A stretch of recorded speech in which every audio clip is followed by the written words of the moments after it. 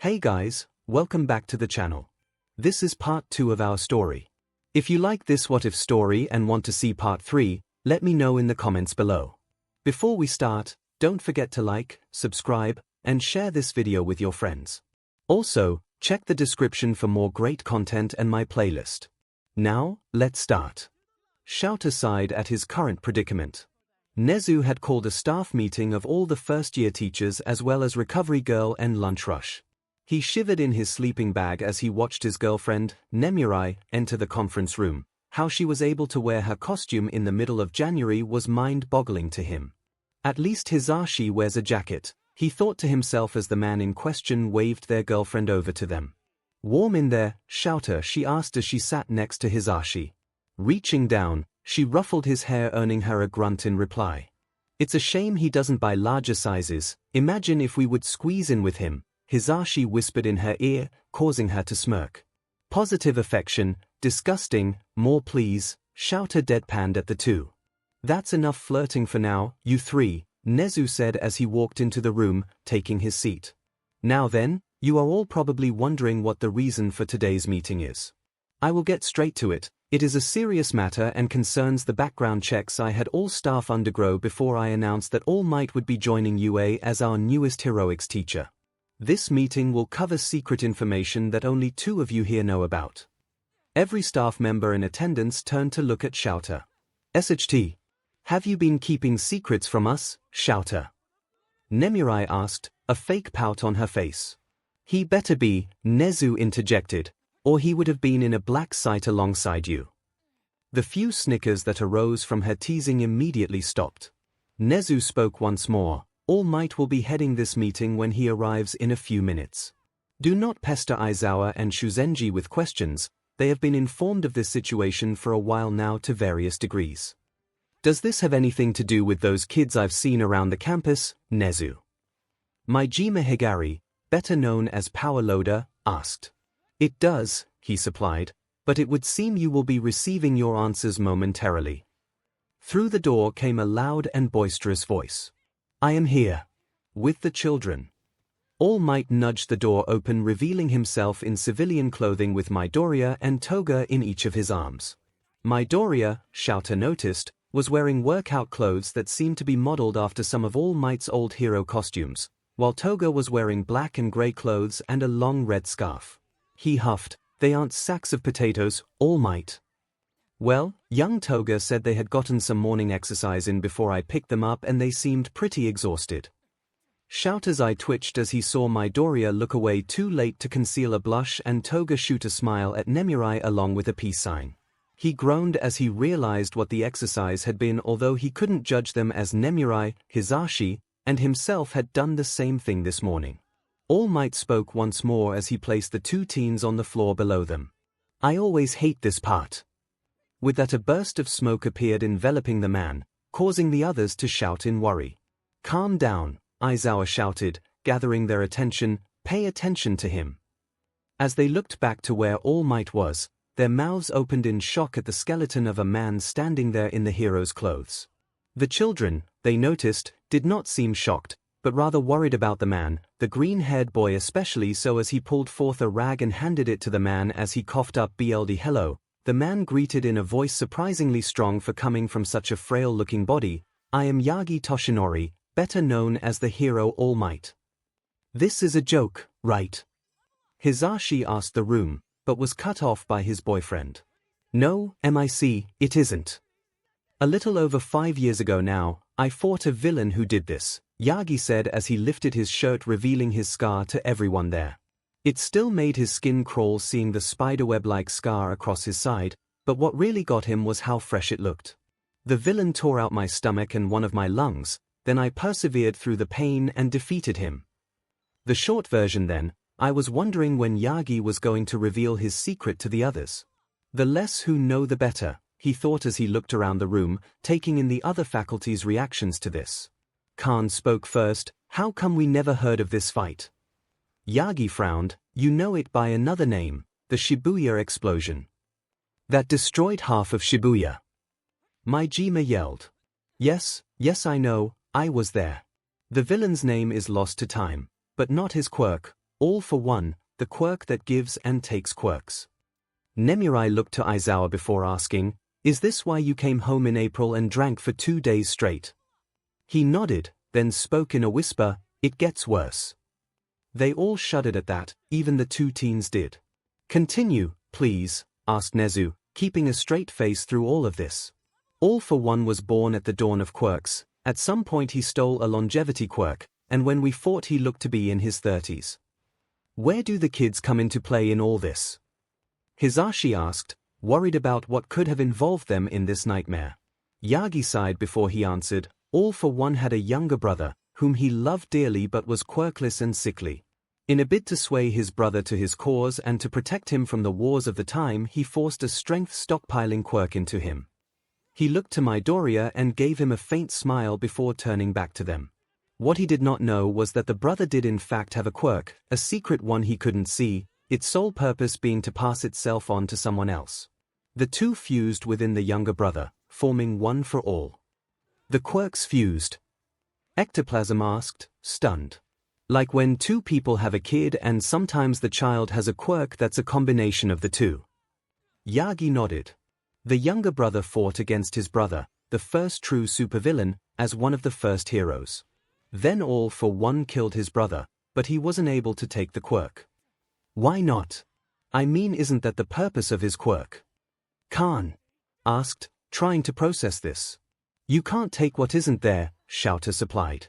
Exactly, he passed it on to the person who would become the second user, who in turn fought all for one and died, but passed the quirk on before their final battle. Each time the quirk has been passed down it grows in strength. Then the seventh wielder, Shimura Nana the Brave, passed it on to me. Hisashi stood up then and pointed at Yagi. Are you giving it to one of these children? I am giving it to Midoriya here, he said as he motioned to the boy who stepped forth. He is to be my successor. Hisashi fell back into his chair, staring at the boy. No wonder you've been more of a wreck, 𝐻𝐿. You've been training All Might's hand-picked successor. I'm sorry. Midoriya suddenly said, looking worried. Izuku, Aizawa softly said, it isn't your fault. You have a lot of catching up to do now and when you get your quirk. Wait, so he's quirkless? Myheroacademia asked, then flinched as several people turned to him at once. Is there a problem with that? Toga asked, her voice cold as ice. No, we have some quirkless students in the third-year support courses, he answered. Other quirkless kids. Midoriya spoke up. You never told me, Nezu. You never asked, but I should have. That's a failure on my part. I was too busy teaching you and dealing with your old school. Yagi chuckled, remembering his last visit to Aldera, then frowned as he remembered how many arrests were made that day, too many in his mind. What did you do to Aldera? Midoriya asked, his face showing how worried he was. Aldera High is under new management, with a new name. I have had all of the staff except a handful arrested. Several were members or supporters of the Meta Liberation Army, Nezu stated to the room, his eyes glinting. They will never teach again, they will never harm a student again, some of them will never breathe fresh air again. If none of the staff survived the purge, I was going to acquire Aldera and have it destroyed, every brick and piece of rubble destroyed. The children who thought bullying you was acceptable shipped off to different schools with special notes in their files, detailing the doom they had brought forth upon their school and the doom that would follow them if I even heard rumors of their actions continuing at their new schools. 𝐻𝐿 smiled into his scarf. He knew Nezu was one to hold a grudge and it showed when he got to torment humans. Izuku slumped down, but Yagi caught him before he could hit the floor. You did all of that? Nezu smiled at him. Yes, I did all of that for you, and for every child there who suffered at their hands. Same as I did for Himiko when I stripped her parents of their rights to her, and had them punished for their abuse and neglect. At his words Himiko grabbed her scarf, holding it close to her. Oh 𝐻𝐿, she has a scarf like you, Nemuri cooed, then stopped. You're training her to be an underground hero, aren't you? It wasn't a question, but a statement. The others looked at him, some of them knew the horrors of underground heroism. It usually wouldn't be brought up until the third year or sometimes the second year if a student was persistent enough. But for a high schooler to already be singled out for it, that worried them. The scarf was not intended to show her allegiance to me. Whether it does now is up to her to decide. It's her mark for another. As he finished, he looked to Khan, who realized what he meant. Oh, was his only response. Who is it for then? Hisashi asked, looking at Nezu, who was staring at Toga. She stepped forward then and bowed, introducing herself. I am Toga Himiko, and I am a follower of Stain. The room was silent, then chaos broke free. What? Ectoplasm yelled. Rising to his full height, his mouth opening, but his quirk failed. He turned to Shouter, whose hair was floating as his eyes gleamed red. Sit down. All of you. He roared. Thank you, Aizawa, Nezu said as he pressed a button, revealing a television hidden behind the wall behind him.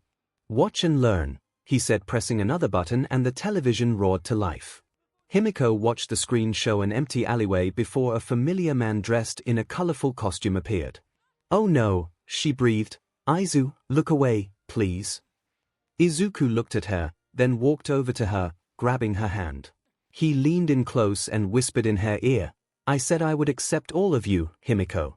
The good and the bad. If this is what I think it wasn't you but your quirk trying to keep you alive. He then kissed her softly, before he turned back to the screen.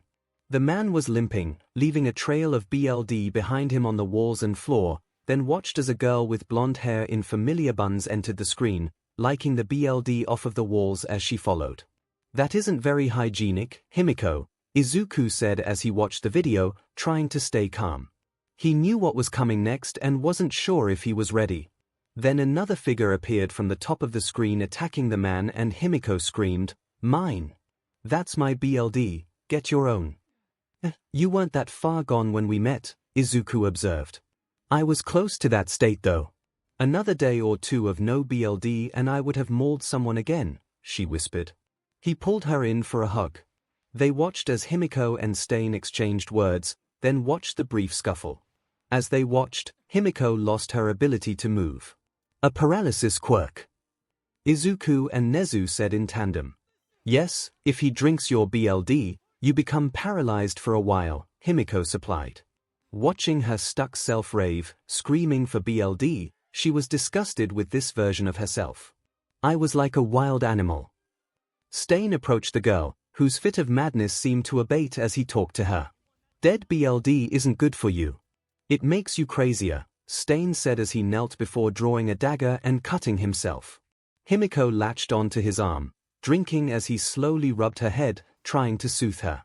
I don't remember that part. I must have been lost in the taste of freely given BLD.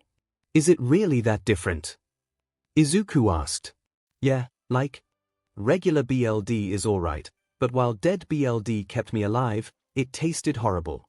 Yours and Stain's though is just amazing. Think of a food you really love that tastes amazing when cooked right, that's given BLD. Food you made that tastes horrible because you messed it up is like dead BLD, and food you cooked that is good, but not amazing is like regular BLD. Oh, and freely given BLD seems to be more efficient as well. Aizawa listened in. It was rare for BLD quirk users to discuss the nuances of their quirks like this. It would be good for when she was officially his student. The other staff continued to watch as Himiko revealed her burdens to Stain, her issues, how she didn't want to be a monster like her parents had called her. At that, Nemurai had jumped up and ran over to Himiko, pulling her into a hug. Oh my poor girl, I'm so sorry you had to deal with all of that. Himiko hugged back, then watched as Stain told her to be a hero, where Nezu paused the video. I see why you like him so much, Toga, Yagi said, breaking the silence. I know it must have been hard breaking your ties with him. When did this happen? Aizawa asked, watching her. During the summer, I met him at Dagobah where he watched Izuku and Toshi. He said that Izuku was a good choice of a successor and made to leave. I told him that I couldn't be his friend anymore, cause he's a villain and I want to be a hero. I can't be a true hero if I let someone go around killing. The others in the room grew quiet at her admission. They realized that to turn away from the first person to ever show you kindness would be hard to do. Aizawa climbed out of his sleeping bag and approached her. You did what you thought was the right thing to do. No one here is going to be upset with you for what you had to do to survive in this world.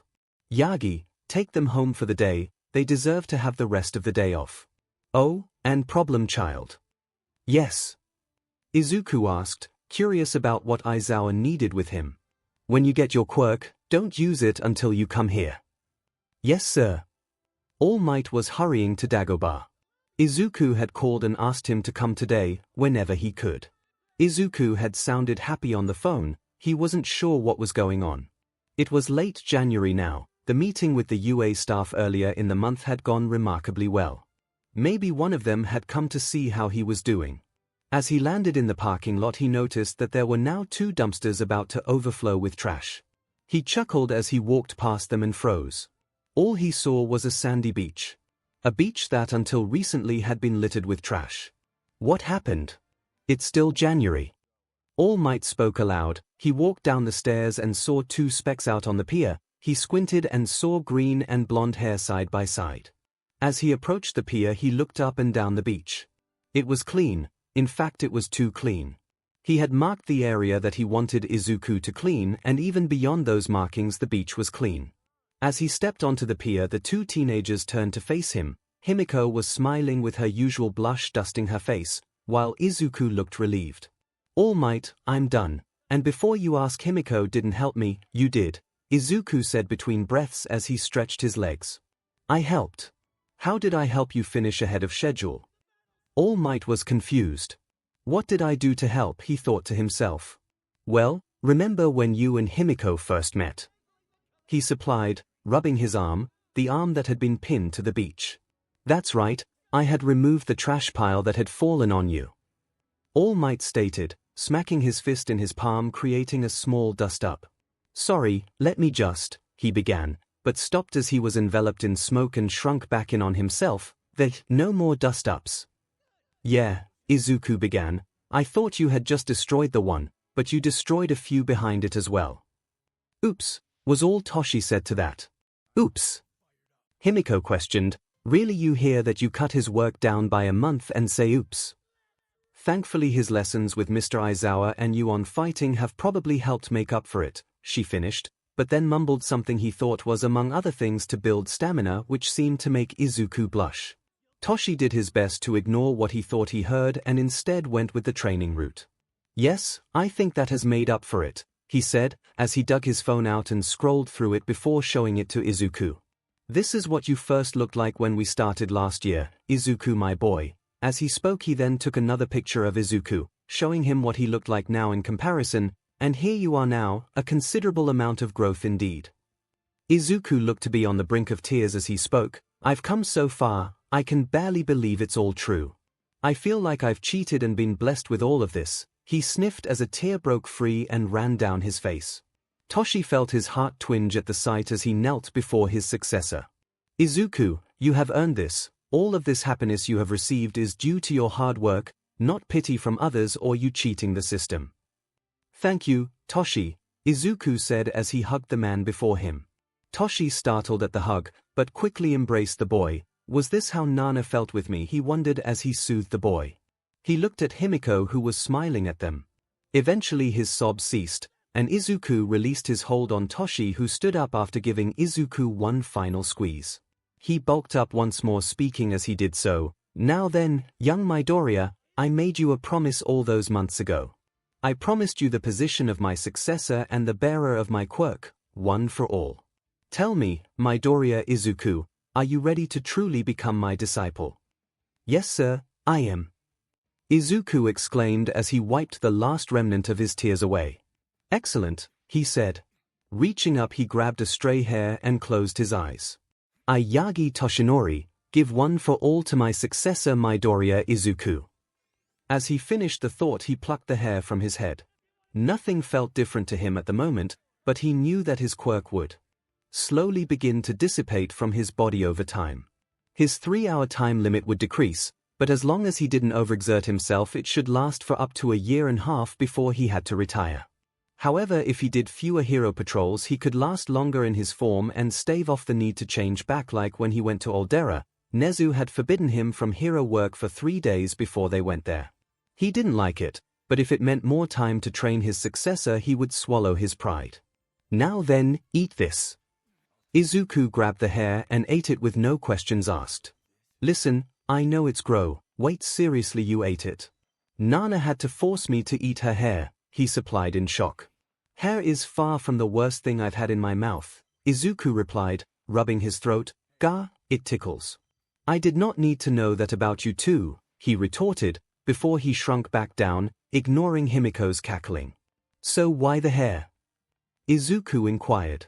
You have to ingest my DNA for the quirk to be passed down, Toshi answered. So like parents passing their quirk down. Wait, does that mean I can't let Himiko drink my BLD anymore? 𝐒𝐿 worriedly asked. No, far from it, he replied, catching sight of her worried face. Rest easy, you two.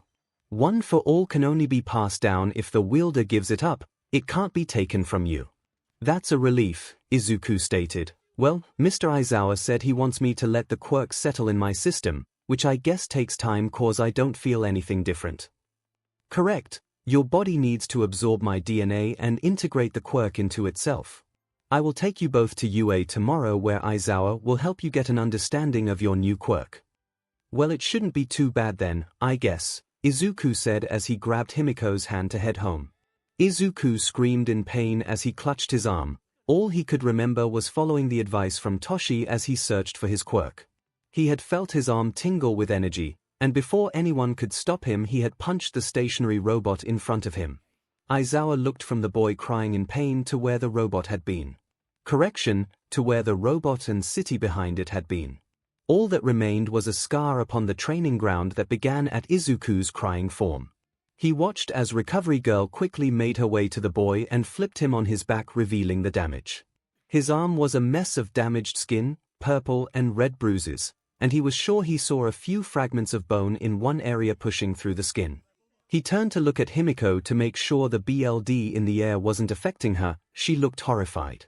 Aizu, she softly asked, before turning to him. What happened to Aizu? I can smell his BLD, but I don't want his BLD like this. He took a breath and placed a hand on her shoulder before he spoke to her softly. Listen, this is not how we wanted this to go. 𝐒𝐿 jumped the gun in punching the robot. The plan was for me to erase his quirk before he could do anything, but he was faster than I was. As he finished, 𝐒𝐿's agonized screams abated, and were replaced by deep heaving breaths. Toshi, he meekly said, looking for his mentor who quickly knelt beside him. 𝐒𝐿, I'm so sorry. I didn't mean for this to happen, Toshi said as he comforted the boy. You jumped the gun there, but you aren't at fault here. We should have told you our plan in full. Take your time on getting up. Instead of laying there and catching his breath, 𝐒𝐿 tried to stand, but stumbled as Toshi pushed down on his other shoulder. I need to train. I need to catch up to those who have had their quirks longer. I can't just sit around and do nothing. You need to not break yourself just by punching something, Toshi shot back. I'll figure it out. 𝐒𝐿 yelled at Toshi before he realized what he had done. I'm sorry. I didn't mean to yell at you, he said, as he tried to get away from him. I'm not mad at your 𝐒𝐿, I just don't want to see you hurt. Imagine if Inko was here to see that. Do you really think she would let you try again at all today? 𝐒𝐿 looked down at that. No, she would bring me home and make Himiko watch me, he said dejectedly. Exactly, I'm not your mother. Now then, from the top this time. Catch your breath. You know how Shuzenji's quirk drains your stamina to heal you. Then you are going to charge your quirk, but you will not move. Focus on the feeling. The moment it sparks like before, Aizawa will erase it. Toshi looked at him gravely as he spoke. From there we will repeat this until you can feel the power grow in your body.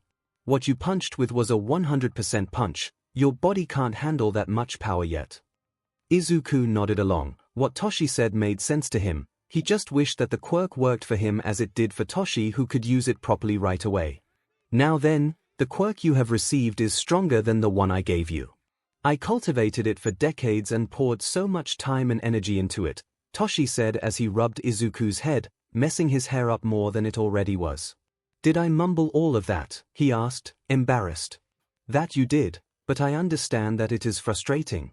I don't want to see you get hurt if we can help it. Which is why I'm here, an old man suddenly said as he approached the group, walking beside Nezu. 𝐺𝐸 Totorino. Toshi stuttered out. The old man, who was wearing a yellow costume, suddenly flew forth and kicked Toshi in the face. "What the F?" Aizawa said under his breath, shocked that some old man just kicked Fing All Might in the face and that it somehow terrified him. The man, now named 𝐵𝐵, turned to Izuku and asked, "So you're the 9th inheritor? You don't look like much, but then again who knows? So you break a bone. I can see the tear marks on your face." "Why, sir, I destroyed my arm, but recovery girl healed me," Izuku replied, managing to get his answer out with only a small stutter. "Figures that this oaf would have you break your arm to learn," 𝐵𝐵 growled out as he scowled at him. "We did not tell Izuku the full plan before he punched the robot," Aizawa explained, trying to get a grip on the situation. "What robot?" "The one that he destroyed along with where the city center used to be," he said, pointing at the obvious scar on the land. "The boy did that with a single punch. I thought it was Toshi showing off that did it," he said, staring at Izuku. "That was his first time using one for all. How has it affected his other quirk?" "He's like me, quirkless at 𝐵𝐻," Toshi interjected, checking his nose for a break. "Another quirkless bearer. Why did you choose him?" 𝐵𝐵 squinted at the boy, looking for something. "The same reason Nana chose me," Toshi replied cryptically, causing Izuku to turn his head to the side in confusion. "It's a story for another time, Izuku." 𝐵𝐵's eyes widened at that, alerting Shouter that this man possibly knew more than anyone here did about the quirk. "Were you a friend of Shimura Nana?" Aizawa cautiously asked. "I was, and after she fell in battle, I took 𝐴𝐼𝐼 here to America as per her final request and trained him." "More like beating the SHT out of me daily," Toshi mumbled. "And look where daily beatings got you. #1 hero and symbol of peace. Maybe that's what your successor needs." He stopped speaking as he felt several killing intents aimed at him as Toshi suddenly buffed up, his eyes glowing an ethereal blue. The dark-haired man was surrounded by a floating scarf as his hair soared with it, his eyes a red gleam. The blonde girl was crouched low, her eyes slits as she wielded 2 knives, and Nezu's fur was on end, his teeth barred in a snarl. Nezu spoke then to him, "You will do no such thing to that boy or you will suffer our wrath. I did not bring you here for him to suffer more abuse at the hands of a hero." 𝐵𝐵 swallowed as he felt the killing intent lesson. "All right, no but kickings until he can spar and needs to work on speed." "Fine, you can help him with speed once we get him able to properly use his quirk, in the future," All Might states before he shrinks back down and coughs. "How long until the entrance exams?" Torino asked, watching as Midoriya stood up. "Midoriya will be taking the recommended and general entrance exams in February. We only have this opportunity before us because he received the quirk ahead of schedule," Nezu supplied. "So we have some time to work with then. Okay, let's begin. Show me what your plan is for him to MSTR one for all." Aizawa spoke up then, "Izuku, activate your quirk again but do not move. Once I see it activate I will erase it. We will repeat from there as long as the two of us can manage."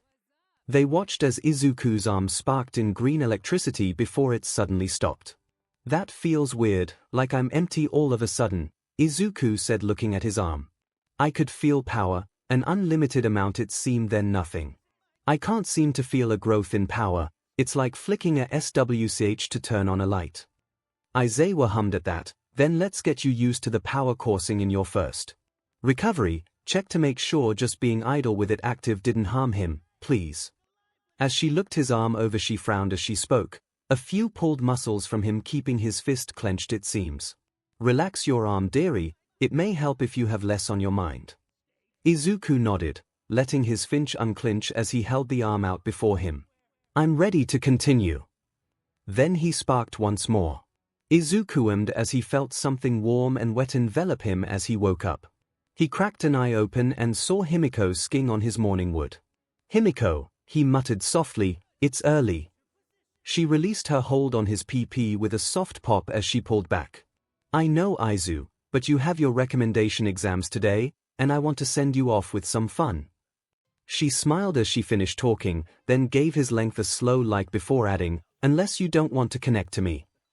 Izuku felt something primal in him awaken at that and quickly pulled her up to his face and flipped her over, straddling her. I wasn't saying I didn't appreciate it. I do love waking up to your mouth around my PP, and you did like it when I was eating you out when I woke you up. She smiled as she wrapped her legs around his waist. I'm so glad I put that in the notebook for you to do to me. She pulled him down for a kiss, her tongue tickling his lips to get him to open his mouth. As her tongue entered his mouth, he softly sked on it as it wrapped itself around his, slowly tugging on it. As her tongue retreated back to her mouth, his followed where she returned the favor, causing him to into her mouth. Breaking the kiss, she whispered in his ear, I'm so wet Aizu, won't you fill me with your love?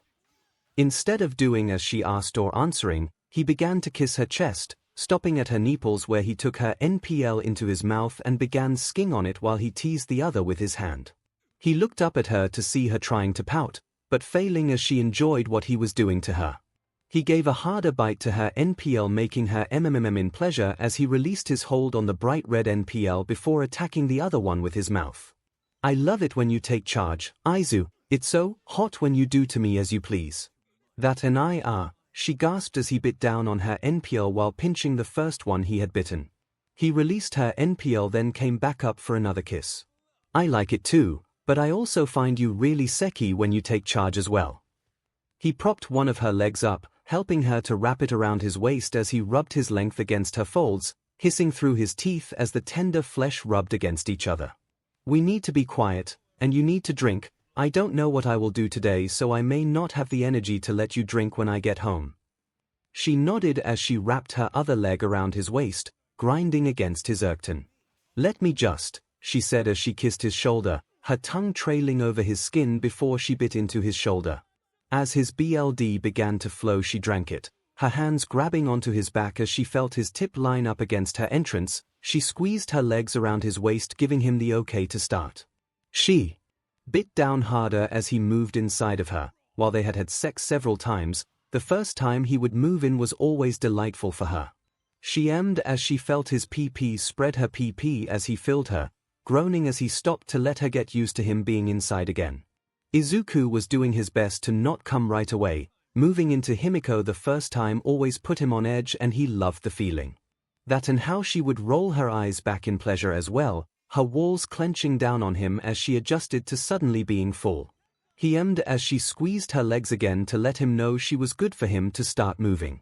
As he pulled back, her hands splayed out across his back trying to get a grip on him. Then, he moved forward again, but this time didn't stop. As he slowly made a pace of rocking forwards and backwards, he emmed as he felt her nails lightly scratch at his back as his muscles roiled beneath the skin.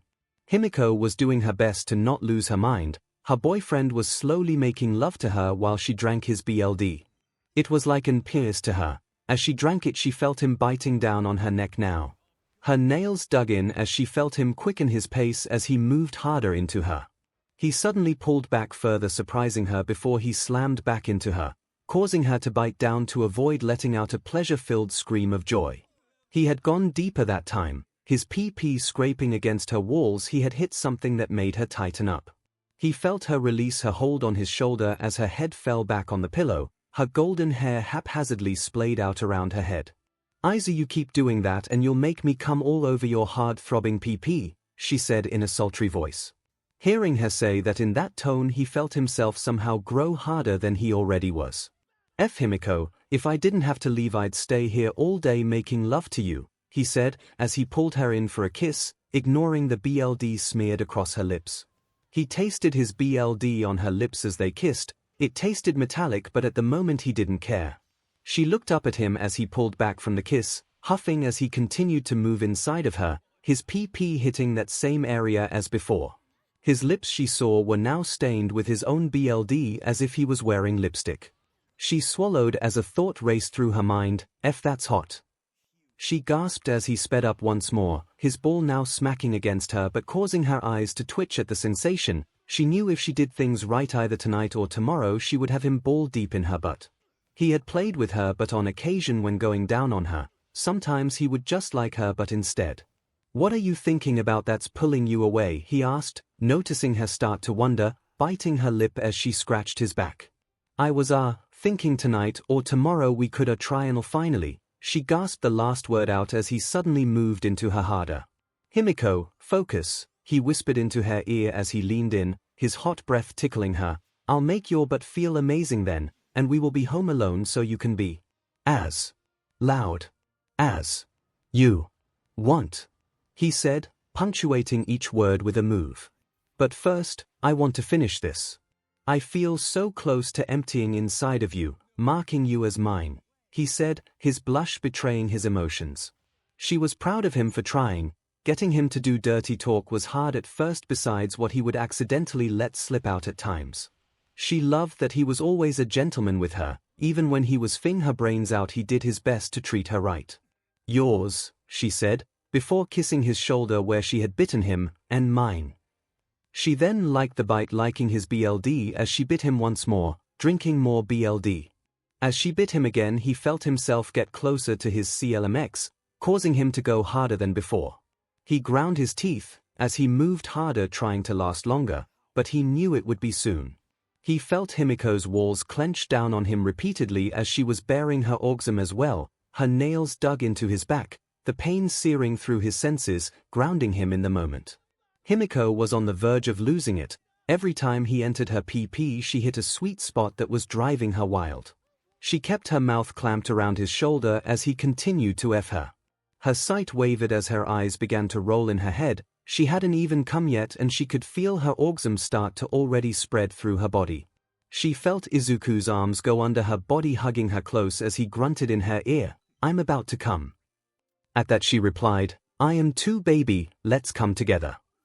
Upon hearing her, he pulled out nearly all the way and then faster than before rammed back into her, feeling her walls tighten as she came in tandem with him. He bit into her shoulder as her PP milked him, his cum flowing into her. He felt his ball tighten as they continued to drain themselves into her, filling her empty WMB with his seed.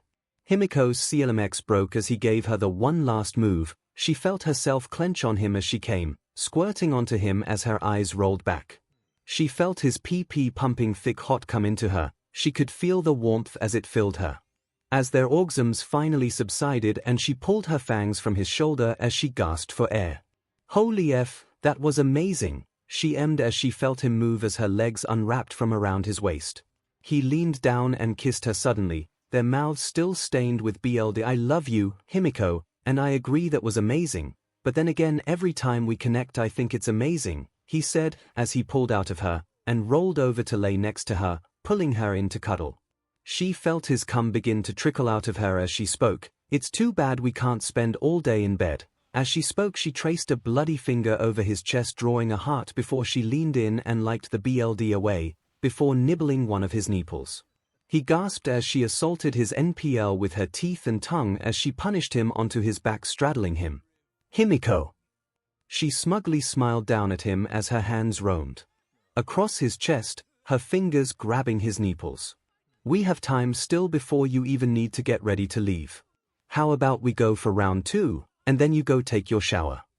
"No round 3 in the shower?" he asked, surprised she wasn't joining him for once in the bath. "Look, we both know we will F the day away if I join you in there. I'm trying to be sensible and only have sex twice, but if you want to explain to everyone at UA that you skipped the recommended exams to F my brains out and fill me with your cum, by all means," she said, leaning forward, her fangs shining in the dawnlight. He felt himself stiffen at that, his PP now firmly between her ass cheeks. "Round 2 only, then I take a shower, but you cook breakfast while I'm in there." She smiled, fangs glinting once more. "Deal." Himiko was in the kitchen wearing one of Izuku's shirts and a pair of panties so as to keep his cum from running down her legs. She did not want 𝐒𝐭 to walk in on her dripping Izuku's cum all over the kitchen. She looked up when she heard the front door open. Himiko watched as 𝐒𝐭 silently entered their home, wearing yesterday's clothes, her hair in that same "I just had the best sec ever" style that she was still sporting. "You look like you had a good night, 𝐒𝐭," Himiko called out to her future mother-in-law, startling her. 𝐒𝐭 looked at her, eyes wide in fear that she had been caught red-handed. She looked around but didn't see anyone else in the kitchen besides them. She sighed in relief, then smirked at her. "I could say the same about your morning, Himiko." Himiko blushed, as did 𝐒𝐭 at that. This conversation never happened. "Deal, and please don't tell Izuku. We want to tell him once you two get into UA. We want to make it less awkward for him." As Izuku approached Yue, he saw Midnight was standing at the gate, stretching as she yawned. Before she caught sight of him, she waved him over. "You look rather relaxed for your recommendation exams, I would almost say glowing," she said, her tone hinting at something devious as her eyes zeroed in on him. He smiled at her, his smile a miniature sun with how bright he was. "I left all of my stress back home, I feel positively refreshed, Nemuri," he said to her after checking that no one else was around. Sorry, Ms. Kiyoma," he said, bowing slightly. "Left it at home, here. Most likely inside of and on Himiko too, right?" she said, a manic grin spreading across her face. "I don't think this is a proper student-teacher conversation, and Nemuri," he stammered. "Oh," she said, her grin growing, "you aren't my student yet." "I need an adult," he said meekly. "I am an adult," she replied, liking her lips. He screamed. Momo looked to the empty desk beside hers. She frowned, wondering where the last test taker was. She knew they still had 15 minutes before they even had to be there, but still she couldn't help but wonder if something had happened to the person assigned it. There had been a few villain fights that had delayed her trip to UA, so maybe that's why they were late. "Ah, there you are," Ectoplasm said. He had been in the room when she had arrived and introduced himself as their exam proctor for the first half of the exams. She looked to see where he was staring and saw a rather plain, but cute-looking boy with green and black hair trembling at the door. "Sorry, Ectoplasm," a woman's voice called out. "I had met Midoriya at the gate and had gotten rather distracted while talking to him." Then Midnight appeared in the door frame, resting a hand on the boy's shoulder, something she noticed a few of the boys in the room glare at him for. She huffed as he watched the boy called Midoriya blush at her touch and try to squirm away, but her grip was strong, it seemed. "Let the boy go, Midnight," Ectoplasm sighed. As the boy was released, he approached Ectoplasm and bowed. "I'm sorry, sir, for my tardiness." "It's fine, Midoriya. Besides, it would have been Midnight's fault anyways," he replied, laughing as Midnight in turn pouted before leaving. "Go take your seat, Midoriya, we will begin soon." As the boy approached his desk and by extension her, she was able to look at him closely. She hadn't seen it when he first entered, but he had freckles forming a diamond on each of his cheeks and his eyes were a bright green that reminded her of the emeralds in the small earrings she had worn today. She wasn't sure why, but she smiled at him, which he returned with a shaky bright one of his own. "I'm glad you made it here on time. I was worried something might have happened to you. There were a few villain attacks on my way here," she said, as he took his seat. "Oh, where are my manners?" she asked herself, embarrassed. "I am Yorozu Momo, nice to meet you." "Thank you for worrying about me. I'm Midoriya Izuku, it's nice to meet you as well." But now nothing that exciting, just Ms. Midnight being herself. She caught what he was about to say. While most heroes' names were publicly known, it was rare for someone to so casually address one, especially one who also taught at UA, by their first name. It was then she noticed that his eyes either looked at his test or met hers. He never tried to glance at her rather large chest. It felt refreshing to her, but then again, if he knew Midnight on a personal level, it was possible that he wasn't easily distracted by attractive women. Or he has a girlfriend that he is overly loyal to, she thought. Suddenly the PA system crackled to life, E4 to E5. At that, silence hung over the room before Midoriya suddenly replied, C8 to E6. H1 to H6, the voice crackled. A3 to C5, Midoriya returned. "Sir?" Ectoplasm asked, looking at the ceiling. "Not now, we're almost done," came the PA system. Ectoplasm sighed, slumping forward until he headbutted his desk. G5 to F3, it finally said. A6 to A7, Midoriya suddenly replied, after several exchanges, "Checkmate." At that, Ectoplasm looked up asking, "Midoriya, did you just say checkmate?" "He did," came the voice, "and by a pawn I had overlooked." "Did you just beat Nezu using a pawn?" "Yes." Midoriya asked aloud. The room was silent. Across the room a boy with a shaved head softly said aloud, "What the F?" Momo was now scared of this boy beside her. He had apparently just beaten the principal of UA at chess, checkmating him with a pawn. The PA system crackled once more. "Very good, Izuku. I am looking forward to your practical after this little quiz you are about to take." Midoriya merely nodded, afraid to say any more. Ectoplasm then took the opportunity to wrestle back control. Aside from that brief interruption, he said, glaring at the PE. "Bite me, you cripple," Nezu snarked back. "I don't eat cafeteria mystery meat anymore," was Ectoplasm's reply. He then looked at the examinees before him. "We like to have fun here, ask Midoriya." "Please don't," was the boy's soft reply. "Anyways, begin your test. You have 2 hours." As Izuku stretched as he made his way to the practical exam, he heard footsteps following him. He turned and saw the girl with the large ponytail and large assets from the test. "Oh, hello again, Yorozu," he greeted softly. "Not be rude, but was that back there at the exam? It seems like you know a lot of the staff here already," she inquired, then regretted it as she saw fear flash through his eyes. "I'm sorry, but it isn't something I feel like discussing in great detail. I can agree that it all seems odd from the outside looking in, even from the inside it's odd. Nezu took over my education after he learned my previous school was flawed." She gasped at that. She had heard recently that a high school in the area had nearly all of its staff fired, with some of them even arrested. "I'm so sorry. I think I heard about it. Aldera, I think its name was." He nodded. "Yeah, the school was horrible, abuse, neglect, and some of the staff was part of the 𝐿. That was a secret, please don't bring that up." She blinked at that, but nodded. "Well, I think it would be best we head to the practical and see what they have in store for us," she suggested. "I agree, and I hope you do well in it. You seem to already act like a hero with how considerate you are," he said, flashing her another bright smile. She blushed at that. "Thank you, Midoriya. I hope you pass as well." At that they entered the proving ground and were met by what looked like the supports of a roller coaster. "𝐒𝐲𝐽," a loud electronic voice called out to them. Following the sound, they found the rest of the recommended students mingling while present MIC shot him a quick smile. Izuku saw Yorozu lean over to him whispering, "Is there anyone you don't know here? I haven't met the second and third year staff outside of brief encounters. But I've met all of the teachers I'll have when I get in for my first year so far." "Don't you mean if you get in?" she asked, worried he was acting a little conceited. "I'm taking both this and the general exams. Nezu and my other teacher said I was automatically in due to certain circumstances I can't discuss, but I said no to that. I said that I wanted to earn my place here, but I feel that I could fail both exams and they would still include me." She frowned at his admission.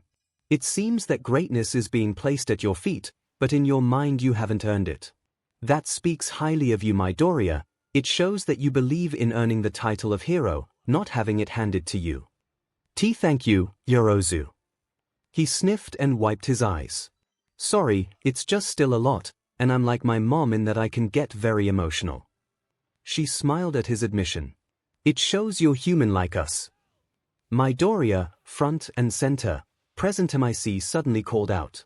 "This track is 1 kilometer long. On my signal you will run it however you see fit, using your quirk to help you.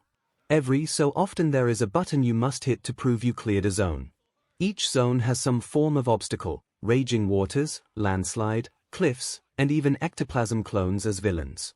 The order is randomized and you are going first to set a time for others to beat. Everyone else will go in groups of 4 or 3, as each group goes the later groups will be able to decide on strategies that work and don't work." "Sir," a green-haired girl with sharp teeth called out, "isn't that unfair that he has to go alone? The world isn't fair to those in need, so why should it be fair to us?" Izuku stated in a somber tone, as he took his spot at the starting line while everyone took in his words. "Correct." Present MIC exclaimed rather loudly, "Now then, go."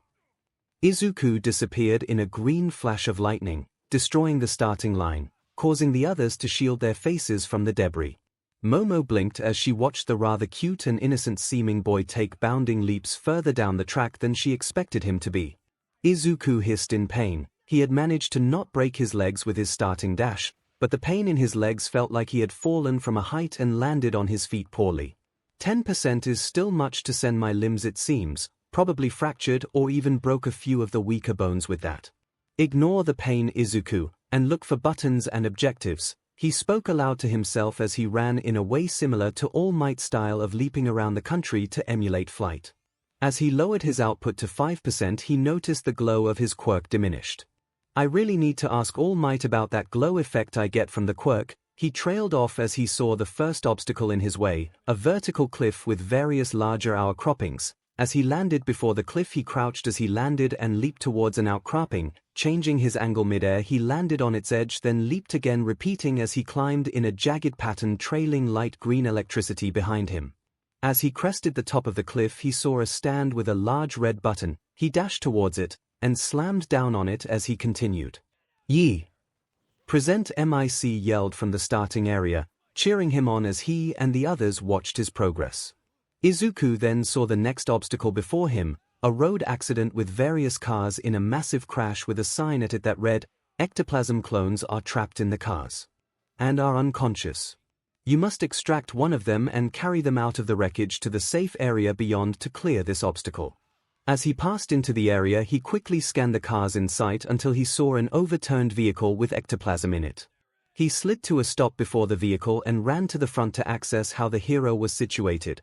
Thankfully, he was strapped in and his arms were free from the door. He ran to the side the clone occupied and carefully opened the door, watching for glass shards that fell out before him. "Sorry in advance," he said to the clone, who peeked at him but continued to dangle in his seat.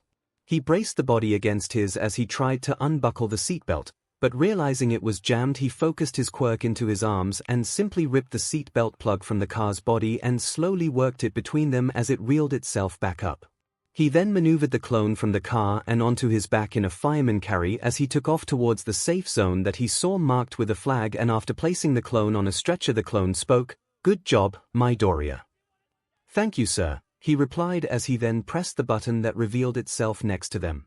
"Very good strategy there," Present MIC said, as he watched Midoriya's progress on the screen with the rest of the examinees. "Excuse me, Present MIC," Momo spoke up, "but did he just rip the seatbelt out of the car?" "Well, yeah, I mean, what else could he do with a jammed seatbelt? Cut it with a handful of broken glass?" he asked the group before him. The green-haired girl from before asked her, "You saw what he did to the starting line? I'm surprised he didn't just rip the door off."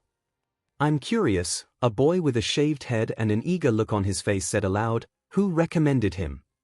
Present MIC didn't say anything, but watched as the kids around him began to chatter as he watched Izuku reach the next challenge, the landslide. Momo thought for a moment before she spoke up. Given how the first exam started, it could be Nezu himself recommended Midoriya. At that, every one of them looked to the screen, watching Izuku simply leap over the landslide in a single running leap, hitting the button as he landed, then continued down the track. A boy with hair evenly split between red and white was staring at the screen, his eyes wide as he saw the green-haired one approach a small bunch of clones for the villain portion. He squinted when he saw the boy hold out his hand like he was getting ready to flick his finger at them. He said presently, as he grabbed a radio and began speaking into it. "Get recovery girl here ASAP. Midoriya is going to need her once he is done with his exam." The peppermint boy quirked an eyebrow at that, then they shot up as he heard a loud explosion from where Midoriya was, and saw the cameras cut out in the area. "What did he do?" "He used his quirk," Present MIC supplied in a flat tone. "God damn it, Midoriya. Is this common?" Momo asked, shocked as she watched the dust clear from a remaining camera as he sped by, showing the track floor obliterated from his attack. "What did he do?" "He flicked his finger," the boy said. "Very observant Todoroki," Present MIC stated. "Midoriya is a late bloomer with his quirk. We only knew because another pro hero who was one took an interest in him and recognized the signs." Nezu agreed that Midoriya should receive special training in order to safely manifest his quirk in a safe environment after learning that he wished to be a hero even while quirkless. "How late?" Todoroki asked, his face unreadable. "Sorry, that's more than I should have said," Present MIC said as he looked at them, "but I trust that as recommended students you guys are more level-headed than your average teenagers. So do not bring it up when he gets back." Momo turned back to the screen to see him in the middle of the last obstacle. Various barriers were set up that he had to navigate through that reminded her of an obstacle course, but there was a rather large drop beneath them. Falling would most likely sustain injuries as well as cost you valuable time. She saw him reach the final obstacle, a sheer cliff with a single rope for him to use to rappel up. She made note of the lack of harnesses available, but that there was a large foam landing zone to break your fall. Todoroki then spoke up asking, "You said we can use our quirks as well in this race, sir." "Correct, there are very few rules set up here for this race," Present MIC answered, then pointed at the shaved boy who had raised his hand. "Urashi, what is it?" "Sir, is sabotage acceptable in the race? I know Midoriya probably didn't mean to destroy the track, but I'm sure it will cause issues for some of us." "Very good. You may not attack your fellow racers, or outright destroy the track. What Midoriya did was an acceptable loss in his case. He took out the villains but kept the damage to a minimum in doing so." He watched them take in his words as they began looking at each other warily now. He spoke under his breath saying, "Hashouta was right, this can be fun to screw with them." He stopped when he saw Momo standing close to him, who gave him a questioning look. He placed a finger to his lips to indicate she kept quiet, and smiled when she nodded. As Midoriya returned to them, he slid across the finish line kicking up dust, while a robotic voice called out, "Midoriya Izuku, 5 minutes and 42 seconds. He spoke aloud. "The car wreck and rope climb sure ate a lot of time." "Midoriya," an elderly-looking woman yelled as she approached him, "what did you break this time?" "Break?" Momo asked aloud, looking at the boy. He seemed fine to her. He paled and stepped back from her, hissing as he put weight on his toes. "Well, I think when I took off I broke some of the weaker bones in my feet, maybe a few fractures in my legs, oh, and this later one," he said, showing his index finger, which was a nasty shade of purple that looked like it had been crushed repeatedly. Momo covered her mouth at the sight. She was horrified that he was talking about his injuries so lightly. She rubbed her head as she made a sound of discontent.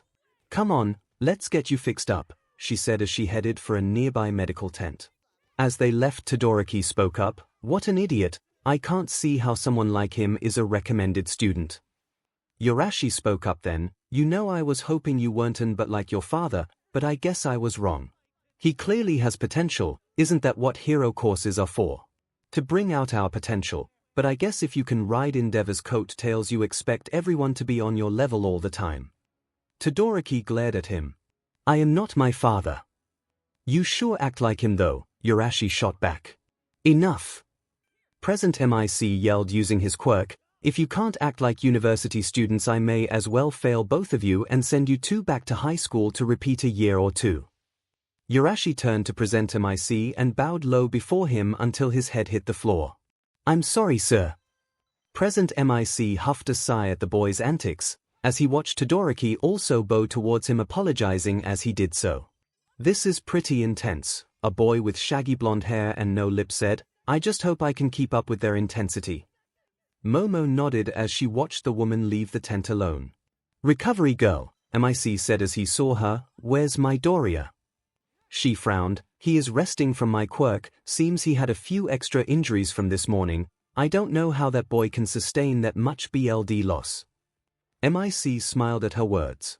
"He goes plus ultra at all times, but I was sure he said he wouldn't give any BLD on his exams days."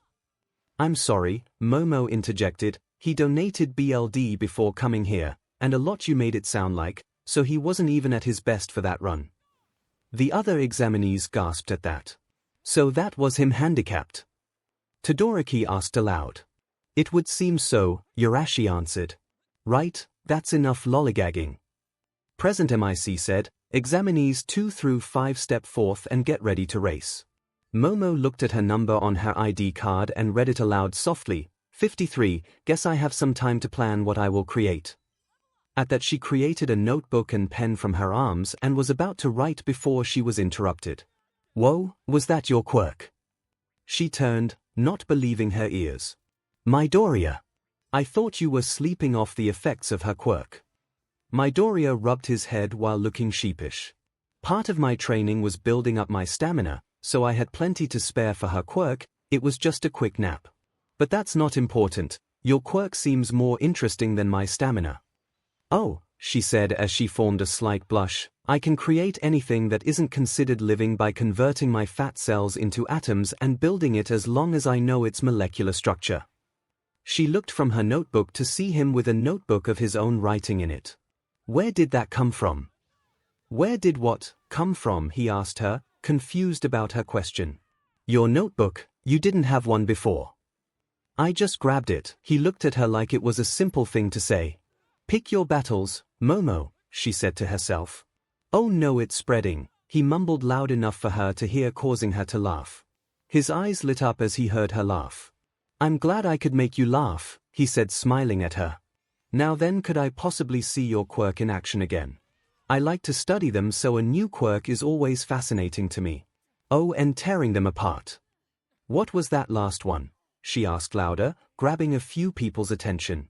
Oh, I like to tear quirks apart. A lot of people see their quirks as these powers that have no weaknesses, but in reality every quirk has weaknesses. My quirk is hard to control, and if I use too much power in my limbs I destroy all of the bones in it, so I have to limit my power, therefore making me weaker.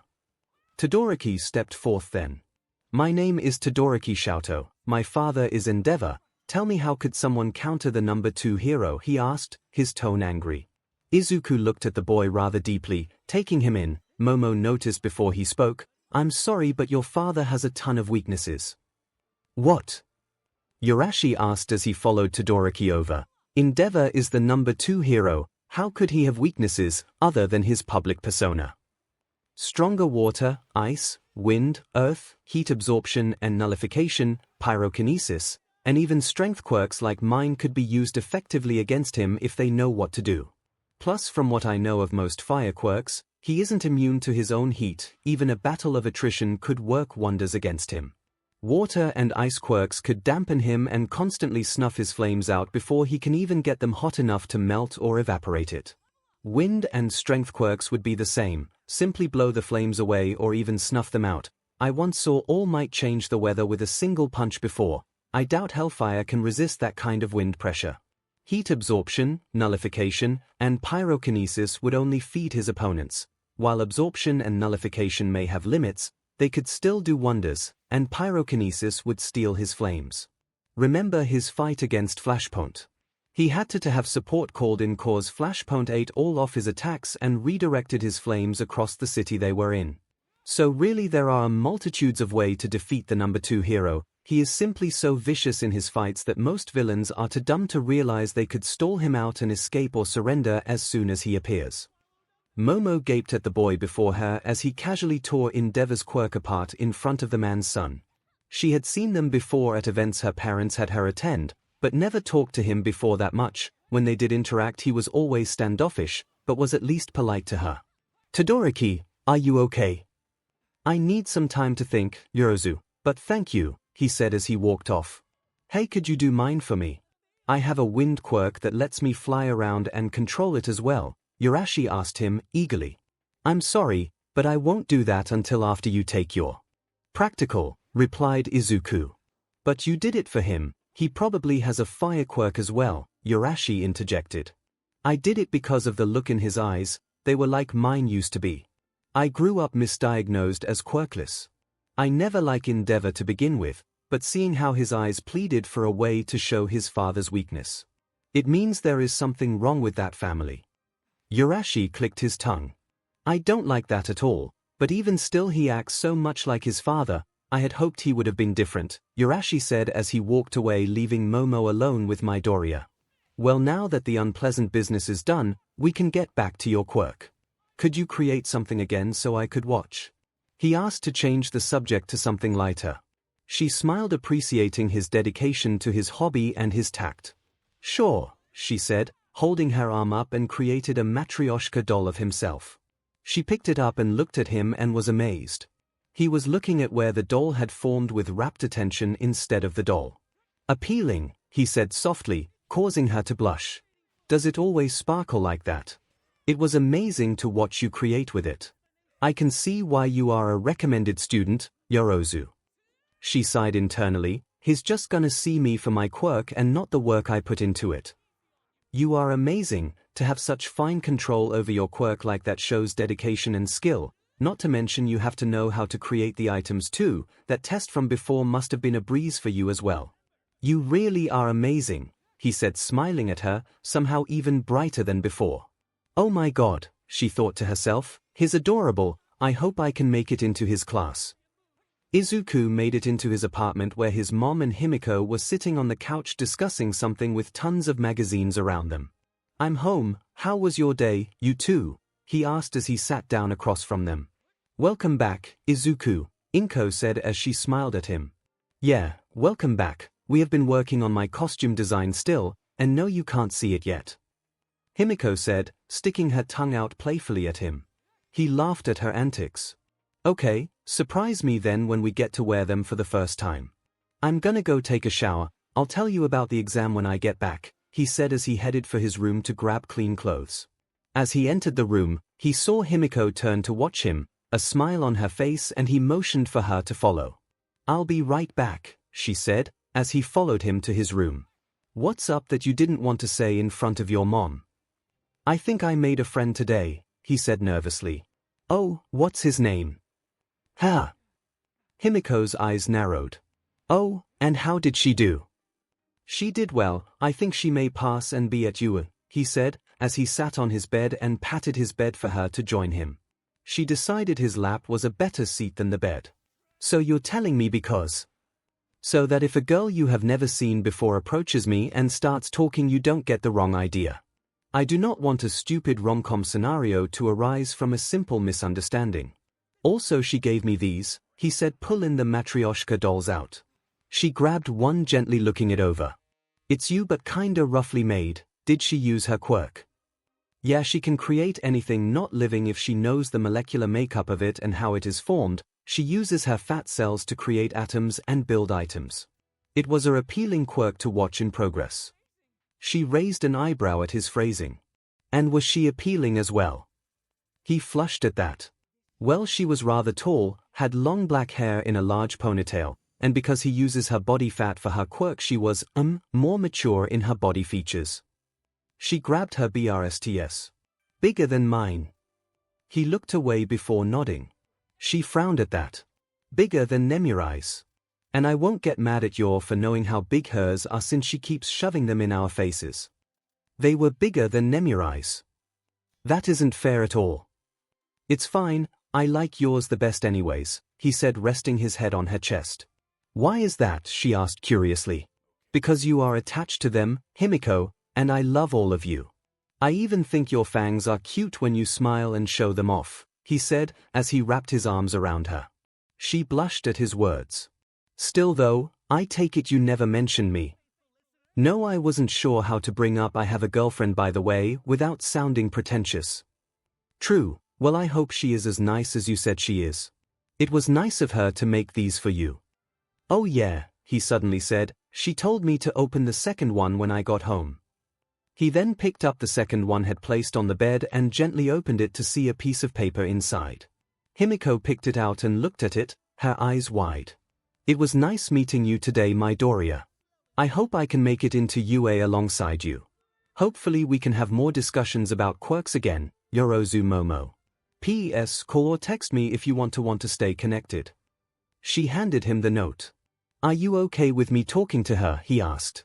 I mean if she gets in like you think we will be living with her for 3 years, it wouldn't hurt for us to make more friends, plus I think I want to let our dorm mates know we are a couple. Nemuri wishes the 3 of them could be more open, but with Aizawa's underground status it is hard. It will be hard to keep it a secret from them for 3 years. Especially if the girls see you leaving my room in the morning with me. Also I would never deny you a friend Izuku, sure I may be a little stab crazy at times, but I just like seeing your BLD. He gulped at that last part. Did you just get hard, Aizu?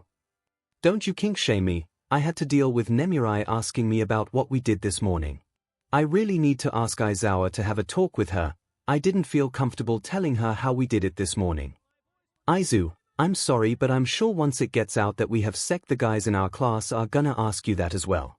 Besides when Nemuri and I talk about sect she gives me tips on different things to try, and you've enjoyed all of them so far, she whispered in his ear. Fine, as long as we don't have to watch another of their sect tapes, he said. She is giving us dorm-wide sec ed when we move in, Aizu. I think another sect tape is expected. F me. Later. Izuku and Himiko stood at the gates of UA, watching as other teenagers looked up at the school in wonderment. So today's the day, are you ready? Izuku asked as he stepped through the gate. Yeah, I think so. All that studying should help, and the practical I'm hoping isn't too bad. I'm glad Aizawa told me about the support gear forms so I could bring my knives. Granted, I probably would have brought them anyways. Himiko smiled as she walked beside him as if she hadn't said something concerning. Move, said Bakugo as he pushed by them before turning to face them. You two stay out of my way, and I'll stay out of yours, got it Deku, Bun Beach. At that he turned away and stomped inside. That was almost civil for Bakugo, Izuku muttered as he watched the explosive boy disappear into the building. Would be a shame if someone. Himiko said while making a stabbing motion, a very violent and repetitive stabbing motion. He sighed as he started to chastise her. Himiko, you can't just st. He cut off as he tripped over a crack in the sidewalk. Welp, guess I'll die then. Goodbye Himiko, Mom, All Might. Wait, why haven't I busted my head open yet? Sorry for using my quirk on you so suddenly.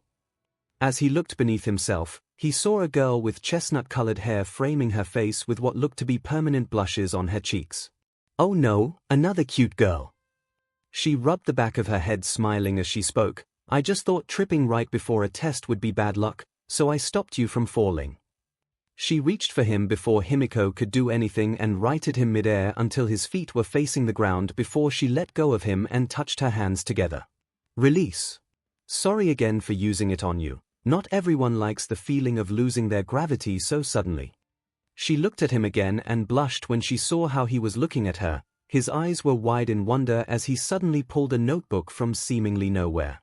Aizu, no. We need to get inside to take our tests. If we see her after both exams, you can ask her about her quirk then, if she wants. Himiko then turned to the gravity-stealing girl and said, sorry, he gets excited when he sees a new quirk. If you want to answer questions about your quirk, feel free to find us after the exams. Izuku sheepishly put his notebook away as he rubbed the back of his head and smiled at the girl. Sorry about that, I got carried away. But if you would like to discuss your quirk later, I would really appreciate it, he said as his smile seemed to grow brighter to both of the girls. When he looked at the brunette again, her permanent blush had seemed to have grown, and was starting to resemble Himiko's usual blush. Oh, are you okay? Your face seems really red all of a sudden. I'm fine, she quickly replied, as she began walking towards the entrance, just really excited is all. As he watched her walk away he turned to Himiko and asked, did I say something weird? She seemingly tore her gaze from the retreating girl's form, or more specifically, the lower half of the girl's form before answering. Sorry, I was distracted, what? Izuku looked back at the girl and followed where Himiko was staring. He blushed. Listen, I know you have a cute butt, but that must be what it's like when I catch you staring at mine, Himiko said, trying to defend herself. This feels like an odd conversation to have with my girlfriend, he said before he muttered out loud, is this what it was like for Aizawa and them? Oh my god, it probably was, and yes you said that out loud, she said before he could even ask. Listen, we can put this aside for a later discussion, but we both love each other very much, and it's possible being around a polyamorous relationship for as long as we have is probably making us feel okay about both of us checking her out. He blinked as he listened to her talk. That's a lot to take in, actually, but I think you have a point. As they sat down in the auditorium after their academic exam, the two teenagers idly chatted about the tests. I think I did well on that exam. It was definitely easier than the recommended one, he said softly. It hurt my head after a while. I know it's important stuff to know, but there was a lot of stuff in it that Shouter said that underground heroes ignore or aren't supposed to follow. I guess I could get called in for regular heroics or special teams when I become one. Himiko slumped into her seat. Izuku nodded in agreement to her statement. The lights dimmed at that moment and the stage lit up as they saw Hisashi step out onto it. Oh, Hisashi again, Himiko mused. Probably cause he can be heard by everyone, Izuku responded as he listened to the man. Welcome, hopefuls, to the UA General Entrance Exam Practical, he yelled out to the crowd, and was met with silence. No energy here. I can respect that, we did just fry your brains after all, haha. He then pulled out a remote and pressed a button, causing a projector to shine to life and show a screen with 4 outlines on it. Guess they added in a secret robot to throw us off, Izuku muttered. Himiko nodded as she looked at the outlines, frowning. That fourth one looks weird compared to the others. Now then, the first 3 robots depicted are worth 1, 2, and 3 points each respectively, MIC said, pointing to each one. Excuse me, said a boy, standing up in the crowd behind them. The pamphlet clearly stated that there would be 3 robots. Seeing that there are indeed 4 robots clearly shows a misprint on your behalf and looks poorly upon UA. Also, you two, he said as he pointed at Izuku and Himiko, have been talking the entire time. It is very distracting. If you aren't going to take this seriously, you should just leave now. The boy watched as the green-haired boy ducked his head, while the blonde girl turned to look back at him. He swallowed as he met her gaze. Something in it sent a shiver down his spine as she glared at him with disinterest. Sit down, you idiot. You're the one distracting everyone by yelling at present MIC for what UA obviously did on purpose. Tell me how often the intel heroes get is still accurate when they arrive on scene. Himiko asked the blue-haired boy. Very good, examinee 4231, MIC called out to her. You and 4232 are spot on. Take a seat. Now then, the 4th robot is worth 0 points and is merely an obstacle for you to avoid, as its sole purpose is eating up your remaining time. Now then, a few last-minute rules and stipulations. You have 10 minutes in the practical to garner as many points as possible, and you are not allowed to attack your fellow examines. With that I send you off with our famous words, go beyond. At that the entire auditorium replied, plus ultra. Izuku stared up at the gate that housed his practical exam in recognition. This is where I was training one for all. I already know the general layout of this city due to my races with Gran Torino. He sighed as he stretched his arms above his head before he suddenly leaned to his left, stretching his right leg out as he dipped low before he shifted to his right. Oh, there's that girl from earlier. Nope, I do not need to cause a scene. Excuse me, called out a familiar voice behind him. He sighed once more as he turned to face the boy from earlier. How can I help you? Are you by chance here on behalf of UA to cause disruptions in the tests? He suddenly asked as he chopped his hand in the air. Everyone turned to look at them as Izuku rubbed the bridge of his nose. No, I am not, but it wouldn't surprise me if Principal Nezu had Hero Corps students sprinkled in to cause chaos during the tests. Hero work is never as straightforward as you study it.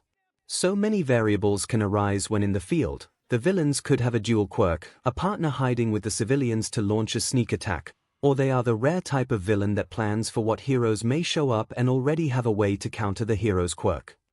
The boy merely watched as Izuku rambled on about how having UA-designated disruptors could affect the practical and lessons it could offer. Okay, you made your point. Wait, I said all of that out loud. I'm trying to break that habit, but thinking internally is too slow. The boy blinked at that, unsure of what to say about that. All right. You kids ready? Present MIC yelled out from his stage. As he yelled out, the gates slowly opened. Go! Everyone looked up at him confused. What are you standing around for? There's no countdowns in real life. Look at him, he has the right idea.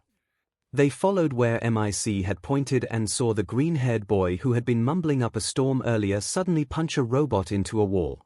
At that, they took off after him, clamoring for a chance to get their own points. Momo was sitting with the teachers in the observation deck. She and the 3 students who had passed the recommended exams had been invited to attend a special viewing of the general exams. She had looked around, hoping to see Midoriya there, but was saddened to see he was absent before she remembered his statement from when they first met that he would be taking this exam as well. She had enjoyed talking to him over the past week. Even his friend Himiko was pleasant to talk with, but she had a suspicion there was something more to their relationship than they let on. Thank you for coming today, students, Nezu said as he greeted them and their guests. Momo had brought her parents with her, as they had been the ones to recommend her. Extension to her were Todoroki and his father. The two had barely said a word to each other since they arrived. She saw the green-haired girl with the body-splitting quirk talking with the boy with no lips whose quirk let him sink himself and others into solid matter, like quicksand. How they were seated made sense, as she knew she and Todoroki were in Class 1A together. She had expected to be in 1B, but apparently the teachers chose their students. It wasn't based on grades or exam results like regular schools. We have a special guest joining us today. I will let him handle his own introduction, Nezu concluded. You mean his showboating, claimed a dark-haired man in a yellow sleeping bag. There were several chuckles from a few of the teachers at his comment, which reminded Momo of Ectoplasm's remark during the test. A booming voice suddenly called out through the door, I am coming inside. The door was thrown open as All Might leaned inside, like a normal person. Endeavor growled as All Might entered the room and took a seat amongst the teachers. Nezu clapped his hands to draw attention back to himself at that. Now then, the test is as follows. There are 4 robots in the exam. The main 3 robot types are worth 1, 2, and 3 points respectively. The 4th robot is worth 0 points and appears toward the end of the exam. Applicants must destroy or deactivate robots to gain points. There is no target number to reach, simply amass as many as possible in 10 minutes. Momo then spoke up. What about those without combat-oriented quirks or ones that don't affect inorganic enemies? That is up to them to become creative about it and to overcome that hurdle. If they haven't figured it out by now or don't while doing this exam, then it's possible that they aren't cut out to be heroes. You do have a point though, the test is rather impractical, in my opinion, claimed the dark-haired man once more. Didn't you fail your entrance exams? Asked the woman besides him, Midnight. I did, but I overcame that hurdle, he stated as he sat up to look at the screens. Which zones are my problem children in? Toga is in Zone E, while Midoriya is in Zone C. I have several clones stationed at all zones in case of emergency, Ectoplasm answered. Momo looked at the screens and saw Midoriya on one of them off to the side. Unlike the other screens, this one didn't flicker between students, instead remaining fixed on Midoriya. She then saw 2 other screens beneath his. One showed a blonde girl with what looked like a permanent blush on her face and the third one showed a blonde boy with an angry look on his face. She realized the girl must be Himiko, but she wasn't sure who the boy was. She is rather cute, like Izuku. She kinda reminds me of a cat. Momo stopped for a moment, then blushed as she realized what she had just thought. Unbeknownst to Momo, her parents had seen her look at the problem children's screens and blush. Her mother had smiled at that, while her dad sighed and shook his head. "Mic," Nezu said into a microphone before him, "you may begin at your leisure. Go." Momo watched as most of the examinees stood still, but noticed on the special screens that the 3 had already taken off as Mic spoke. Himiko ran forward, her skin bubbling as she turned into Izuku. She had improved her transformations time, allowing her to change multiple times mid-combat, and while she still couldn't use people's quirks, she was able to use their physical forms quite well now. She leaped onto a robot and shoved one of her knives into the red lens. She pulled back as she backflipped onto the ground, watching the robot sputter as it slumped down. As she landed, she threw another knife into another robot charging at her and ran to it as it fell to regain her weapon. She dodged to the left, then the right as 2 scorpion-themed tails struck at her. She exploded in a white burst of sludge as she changed back to herself, slinging the sludge onto the scorpion robot's lenses as she leapt onto the closest one's head. The other lunged at her, but dug its tail into the other's head as she jumped away. Himiko noticed a purple-haired girl out of the corner, who seemed to be watching her intently. As she dodged behind a strike, she suddenly transformed into Izuku. His stronger muscles allowed her to kick the robot's overextended leg at its joint, breaking it. Dodging another robot, she burst into Shouter in his hero uniform. While she didn't know how to properly utilize his scarf, she could still wrap it around the robots and trip them. As she finished the last robot off, she landed on top of it in a burst of gray sludge, revealing her true self and flashed her a fang-filled smile, before she narrowed her eyes at her and erased her presence. She watched as the girl startled and looked around for her, but never at what was behind her.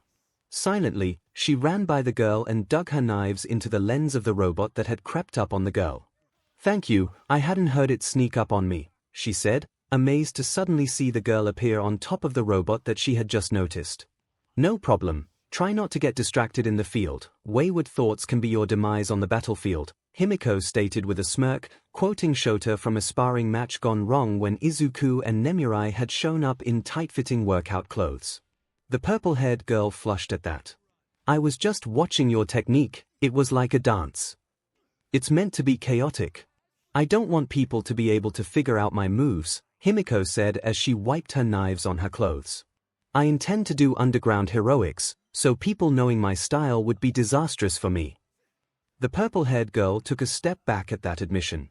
Man, I didn't expect someone to be this hardcore in their training. I just want to help people as a hero. You sound like you have a crusade to lead. She looked at the girl before nodding. The world isn't fair, and I aim to fix that. You should work on getting points. Who knows, if we both get accepted we may be classmates, Himiko said before flashing her another fang-filled smile as she took off down an alley and disappeared from sight.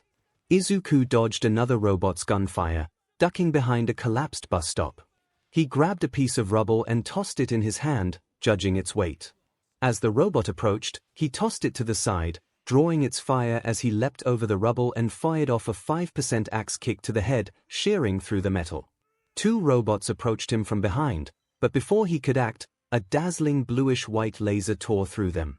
We make a decent team, non? Asked a blond boy with what looked sparkles on his skin who posed with his arms behind his head. Merci beaucoup, Izuku replied in French, causing the boy to shine brighter. A fellow educated man, I see. Hopefully we can shine brightly together in the future, the boy declared as he jumped up and fired his laser to fly back the way he had come. That was weird, Izuku said aloud. He looked around him and saw that the street was empty of robots and examinees alike. Right, I was at, I think 50-something points before that fight. Need to keep going and get more, we're about to reach the 2-minute mark and I've yet to see the 0-pointer. The earth rumbled at his words. F me, he said aloud and waited before he realized Himiko wasn't there to tack on a later. He sighed, he missed his girlfriend. We have almost hit the 2-minute mark, spoke Nezu to those in attendance. So far we have seen a variety of techniques for dealing with the current situation. A screen flickered to a boy with 6 arms, each one ending with either ears or eyes, then a purple-haired girl with her earlobes plugged into the ground. The ability to search and locate targets amidst confusion. A screen flickered to Himiko dancing between multiple robots as she disabled them quickly while in the background a floating set of gym clothes climbed onto a robot and pulled out wires. The abilities of stealth and speed to disable and outmaneuver your enemies, the tired man stated, pointing out the floating clothes to the others. A screen flickered to Izuku as he suddenly appeared in front of a boy with wild purple hair who had been knocked down. The ability to reach those in need in a timely manner, Nezu said as they watched Izuku kick the robot away before turning and helping the boy up and giving him a piece of rebar from a destroyed building, and the drive to protect those in need. The screen flickered to Bakugo then, a manic smile etched upon his face as he dove into a wave of robots as they were engulfed in an explosion. When the smoke cleared he was already moving to the next set of robots. Nezu frowned as he watched the boy ignore a downed student, then realized that he wasn't moving, but was acting as a shield as another student with spiked red hair charged forward and picked the downed examinee up before Bakugo dove in once more. And the ability to stand against unfavorable odds to protect, no matter the cost. A fine CRP this year, Midnight said as she made note of those who helped their fellow test takers. All Might, would you like to launch the 0-pointers? He nodded as he stood up and approached the comically large red button. Now then, it is time to see which of them can go beyond, he said as he pressed the button. As they watched, the various testing grounds rumbled as each zone breathed a robot that towered over the buildings and proceeded to crush the ones in their path. Plus Ultra. Izuku watched the robot towered over the buildings between it and him. As he looked up at it, he remembered how terrified he was both times he had encountered the sludge villain. I can't fight that, I need to get away from it. Little Deku still can't do anything by himself. He shook his head, trying to free himself of the taunt. I have to pick my battles, not self-sacrifice like I'm prone to. He watched as multiple examinees ran by him, one of which was the stern, blue-haired boy scoffed at him, not that he noticed. As he turned to run away, he heard a voice. Help! He froze in place, it sounded familiar to him. He looked over his shoulder in the direction the voice had come from and he saw it. The brunette that had stolen his gravity earlier was pinned under some rubble that had collapsed during the 0-pointer's advent. She reached for the rubble, but was just out of reach due to how she was pinned. He ran forward to help her. "Hey, it's fine, I'm here now. I'm gonna get you out of this." He flexed his quirk to try to move the large chunk of rubble, but it was lodged against the wall, and he didn't trust himself with one for all at the moment to use it on the rubble with her beneath it. While he could run, punch, and kick with the quirk, he had found lifting with it hard to accomplish.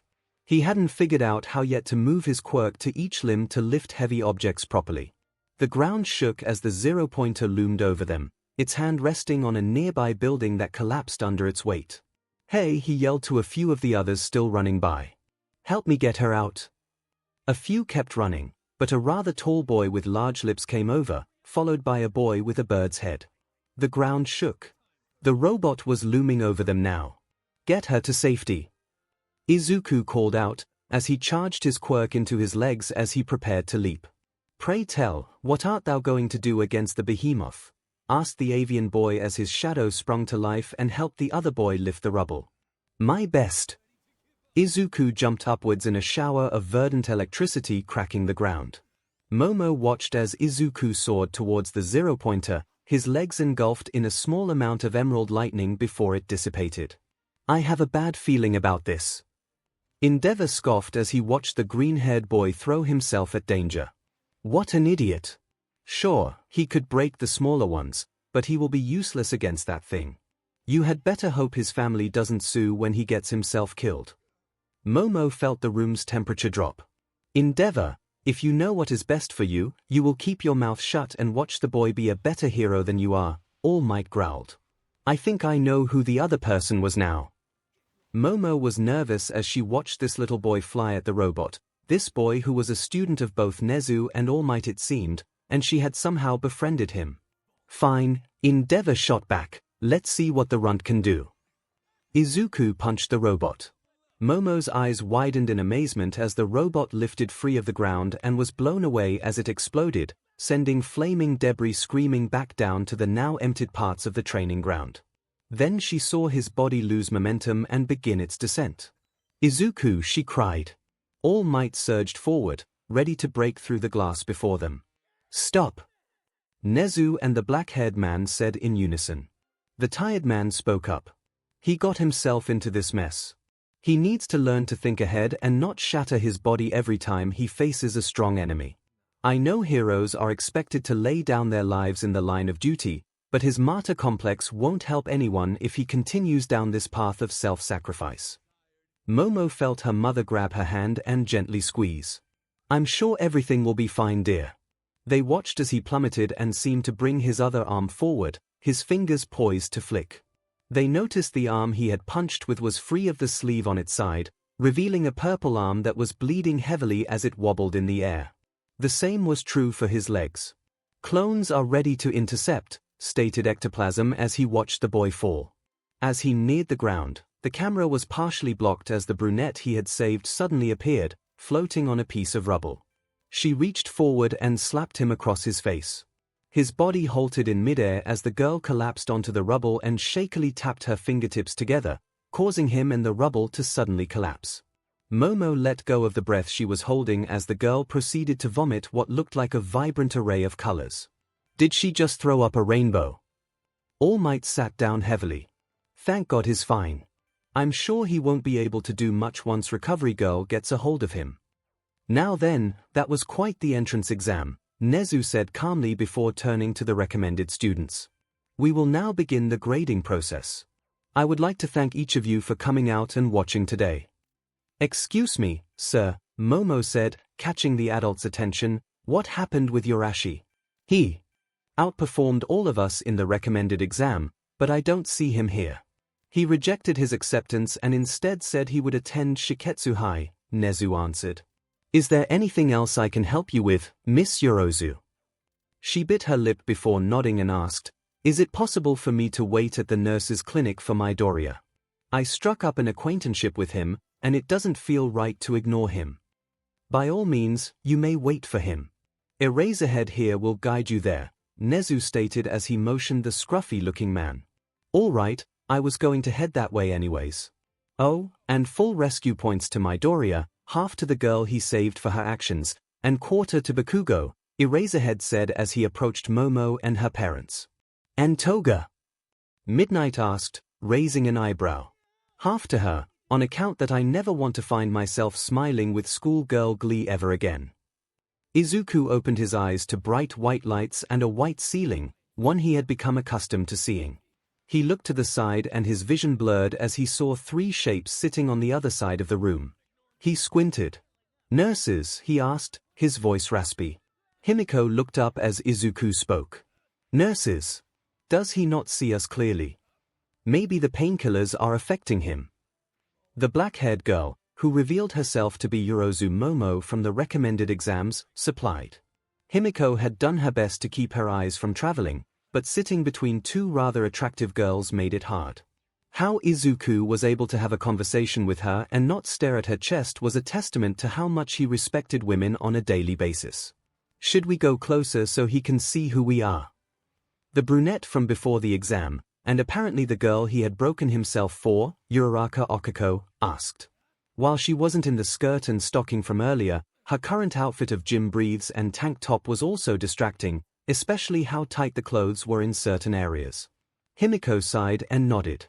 Izuku watched as what he thought were nurses talked in garbled words before they stood up and approached him. He saw them come into focus and was confused. When had they become nurses? Yorozu, Himiko, cute girl that steals gravity, he slurred as they came into focus, causing Yorozu and Uraraka to blush. When did you girls become nurses? I thought you were gonna attend UA and be heroes. Himiko held back a laugh as he continued to talk and somehow flirt with all 3 of them. She was honestly amazed at how smooth he actually was. I feel better knowing that you 3 adorable girls are looking after me. His speech had slurred more, somehow. Oh my god, Himiko muttered. How can he be this high and still be so adorable? Momo sputtered at that. Toga, you can't just say that. Why, I mean he is rather cute looking, though, Uraraka chimed in, before she blushed. I said that out loud, didn't I? She asked the other 2 girls, who both nodded at her. You think I'm cute? Izuku asked them. You shouldn't, I'm just useless Deku. He trailed off as his eyes grew moist.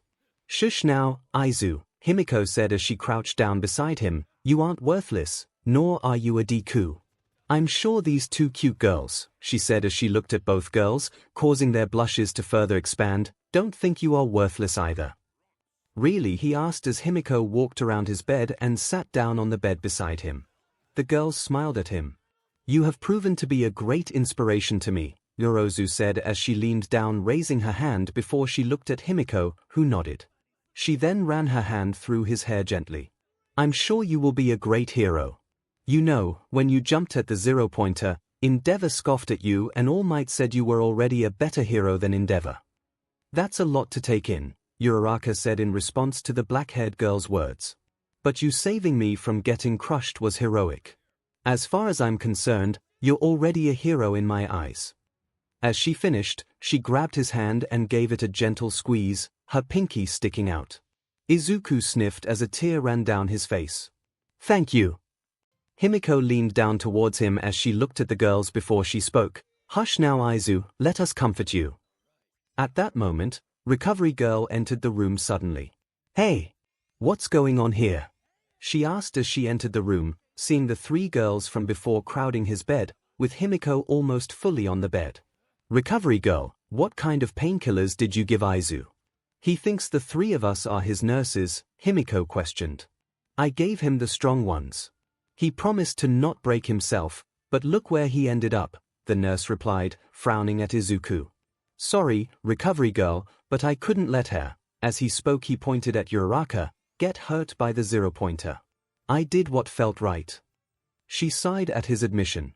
Ectoplasm had clones stationed in every zone, and Power Loader had a kill SWCH for every 0-pointer. We would not so recklessly place children in harm's way, but thank you for taking the practical seriously. Yes, thank you again for saving me, the girl in question stated, bowing in his direction again. Now then, I have some paperwork to take care of. I'll leave you in the capable hands of your nurses, the old lady quipped, causing the girls to blush. Oh, and I have some uniforms for you girls, if you're interested, she added, laughing. I bet you would look cute in that. Izuku slurred once more, unaware of what he was saying. Their blushes grew stronger. Aizawa sighed in agitation. I hate this part, he said as he pulled a file in front of him. Yeah, it is time-consuming, but we gotta check out who passed, and if they are worthwhile to even accept, Hisashi replied, as he read another file smiling. What's got you in a good mood, Amasi? Ectoplasm asked, as he set a file aside. This applicant, 𝐔𝐬𝐽 Kyuka, has a sound-based quirk. She can emit her heartbeat through the audio jacks on her earlobes and attack with them as well. She got herself a decent amount of villain points, and a few rescue points too. He handed the file to Ectoplasm, who looked through it.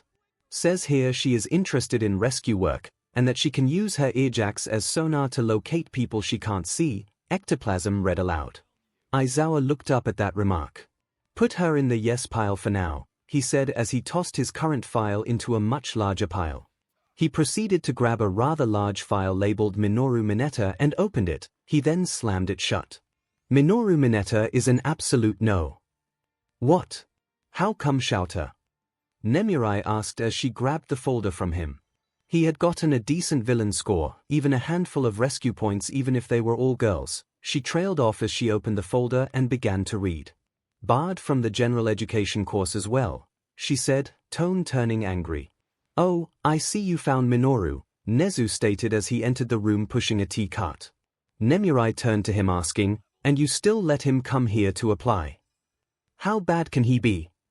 Majima asked curiously, the other teachers nodding along. 50+ complaints about SXL harassment from his previous schools. Letting him in would be detrimental. I know I act like a major pervert, she began. You are a major pervert, Hisashi cut in. Shush. Imagine if he was dumb enough to grope Himiko, look up her skirt, or make an inappropriate comment about her. Questioned Nemirai. I want to let him in now to see if Himiko or Izuku attacks him first, quipped Hisashi. Hey, then you could expel him on the spot, Shouter, and stay on brand, really break your class.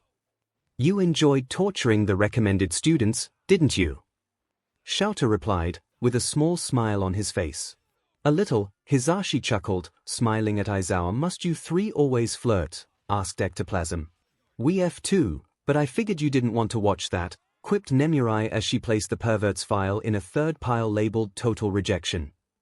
Hisashi has a point. I may have gotten a little soft with Himiko and Izuku. They may think themselves above repercussions given their circumstances. Nezu, permission to do my quirk assessment tests on move-in day once all of my students are here. Aizawa watched as the Chimera handed tea to all of the staff as he waited for an answer. This would mean you and your class will attend the welcome ceremony for once in exchange, Nazu stated as he sat down in a chair. Aizawa nodded. Agreed, and a full expulsion, so no moving him to the general course. Nezu nodded in agreement as he grabbed a file and got to work. Izuku was pacing again. It had been 2 weeks since the general entrance exams and he hadn't heard anything yet. Toshi had told him that he wasn't part of the judging committee and wouldn't know until Izuku knew. Still, though he was nervous, he knew attacking the 0-pointer wasn't the brightest idea, but saving Uraraka had seemed like the only option at hand. He was afraid that injuring himself like that had hindered him and possibly lost points. Izuku, his voice called out to him. He turned around and saw himself lounging on the couch in a blouse and skirt that seemed rather short. Himiko, how long have you been me? Since I went out with Inko, she replied in his voice casually, seeing no issue with what she said. You went out as me in a skirt? He asked, sweating at who had possibly seen him. It's fine, you got lots of compliments while I was you, she replied. I know you like being me, but can you dress like me when you go out? I don't want to cause a scene at UA where you show up as me in your uniform. I wouldn't do that to you. Bakugo or that strict kid are fair game though, Himiko said, as she patted the seat next to her. Izuku laughed at that. As long as you don't get hurt, it would be funny to see Bakugo dressed as a girl, maybe do some magical girl poses as him. How about I do some magical girl poses? She asked as her form melted, revealing her true self as she crawled into his lap. Kids! It's here, screamed Inko as she ran into the room waving the mail in her hands. Oh, was I interrupting something? No. Izuku quickly said, yes, Himiko stated, then looked at Izuku then back at 𝐭𝐽, I mean no. 𝐭𝐽 laughed as she handed them the letters with 𝑢A's crest on it. Taking hers in hand, Himiko suggested, you open yours first, Aizu.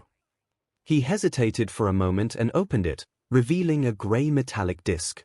He pulled it out and noticed a button on it. He sat down on the coffee table as the three of them leaned forward as he pushed the button. I am here. As a projection. Toshi, exclaimed the three of them in unison. In the flesh, digitally he responded as if he knew what they would say next. Now then, young Midoriya, for your academic exam you scored perfectly, truly a mind befitting a hero corps student of UA. Your practical exam results are as follows, 62 villain points, a decent score, but that's not all, no, who would we be if we didn't notice you helping your fellow examinees, and your effects on them, observe.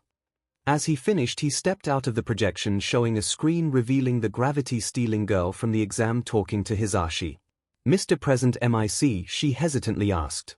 Could it be possible to give some of my points to that green-haired boy with the freckles? I know he could have gotten more points if he didn't stop to rescue me during the exam. Present MIC smiled at her before he answered, worry not, little listener, he will be compensated for his actions, as will the few that came to help you as well. She sighed a breath of relief. Oh thank you, I'd hate for them to miss out due to me. Midoriya, for showing what a true hero is like, you were awarded full rescue points from the judges equaling 60 points, earning you a total of 122 points. Come Midoriya, this is your hero academia.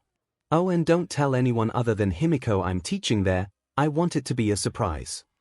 At that the projection cut off, leaving the room silent save for Izuku, who sniffed. I got in. I got in. I got in. He was suddenly pulled into a hug by his mom and girlfriend as they enveloped him in their arms. I'm so proud of you. Sweetie. I truly am, 𝐭𝐽 said as she cried. I know I never said what you need all those years ago, but I promise I will continue to make those 10 years up to you. Izuku cried harder upon hearing his mother apologize again. Thank you, Mom. Himiko spoke up then. See, even Toshi says you're a true hero, Izuku. You've earned this. As she finished she kissed his cheek, causing him to blush. Himiko, Ino said, as she looked at the other envelope, open yours, and let's see how you did. Himiko released Izuku from her hug after a final squeeze and opened her envelope, revealing a disc as well. As she placed it on the table, she activated it. Hello Toga, spoke Aizawa in his usual flat tone.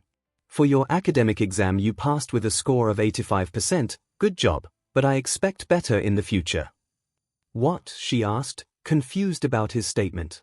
For your practical you earned 45 villain points. And because that isn't the only thing we watch for, you also earned 55 hero points, earning you a total of 100 points. This marks the beginning of your career as an underground hero. I'm proud of you, Himiko, and I'm sure he is as well. She watched as her disc turned off, and she was in turn pulled into a hug by the Midoriyas. I'm so proud of you, Himiko, 𝐭𝐽 said as she pulled the girl closer to her. 𝐭𝐽 smiled as Himiko hugged her back. Here is the third envelope. It's addressed to both of you. It more than likely has your class and dorm information in it.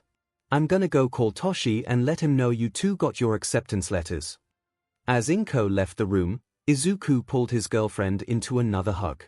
Well, I was told I would be in Aizawa's class when we first met him, so you should be with me as well then, he reasoned, as he pulled her into his lap as she grabbed the envelope. Opening it she saw a letter and skimmed it quickly. We are both in 1A, and our move-in day is on a Saturday. Oh, let's tell Uraraka and Yorozu that we got in and are in 1A, Izuku suggested, as he read the letter himself. Oh, that's a good idea, and even if they aren't in our class and got in we can still show them around Musutafu, go get ice cream, maybe taste their BLD, she mumbled, shuffling through the papers. He gave her a look. What was that last one? Go get ice cream, she offered. No, you said something about the girl's BLD, Himiko. I can explain, Himiko softly said. Then explain, I'm listening. Listen, how about I just taste your BLD instead? He frowned at her. You think they are pretty too, here. She sighed and leaned back onto his chest.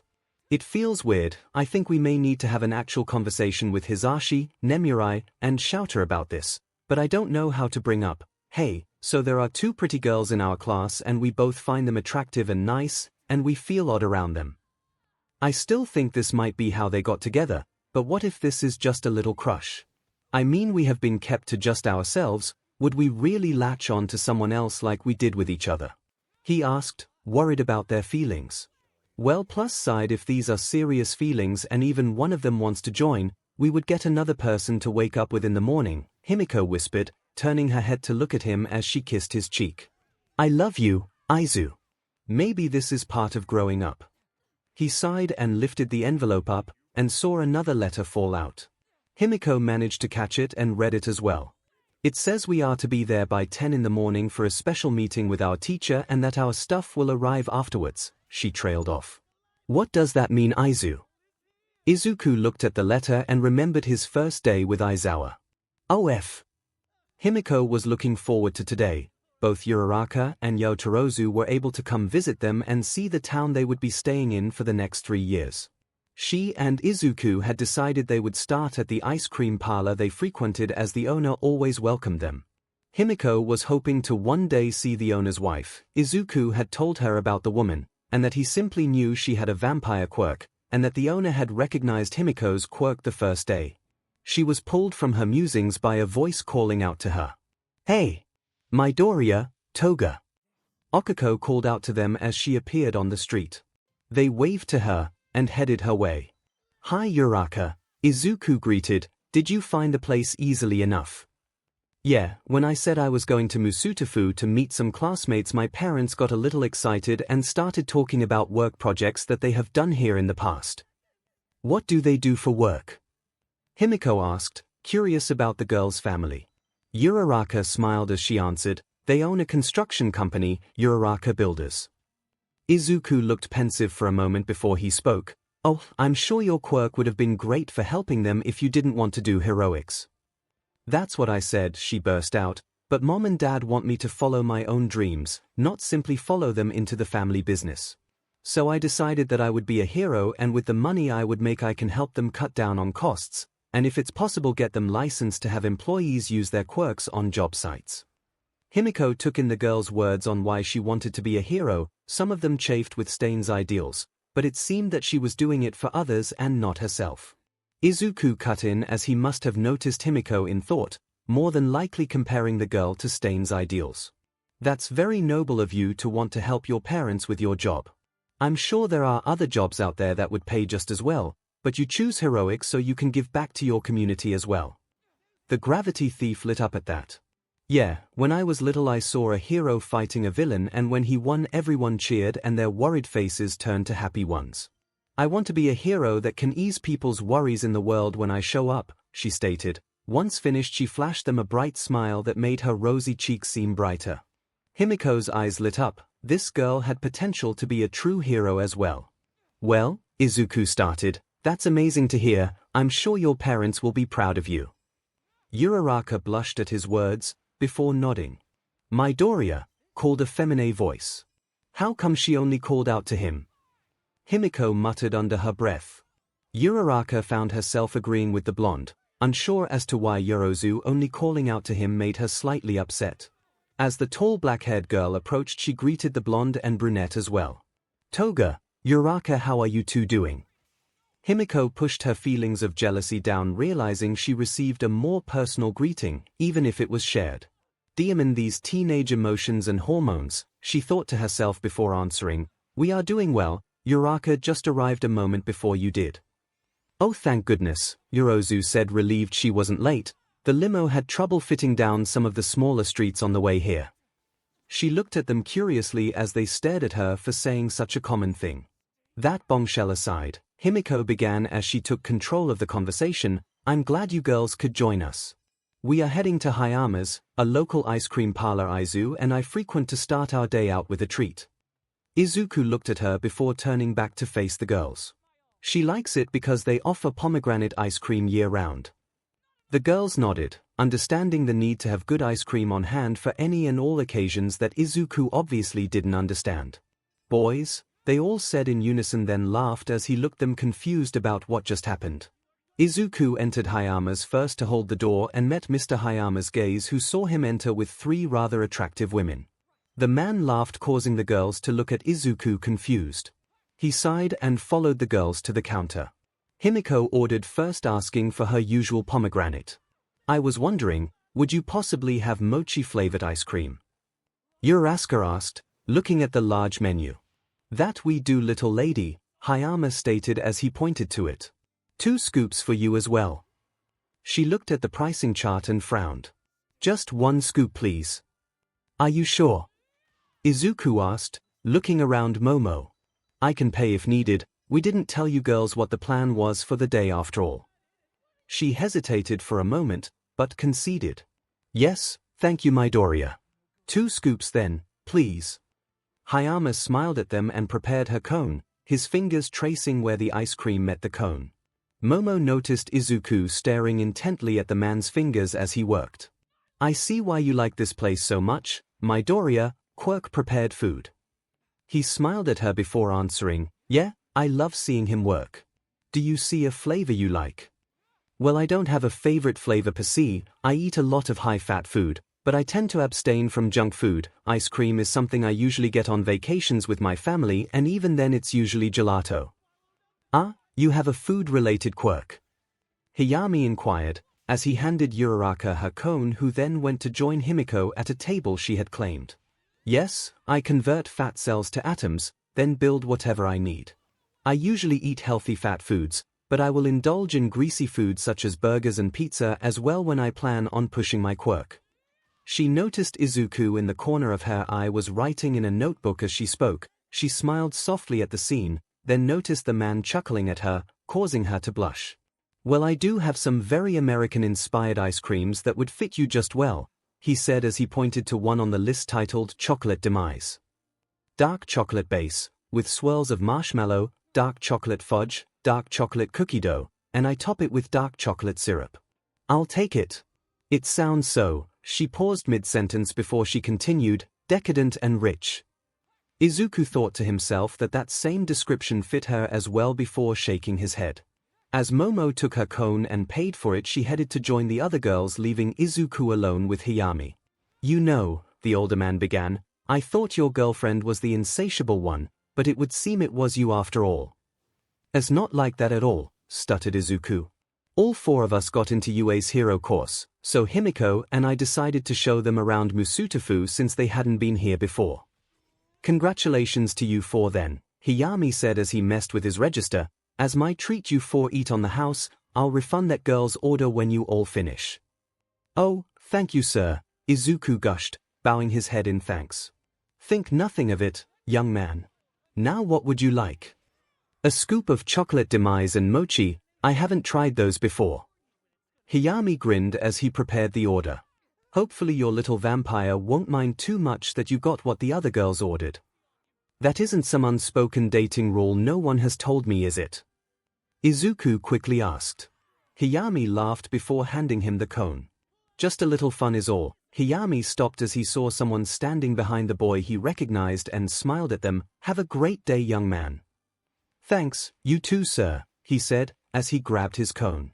Izuku turned around and bumped into someone behind him, almost losing his ice cream in the process. He looked up and saw a woman he had never seen before in the parlor. Her skin was even paler than Himiko's, with faint blue lines spread under it in a web that he realized must have been her veins. As his eyes traveled up her body, they caught her lips. Ruby red lips that glistened as Himiko's had this morning when she had finished feeding from his neck. Next he saw her eyes. They were awash in a myriad of colors ranging from hues of pink to candy red that seemed to shift. They were hypnotic to watch, and he felt himself falling into them. She suddenly shook her head and her eyes were quickly obscured by a waterfall of obsidian that devoured all light, breaking him from his trance. He blinked free from her gaze and looked at her once more. She smiled through her hair. "Ah," she softly whispered to him. The trance broke once more. I am an adult," she softly supplied. His breath hitched, but he managed to continue, "My emotional support vampire." Himiko was quickly by his side, fangs bared. The woman smiled, revealing her own fangs. So you're the little vampire Leia my husband has been telling me about. Vampire Leia, he squeaked out, nervous about her choice of words. She smirked at him, her fangs glistening. Yes, myheroacademia has told me about you and the little vampire here, she said as she gestured to Himiko, who was watching the woman intently. You're Mr. Hayama's wife, she asked, her eyes focusing more on the woman now. The woman shook her head, her hair returning to its rightful place, revealing her beauty for Himiko to see. Yes, I am Hayama Elizabeth. Himiko's eyes widened at that. Like Elizabeth Bathory. The woman smiled again at her before speaking. Yes, vampire quirks run in my family, so we tended to be named after vampires. My mother is named Camilla. That's what I plan on using for my hero name, Himiko stated in awe. Is everything all right? Yorozu asked, Uraraka trailing behind her, curious about what had happened. Ah, spoke Hayami, your friend here met my wife, and it seems that he fell under her quirk by accident. That's what that was? Izuku asked, his eyes wide in wonder. She smiled at him softly before she spoke. Aobai told me you liked quirks, I can tell he wasn't exaggerating for once. She looked at the other girls. I'm sorry for messing with you girls' boyfriend like that, I just felt compelled to tease him. Boyfriend, the three girls said in unison. Yes, he mentioned how this young man was dating this little vampire here, she said, motioning to Himiko, so I thought that maybe the relationship had grown to include you two young ladies as well. Yorozu and Uraraka looked at Izuku and Himiko before they asked in unison, you two are dating? Yes. Izuku responded. To be fair, Himiko interjected, before Izuku could make a mess of things by accident, you two never asked, and we didn't know how to bring up we were a couple without being rude about it. Oh, that does make sense, Yorozu said softly. It would have come across as rude if one of you suddenly said that you were dating without prompting it, and I've heard about heroes keeping their relationships private. What did you mean when you called Toga a vampire? Uraraka asked. Why, her quirk, of course. I don't know it per se, but I do know that she has vampire's Q traits from it, Mrs. Miyami said. Oh, what is your quirk, Toga? Questioned Yorozu. I can transform into people if I drink their BLD, Himiko replied softly, noting how Mrs. Hayama's eyes lit up and the girls looked pensive. Isn't there a hero with a BLD-related quirk? Inquired Uraraka, her chin in her hand. Vlad King, supplied Yorozu, he uses his own BLD to fight. You know it makes sense. Midoriya said you were going into underground heroics, a quirk like that would be extremely useful. Izuku sighed in relief as both girls seemed to accept Himiko's quirk and their relationship status. You have some good friends there, young man, said Mrs. Hayama, as she watched the girls head back to the table. Why, I'm just glad they accepted Himiko so quickly, we were worried about that. I know the world isn't fair, but she's already been dealt a bad hand, he trailed off. Yes, we BLD quirk users do have it rough, thank you for watching over one of us. Of course, making her happy is my main priority when it comes to Himiko. As the four teenagers headed down the street looking at the different stores Musutafu offered, Uraraka brought up a question. Why did Mrs. Hayami think we were all dating Midoriya? She blushed as she asked but didn't retract it. The other three blushed, unable to look at one another. Himiko and Izuku, both unaware of it at the time, were both wondering how they could have raunchy sec where they had to watch videos on how to tie someone up properly, but couldn't handle the idea of dating two additional people.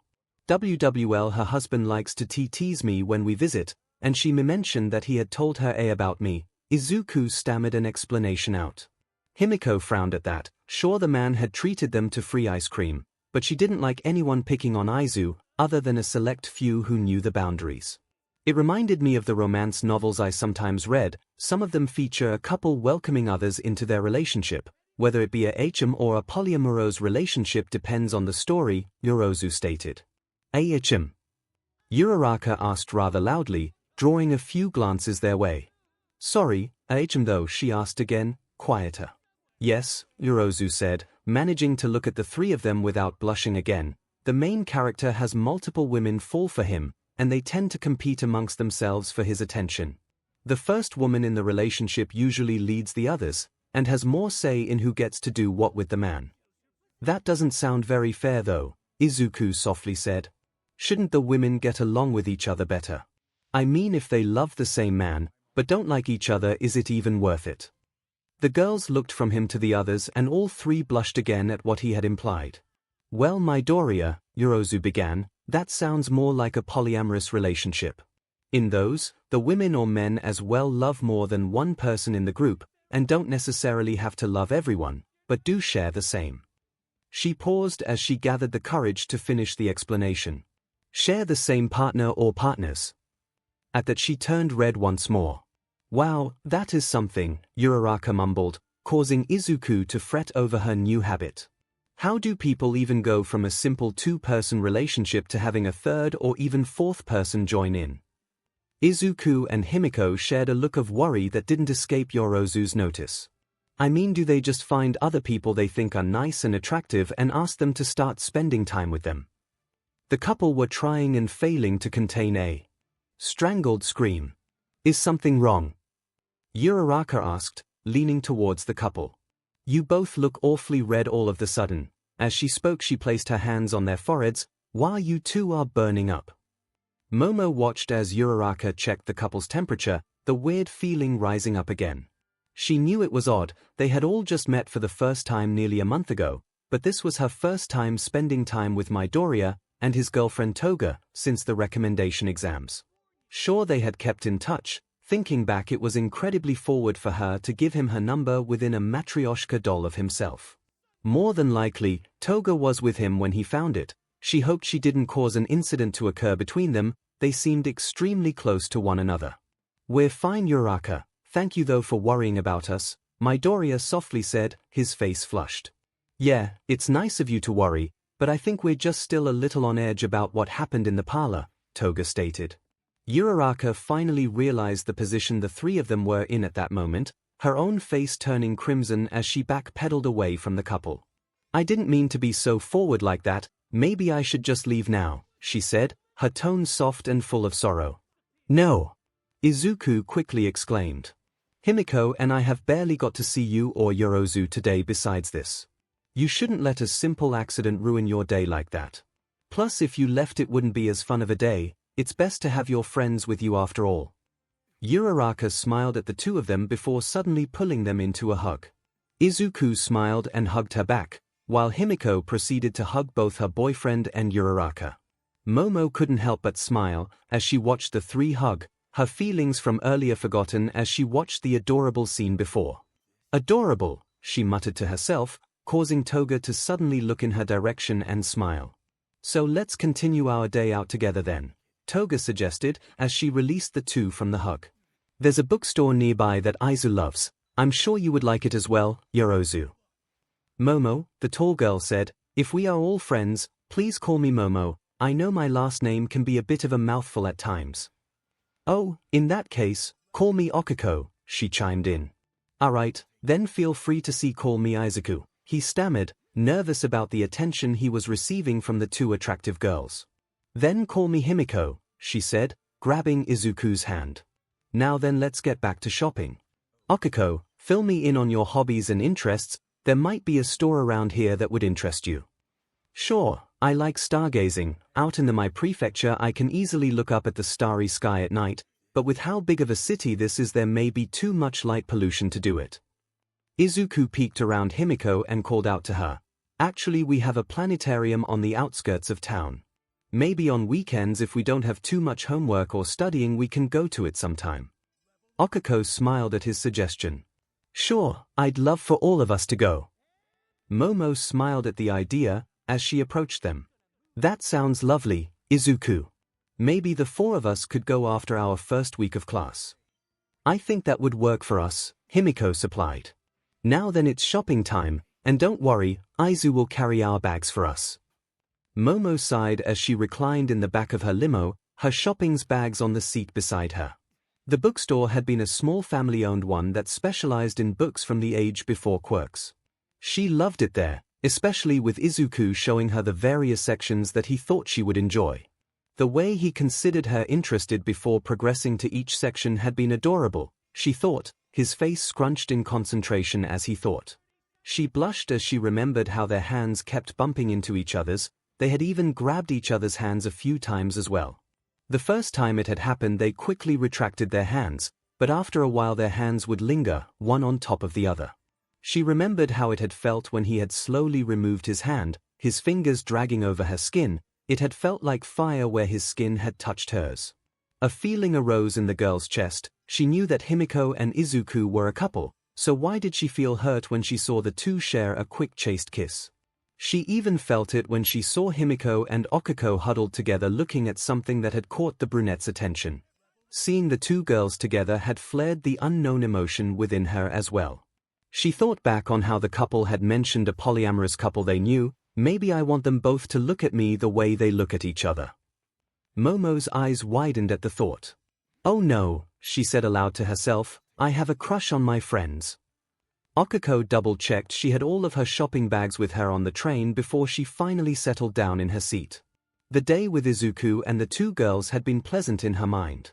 She was looking forward to the trip to the planetarium with them. She had heard before that 13 was known to randomly show up at planetariums and speak at them. She hoped this one would be the next surprise visit. She grabbed a book she had bought at the little bookstore they had been taken to.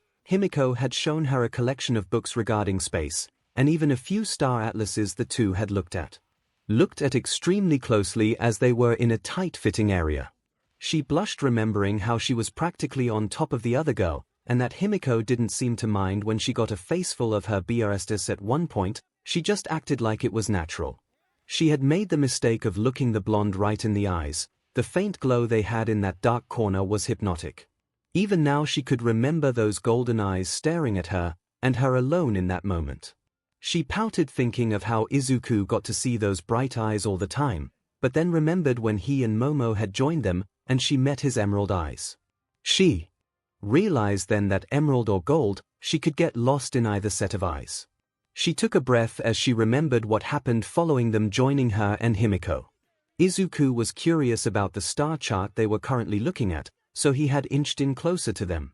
Momo had decided to look as well, and suddenly the four of them were poring over the book, and suddenly they were a tangled mess of limbs, that at that moment didn't care if they were too close. She was certain that at one point Izuku's head was between Momo's BRSTS, and that Himiko's were resting on her arm at one point, but she never cared. She sighed as she spoke aloud to herself in the empty cart. If they weren't dating I probably would have kissed one of them. She paused as she realized what she had just said aloud, and looked around afraid someone had heard her. I wanted to kiss them, I wanted to kiss them both. She remembered how they had talked about polyamorous relationships earlier in the day. Maybe I can kiss them both. She pulled out her phone and looked up the new contact she had added today and pressed call. Okiko, what is it? Momo asked, after several rings. Momo, she began, I'm scared. What's wrong? Are you okay? I don't want to lose Izuku and Himiko as friends, but, she trailed off unsure of how to say it. You have a crush on them as well, here. Okiko's eyes widened in shock. How? I realized I wanted to be closer with them as well, Momo answered. Is this too fast? Maybe. But Izuku has had a major effect on our lives. How could we not fall for him, and Himiko seems to be just as amazing as he is. Yeah, Okiko agreed. Maybe after the planetarium visit, we can talk about it some more. I think that would be a wise decision, Momo said as she continued talking to her new friend. Izuku fidgeted in his seat as he tried to prepare himself for this conversation. He had been putting it off a while now, but move-in day was in 4 days and he and Himiko had agreed to have this talk before then. So, drawled Aizawa, as he took a cup of coffee from Hisashi as the blonde sat next to him, why did you two wish to speak with the three of us?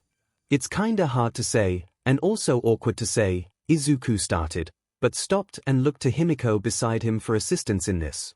She sighed, but picked up where he left off. We hung out with 2 of our future classmates last week, and we may have set up a 4-way date with them after our first week of UA. Hisashi immediately sat up straight. You two did what? Problem children, sighed Aizawa as he slumped on the couch they were on.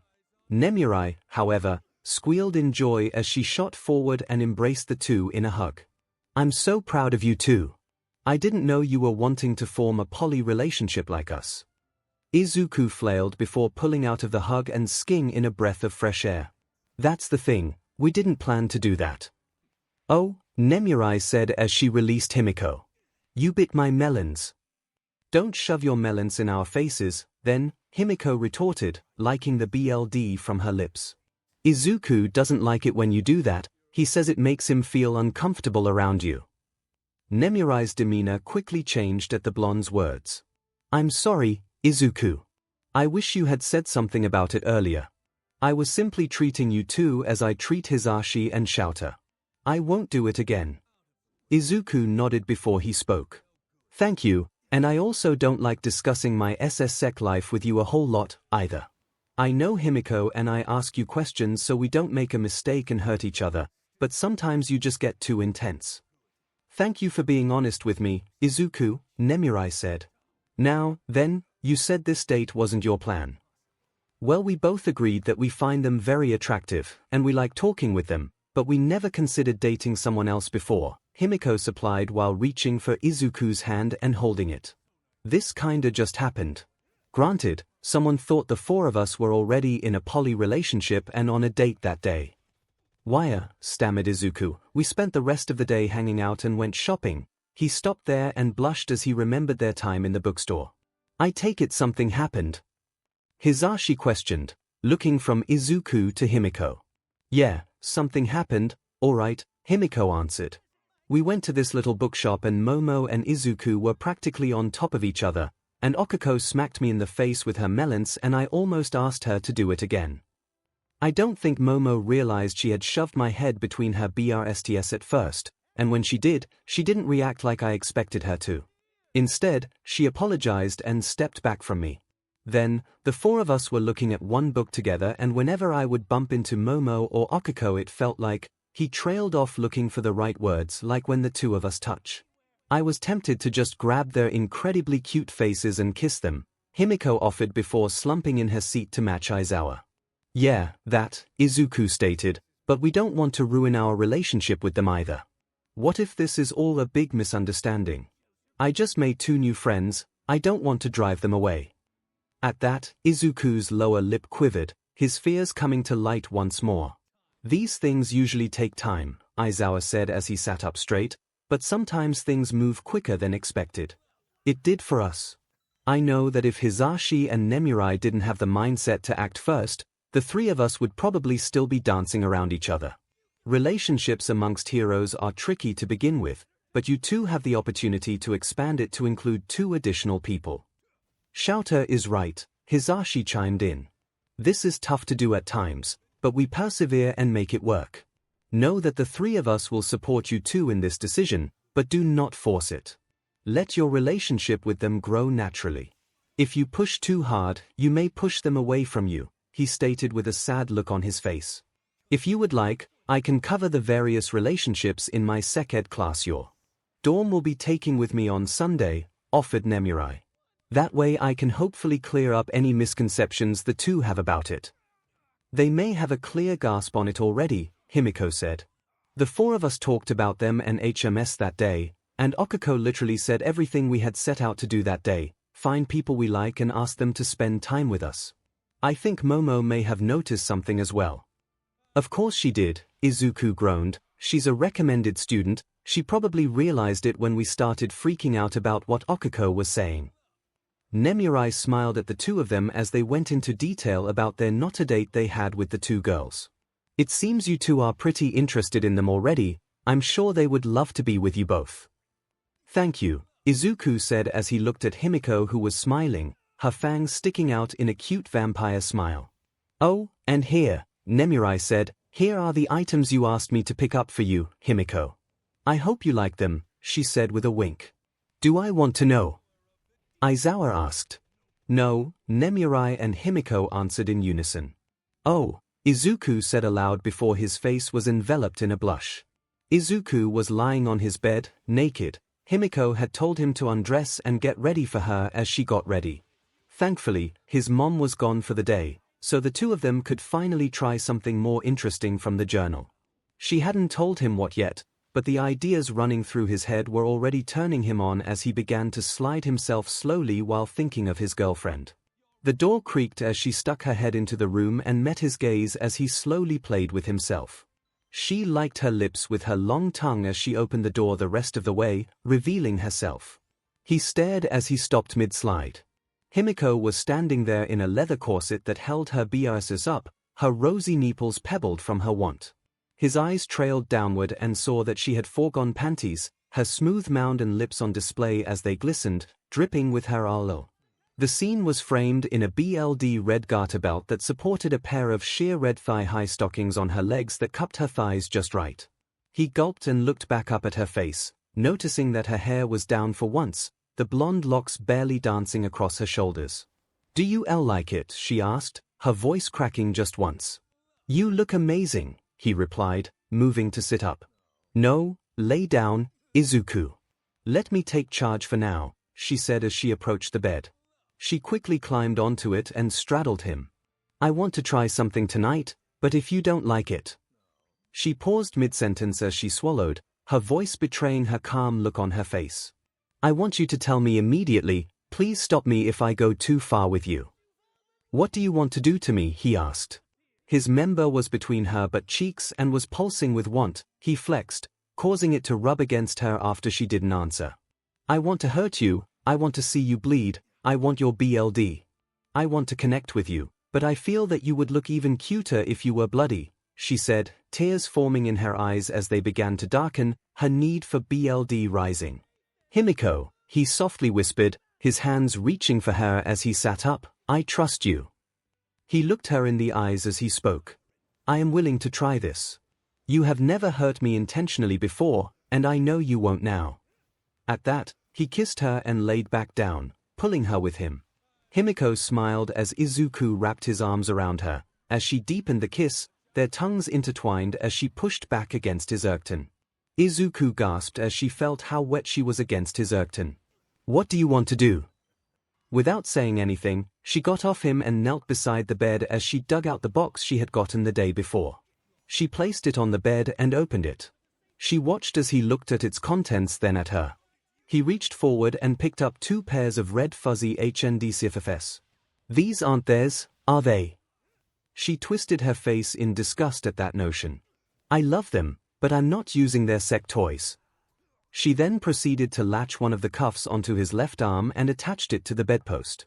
She found a decent brand that won't break right away and won't hurt either of us, and they aren't quirk suppressant ones either, so you can still break out of them if need be. "Do we have a safe word?" "You're really okay with this?" Himiko asked, surprised he was willing to do this. She watched as he nodded once more. "Then just tell me to stop, and I will." At that, she handcuffed his other arm to the remaining bedpost. Izuku watched as Himiko made sure his wrists were comfortable before she climbed back on top of him. He bit back her as she grabbed his PP and gave it a few strokes before she raised herself over it. He bucked slightly, wanting to be one with her, but he only managed to graze the head along her damp slit, eliciting a from his own mouth. She smiled at him as her hand slowly traveled down her body to her waist, where she then slowly spread her lips open and lowered herself upon him. She gasped as she stopped halfway down his length. "Aizu, you feel so good inside of me. I feel so complete with you," she softly said as she let gravity bring her the rest of the way down. She leaned forward, her hands on his chest as she raised her hips up slightly before dropping them, resulting in a of pleasure from both of them. "I hate that I can't hold you," he mumbled as he rattled the HNDCFFs, showing his point.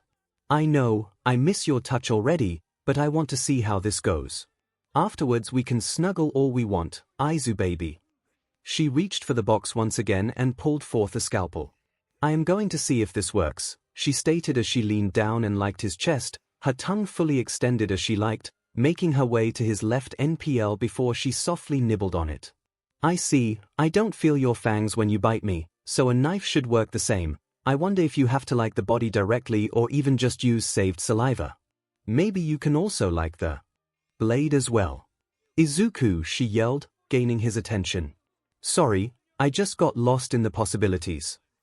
We can theory craft later, but right now we are having sex, and I am cutting you," Himiko firmly stated, placing the scalpel over the skin she had just finished liking.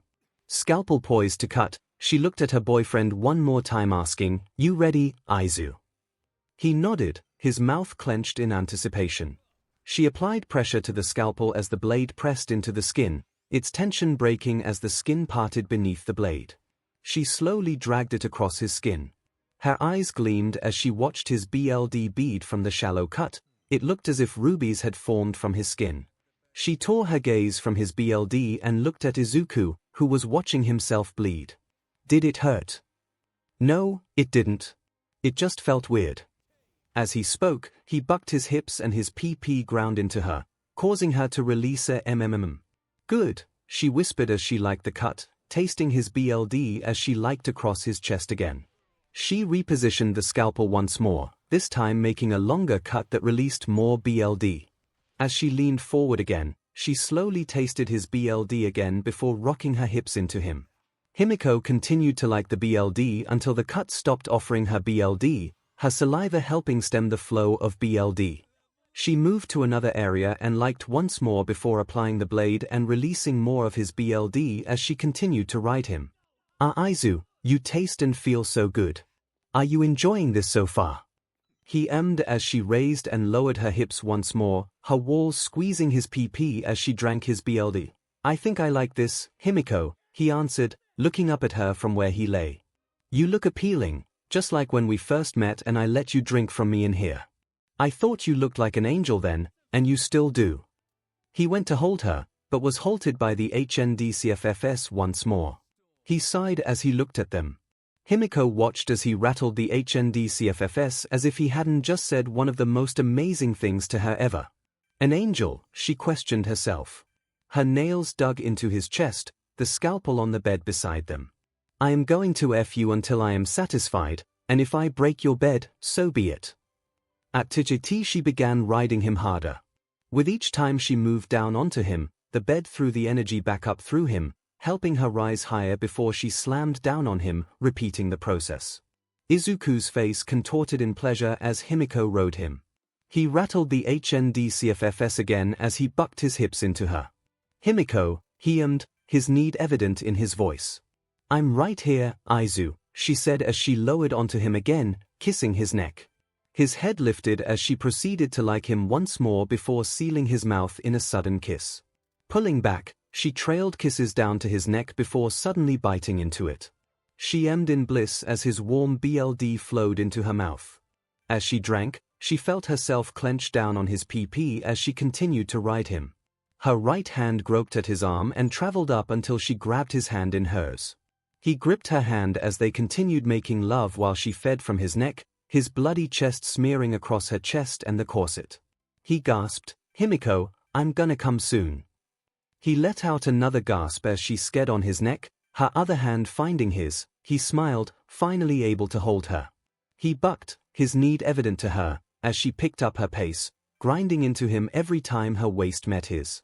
Himiko lifted her hips higher than before, nearly separating them, before suddenly slamming back down into Izuku, her CLMX breaking as her walls clenched down on him as she felt him spasm inside of her, his hot cum flowing deep into her, filling her WMB with his warmth. Her hands gripped his harder as she felt her orgasm travel across her body, mms of pleasure escaping against his neck as fresh BLD poured from his body, shaking from his own powerful orgasm. She released her jaw's grip on his neck, her teeth pulling free from his body as she pushed herself off of him. Izuku watched as Himiko rose over him, her golden hair framing her face just like the first night she'd spent with him. He noticed her lips were heavily stained with his BLD once more, her macabre lipstick taunting him with how appealing she looked, how kissable it made her lips look. You look amazing, Izuku, whispered Himiko, as her eyes traveled over his body. Does it hurt? No, I don't feel any pain from you cutting me. Now can you unlock me? I want to hold you properly. He rattled the cuffs to emphasize his point. She giggled at that, but nodded and dug the key out of the box and unlocked his wrists. Once free, Izuku immediately wrapped his arms around his girlfriend and pulled her down into a bloody hug and kiss, ignoring the taste of his BLD on her lips. Pulling apart, he sighed as she kissed his cut softly, leaving bloody kiss marks behind. I'm glad we did this, Himiko. I would be okay with doing this again in the future, but we will have to make sure I will have the time to heal before I have to do anything strenuous.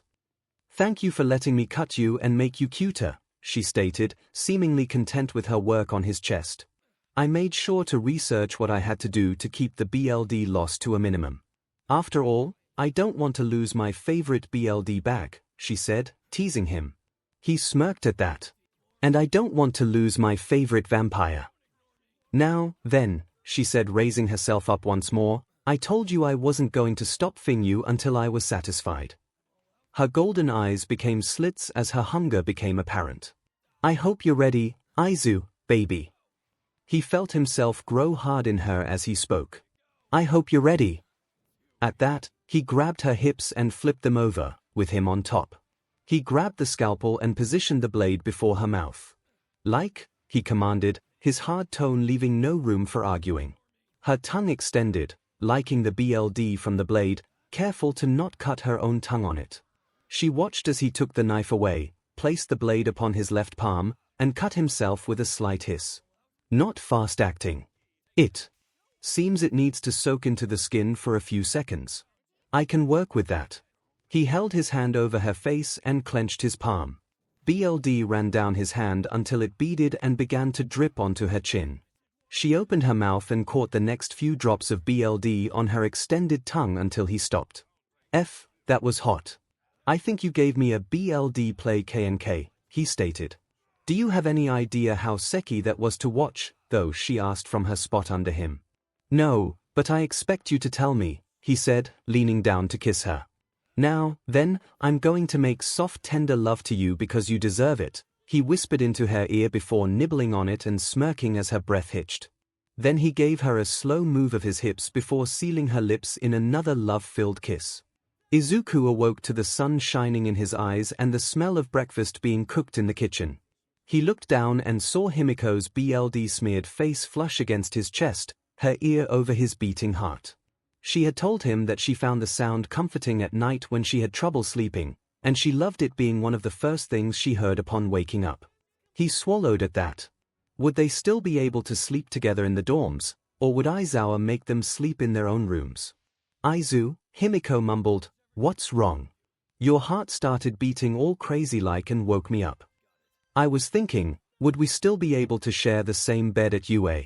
It may be an issue if the girls don't feel comfortable with me on your side of the dorms at night, and the guys may not like you on our side, he said, an arm strung around her as he rubbed her back above the corset she was still in. She frowned at that but laid her head back down on his chest. We will have to see. Maybe I can use my stealth to come to your room, or maybe you can finally learn to stealth to sneak into my room, she suggested. That would go over well with Aizawa, Izuku said, imagining the man's lecture already. He and Hisashi snuck into Nemurai's room all the time when they went to UA, she said after a yawn. Izuku laughed at that, smiling at his girlfriend as she giggled in turn. Well, that's good for us, then, he said. With a yawn. It seems that Mom is home, so we need to clean up before she sees the two of us covered in BLD.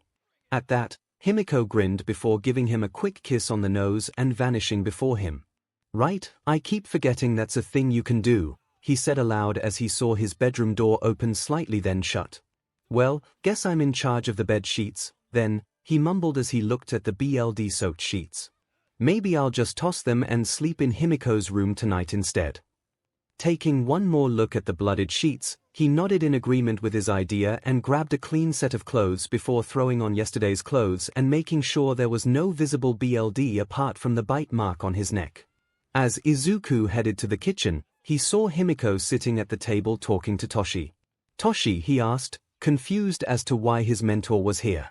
Ah, good morning, Izuku, he said, greeting Izuku as Inko placed breakfast on the table for everyone. Are you ready to move in tomorrow? Yeah. I'm kinda nervous about leaving Mom, though I hate the idea of leaving her here all alone, he answered, picking up his chopsticks. Thanks for breakfast. You're welcome, sweetie, Inko said, picking up her own chopsticks, but that is what Toshi and I wish to talk to you about. He looked from Toshi then to his mom. What do you mean? Inko smiled at him as she slowly grabbed Toshi's free hand. Izuku looked at the two of them back and forth as his brain processed what he was seeing. Oh my god. Izuku, calm down, it isn't that bad, Himiko said in an attempt to placate him. Sure, your mom is dating your mentor, but it could be worse, she could be dating a villain. At that, Izuku looked at her. Please don't joke about that. I'm just overwhelmed by this. As he sat down, he thought back to the beginning of Toshi being in his life to see if he could pinpoint when the change may have happened. She had taken trips for work before, but never as frequent as in the past few months. Your work trips, they were dates with Toshi. Most of them were work trips, but he would meet me for dinner or breakfast when able, 𝐒𝐭𝐚𝐲 answered, wanting to make this as easy as possible for him. He took that in. It made sense. She would be gone for a day or two at times, so it would make sense she would take an extra day to spend it with Toshi. His mind then brought up a memory of his mom returning from one of the trips with a limp, his eyes dilated. You fed my mom. Izuku suddenly yelled, pointing an accusatory finger at Toshi. Well, yes, I did, replied Toshi, his gaunt face gaining a light dusting of a blush. Izuku, language. 𝐒𝐭𝐴 declared, her own blush creeping up. He then pointed at her. You fed my MSTR. Himiko cackled, gaining his attention. And you fed me last night, why are you shouting all of these obvious statements? Izuku blushed at that statement and dropped his arm. Sorry for yelling, Mom, Toshi, he apologized. We understand, honey, 𝐭𝐴 said, we didn't want to say anything because we didn't want to alter your lifestyle and the relationship does not work between us. She's correct, Izuku. I'm sorry for not bringing it up with you earlier, Toshi said in an attempt to appease him. But just like you and Himiko, and Shouta, Nemuri, and Hisashi, we wanted to keep the relationship quiet, but we knew that it would be the right thing to tell you before you left for UA. I hope that this doesn't impede upon our own relationship. I'll adjust to it, it's just weird to think my mom is dating is all, Izuku said while looking at his food. But I hope it works out for you both deserve happiness. After that incident, the rest of breakfast was a quiet affair, Izuku noticed. Izuku and Himiko had arrived at UA at 8 in the morning the following day. Their moving trucks were loaded the day before, with Toshi's help, and they had decided to arrive early, hoping that Momo or Okako would arrive early as well. Midoriya, Himiko, there you two are, called a rough voice. I had been told your class was arriving early, but it would seem you two are here earlier than needed. 𝐒𝐿, I haven't seen you in a while, Izuku said as he approached the man. Yes, sorry I have been away for a special project, and don't worry, Nezu and all might have filled me in on the special circumstances regarding you two, he whispered to them as they headed to a row of buildings that ran beside the main school building. So how come 1A has to be here early? Mr. Aizawa wants a special meeting, but Izuku won't tell me what for, pouted Himiko as she crossed her arms. I'm sorry, it's like the All Might thing. I was asked to keep it secret, and he told me to not tell you, he apologized before continuing. Here, I can at least tell you this much, don't say anything that will set him off. Heroics are very serious to him. Don't antagonize Bakugo or anyone else, either. Mr. Aizawa has a certain way he runs his classes. She looked to 𝐒𝐿, who had laughed at Izuku's words. What's so funny? Midoriya is right, he said as they approached the front door to the dorms. If you want to survive as UA students under him, you need to show conviction. What you two have received from him so far is very caring and nurturing, but his teaching persona is that of a hard-ass that doesn't accept failure in anyone. There are no class pets with him. Granted, you two know his softer side, so he will do his best to not let it slip until he is sure the class deserves it. Unlocking the doors, he entered and held the door for them as they walked in. Wow, this place is huge on the inside, Himiko remarked as she took in the large living area before them.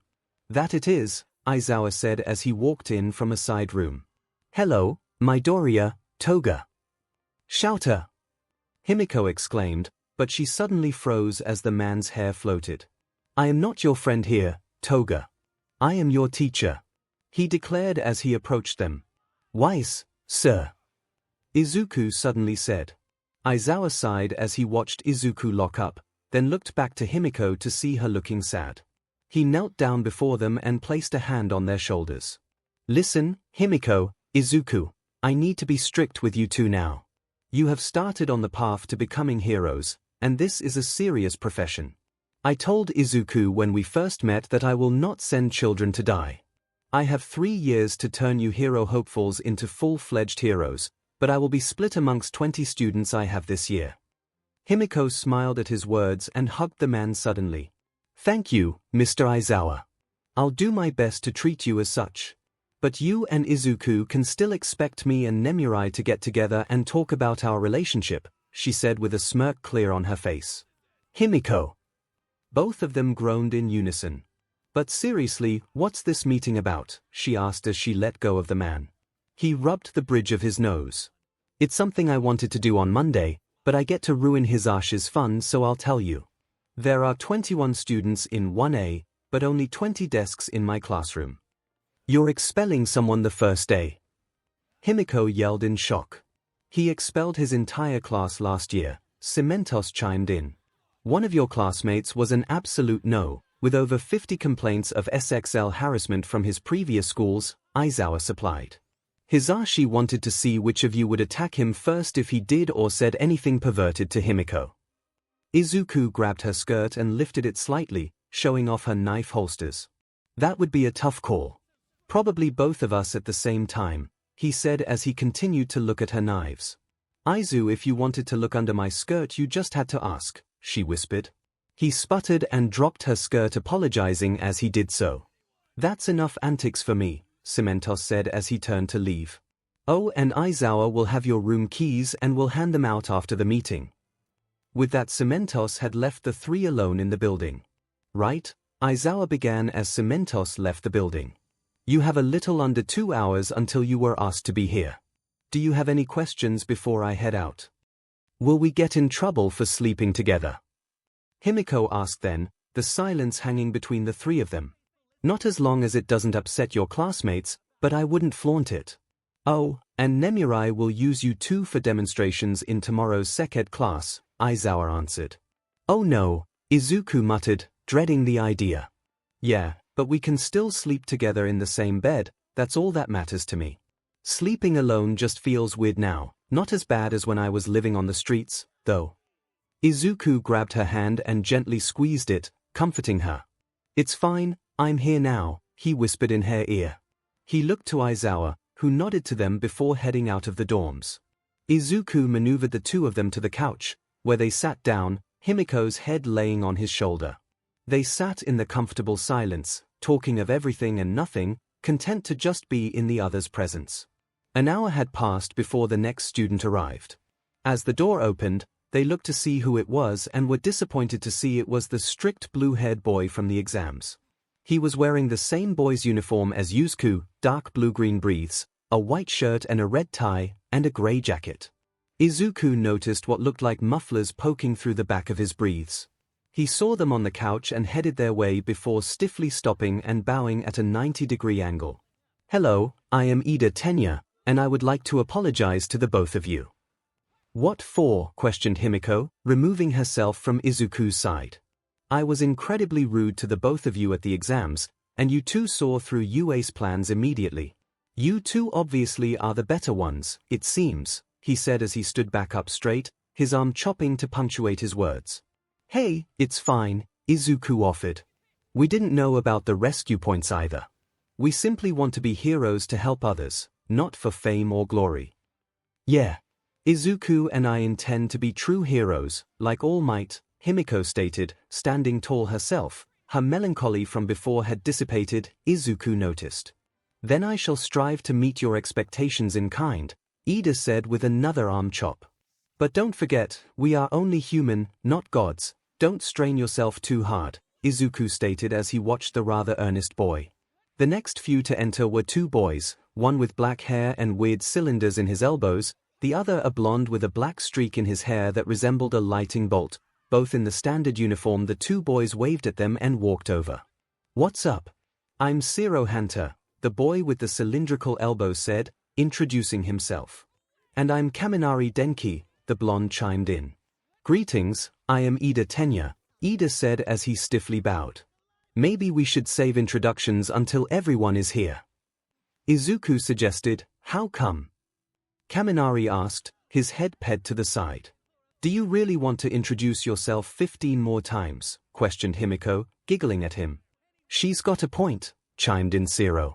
That does sound rather tiring, and by the end you may make a mistake and call yourself something like 𝐭𝐻𝐲 or something worse. Kaminari laughed at that, saying, Oh man, I could see myself doing that, especially if I fried my brain. Fried your brain? Ida asked, his concern obvious on his face. Side effect of my quirk, I'll explain when we get to that part, replied Kaminari, who then proceeded to wander the common area, taking it all in. This is pretty big. I wonder, do we stay here all 3 years, or would we move to another dorm in our 2nd and 3rd years? Well, the sign out front clearly marks this as 𝐿's dormitory, so I would assume we would move, answered Ida. It makes sense, 𝐂𝐿 added. Maybe the dorms get bigger or offer more amenities to upperclassmen. I was just wondering how much we could customize our rooms. We will be here for 3 years living on campus, so I would think we could make it more like home, Kaminari said, explaining his question. Well, we can ask our teacher when they get here, Himiko said, looking at Izuku to see if he had anything to say. That sounds like the best idea, then, wait and ask. Worst they can say is no, and maybe they will address it in the special meeting. He asked, truly unsure of what they could do. Aizawa had answered their important question of sharing a bed. Surely room decoration would be fine if done by the students, and they asked first. I would surely hope one could modify their room to fit their needs, said a voice from the doorway. Looking up, Izuku saw the bird-headed boy who had helped him with Okiko when she got pinned. Izuku noticed he wore the standard uniform apart from a red band that seemed to be too big to be a choker. Oh hey, you made it in. Thanks again for helping get Okiko out of that rubble. Likewise, and think nothing of it, it is our duty as heroes to help those who have fallen, he replied, his word choice showing a favoritism to speaking in an old manner. Do tell, what became of her? Okiko is a member of our class, actually, she should be here soon. Oh, and we are saving introductions until everyone gets here, Yusuke said to him. A wise decision indeed, the boy replied before moving to a shaded corner of the room, leaning against the wall and closing his eyes. At that moment, the door opened revealing 2 girls and catching Izuku's attention. He saw that it was Momo and Okiko stepping into the dorm, both in their student uniforms with dark blue-green skirts, but it looked as if their jackets were a size too small. His eyes slightly bulged as the 2 called out to him and Himiko before walking to them rather quickly. He felt his eyes bounce once watching them approach before he felt a light pinch. He looked to his right and saw Himiko pull her hand back, and he noticed her biting her lip as she watched the girls approach. Thanks, he whispered to her. Izuku, Himiko. It's good to see you 2 again, Momo said as she sat beside him, her legs brushing up against his. He noticed she wore black knee-high socks unlike Himiko's white knee-highs. He gulped and looked at Uraraka and saw she was sporting black pantyhose, or thigh-highs, it seemed. The idea of finding out crossed his mind before he realized what he had thought and shook his head. Is something wrong, Izuku? Okiko asked from next to Himiko, whose own blush seemed to be growing due to Okiko's legs rubbing against his. No, he stuttered out, afraid he may have been caught staring too long by accident.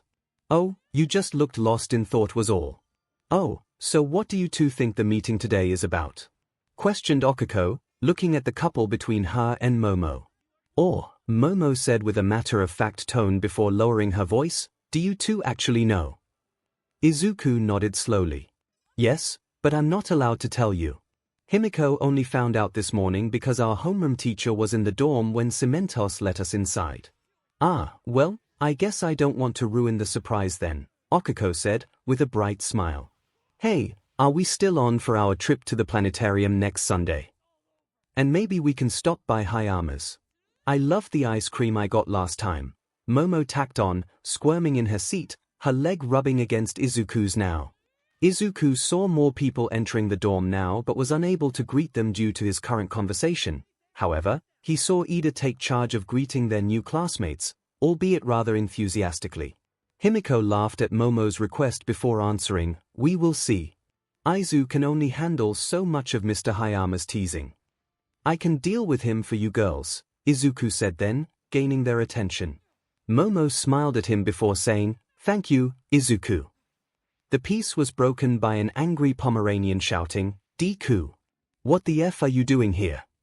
Before he could answer, Himiko spoke up, attending UA. "I didn't ask you, Bun Beach." Bakugo retorted. "I was asking how this fuckshit got in. How did you cheat?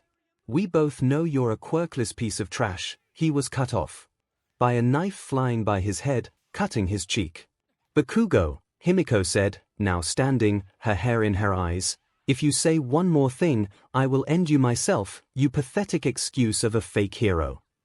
At that she looked up at him, her eyes emitting a faint glow as Izuku felt a killing intent roll off of her. He swallowed as he looked around the room and saw everyone, even Bakugo, staring at her in fear. She took a step forward, and Bakugo stepped backwards. He released a small pop in his hands out of instinct, but it was so pitifully small it barely did anything.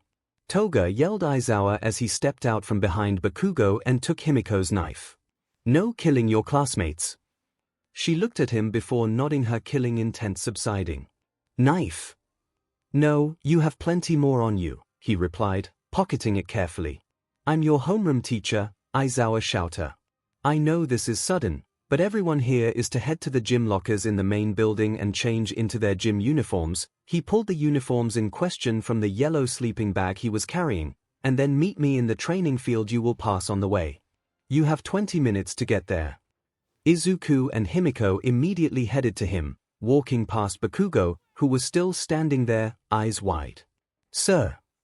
Ida loudly called out, chopping his arm as he spoke, "She just assaulted a student." "She put him in his place, and if she hadn't, I would have, and it would have been worse," Aizawa replied. "I run a tight class here. There will be no quirk discrimination of those without quirks or those with so-called villainous quirks. If I hear even a whisper that you have done so, there will be heavy repercussions. Am I understood?" Everyone nodded in understanding except Bakugo, who had yet to turn around. "Bakugo, grab your uniform and go. Your 20 minutes started when I said it, and those two have already left," he said, pointing over his shoulder with his thumb at Izuku and Himiko, who were stepping out of the door. As Himiko and Izuku turned a corner to head to their separate locker rooms, she leaned over and kissed his cheek. "Hey, Aizu baby, I'm sorry for acting like that in front of everyone, but that sessed me off when he called you those things," she whispered. "Hey, it's fine Himiko, he was out of line to begin with. Also, it was kinda hot to watch," he said, rubbing the back of his head. "Oh my god, you are such a bottom at times," she said before covering her mouth as she giggled, her mood lifting. "Hey, I take offense to that," he replied, pouting as he crossed his arms with a huff. "Oh, hush. Anyways, go get changed, I'll see you in a few minutes," she said as she gave him one last chaste kiss before walking into the girls' locker room. She had just opened her locker when the other girls burst in after her. "Himiko, what was that about with that boy back there?" Okiko asked, tackling the elephant in the room. "Bakugo Katsuki. He bullied Izuku for 10 goddamn years for not having a quirk until recently, and I refuse to let that thing piece of SHT act like he is better than everyone else," she yelled, slamming her fists onto the locker next to hers. "So avoid him at all costs, then, got it," Momo replied as she headed to a locker to claim. "Wow, that was something," said the purple-haired girl. "Oh, you're the girl from the entrance exam. I'm glad you got in," Himiko said, her tone going back to a more chipper one. "Yeah, and thanks again for saving me." "Oh, I'm Jiru Kyoka, by the way," she said with a quick bow. "Oh, we should do a quick introduction," stated the pink girl as she unbuttoned her shirt. "Ashido Mina." "Hi. I'm Hagekyu Toru," said the floating light blue BR as she pulled her skirt down, showing a matching pair of panties. "Rib, Asuitsu, but call me Zu," came the warm introduction of the girl with large eyes and long green hair tied in a bow. "Rozu Momo," Momo said in her underwear, her large assets on view for all to see as she pulled her gym breathes on. "I'm Uraraka Okiko," Okiko said as she pulled her gym uniform shirt over her head. "And I'm Himiko Toga, and we should get going," she was interrupted by a yell from the boys' side. "Holy hell, dude, what happened to your back? It's torn to shreds," yelled what sounded like the Kaminari boy. Himiko blushed as she realized the boys must be seeing her work on Izuku's body. Through the dead silence, they heard Izuku reply, "I got in a fight with a tanuki and lost." "Forget that," came a nasal voice Himiko couldn't recognize. "I found something better." "What did you find that is so important? We do not wish to be late," came Ida's earnest voice. "A hole in the wall. On the other side is all the majestic beauty of those hot girls. Well, other than that flat purple-haired girl and that crazy blonde, you know what they say, don't stick your pee-pee in 𝐶𝐬." The pervert was silenced as Himiko saw Izuku's arm erupt from the wall, where it remained as he spoke. "You will keep your perverted comments to yourself," he growled out, deepening the silence in both changing rooms. "Why?" stammered the voice before she heard shuffling. "Midoriya," called Ida, more than likely arm-chopping. "You damaged the wall." "The girl's well-being is more important than some flimsy wall," he said, flexing his arm, causing cracks to form around it. "Himiko, are you and the others dressed?" "Yes, we are, thank you Aizu," she replied. She then turned to the other girls before asking them, "How are you girls feeling?" "Disgusted," replied Ashido. "At least, there is one good guy here it seems." "Izuku is nothing but a gentleman," Momo stated, with Okiko nodding along, who then gasped and pointed at the wall. "All right," called Izuku as he pulled his arm back to him, causing parts of the wall to go with him, revealing himself and a few of the boys, all dressed. Himiko looked to the other girls and noticed Momo and Okiko sporting a blush. "Rip it," muttered Zu. As Izuku approached Aizawa and the rest of the class at the training field, the man spoke, "You are all 3 minutes late, what is your excuse?" Izuku stepped forward, speaking as he did so. "Sorry, Mr. Aizawa, there was," he looked at the short purple-haired boy, "an incident in the locker rooms that had to be resolved." Aizawa pinched the bridge of his nose before speaking. "Whatever. You are here today for me to get a baseline understanding of where you stand with your quirks. The education department of this country believes that your quirks should not be used in the physical assessments you took when you were in high school. That is simply illogical and hinders you, forcing you to illegally train your quirks to prepare you for hero courses like this one. Normally I would have done this on the first day of class and have you skip all of the worthless ceremonies and club activity drivel. It is a waste of time for hero course students, as far as I am concerned." Izuku swallowed. He had received a similar talk nearly a year ago himself from Aizawa, but this one was the real deal. He would prove to everyone that he deserved the legacy All Might had placed upon his shoulders. "Bakugo, you got a decent amount of villain points on your entrance exam." "Decent?" the blonde asked, his anger rising. "Yes, decent for a bunch of pre-programmed AI robots not meant to kill or maim you." "Catch." Aizawa tossed a softball to him. "Go stand in that circle and use your quirk to throw the ball as far as you can." As Bakugo headed for the circle, Izuku heard Himiko speak up in their grouping. "Momo, Bakubich's quirk is explosion. Can you make me some noise-canceling headphones?" At that, the purple-haired girl chimed in, "Hey, my quirk gives me sensitive hearing, can you make me some as well, Yorozu?" Momo nodded before making them both a pair to wear. "Just keep them, chances are you may need them in the future as well with him around." Izuku smiled before looking back to Bakugo, who was winding up a pitch. Bakugo's arm arced as he threw the ball. Just as it was released from his hand, boom. The ball ripped through the air, tailed by a fiery explosion behind it, pushing back on them a wall of heated air that caused them to stumble back except for Izuku. "Wow, men, you tanked that," exclaimed a red-headed boy with spiked hair. "No, that was nothing compared to being on the receiving end," Izuku mumbled to himself, his hand tightening in a fist. "What did you say?" the redhead asked. "Nothing, don't worry about it," Izuku replied, noting that Aizawa had heard him clear. The teacher shot him a sympathetic look before hardening his face. The device Aizawa had pulled out after tossing Bakugo the ball beeped. He turned it to them, revealing his distance of 705.2 meters. "Wow! That was really cool, though," exclaimed the pink-skinned girl with yellow horns jutting out of her pink hair.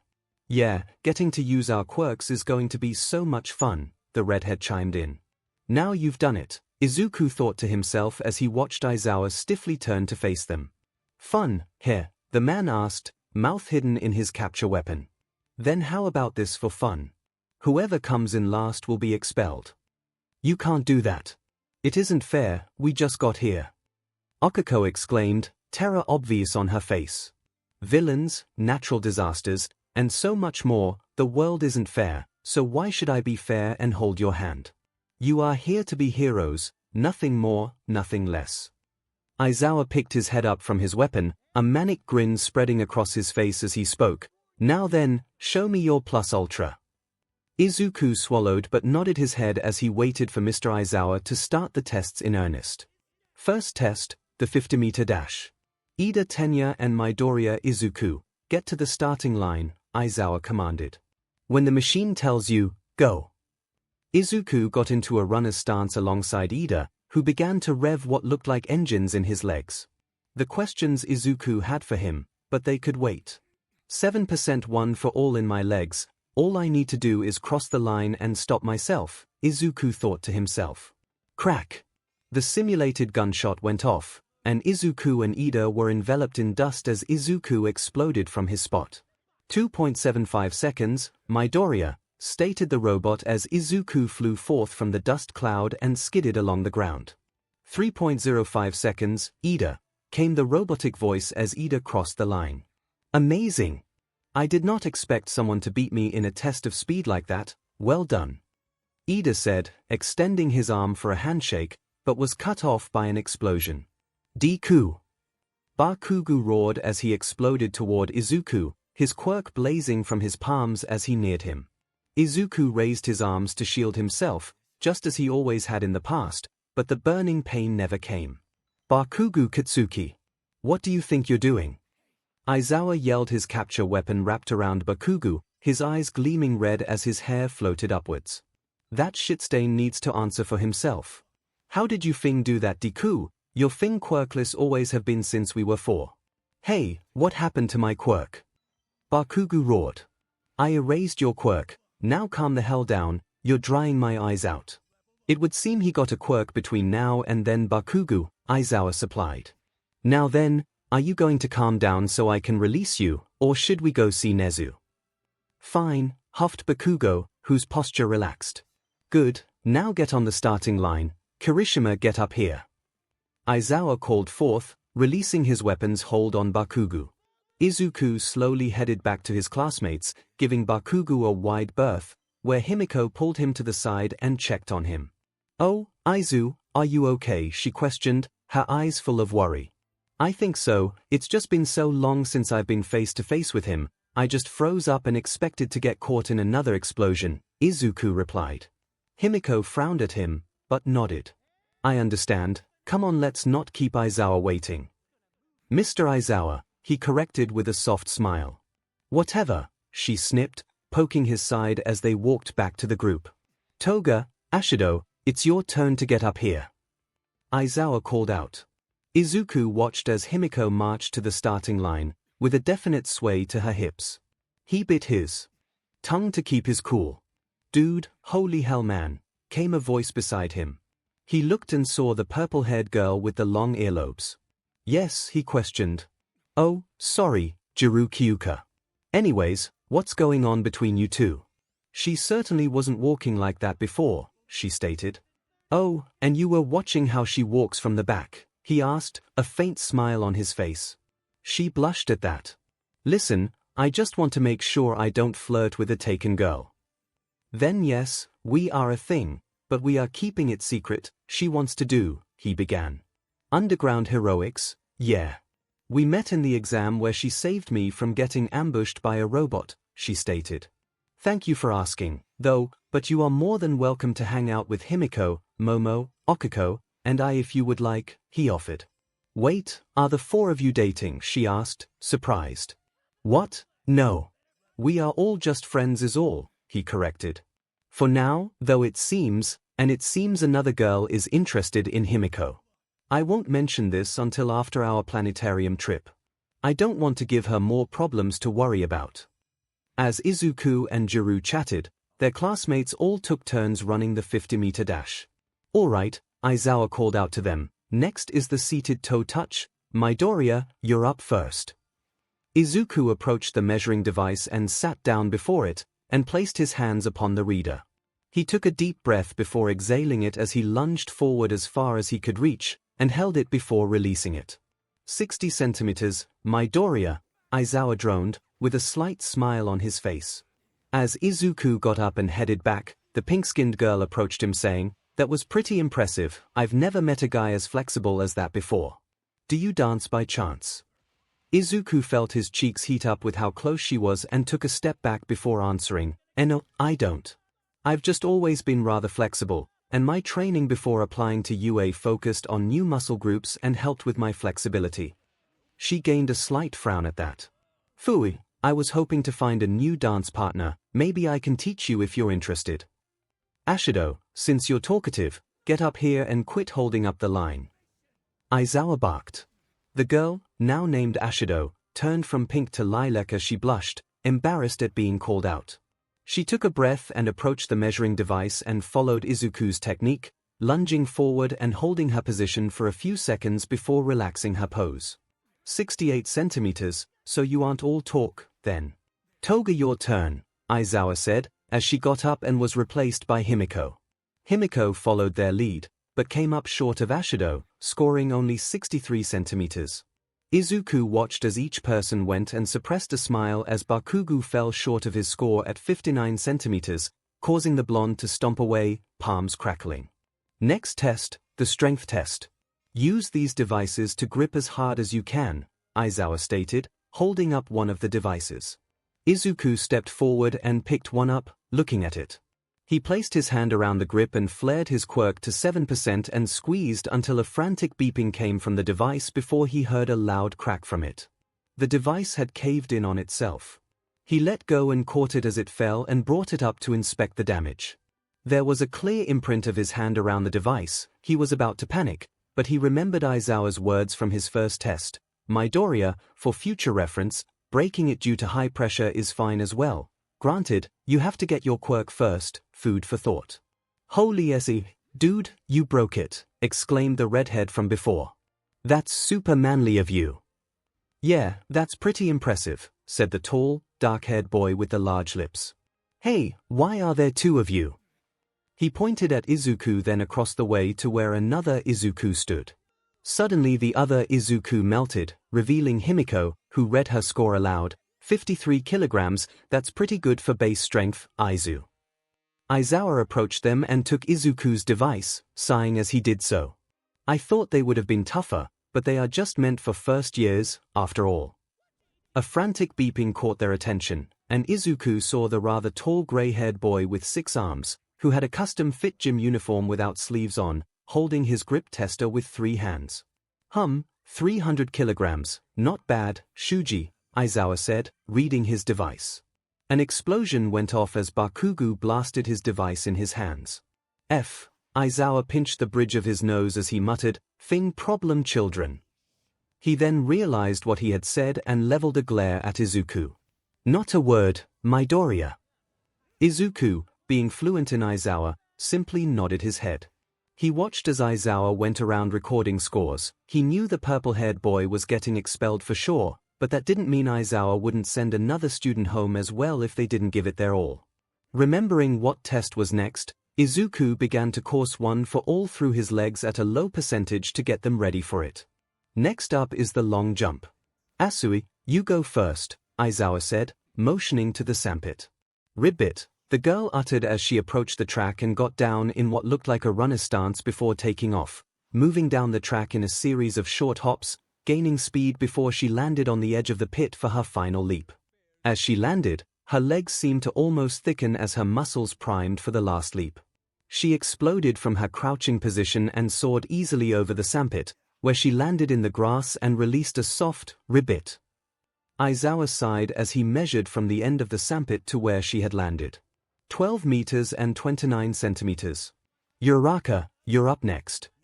"Good luck," Izuku said to her as she approached the edge of the sandbox and jumped forward, but instead of falling back down, she simply tucked her limbs in and soared past it, and then past where Asui landed.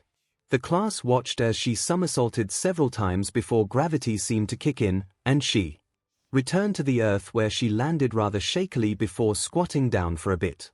It seemed her quirk still made her nauseous when used on herself. He would have to help her find a way to fix that.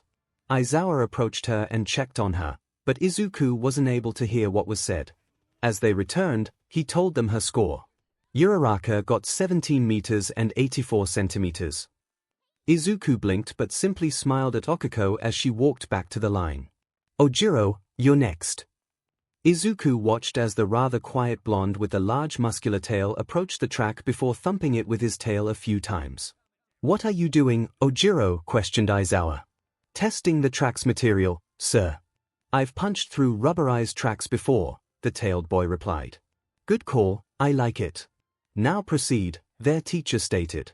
Nodding, Ojiro took several steps back before sprinting, his tail coiled and aimed at the ground.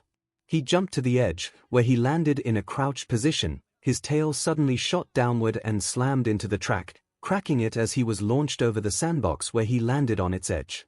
Not bad. 9 meters and 95 centimeters, Aizawa called out to him as he returned. Izuku swallowed as the test continued. He knew his original score wasn't that impressive, but he figured 10% here would be enough. Sure, he knew it might give him a tiny fracture or 5. But hey, he wanted to say hi to Recovery Girl anyways. He watched Momo create a pole vaulting pole and kick her shoes off before she ran forward, rammed the pole into the ground just before the sandbox, and vaulted over the sandbox, landing safely in the grass beyond thanks to the cushioned shoes she had created mid-air. As she returned, Izuku congratulated her. That was amazing, Momo. I didn't know you did pole vaulting. She smiled before replying, it was a skill I thought would be useful, but that was the highest I've done without the proper landing pad. I wanted to push myself, even with the ruse. Ruse? What ruse? Asked Kaminari. Nothing, Kaminari, just something between friends is all, Izuku answered before Momo could say anything and set Aizawa off. Before Momo could ask him anything, Aizawa called him up to jump. Izuku headed for the track and headed to the rear of the track, where he flared one for all slightly as he got ready to run. Right, 1% to run to the edge, then increase it to 10% for the jump and maintain it for the landing. Izuku looked down the track and past the sandpit, seeing that he had plenty of space to land in before it ended in a building. Midoriya, go when ready, Aizawa called out. Izuku took off. He was running slower than he had in the 50-meter dash, but this test was about jumping distance, not speed, and he didn't want to miss his mark. As he reached the end of the track, he pushed his quirk to 10% and felt the power surge through his legs, his muscles straining under the power. He jumped from the end of the track, destroying the track as he did so. Izuku flailed his arms as he tried to maintain his balance. He had only done a few long jumps before with his quirk, and he had finally managed to figure out how to land on his feet most of the time. He saw the ground quickly rising to meet him. He flared his quirk into his legs once more right as he slammed feet first into the ground, slightly cratering it. What the hell was that? Bakugo screeched. Bakugo, calm down, Aizawa called out as he walked towards Izuku. As he reached him, he softly called out, Midoriya, are you okay? Yes sir, I just wanted to push myself. I should still be good for the endurance race and ball toss, but I will need to go see Recovery Girl just to be sure, Izuku replied as he pulled his feet from the ground. I hope whoever does the maintenance here won't be mad at me for that. These testing grounds are always getting torn up. Why do you think we had you destroy Testing Ground Gamma? To test my quirk. Izuku answered, unsure if that was truly correct. Yes, but Cementos redesigns the cityscapes every year in preset patterns. You got lucky exam site B used Gamma's old design, so you provided free destruction for us. Doesn't that violate a LBR law? Izuku questioned. Maybe, but Nezu does as he pleases, Aizawa quipped. Now then, let's get back to the class. I don't want to leave Bakugo or Mineta without supervision. Oh, I may have damaged the locker room walls. Mineta was trying to peep through a hole, so I punched the wall to scare him off, and my arm went through it, Izuku said meekly. Aizawa huffed at that. Good job, kid. I'll deal with Bakugo and Mineta when this is all over. Thank you, sir, Izuku replied. As they reached the rest of the class, Aizawa called out his score. 32 meters and 80 centimeters for Midoriya. Bakugo, you're up next. Go use the other track and try not to destroy it. Bakugo huffed and headed for the non-damaged track. He sparked his hands several times before 2 explosions moved him into the air, where he set off another set of explosions when he began to descend. Looks like he finally learned how to fly, only took him nearly 8 years to figure out he could do that, Izuku thought to himself as the blonde approached where he landed before landing on his feet just at the far edge of the crater, stumbling forward a few steps. Ha! Get fed, Deku. Bakugo screeched to himself. Izuku merely shook his head. Midoriya, may I ask you a question? Todoroki asked him, finally saying something since they had gone outside. Sure, Todoroki. Also, I'm glad to see you got in, Izuku replied with a small smile. Has Bakugo, I think he was called, always been so violent? The dual-colored boy asked, drawing the class attention. Izuku sighed, noticing that even Aizawa was listening. Bakugo has been like that since he was 4, when he got his quirk. As the class mulled that over, Izuku stepped closer to Todoroki, asking, Hey, did what I told you when we met help you out any? He had kept it vague due to Jiru's hearing, and possibly the silver-haired Shuji who had formed ears on his extra arms at one point. The boy in question nodded before answering, It has helped some, but I do not wish to talk about it. Izuku gave him a sad smile but nodded, understanding that he still had his own issues to work through. What did I score? Bakugo asked as he sauntered back to the class. 34 meters and 10 centimeters, Aizawa droned. Bakugo grinned, obviously excited about scoring the highest and beating Izuku. As the rest of the class proceeded to do their jump, Momo approached Izuku. Izuku, are you okay? Last time you did that, you fractured your bones. I'm sorry, he did what? Himiko asked, her voice rising. I went hard in the recommendation exam, Izuku whispered, trying to avoid any more attention. You broke your bones? Okiko asked, terrified. Like when you saved me? No, he quickly replied. It was the race. I started off above my limit to get a strong head start.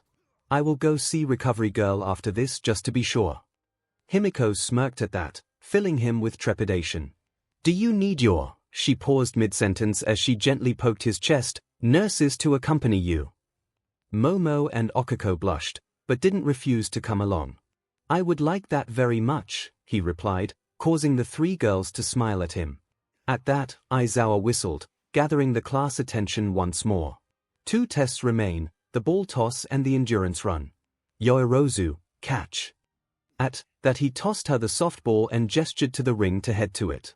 As Momo entered the ring, she unzipped her jacket but made sure to face away from the class. Her chest was illuminated by a kaleidoscope of bright rays of light as a metallic object was formed. She caught the object before it could fall, which no one could really see as she knelt and began messing with it. Her chest glowed once more as she created another object after tossing the ball a few times in her hands. She stepped aside and revealed a mortar. Himiko, Jiru, cover your ears again, Izuku said as he stepped back, the rest of the class following suit, even Bakugo. Momo finished modifying her ball, which Izuku noticed looked even more like a mortar round now. She checked that no one had approached before dropping the improvised mortar down the tube and ducked down. Crapow! The round fired into the sky, soaring well past the UA border walls. Momo watched as it disappeared from sight before turning to Aizawa. Sir, I have 2 questions. Before she could ask, Aizawa spoke. Going past is acceptable, that is all land owned by UA in that direction for this very reason. You can leave the mortar here, I will have Power Loader come by and pick it up after we are done, and he will break it down or repurpose it as he sees fit. Thank you, sir. I designed it to be fired once so no one could reuse it and injure themselves, she stated as she awaited her score. The phone beeped, and Aizawa read it aloud. 2 kilometers and 560 meters. The class muttered at that. No one sounded like they could beat that kind of score except for one girl standing beside Izuku, who kept her mouth closed. Well, Okiko, he said, it seems we found the test designed for you. She giggled at that. Jiru, you're up next, Aizawa called. I'm curious, Ida began. Mr. Aizawa hasn't used the same order for each test, Why isn't he going by student number? Ah, I think it is like the entrance exam, a hidden test. If you knew when you were going, you could prepare more, but this way, you can get caught unaware if you haven't figured out how to do a test that you struggle on. Oh wow! A test within a test, said a voice next to him, startling him. Izuku looked to his left and saw a floating gym uniform, whose right arm was raised and waving at him. Hi, I'm 𝐔𝐬𝐽𝐻, sorry for eavesdropping like that. I was just nervous about this test and was trying to walk my jitters out, she said, introducing herself. It's understandable, Mr. Aizawa seems to be pretty intense, but you have a really useful quirk though, you just need to overcome any shortcomings you have with it, Izuku said, doing his best to comfort the girl. Yeah, I just don't want to head home in case I come in last due to not having super speed or strength from my quirk, she replied, her tone dismal. Akiko stepped in then saying, listen, I'm sure you will do better than that little pervert, he hasn't done well either and has been nervous the entire time. The invisible girl's shoulders rose at that. Yeah, I'm sure to beat the pervert. Oh, and thank you again for stopping him from peeking. I know he wouldn't have seen much from me, but still. Yeah, thanks, man, Jiru said, twirling an earjack with a faint blush on her face. Izuku remembered Mineta's words about her, but he wasn't sure whether he should say anything about it or not. Momo spoke up then, saving him from making a fool of himself. Disregard what the little pervert said, Jiru. There is nothing wrong with having a smaller bust size, I miss those days, and my lower back misses those days as well. Ida and the other guys around them promptly decided to meander away from that discussion, leaving Izuku with all of his female classmates. Izuku hoped Aizawa called him up next. Kirishima. Damn it. Well, Kyuka, why don't we ask our resident man here what he thinks? Mina teasingly asked, as she gestured to him. Double damn it. All the girls turned to face him at the same time as if they were some sort of woman-only cult. At least, it looked like 𝐔𝐸𝐽 was facing his direction. A small squeak escaped his lips, which caused Jiru to form a slight grin. So Midoriya, what do you think, large or small BRSTS? Mina's face was split in a large grin as she waited for him to answer. The correct answer, he stoically replied. Her grin faltered at his words. Did you just say the correct answer? Himiko laughed at her reaction. Aizu knows better than to fall for a trap like that. Izuku sighed. Besides, Himiko said, sending a shiver of fear down his back, hizen but man. Izuku and all the girls sputtered at that, his face erupting in a massive blush as he covered it with his arms. Before anyone could say anything, Aizawa saved him. Midoriya, get up here and toss the ball. Izuku thanked his teacher silently as he caught the ball and for the circle. Well, I'm already going to see Recovery Girl after this, so in for a yen. As he reached the circle, he stretched his arm out and swung it in an arc as he warmed up for his throw. He hadn't thought of trying to show Bakugo up in this test, he merely wanted to do well enough to land near the bottom of the scores, but hearing some of his scores be higher than his former bullies had been cathartic. He reared back, his arm engulfed in green lightning as his arm arced over his head. However, at the height of the arc, he felt his quirk disappear. Nonetheless, he followed through and threw the ball as far as he could under his own might. 60 meters, Aizawa read aloud. Sir, why did you erase my quirk? Izuku asked, perplexed. You have been holding back this entire time. Granted, the fact that you haven't severely injured yourself so far today is a silver lining, but it is infuriating. Are you always going to hold yourself back and not push yourself to improve? Aizawa asked him, the class behind him silent. I was planning on going over my limit again this time, sir. Midoriya, Aizawa began, I want to see that same destructive power from the entrance exam. Throw the ball. At that, he tossed Izuku a second ball. Izuku gulped and looked at his classmates. You should step back, this won't be pretty. At that, he turned around and ignored Himiko's pleas to Aizawa. He wound up again, this time taking a pitcher's stance. It turned out that Toshi had a love for baseball and had done his best to introduce him to the sport. Izuku felt his quirk blaze forth, unbridled for the first time since the entrance exams. He threw the ball. Boom. Like a cannon firing, the air was sundered before Izuku as the ball rocketed away from him, creating a sonic boom from shattering the sound barrier. Izuku was enveloped in dust from the sonic boom occurring only a few feet from him. As the ball tore through the sky, it passed through several clouds, before they were suddenly ripped apart by the force of the ball's weight dispersing them. Suddenly Izuku was on the ground, and before the pain could register, he shoved a wad of his jacket into his mouth and bit down as his brain registered the pain of a broken arm. The jacket muffled his screams of pain but was still loud. As the dust settled down, his form was revealed kneeling on the ground, his left hand wrapped around his right arm, which had turned a disgusting purple. 𝐿𝐴 regretted asking this of his student, but he wanted to set a precedent. He would take his punishment from Recovery Girl and the others later. Toga, take Midoriya to Recovery Girl. You two are excused for the rest of the day, 𝐿𝐴 said to the girl that was on the brink of running to her boyfriend. Upon his orders, she rushed to him and helped him. There was hushed talking from the two before they approached him. Did I do good, Mr. Aizawa? Izuku asked, tears of pain still welling up in his eyes. You did perfect, Izuku, and I'm sorry I did this to you, he softly replied. Now get going. Monday you two will have your first heroics class, so no quirk usage or strenuous activity for the rest of the day or tomorrow. The two nodded before they left. All right, now then, 𝐿𝐴 said, turning back to his class, who all wore looks of shock upon their faces except Bakugo. His was one of rage. I had Midoriya go beyond his limits on purpose to show that sometimes sacrifice is needed in the world of heroics. That is a double-edged sword, though, after all, doing something like that in a real-world situation could leave him defenseless and would cause issues with his fellow heroes having to protect him. Then why did you have him do that? Yorozu asked, concern clear on her face. He knew that would happen if he went over, and if he had fought me on it and made a good case, I would have let him proceed as he wished. However, he understood my intentions and sacrificed himself for you to learn a valuable lesson, that heroes are not immune to the dangers of battle. There may come a day when you have to face an opponent you can't beat, but you resolve to hold out until backup arrives or the civilians can escape. 𝐿𝐴's mind drifted to former comrades who had fallen against villains, but had saved the civilians and kept the damage to a minimum, all at the cost of their lives. You are here to learn to be heroes, one of the deadliest occupations in the world due to the nature of villains and supervillains. Supervillains. There hasn't been a supervillain in Japan in a long time, Kaminari interjected. There hasn't been one, yes. Just pray you never face one, for when a supervillain walks upon the battlefield, entire cities are destroyed in their wake, 𝐿𝐴 gravely said, thinking of the damage caused by the last battle between All Might and All for One. Now then, Kaminari, get up here and throw the ball.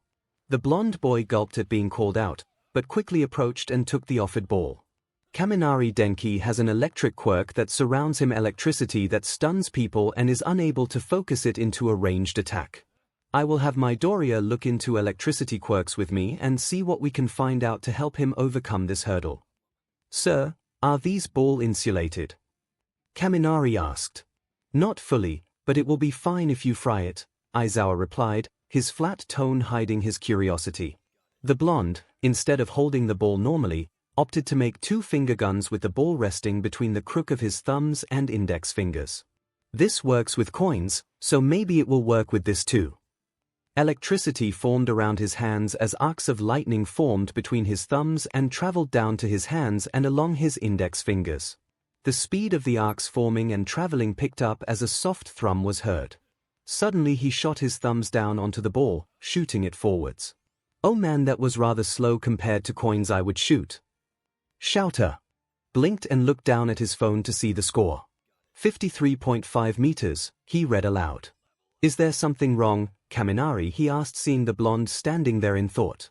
It just dawned on me, we never heard Midoriya's score, replied the boy. Oh, Midoriya scored an infinite, he casually replied. He surprised a smirk at the stunned looks of his class.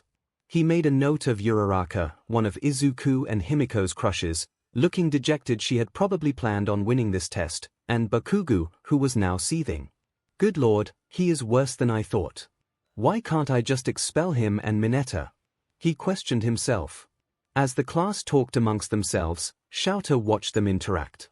The little pervert kept trying to ogle the girls. It seemed Izuku's threat did nothing with him gone. Mineta, Get up here and throw the ball. The diminutive boy walked up and did his best to hold the ball. It was impressive considering his small stature, as the ball was nearly the size of his two hands together. He walked into the circle and did his best to throw the ball. 10.5 meters.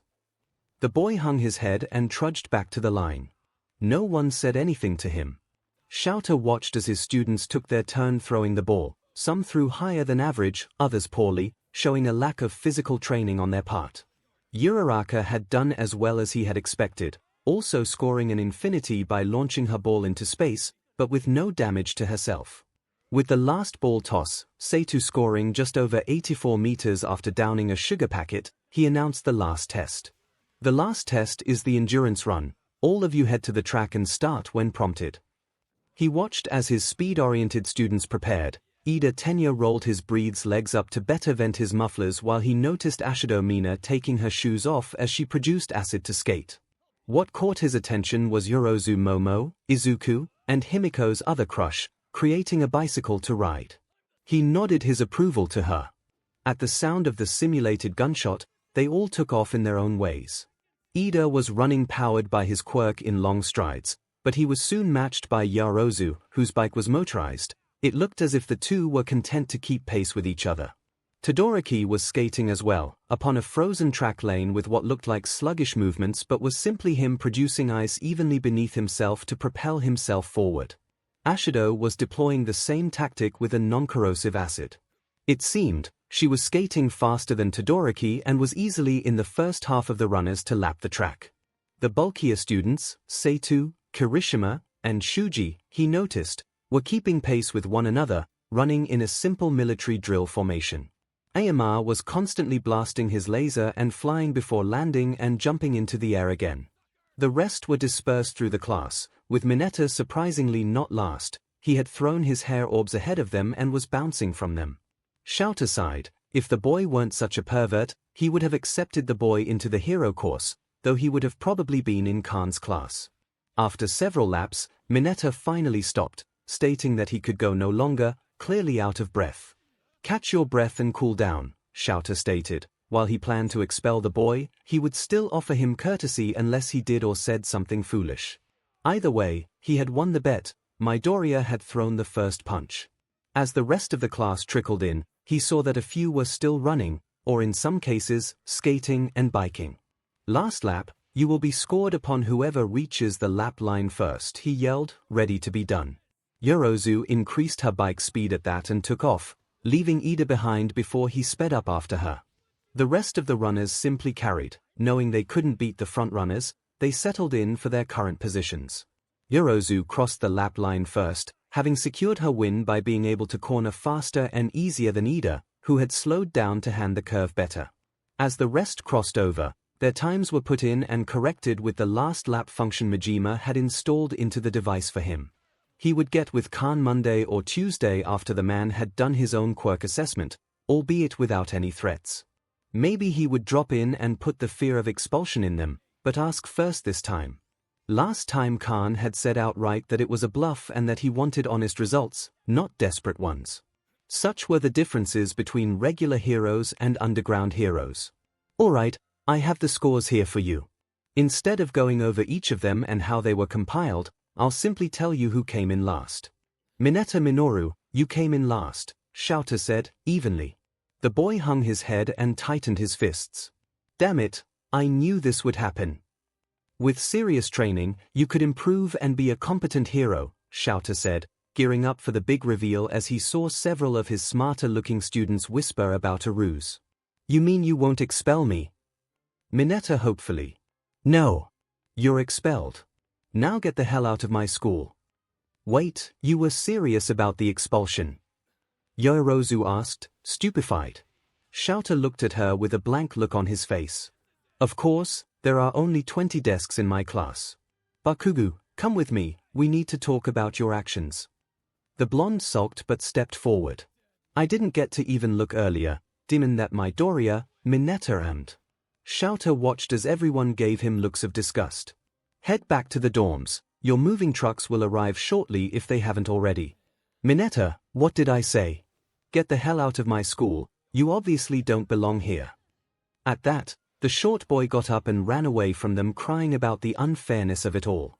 Izuku suppressed a chuckle and a wince of pain as Himiko kicked the door to Recovery Girl's clinic open and announced their entrance. "Paging Recovery Girl, I brought your favorite patient." He snorted as an exasperated "Goddammit, it isn't even the first day of classes" came from the room. "Plus ultra," he offered up as an excuse.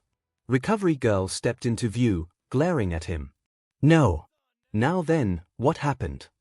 "Aizawa's quirk assessment test," Himiko answered. "He told Izuku to go beyond his limits on the ball toss, so he threw the ball. He broke the sound barrier and his arm, not sure which one first." Recovery Girl raised an eyebrow at her answer.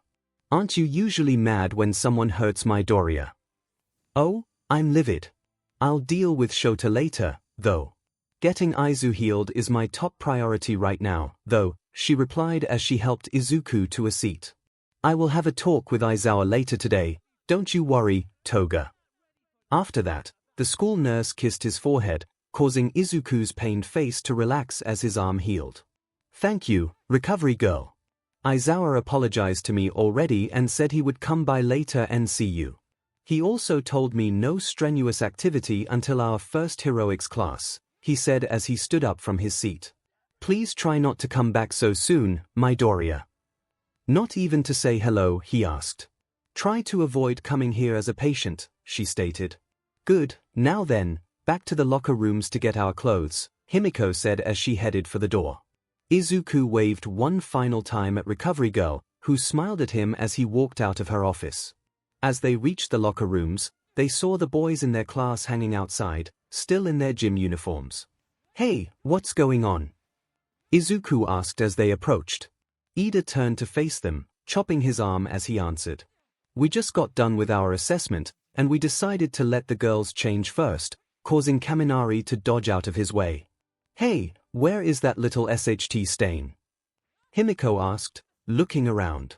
"Oh, if you mean Mineta, he was expelled," Shoji answered from one of his arm mouths.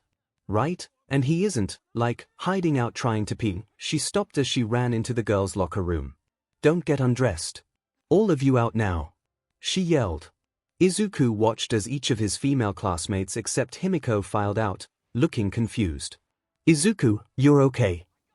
Akiko exclaimed, seeing him there with the others. He nodded as she and Momo headed to him. "What is Himiko doing?" Momo questioned, her confusion clear in her voice. "Aizu, could you come here for a moment?" Himiko asked, poking her head out of the locker room. "Ah, she's hunting," he replied as he stood in the doorway. "What is she hunting?" asked the tall brunette boy with large lips. "You'll see, maybe," he replied to who he thought was Soto. From inside the locker room, the sound of Himiko hitting lockers erupted as she tore the place apart. Izuku watched as a locker slowly opened, the midget poking his head out. He ran forward and slammed his foot into the locker door, caving it in. As the boy inside screamed in terror, something inside of Izuku hummed in agreement. "Okay, maybe Himiko has a point with SDSM being fun," he thought to himself as he smiled. "What was that?" Ida asked as he ran into the locker room. Izuku pulled his foot free and walked away from the locker as the boy inside sobbed. "I caught a rat." Upon leaving the locker room with Ida, he turned to the girls and sighed. "I'm sorry, but you will have to use our changing room. I hope Mineta isn't stuck in one of your lockers." "He was in there," Gyro yelled with a look of disgust on her face as her jacks went haywire. "What is going on here?" Aizawa asked, with Bakugo trailing him. "Mr. Aizawa, Mineta was hiding in the girls' locker room. Himiko was checking to make sure he had actually left when I saw him peek out of a locker." Aizawa's hair and capture weapon took to the air as his eyes glowed an ethereal red. "Where is he?" "I trapped him in the locker, sir," Izuku answered, pointing to the locker room. "He's in there with Himiko." He trailed off as he heard a scream from the locker room. Aizawa and Izuku ran in to see Himiko trying to jam a knife into the locker. "Himiko, what are you doing?" Aizawa asked, his voice louder than its usual somber tone. "Trying to stab this villain," she answered as she stabbed her knife into the locker again. Aizawa pinched the bridge of his nose as he muttered, "I need 5 drinks now." As Himiko reared back for another stab, he grabbed her wrist, squeezing until she dropped the knife. I will handle it from here. Midoriya, I know I told you no quirk usage, but can you open the locker for me? Izuku nodded as Himiko grabbed her knife from the floor before backing up. He approached the locker he had kicked in earlier and grabbed a part of the locker door that was jutting out. With a small burst of his quirk, he ripped it free, revealing the purple midget huddled in the bottom. Before Izuku could say or do anything, Aizawa had pushed past him, sending a punch straight into the small boy's face, knocking him out. DMN, Himiko commented. Picking him up, Aizawa headed for the door with Izuku and Himiko falling in behind him. As he left the room, he turned to face the other girls and bowed. I'm sorry about him trying to peep on you. I should have made sure he left the school like he was supposed to. That is a failure on my part. Thank you, Mr. Aizawa, Momo said, speaking for the girls. What is going to happen to him now, though? UA will press charges on him on your behalf, and he will face punishment, Aizawa replied. Midoriya, Toga, you two are in charge for the day. Don't disappoint me. With that, he walked off with his small criminal tucked under his arm as Bakugo followed him. With everyone changed, they headed back to the dorms to see two pro heroes standing outside of their dorms, Midnight and Present MIC. Present MIC called out, waving the class over. We heard from Eraserhead what had happened, Midnight stated as they approached, and he asked us to handle your move-in for the time being. Ida began chopping his arms as he spoke. Miss Midnight. Mr. Aizawa left Midoriya and Toga here in charge. I'm not sure why, as she has repeatedly acted unheroic so far, with attacking that Bakugo boy and trying to stab Mineta, and Midoriya tore down a wall earlier. As well. Who dealt with Mineta first? Present MIC asked, with a raised eyebrow. Oh, Kirishima answered, it was Midoriya. He punched straight through the wall when dealing with the little guy, it was super manly. The two pros chuckled at that, with MIC stating, good job, Midoriya. Did he expel two of your class? Well, he expelled Mineta for coming in last, but he took Bakugo for attacking Izuku, Okiko answered, causing the two pros to stop laughing. The class noticed that the teachers got serious before Midnight spoke. Well, he will receive punishment for that, I am certain. Now, let's head inside and get you your room keys. Your stuff has been delivered to the hallways outside of your rooms. At that, she and MIC headed inside, with the class following her. Once inside, MIC grabbed the room keys as the students lined up. Izuku pulled Himiko to the rear of the line where he whispered, I want to talk to them quickly after we get our keys. He noticed that for the boys' side of the dorms, the bottom 3 floors had been filled up already. By his math, he would have the 5th floor to himself. As he approached MIC, he was handed 2 sets of keys. Sir. Keys to your room and Toga's, he replied with a wink. I guessing Shota knows. Himiko asked as she took her 2 sets of keys. Didn't he tell you two to call him Eraserhead or Mr. Aizawa? Midnight asked. He did, she replied, but he made Aizu break his arm for the ball to go beyond. The 2 pros scowled at that. We will talk to him about that later tonight, MIC replied. Now, how are you feeling after that Bakugo kid attacked you? We don't know everything, just that he bullied you before your quirk came in. Shota hasn't told us much about your history with him, he said it's up to you to tell us when you feel comfortable about it, Midnight stated as she herded them to one of the couches where she sat down with Izuku and Himiko. I froze up. I was scared and thought he was gonna use his quirk on me again. Izuku trailed off as he spoke, rubbing his hand over his chest. He used his quirk on Aizu. A lot, Himiko stated, holding his hand. He's a piece of S.in, and is the kind of person, she took a breath to clear her mind before finishing, that stain would kill. Hey, MIC said as he knelt before them, let's not dwell on that right now, okay? You two are in UA now, and you are our students. Your safety is paramount to us, so you two rest, and we will deal with this. Oh, and we probably shouldn't tell you, but the computer that decides spars between classmates for heroics will never pit either of you against Bakugo, so you won't have to worry about him having an excuse to hurt you in class. Hisashi is right, Nemurai chimed in. You don't have to fear him, but if you have trouble with him, you are always welcome in the teacher's office if you need us. At that, she gave him a quick hug before she got up with MIC. Now then, go check out your new rooms. Himiko was getting upset. She knew she had packed her blue shirt she had found in Izuku's closet one day. She had asked Inko about it, but the woman had simply frozen and said it was best not to ask questions. She gave up looking in her luggage. Maybe Aizu had it in his. As she opened her door, she was met by Momo and Okiko standing in front about to knock. "Hi, Himiko," Okiko greeted. "We wanted to check on Izuku since we weren't able to go with you two due to all of the events that transpired today," Momo said, finishing the shorter girl's sentence. "You're in luck," Himiko said as she exited her room. "I was about to go over there myself. I can't find a shirt of mine." "Why would Izuku have it?" Momo asked as she walked with the girls. "Well, we have lived together since summer of last year," she replied, noticing how Momo and Okiko blushed. "You two live together?"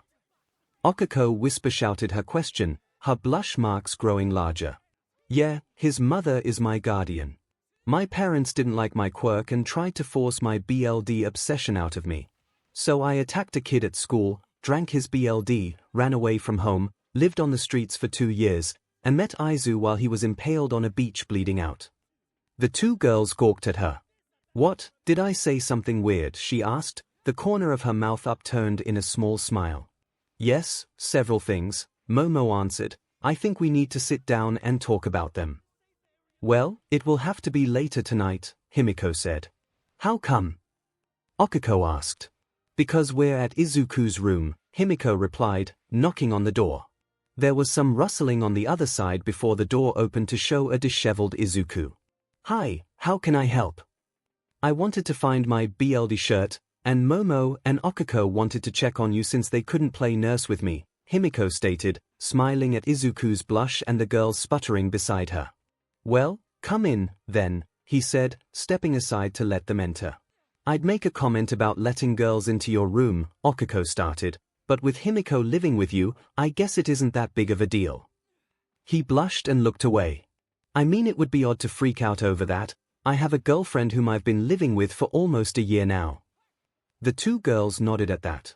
"Plus, it isn't like I have anything to hide or be ashamed about," he said, motioning to the few All Might posters on his wall. "I told him he couldn't bring the shrine with him," Himiko commented. The girls giggled at that. "I'm serious, have you tried to sleep with nearly 100 All Might staring at you?" she asked, digging through his luggage. Izuku stared at her. Momo stared at her, then at Izuku. Okiko stared at her, then at Izuku. "Excuse me, what?" the two girls asked in unison. "I said that out loud, didn't I?" Himiko asked while holding a pair of butt shorts. "Forgot I left these in your dresser." Izuku slumped onto his bed at that, his face in his hands. Momo tentatively stepped towards him before sitting down beside him, with Okiko quickly following suit, claiming the other side. "So, you two share a bed at night then?" Momo asked, her voice wobbling. Himiko sighed before walking over to the bed and sitting beside Okiko. "I didn't know I was living on the streets for 2 years. I thought it had only been a year or so." She gripped the bedsheets as she thought back to her homeless days. "The first night I stayed at the Midoriya's, at home, Izuku let me drink his BLD. He was one of the first people to let me drink their BLD and not call me a freak for it. I fell asleep in his arms, and I knew then that I wouldn't be able to sleep away from him." Okiko sniffed at that. "That's so sweet," she said, pulling Himiko into a hug. "She's right," Momo said, a smile on her lips. "That is a rather cute backstory for you two." Himiko returned the hug, grinning as she leaned into Izuku to grab Momo, yelling, "Group hug."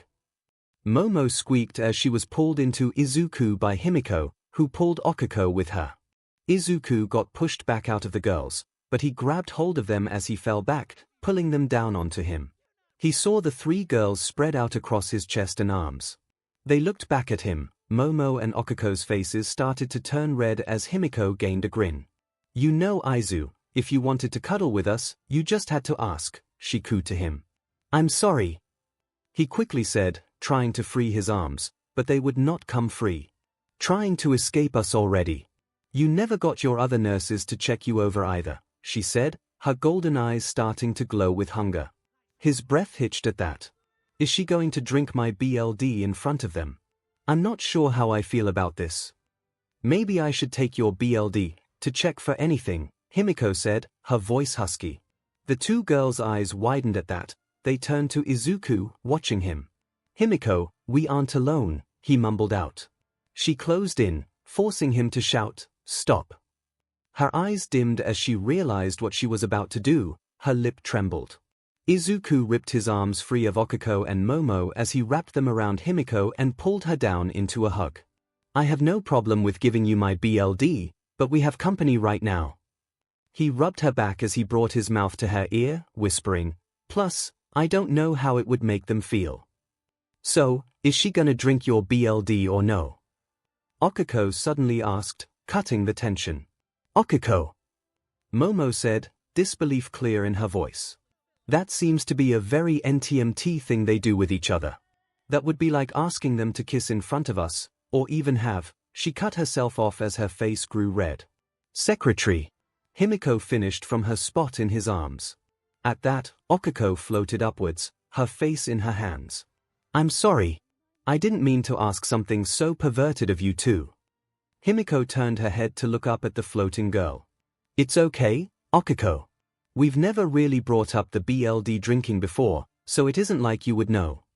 As Okiko floated back down, Himiko helped to rotate her so she would land sitting upright. Thank you, she replied, rubbing her stomach. I hate that my quirk makes me nauseous when used on myself. Suddenly, Izuku was sitting up with Himiko straddling his hips, who scrambled to grab hold of him. What have you done to counterbalance the effects of it? Nothing, she answered, unsure of what he was asking. Momo, could you possibly make motion sickness pills for her to try with her quirk? He asked, turning to face her. I will have to look them up, but I would want to talk with a teacher first before I give someone medicine I made, she replied. We can ask Midnight tomorrow when she comes for our class, Himiko said, hugging Izuku. Class? What class? Questioned Okiko. Izuku blushed as he spoke. Well, we weren't told to not say anything about it. Midnight is teaching us 𝐶𝐸d tomorrow, Himiko answered. They don't want to put 20 hormonal teenagers in a building and leave us to our own devices. The two girls joined Izuku in his blush at the implications of that.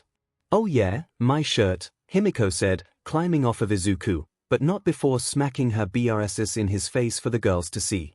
I didn't see it in my stuff, maybe it's back home. She approached his closet door that was open and looked inside. BLD, she said aloud before closing the door. What is she doing? Momo questioned. I'm not sure, he said, getting up with the girls and walking over. Himiko opened the closet door. There on the shelf was a white t-shirt that read BLD in a gory red font. Oh, do you girls want a shirt? We can match tomorrow. Izuku wasn't sure how it had come to this, but it had.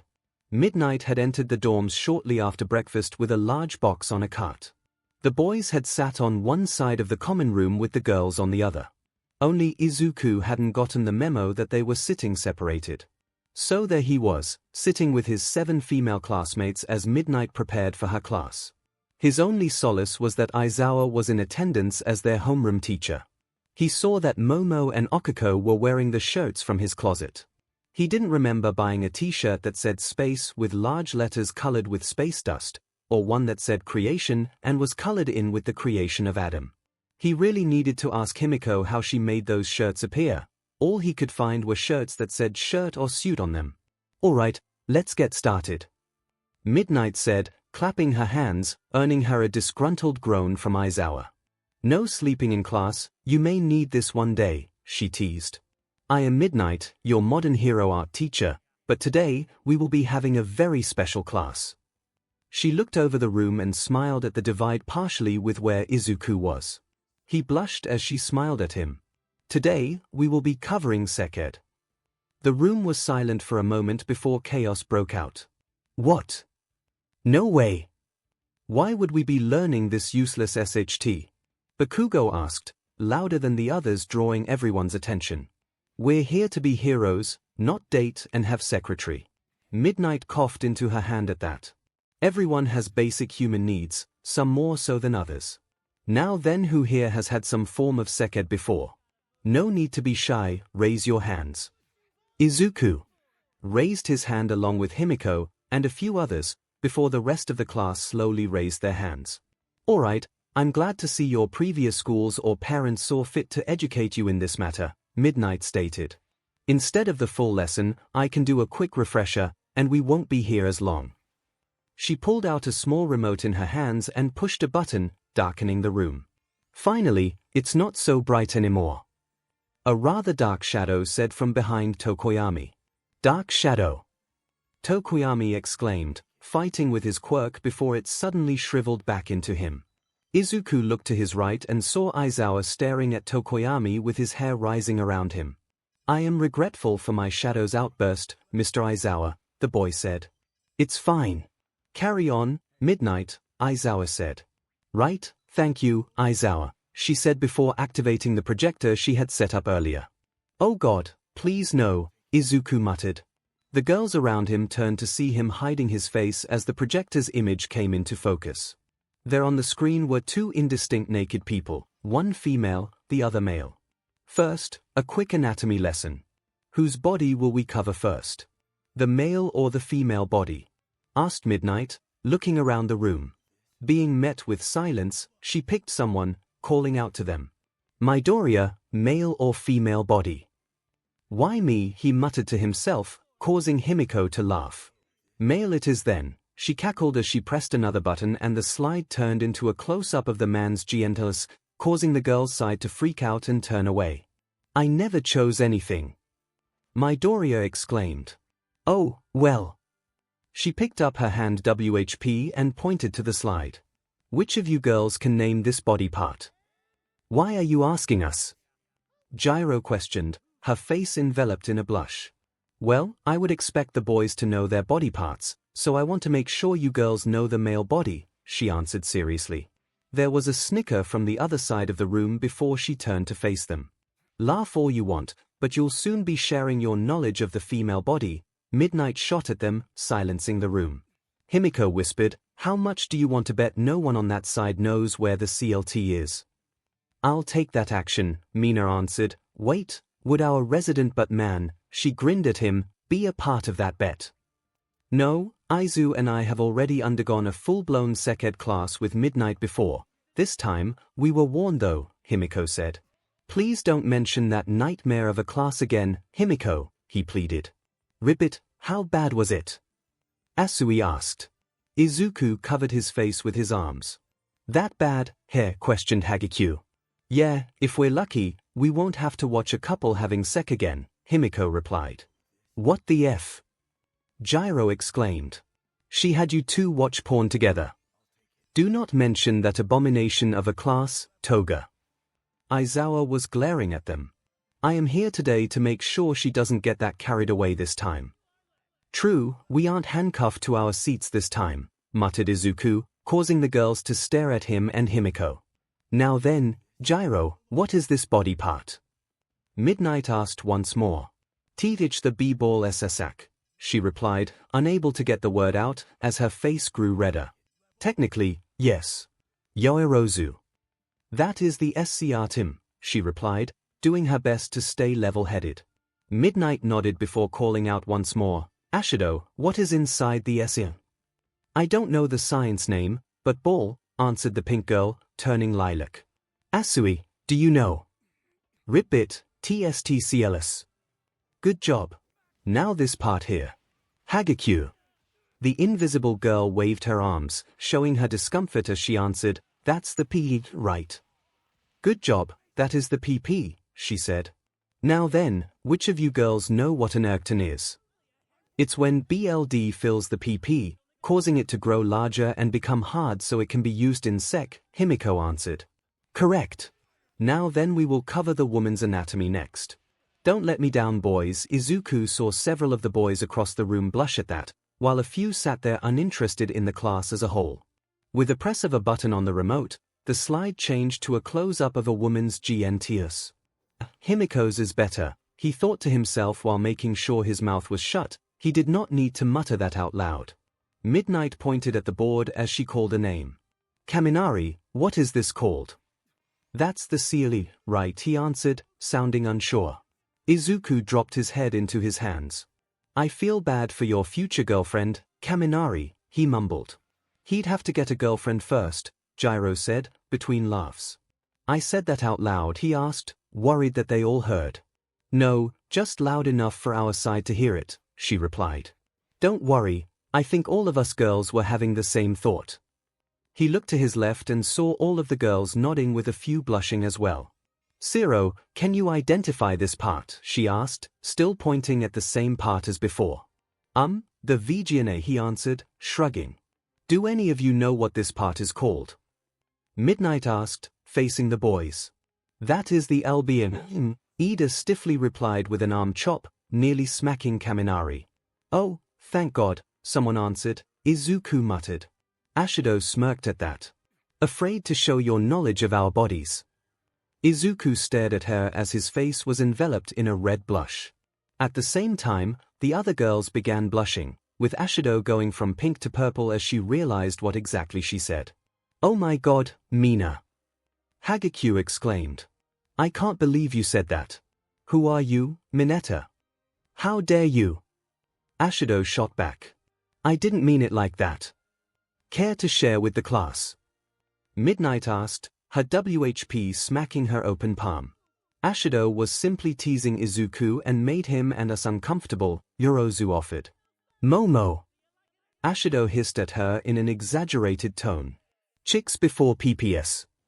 Izuku is nothing but a gentleman, he proved that yesterday when he dealt with that pervert, Momo replied. Ah, true, sorry, Midoriya, Ashido apologized. Midnight smiled at him. He looked back at her. She liked her lips. Oh God, no, he said. Midoriya, since I know you have the proper SXL education that most of your fellow male classmates are lacking in, can you identify the following locations for me? He nodded as Midnight sashayed back to the board. Once at it, she pointed to another location on the diagram. That's the LBA minora, he called out. This. The vaginal opening. She pointed above it. These. He blushed before speaking. The clitoral hood and the 𝐶𝐿 is under it. He looked down, hoping his part in this was over. Well done, Midoriya. Midnight pressed another button and brought up a side view diagram of a couple having secretary, now then, secretary. He groaned. Now, all of you pay attention. Sure, sec is a part of life and feels great, but it does have risks. Sexually transmitted diseases and illnesses still exist in parts of the world. Doing something during sec that harms you, your partner, or partners. Wait, did you say partners? Asked Ashido. Yes, people don't have to be in a monogamous relationship if everyone is okay with that, and it isn't cheating. It is a polyamorous relationship, and there is nothing wrong with that, Midnight stated, a serious tone in her voice. Mina nodded in understanding. Hearing no objections, Midnight continued speaking. Another issue that could arise, and the main one for today, PRGNNCY. Getting PNT can put a hold on, or even end, a female hero's career if it was unplanned. With your class in your first year here at UA, getting PRGNNT requires that you be removed from the heroics course and placed into the general education, business, or the support course, and that's if your parents don't just remove you from UA altogether. The girls nodded in understanding. This would, after all, affect them most of all. There are various BRTH control medicines you can take to prevent PRGNNCY, and they have the added bonus of lessening your PRS, Midnight started. Wait, Hagekyo interrupted, you mean we don't have to suffer through those? Izuku saw a few of the boys make faces as the talk of PRS began. Are they really put off by a bit of BLD? He softly asked aloud. You seem pretty okay with this talk, Midoriya, Asui stated, her finger on her chin. Oh, Izuku's mom is my legal guardian, so he got a crash course when I moved in with them, Himiko answered for him. The other girls nodded at that. No wonder you know so much about this kind of stuff, Gyro said. What with you two living together, it would make sense for you to have an in-depth sec ed class then. She fiddled with her jacks before adding on, but I never knew BIH control could stop that from happening. Oh, it's great. 𝐼NKO got me on 𝐔𝐬𝐽 control after my first PRD with them, Himiko offered. I was extremely aggressive that week. Aizu was scared he had done something to upset me, so his mom set up a sec-ed class here at UA for us. How was she able to request a private class from UA? Ashido asked, curious about the topic. Oh, due to the nature of Aizu's quirk, he was tutored here, but that's a secret. Himiko placed her index finger over her lips, signaling them to keep quiet. Momo and Okiko both gave him looks at that, but they nodded along with the other girls. Okay, getting back on topic, Midnight said, clapping her hands to gather their attention. There is another way to prevent pregnancy as well, and it deals with the boys, condoms. She then walked over to the box she brought with her and pulled out two objects.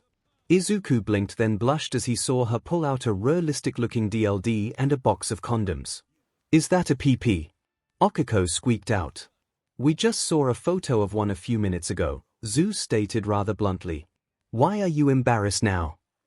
I was then as well, but it was a drawing of one that just looks intimidating, she replied. So the condom goes over the PP before secretary. Now then you can always get condoms from Recovery Girls Clinic if you need some, but I will leave this box here for anyone if they are curious. She then pulled a condom package out of the box. Toga, will you come up here and show how a condom is applied? While she is doing that, I'll pass these two sets of instructions to both sides of the room. He saw Himiko smirk at him, and he was filled with trepidation. What are you going to do?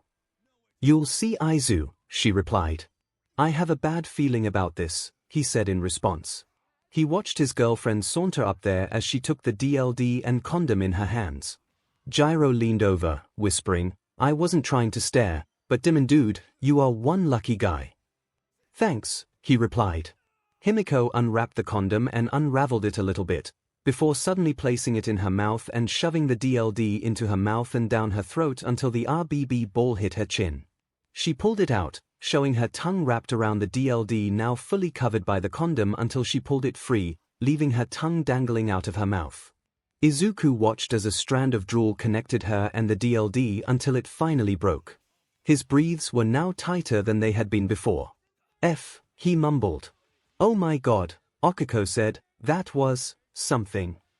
Momo offered. Himiko looked at him and smiled as she pulled her tongue back into her mouth. And that is how you apply a condom. Midnight cheered. That cannot be the proper way to apply a condom. Ida cried out. It's the fun way, Himiko responded. Izuku groaned, so much for trying to keep our relationship secret. Well, secret from the smart ones, at least. Well, that was an interesting experience, Izuku muttered as he sat on the couch with the other 1A girls. As soon as Midnight had claimed her work to be done, she had left. Aizawa followed after, claiming he needed to make sure she didn't get into any trouble. The man had made sure to avoid looking at Izuku and Himiko. Obviously it was awkward for him to see just how NTMT his two students' love lives were. As soon as they had left, the boys had scattered. A few looked like they wanted to ask Izuku some questions, but with a glare from Himiko, they backed off. Excuse my language, but what the hell was that? Himiko? Momo asked, her face turning red. What was what? She replied, arm wrapped around Izuku's. I think she means the condom thing, Okiko supplied, hiding her face. Yeah, that was crazy. Ashido said leaning forwards. I thought Midnight would approve of it, so I decided to try it out, Himiko casually said, flashing her fangs as she smiled. So are you and Midoriya a couple then? Hagekyu asked, her shoes running in place. We are, Izuku answered. I thought we were going to try to keep it amongst ourselves, but I guess that didn't work out. I'm sorry Aizu, I figured trying to hide it would be hard, especially with all 20 of us living here together. Someone was bound to figure it out. So like cutting someone open, I did it quickly and with style. Himiko smiled at him as she waited for his response. God damn it, why must her Fang's smile be so dim and cute, he sighed, before saying, you aren't wrong.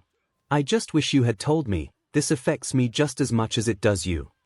She looked down at that, and it tugged on his heart. He leaned forward and placed a kiss on her forehead. But I should have expected you to do something like that, he said, smiling at her. She pulled him into a hug at that. Thank you, 𝐈𝐳𝐻. Are they having a moment? 𝐔𝐸𝐽 loudly whispered to the other girls. Izuku immediately pulled back from the hug upon remembering the other girls were there. No, no, don't stop for our sake, Ashido said, grinning at them. Keep going. Izuku sputtered at that as his face blossomed into a full blush, which he promptly hid behind his arms. Phut, wow. You can barely watch your girlfriend deep-throated DLD with us, but you can't be sweet with her in front of us. Gyro said, laughing at them. Man, that is totally backwards. Himiko laughed at that. He really is pure, though, I just caught him off guard with that is all. He groaned at that. Can we just try to keep the fact that we're dating to just us? I'm sure the other guys will figure it out soon if they haven't already. Well, some of them will, I have a feeling some of the boys are slow on that kind of stuff, Ashido said, giggling. I still can't believe Kaminari's answer, she said before bursting into another fit of giggles, followed by 𝐔𝐸𝐽. So, you said your sec ed class with Midnight was worse? Okiko asked, curious about that still. Izuku nodded, his blush still evident, but he was just hiding behind one arm now. Yeah, my mom walked in on us kissing one day, and that led to an embarrassing talk. Then the next day we're at UA, Midnight kicks the door open, gasses us when we try to run. Then we woke up handcuffed to the chairs, and she showed us so much, he trailed off unsure of how to phrase it. Interesting things. It was designed for the two of us, and my needs, Himiko supplied, looking down. Needs? Ashido questioned, leaning forward. That's private, Izuku interjected, leaving no room for argument. Himiko simply nodded her head. He saw Momo and Okiko share a look of understanding before giving his girlfriend small smiles. Mina sighed at that. Well, so much for my plans for all of us, it seems. What do you mean? Himiko asked. I wanted to do a room competition between all of us as a class, see who has the best room, but now, it seems as if things will be too awkward between the guys and us. Izuku was about to state that he was a guy, but Okiko stopped him, saying, I think she means the other guys in our class, Izuku. You somehow have become an honorary member of the girls, it seems. Gyro blinked at that. Holy 𝐸𝐻𝐸, you're right. We've been here for like 2 days and we already know we can trust him. 𝐔𝐸𝐽 leaned forward, or at least that's how her clothes looked. Doesn't something like that take time though? Momo cleared her throat before answering, well, given that Himiko, Okiko, and I vouch for him to begin with, and his actions with that disgusting pervert. I think he has earned our trust. Yeah, that's fair. Mina exclaimed. Welcome to the girls' side, Midori. Midori, he questioned, eyes wide in shock. Of course, gotta set you apart from the other guys. Well, besides Kiri, but we went to high school together, Mina explained. Besides, all I did was drop the Y from your name, she leaned toward him more now, or would you prefer Izuku? Izuku suddenly knew how his mother felt when she became overwhelmed with emotion as he proceeded to faint from embarrassment. Just as his consciousness faded, he heard Himiko mutter, Mina, you broke my boyfriend. Izuku stumbled out of Himiko's room, grateful that her floormates and their friends Momo and Okiko were fine with him sleeping in her room. Himiko stumbled out after him, her hair all over the place with a bundle of clothes in her hands. Can you wash my hair, 𝐈𝐳𝐻? She grumbled out, not fully awake yet. I don't think the girls would be comfortable with me using their showers, he replied, pushing the down button on the elevator. Besides, I need to go grab my clothes from my room. I'll meet you downstairs for breakfast. She gave him a chaste kiss on the lips before he headed off for his room. Maybe we can set something up with the girls later in the school year where Himiko and I can bathe together. As Izuku pondered the ideas on getting him and Himiko together in the baths. Obviously he wouldn't join all of the girls, just his girlfriend. As he entered his room, he grabbed his school uniform from his closet, eyeing a new shirt on the shelf that read Chick Magnet. He blinked as he reread it. No. Momo smiled as Himiko stumbled into the kitchen. Her hair was down for once instead of her usual messy buns. It's rather cute when down, she thought to herself before a small blush dusted her face. She looked to her right and saw Okiko's usual blush marks were larger than usual as well. She smiled at her brunette friend. I don't think we've ever seen her with her hair down before, have we? 𝐒𝐿𝐼 turned to face her before answering, no, we haven't. It's rather cute. Momo finished, causing 𝐒𝐿𝐼 to blush further before nodding. Aizu, you're here, Himiko said. As she yawned, her tongue extending out a few inches as her mouth opened wide, her fangs clear for everyone in the kitchen to see. Yes, I'm here, Izuku said, carrying his jacket folder over his arm. He yawned as well, but he managed to cover his mouth with his arm before lowering it and showing the travesty that was his tie. Momo refused to let the boy she liked walk around looking less than he was, and in particular on the first day of school and at the opening ceremony. She got up from where she sat and walked over to the couple, ignoring her fellow classmates watching her. Oh, good morning, Momo, and you too, 𝐒𝐿𝐼, he said to them as he noticed the others in the kitchen. What can I help you with? He was cut off as she grabbed his tie and pulled him towards her. Your tie is all wrong, Izuku. I'll tie it for you, she said, in a low voice as she stood right in front of him, their chests almost touching. He simply nodded, giving her permission to begin. She unbuttoned the shirt collar, letting her pop it up before she looked at his tie pin. Sliding her fingers under the tie, she felt he pinned it to his shirt. She undid a shirt button and reached in, her fingernails gently sliding over his skin as she grabbed the clasp of the pin backing. As she undid the tie pin, she felt his chest with her fingers. The skin was warm to the touch and relatively smooth, with some spots smoother than normal. With the pin removed, she capped it before setting it down on the counter beside them. She then went back to the poorly tied necktie and began pulling it apart. As the thin tail was pulled free, the knot fell apart in her hands. She pulled the ends taut with the tail in her left hand, while her right held the thicker blade before she let them fall against his chest. Smoothing both ends out, she pulled the blade down until the tail was pulled even with the shirt pocket on the other side of his chest. Taking the tail, she aligned it with the buttons on his shirt before crossing it with the blade diagonally. Here, hold this here, she said. Taking his right hand, she placed his thumb and first two fingers onto the tail under where the ends overlapped. She brought the blade under the tail, then wrapped it around the entirety of the tail and his hand before pulling it up the back of the knot. She slid the blade under the pass she just made and pulled it through. You can let go now. Izuku let go as she said to. She slowly pulled the blade while watching the knot to make sure it didn't mess up. Seeing the tie form its triangular knot, she tightened it up to his collar, but made sure he had breathing room. Taking the pin, she lined it up with the unbuttoned area of his shirt and pushed it through. With the needle through both tie and shirt, and she capped it before letting the back of her fingers rub against his chest once more. She then buttoned his shirt back.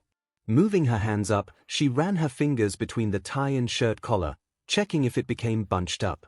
Finding no issues, she grabbed the popped collar, her thumbs rubbing against his neck as she folded the collar back down over the tie. She ran her fingers along the edge of the tie, ensuring none of it was sticking out. She patted his chest, smiling at him. There, now your necktie looks good on you. If you want, I can show you later how to tie it yourself, she said, her voice low, as she spoke as if her words were only meant for him to hear. Izuku nodded, his face was slightly flushed, with half-lidded eyes. Of course, Momo, he softly replied. She leaned forward as if she was going to say something else, but a clattering startled them both. They looked to the source of the noise and saw Kaminari sheepishly grinning as he picked his bowl up from the table, where he had dropped it. Sorry, the boy said as he cleaned up his mess. Momo looked around the kitchen and saw that all of the girls were there with a few of the boys staring at them. She blushed as she realized how it must look with her hand still on Izuku's chest. Her hand was still on Izuku's chest. Her eyes widened at how it must look to everyone else there. She quickly pulled it off and stepped backwards so she wasn't practically on top of her crush anymore. Wow, Himiko muttered, her own permanent blush darker than usual. Yeah, 𝐒𝐿𝐼 agreed, nodding along. Momo chanced a glance at Mina and Toru and regretted it. The pink girl was smiling excitedly, while the invisible girl's clothes were vibrating wildly as the girl danced with excitement. Before anyone could say anything potentially embarrassing, Mr. Aizawa walked into the dorm kitchen. Good, the rest of you are here, we have the opening ceremony to attend, grumbled the man, wearing what looked like a fresh hero uniform compared to yesterday's rather worn-looking one. Even his hair was combed, but not tied up. Oh, we're going to that? Izuku asked, surprised. I thought we would be skipping it to do something more meaningful. Before Aizawa could answer, Ida cut in. How can you say that, Midoriya? The opening ceremony is extremely important for an illustrious school such as UA. Do you have no pride for your school? Ida barked their teacher. He is right, as I said Saturday before the quirk assessment, I would have had us do that now. Clubs and school ceremonies are all worthless to a hero. No villain is going to care that you planted a flower garden while you were in the gardening club. You're here to train to be heroes, not make friends. If that's what you want, there's plenty of people eager to take your spot in my class. Ida's mouth hung open at that, stunned by what he heard. If at any moment I feel that you have lost your potential as a hero course student, you will be removed, and if due to factors out of your control, you will simply move to one of the other courses, Aizawa droned out. Momo looked around and saw that everyone in the kitchen and the rest of the class who had followed him in were giving him looks of dread except for a few, notably Izuku and Himiko. They seemed rather calm by his speech. Right, Izuku was taught here, he probably has dealt with Mr. Aizawa enough to be used to it. I'm curious what our upperclassmen are like, then, Kaminari said. What do you mean? Izuku questioned, obviously confused. He means what does Hobo's class from last year look like, Deku? Bakugo yelled at him. Hobo! Momo thought to herself. Does he have a death wish? Aizawa chuckled at the explosive boy's comment. What he means is what is there to even see? I'm confused, Okiko said, her head ped to the side. Oh, yeah, we never told you guys, Himiko said, giggling. Told us what Bun Beach? Bakugo said, hands popping. She smiled at him, yellow eyes almost glowing. There is no 2A. Toga, Aizawa droned. What? You're the one who expelled your entire class in less than a week last year, the girl shot back. The room was silent at that. You expelled your entire class? Momo asked, her voice wobbling. I did, and I won't hesitate to do it again should the need arise. Now, we've wasted enough time here, let's go, Aizawa said, turning to leave the dorms. Momo was not surprised that the first to follow was in fact Izuku and Himiko, as if this whole ordeal was normal to them. As much as Izuku wanted to take notes on the teachers before him, he couldn't. Not with all of the extremely loud whispering coming from both the students and the teachers. Apparently, only the first-year teachers knew that Aizawa would attend the welcoming ceremony, leaving the rest of the staff shocked. Izuku noticed that in the second-year area, there was an empty block of 20 seats that his fellow first-years, from what he could see, were sneaking glances at. What didn't help was that he could feel the second and third years staring at him. While he had never interacted with them before, they had seen him and Himiko on campus before with either Nezu, Aizawa, or even Vlad King. Now, though, he was part of Aizawa's class who was at the opening ceremony. He looked to the stage where all the staff was and saw Aizawa slumped in his seat, pretending to be asleep. Waste of time, my butt. He could have simply started teaching if he didn't want to be here, Izuku thought to himself. Izuku looked around at his classmates and saw that Ida was still looking distraught over Aizawa's speech earlier.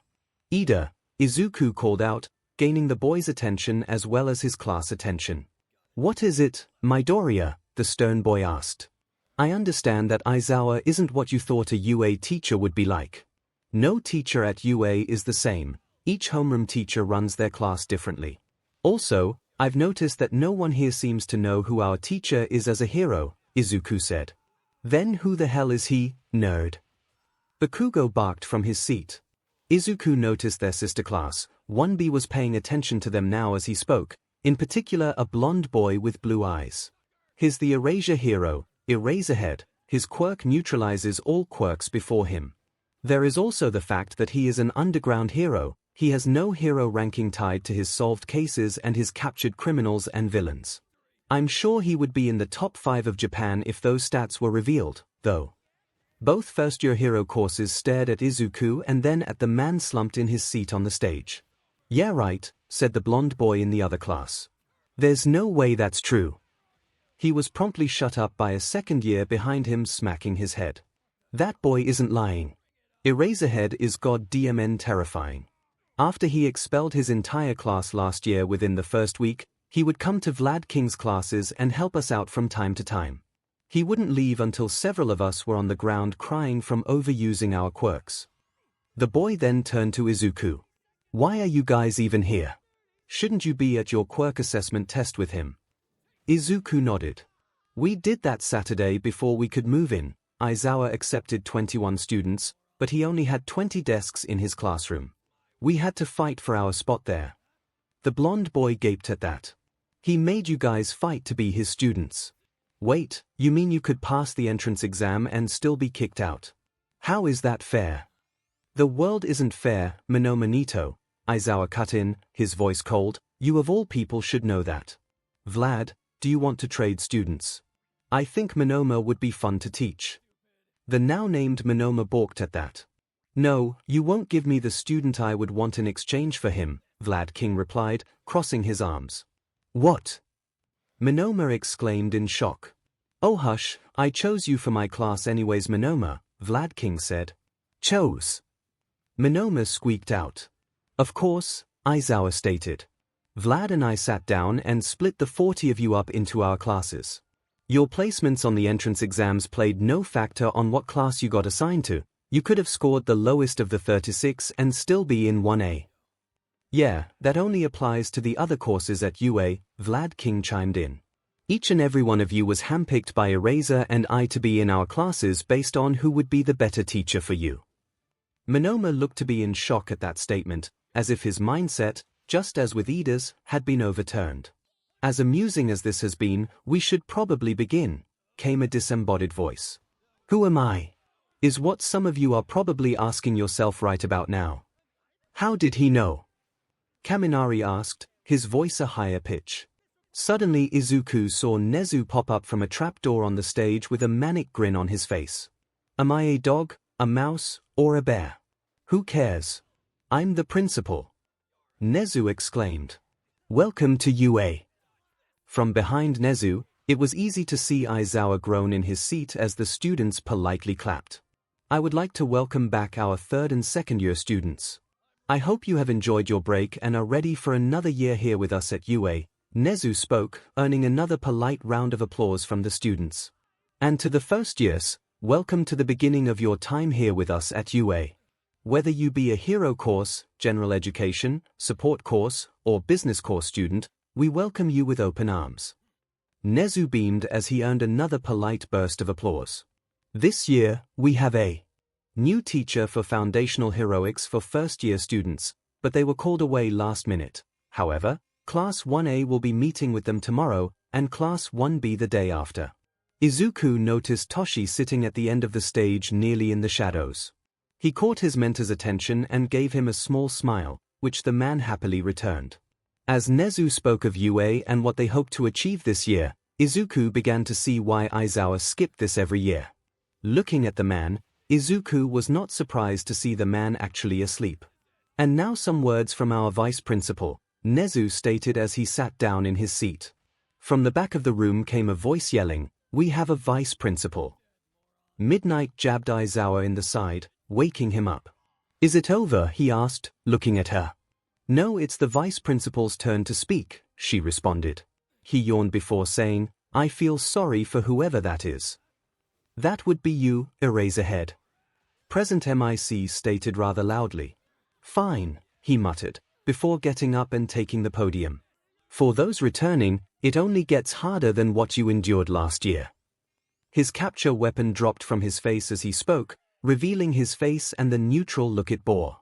First years, his face split into a manic grin, "Good luck." Izuku smiled at the man, ready for everything the man would throw at him. With the welcoming ceremony over, Izuku found himself back in the 1A dorms with the class and Aizawa. "With this, your first day of classes is over with, the rest of the day is up to you, but first, I have some things to go over you with," Aizawa stated. "All meals are served in the cafeteria, but we do keep your kitchens supplied with basic food staples if you wish to cook your own meals. You are free to leave campus to do your own grocery shopping as long as you get it cleared with me or another faculty member so we know when you are on campus or off in case of emergencies. Second curfew is at 10 p.m., be inside this building by then. If for some reason you are in another dorm after curfew, simply use the phone located in the dorm common area to contact campus security. One of us will come to escort you back to your dorms, and you will not be in trouble. Third, basic living disputes are bound to happen, as you are now living with 19 people who do not know your daily routines. Solve these disputes yourselves as best you can, but if I have to step in I will, and it will not end well for either side. Aizawa watched as everyone in the room nodded in understanding, even Bakugo. I will be living between here and the faculty dorms as needed. My room is on this floor and is a full apartment setup, so I will not be in your way, or you in mine.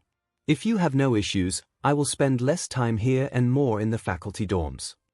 Izuku blinked at that. It made sense though. It isn't like Aizawa could bring Nemurai or Hisashi here at night. Are there any questions? Their teacher asked, his tone implying he wanted none. Sadly, he would not get that wish. Ribbit, what do we do if there is any damage to the dorms? Some of us have rather destructive quirks, Ribbit, Asui inquired, her finger on her chin. Aizawa pinched the bridge of his nose, obviously done with all of his students for the semester. In the event that the dorms are damaged, simply inform me of the damage and the cause. Accidents happen, and I would prefer that you take responsibility and inform me rather than try to fix the issue yourselves. Ribbit, thank you, sir, Asui croaked out. He simply nodded at her. I will see you all tomorrow morning at homeroom. At that, Aizawa turned around and left the dorms to head for the main campus. After several minutes, Ashido stepped forward grinning as she spoke. So, who wants to do a room showcase? Izuku scared in a breath at the idea of showing his room off. While it wasn't an all-might shrine like his room back home, he still was nervous about showing it off to people who were practically strangers to him. Oh Midoriya, Kirishima said, approaching him, gaining the class attention. I've been meaning to ask, what's it like having a floor to yourself? Izuku wasn't sure, as he had spent the previous 2 nights in Himiko's room. All 3 of his friends knew this, causing them to share nervous looks. Quiet, mainly, but even when I was hanging out with Himiko on the girls' side, it seemed quiet, he answered, trying to deflect attention away from himself. Gyro seemed to notice and spoke up, adding on, yeah, I think the rooms are soundproofed. I was playing music yesterday in my room and no one seemed to mind. You were playing music? Hagekyu asked, her clothes stationary for the moment. Ida said, smacking his fist into his hand. UA must have soundproofed the dorms so we do not bother our classmates studying time with our hobbies or conversations bleeding through the walls. Ida looked relieved that a portion of UA was at least matching his seemingly lofty expectations. Izuku let go of the breath he was holding in as the topic got further away from him. Thanks, he whispered in Gyro's direction. She shot him a thumbs up before walking over. I'm not particularly fond of Mina's idea, she said, but it may be a bit fun to see what everyone has done with their rooms. He nodded along with her. Maybe they will get distracted or only show off their own rooms. We can hope, Himiko chimed in as she, Momo, and Okiko approached them. While they are doing that, how about we go get lunch? Izuku smiled at that. Sure, let's go. Would you care to join us, Gyro? Gyro looked at them, then at Mina and Hagekyu who were talking about the room showcase. Yes, was her only answer before she headed for the door, with Izuku and the girls following suit. Hey, where are you guys off to? Mina asked, stepping in front of them. We are off to get lunch, Momo answered for them. My quirk uses the fats I eat to function properly, so I would prefer to not miss meals when I can help it. Keeping to a schedule would be quite beneficial indeed, Ida said, walking up to them. Would you mind if I join your group for lunch?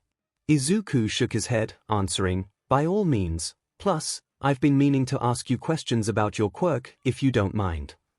My quirk? Ida asked, clearly confused by his statement. Oh, Izuku likes to analyze quirks. He studies them and helps us figure out weaknesses he sees in them, Momo said, smiling brightly as she explained his hobby.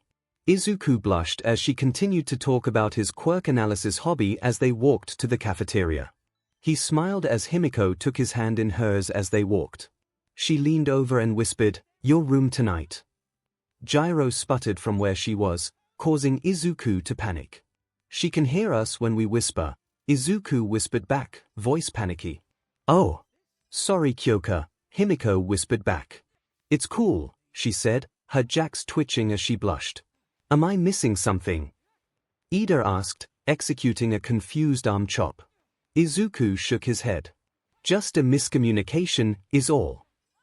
"So boring," 𝐒𝐿 thought to himself as present mic screeched about the importance of past participles. So far, his classes on his first full day at UA had been rather uninteresting. I guess this is what happens when you're taught by Nezu personally. "Hey! Wake up!" Present mic yelled, slightly boosting his voice with his quirk. 𝐒𝐿 noticed a few classmates jolted from their stupors as their teacher woke them up. "Hey now," present mic said in English. "You're an all-star," Kaminari responded, causing present mic to stare at him before laughing. "That's what I'm talking about," their teacher shouted. "Get some energy in YA, and pay attention. This will be on the test." As classes continued throughout the day, 𝐒𝐿 became increasingly eager for his first heroics class after lunch. He was sure everyone would love to see that their heroics teacher was All Might. 𝐒𝐿 worked diligently on his classwork, even starting his homework during Ectoplasm's math class as he was past this coursework already. Did Nezu start my UA courses when he was doing my high school lessons as well? I feel like I've done all of this before. Ectoplasm pulled him from musings by dismissing them for lunch. 𝐒𝐿, Momo called out softly, getting his attention. "With you knowing more than we do about UA, I have a question about today's heroics class. Will it be theoretical or practical?" 𝐒𝐿 smiled. "Trying to find out if you should have a big lunch." She nodded, slightly blushing. Knowing Toshi, he is gonna throw us in the deep end to kick classes off, 𝐒𝐿 thought to himself. "I hope you're hungry, Momo, I really do. I should have mentioned it yesterday, but with your quirk requiring lipids, you can place food requests with Lunch Rush. That way, on days we have heroics or even quirk training, he can give you the best meal possible." "Oh, that's a good idea," she responded. "I'll set up a time with him to go over my quirk, and we can figure out what kinds of foods work best for me." "Thank you, 𝐒𝐿." She smiled, beaming at him as Himiko and Okiko approached them. 𝐒𝐿 was excited. They were back inside their classroom, waiting for their first heroics class to begin. 𝐒𝐿 was curious to see how his classmates would react to seeing All Might as the secret teacher. "Who do you think is teaching us?" Kaminari asked the class, looking around to see who would speak. "Ribbit, I'm not sure, but they must have years of experience to be teaching us," Zu chimed in. Ida chopped his arms as he spoke. "Regardless, our schedules for this class leave it as to be announced. This is a gross oversight on UA's part." "Maybe," Tokoyami said, looking up from his nap, "it's another underground hero like Mr. Aizawa." "Possibly," spoke one of 𝐒𝐻𝑗's mouths, "or it's a rotational spot, so we get different perspectives on heroics. There are different kinds of heroes, after all." Ojiro nodded at him. "True, not every hero fights villains, some focus on recovery and support." Bakugo scoffed at that. "Why be a hero if you aren't going to fight? Heroes beat up shitty villains, that's their DMN job." "Hey, I hear someone coming, their footsteps are super loud," Gyro said, holding up a hand to silence the room. 𝐒𝐿 looked to Himiko, who was smiling back at him. He faced the door and grinned. The door slid open faster than he could see, and suddenly there he was. All Might was leaning into the room, as he held onto the door frame as he shouted, "I am here." Entering the door like a hero. "It's All Might!" Kirishima yelled, pointing at the hero. "Is that his Silver Age outfit, Ribbit?" Zu asked, pointing out the cape ruffling in the wind behind him. "It is," 𝐒𝐿 confirmed. He retired the cape when he swayed to his current outfit. He only wears the caped outfits for special occasions now. "Good eyes, class, that will be a good talent to hone, distinguishing what outfits your fellow heroes and the villains you fight are wearing. You never know when a villain's clothes are packing a surprise weapon." All Might said as he marched into the room, taking his spot behind the podium. "Now then, your first day of foundational heroics. Today we will be having a practical lesson." 𝐒𝐿 looked at Momo, who was staring from All Might and then at him, her mouth hanging open. He gave her a thumbs up, followed by a smug grin. "What will we be doing?" Kaminari asked, already bouncing in his seat. All Might smirked. "I'm glad you asked." He pulled forth a placard and faced it towards them, bearing the word battle. "Today we will be doing battle trials, but first, you have to look the part." At that, he pushed a button on the podium, and the wall to their left opened, allowing several shelves to slide out, bearing suitcases with their names and class number on them. These were designed based on your quirk registration forms and the request forms you submitted before classes started. The class cheered at that, everyone talking at once, allowing no one to barely understand what was said by each other before All Might took charge once more. "Grab your gear and get suited up. Then meet me at training ground Beta." All Might exclaimed, prompting the class to gather their uniforms and head out. Izuku pulled his shirt off as he looked at the contents of his briefcase, the green costume staring back at him. "Dude. Midoriya, did that tanuki follow you here? It looks like you have even more scratches on you now," Kaminari said, pointing at his back. Izuku was grateful he had grabbed a locker against the wall, with his right side against it. No one would see the recent bite marks from Himiko drinking his BLD. But the scratches and cuts would probably have to be dialed back before his classmates caught on. "I hope not. I don't see any extra ones, but maybe I'm used to being hurt," Izuku said, as he checked out his chest, tracing a finger over Himiko's handiwork. "Oh, my," said Emma, as he inspected Izuku's chest. "Your body is truly a work of art, but these scars mar your form." Izuku blinked at him, unsure of where he came from. "Dude, they prove he has been in fights. They are badges of honor," Kirishima said, walking over, his costume half on. Or was it without a shirt on purpose? Although, he leaned in close, looking at Izuku's chest, who leaned backwards to gain some space. "There are some weird marks here. They kinda look like burn marks, but their shape is familiar." Izuku's breath caught in his throat with those words. Try as she might, Recovery Girl wasn't able to remove all of Bakugo's handprints from his chest. A few ghostly handprints lingered. Handprints Himiko was cutting with her knives, replacing scars of hate with those of love.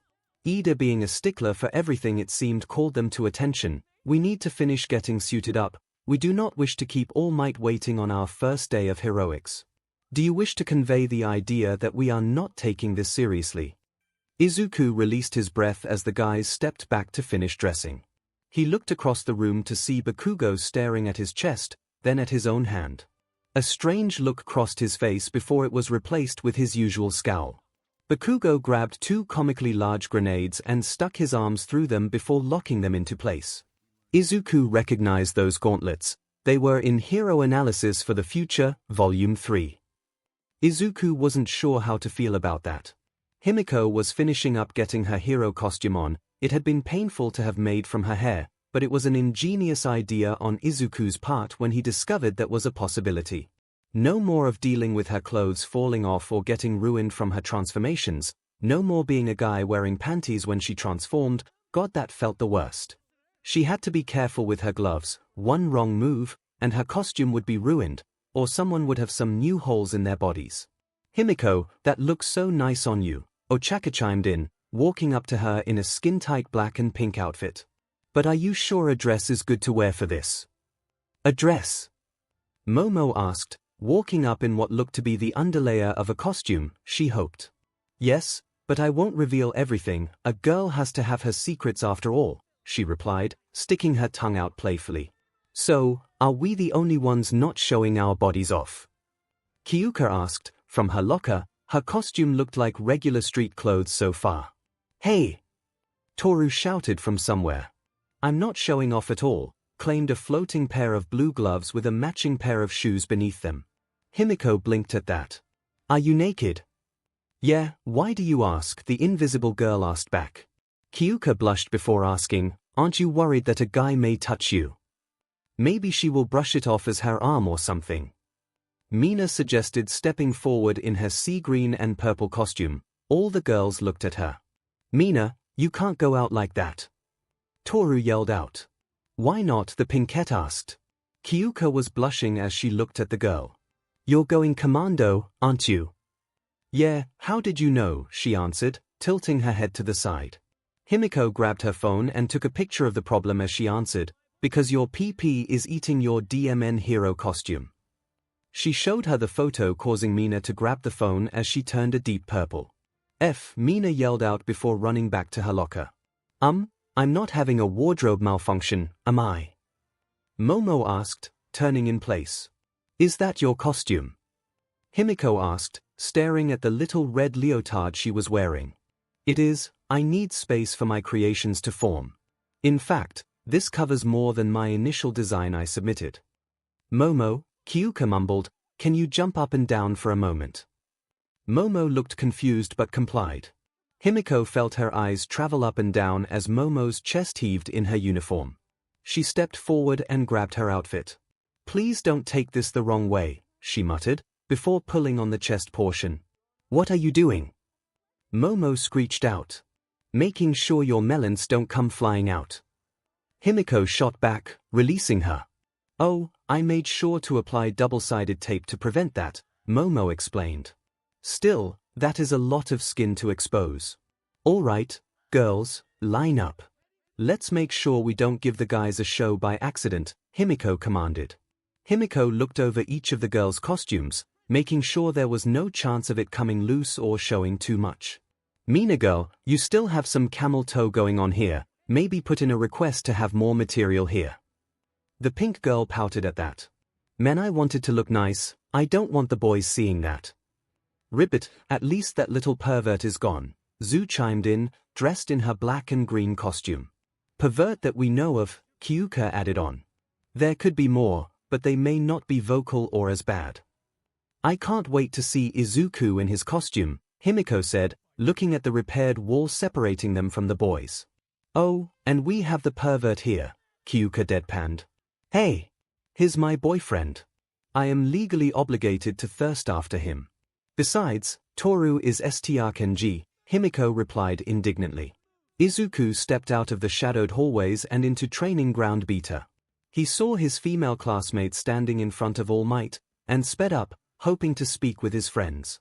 Before the class started, he stopped as he saw Himiko in her costume. It looked like a simple black dress with red accents and a pair of gloves that went up into the dress, but were tipped with sharpened metal claws for climbing surfaces and drawing BLD.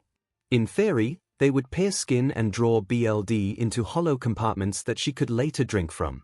Somewhere under that cloth, she had several knives strapped to her body for long-range attacks. They even drew up plans for a backpack for alternate costume designs that would arm her with large needles for skinning out and storing BLD for later use. She had considered a more stain-themed costume, but it was vetoed. She had, however, insisted on keeping the red scarf that was hanging simply from her neck. Aizu, you look great. She called out to him, causing the other girls to turn their heads. He was suddenly self-conscious about his black and green jumpsuit. It was similar to his original design, but Himiko had removed the headpiece, stating that it made him look like a green bunny. He had argued that it was to pay homage to All Might's hair bangs, but Toshi said it was a little on the nose. But the green costume with its black lines was still what he wanted. It was basic and simple in its appearance, but held several surprises. Yeah, I like it. Okiko chimed in. She was wearing a skin-tight black suit with pink highlights that were rather suggestive. He saw that she had blocky bracelets on, alongside a pink-tinted visor that hooked over her face. Nice costume, Okiko, he stuttered out, unsure of where to look. Thanks. I wanted it to be puffy like number 13's costume, but instead, they gave me something skin-tight, she replied, rubbing the back of her head. Hello Izuku, your costume does look quite nice, Momo said, stepping out from behind Okiko. Izuku immediately blushed a deep red and turned around as he saw she was wearing such a revealing costume. I can't look at her in that. Izuku, is something wrong? Momo asked, stepping in front of him. Emmo, what are you wearing? He asked, looking her directly in the eye. My hero costume, of course, she replied rather casually. He fidgeted at that, glancing down then back up, his blush deepening at what he saw. Why is it so revealing? He squeaked out, embarrassed. She started to lightly blush due to his reaction as she spoke. Well, I need surface area for objects to form from my skin. My first proposal was more akin to Midnight's first costume. Izuku knew that costume, and he could see it on Momo. He made a strangled noise as he tried to push those thoughts away. It just shows so much, is all, he said before stopping when he heard talking. He looked over his shoulder and saw several of their teachers there, including Midnight. Izuku grabbed Momo's hand and pulled her along to the teachers. Midnight looked up at Izuku in his tight little green costume, showing off his rather muscled body. She smiled at him as she saw him pulling Yorozu behind him in her red leotard, boots, and was that all she was wearing? While Izuku approached them, the rest of the students congregated around All Might as they showed off their costumes. Nemurai, he said low, gaining the teacher's attention. Izuku said he would avoid using first names, but this must be important. Who okayed this? He asked, pointing at Yorozu's costume. The girl flushed at that. Izuku, it's for my quirk. They are made for us by an independent company, then the support course makes changes to them for you as part of their coursework, Midnight answered. I see the problem. Whoever made this one focused on sex appeal rather than practicality. What do you mean? The black-haired girl asked, shifting her weight to another foot as Izuku was still holding her hand. Midnight lifted her arm and tugged on her uniform, ripping it. Then a few seconds later, the material fused back together. Full coverage, no real protection other than the reinforced corset, she said, indicating to her body. Momo said that her first design was modeled after your original, Izuku stated. This caused all the teachers to stare at the girl. I was going to have a coat, she offered. I should have expelled all of them, Aizawa groaned out, pinching the bridge of his nose. Yorozu gasped at that. He's not serious, Izuku assured. Aizawa glared at him as Yorozu scared in a breath. Problem child, go join your class, the oath is starting. Oath? Yorozu questioned. He means All Might, Izuku replied, pulling her back to their classmates, and we will go to the support course later to get your outfit updated. It feels wrong having you dressed like that. I know it's your body, but you will attract a lot of unwanted attention with that design. Nemurai smiled as she watched Yorozu thank Izuku for looking out for her. I hope it works out for them like it did for us, she said, looking at the men in her life.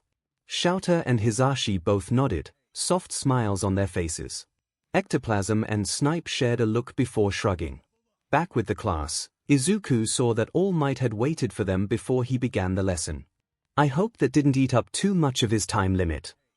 You all look good, ladies and gentlemen. Now then, for today's lesson, we will be taking a hands-on approach. While on TV, you see hero fights taking place on the streets, the truth is that most villains never want to be caught outside in the light of day. Back alley deals, safe houses, warehouses, and other such buildings are their preferred areas of operation. Today, I will be splitting you up into randomized teams for the class exercise. All Might was about to say something else when he was promptly interrupted. Sir, what is the purpose of randomized teams? Ida asked, his hand raised in the air. His metallic armor gleamed in the sunlight, modeled after the medieval knights, but with modern accents such as exhaust pipes to match his legs. Izuku recognized the design, but would ask later. Ribbit, will we be expelled if we lose, like with Mr. Aizawa? Asui asked, her finger on her chin. She wore a green jumpsuit with black and yellow lines running down it, and on her head, she wore a set of goggles with some lights attached. Doesn't this cape look très magnifique? Ayama asked, his purple cape glistening sunlight. His costume looked more like a knight's than Ida's, and even that special belt he wore matched its design. My quirk isn't super hearing, you know. All Might boomed, calming the class down. Now then, who can answer Ida's question? Izuku and Momo raised their hands to answer. Yorozu. To see how quickly we can adapt to working with a fellow hero whose quirk is unknown to us, she offered. All Might nodded, then looked at Izuku expectantly. To simulate that in the real world, we won't be able to pick who we work with in an emergency, Izuku asserted. Very good, both of you, All Might praised, before turning to Ida. Thank you, that is a valid point, and I did not see it, Ida said with a nod to them both. There will be no punishment for losing today. I am purposely skipping theory and going straight into practical application so that we can see where each one of you stands. These fights will be recorded, allowing Eraserhead and I to go over them together and point out the strengths and weaknesses we observe. You will also be able to request copies of your fight, as well. Thank you, Ribbit. That answered my next question as well, Asui commented gratefully, giving him a slight bow. Nice cloak, but be sure to go for practicality over aesthetic in the future, All Might offered. You should look good while also doing well, and you all look the part of heroes already. All Might then pulled forth a large box. Form a line, draw a ball from the box, and locate your partner. As the line formed, Izuku and Momo got separated, with Izuku standing behind Okiko. He tapped her on the shoulder to gain her attention before asking, "Are you excited?" She stepped forward as their classmates drew their lots. "Yeah, but also nervous. I don't know what to expect." "I'm sure you will do fine," he reassured, watching her draw a ball out of the box. She showed him her ball marked with the letter I. He smiled at that. Of course, Toshi would use English to set up the teams. He then drew his own ball out of the box. It bore the letter C. He stepped back and waited for everyone to draw their lots as Himiko approached him. "I'm on Team E, what about you, Aizu?" she questioned, showing him the ball. "Team C," he replied, showing her his in return. "Oh, we are on the same team, Izuku." He looked forward, seeing Momo smiling at him while holding the ball that matched his. "Oh, this is going to be excellent for us," he commented with a grin. "Momo, we need to start planning on how to take down the rest of our class." Momo blanched at that. "Why?" He held up the ball in his hand as if it was the answer. "Oh," Himiko cut in, "we will be doing team-on-team skirmishes." She giggled as she walked away, looking for her partner. "Tell me, Momo, what kind of riot gear can you make? Smoke grenades, tear gas, tripwire, stun guns, or anything like that, can you make it?" He prompted, his demeanor changing. "I have rough notes on everyone's quirks, but probably not enough to see fatal flaws we can exploit to break them down." Momo blinked at him, her face showing a hint of fear. "Izuku, are you okay?" "Oh, I'm fine," he responded calmly, just remembering the times Nezu would have me plan on how to fight against multiple people by myself using various tactics.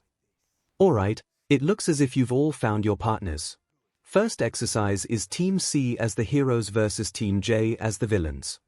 All Might called out, pulling their respective team names from another box. Izuku and Momo stepped forth to his left, while Ashido and Gyro stepped to his right. He waved at his opponents, while Momo was mumbling about various chemical formulas. The pro then produced 4 sets of earpieces for them to utilize. These will let you contact your teammates, as well as give me a direct line of communication with you all. All Might lightly clapped his hands, gathering everyone's attention to him. Team J, there are 5 different missions on the table behind me, each written by one of your teachers to simulate various missions they have been on. Go ahead and pick a mission, I will see what you have chosen. Ashido and Gyro headed for the aforementioned table, where Izuku could see 5 unlabeled manila envelopes. They picked the 4th one from the right and handed it to All Might, who thanked them. He quickly opened it and pulled out a few documents. "You have chosen Snipe's mission," he announced while pointing to the hero, who walked to the villain team. The villains are in the middle of a weapons deal in the Shizubachu parking garage, located, he pointed down the street where the corner of the parking garage was visible, there. Snipe will take the villains there and get them set up. They have 10 minutes to stage the scene once they check in. After 10 minutes have passed, the heroes stationed across the street will be free to enter the building. They will have 15 minutes to apprehend the villains with this capture tape, defeat them in combat, or make contact with the weapons cache. Clear conditions for the villains are to survive for 15 minutes with their weapons cache in their possession, or to eliminate the heroes using these. At that, Snipe pulled out a set of guns and handed them to the girls. "Now then, these here guns don't use live rounds like I do. They use paintball rounds. When we get there, I will run you through a quick lesson on how to use them. The hero team will not have access to these unless you drop them." Ida quickly stepped forward upon that revelation, chopping his arm. "How is this fair to the hero team?" 𝐒𝐿 looked at him silently for a few seconds. Villains don't fight fair like most of us heroes do. They will come at you with the intent to kill if they are desperate enough. 𝐬𝐫 chopped once more, but he was cut off as 𝐒𝐿 suddenly snatched the gun from 𝐼𝐻𝐻's hands and aimed it at 𝐬𝐫. He rapidly pulled the trigger, each click and snap of the hammer punctuated with a wet thud emanating from 𝐬𝐫's armored chest. And like that, you're dead, or at the very least, you're injured and down for the rest of the fight. He returned the weapon to the pink girl, who cradled it gingerly in her hands. "He's right," Aizawa said as he stepped forth. "Expect villains to fight dirty. For a while, you may value honor, but most villains will simply use that against you.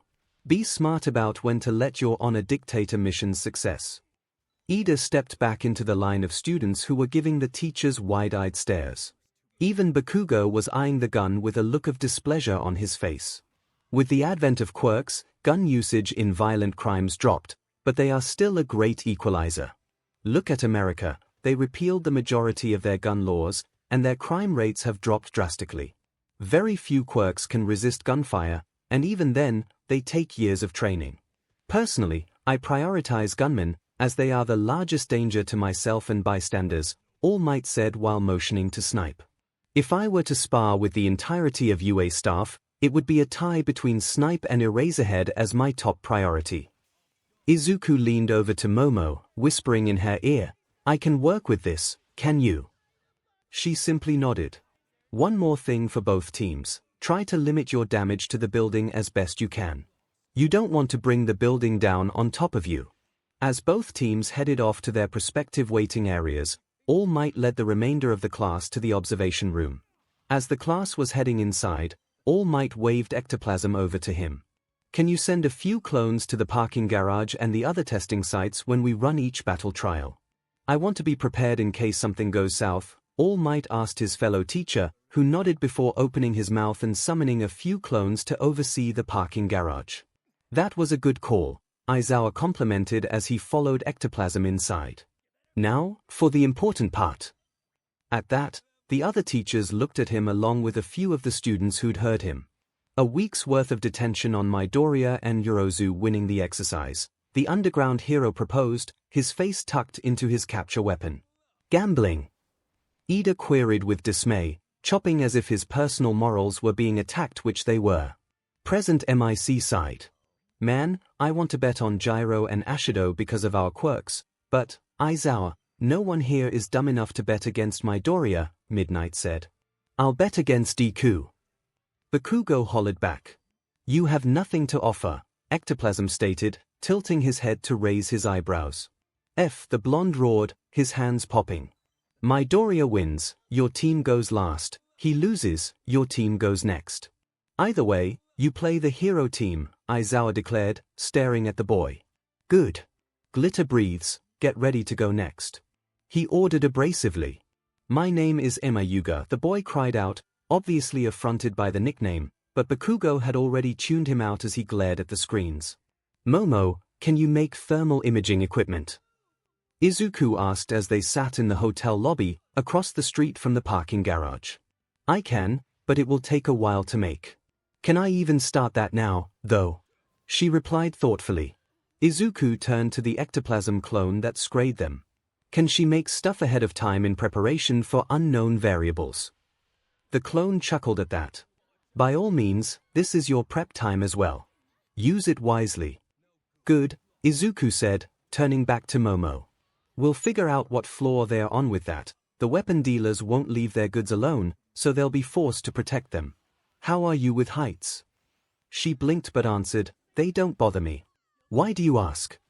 "We will go in from the roof and make our way down so we can get some advantage. Gyro will hear us land, so we won't have the element of surprise in our favor. Maybe a drone with a speaker to distract her, if you can make that, but it isn't necessary. Also riot shields, acid resistant if you can, for Ashido and the guns. If Ashido is the planning type, and I'm not sure about that, she will set up acid pools to keep us away from them." He muttered out, his words merging into one. "Izuku, slow down, you're speaking too quickly." Momo blurted out as the thermal imager formed from her thigh. He blushed, realizing he had been muttering again. I can make a speaker drone, but I can't make a device that has sound files on it. I'm still researching those. Izuku pulled his phone out and typed away. I've got that part covered, just work on the various riot control grenades for now. We'll hit them fast and hard. He stood up and motioned to the elevator. Phase 1, we head to the top floor, then access the roof through the stairwell. I will use the thermal imager to locate them while you steer the drone to their floor and park it somewhere they won't see it as it plays. Phase 2, I pick you up, and we jump across to the roof of the parking garage and make our way down to them. Then you toss in the tear gas and smoke grenades while I charge in with a riot shield to secure the area and the weapons cache. Momo simply nodded as the drone and its controller slowly formed from her other thigh. That's a simple plan, but it sounds extremely effective. I've seen your speed firsthand. The class hasn't seen what you did at the recommendation exams. Kyuka sighed as she waited for the trial to start. The quick gun lesson had been interesting. Neither she nor Mina had been quick learners, but Snipe had said it was good enough for a crash course in paintball guns. They were at least hitting the practice dummies most of the time. A whirring noise caught her attention. Mina, we have company. What is it? The Pinkette asked from where she was sitting in the back of the box truck that housed their weapon crate. Snipe was at the other end in a security officer's room with his feet up on the desk, watching them. It sounds mechanical, but it's constant and rather annoying, the ear-jacked girl reported. Then the noise started. A cacophony of distorted screams, metal being torn asunder, and electronic music comprised of ever-changing frequencies. I can't tell where it is originating from. Kyuka shouted. Hey, where did that come from? Mina questioned, pointing at an object on the ground. It was weirdly shaped, but it looked like Momo in her hero costume. SHT. Kyuka screamed right as the object cracked open and her world was enveloped in white silence. Aizawa closed his eyes as Mina pointed out the matryoshka that looked like Yorozu in her hero costume.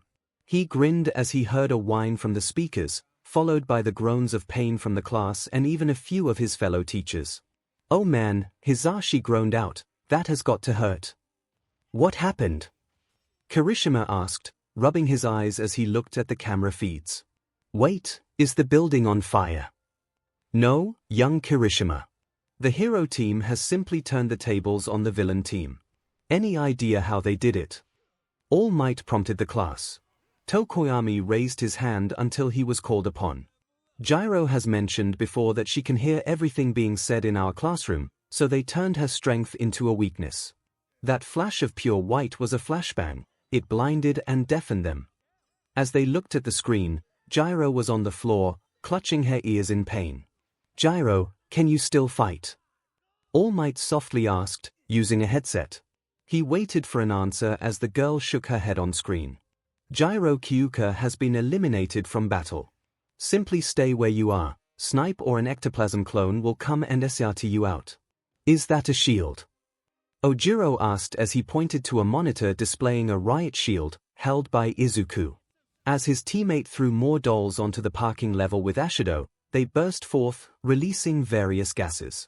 That was then they caught a glimpse of Izuku's face. He was wearing a full gas mask as he charged towards Ashido in the smoke, who was coughing and rubbing at her eyes before shooting in his direction. He held the shield before him as several paintballs splattered on it, but most simply hit the ground and wall around him, missing their target. With a burst of green electricity, he had moved from one end to the other, the shield still in front of him as he slammed it into her.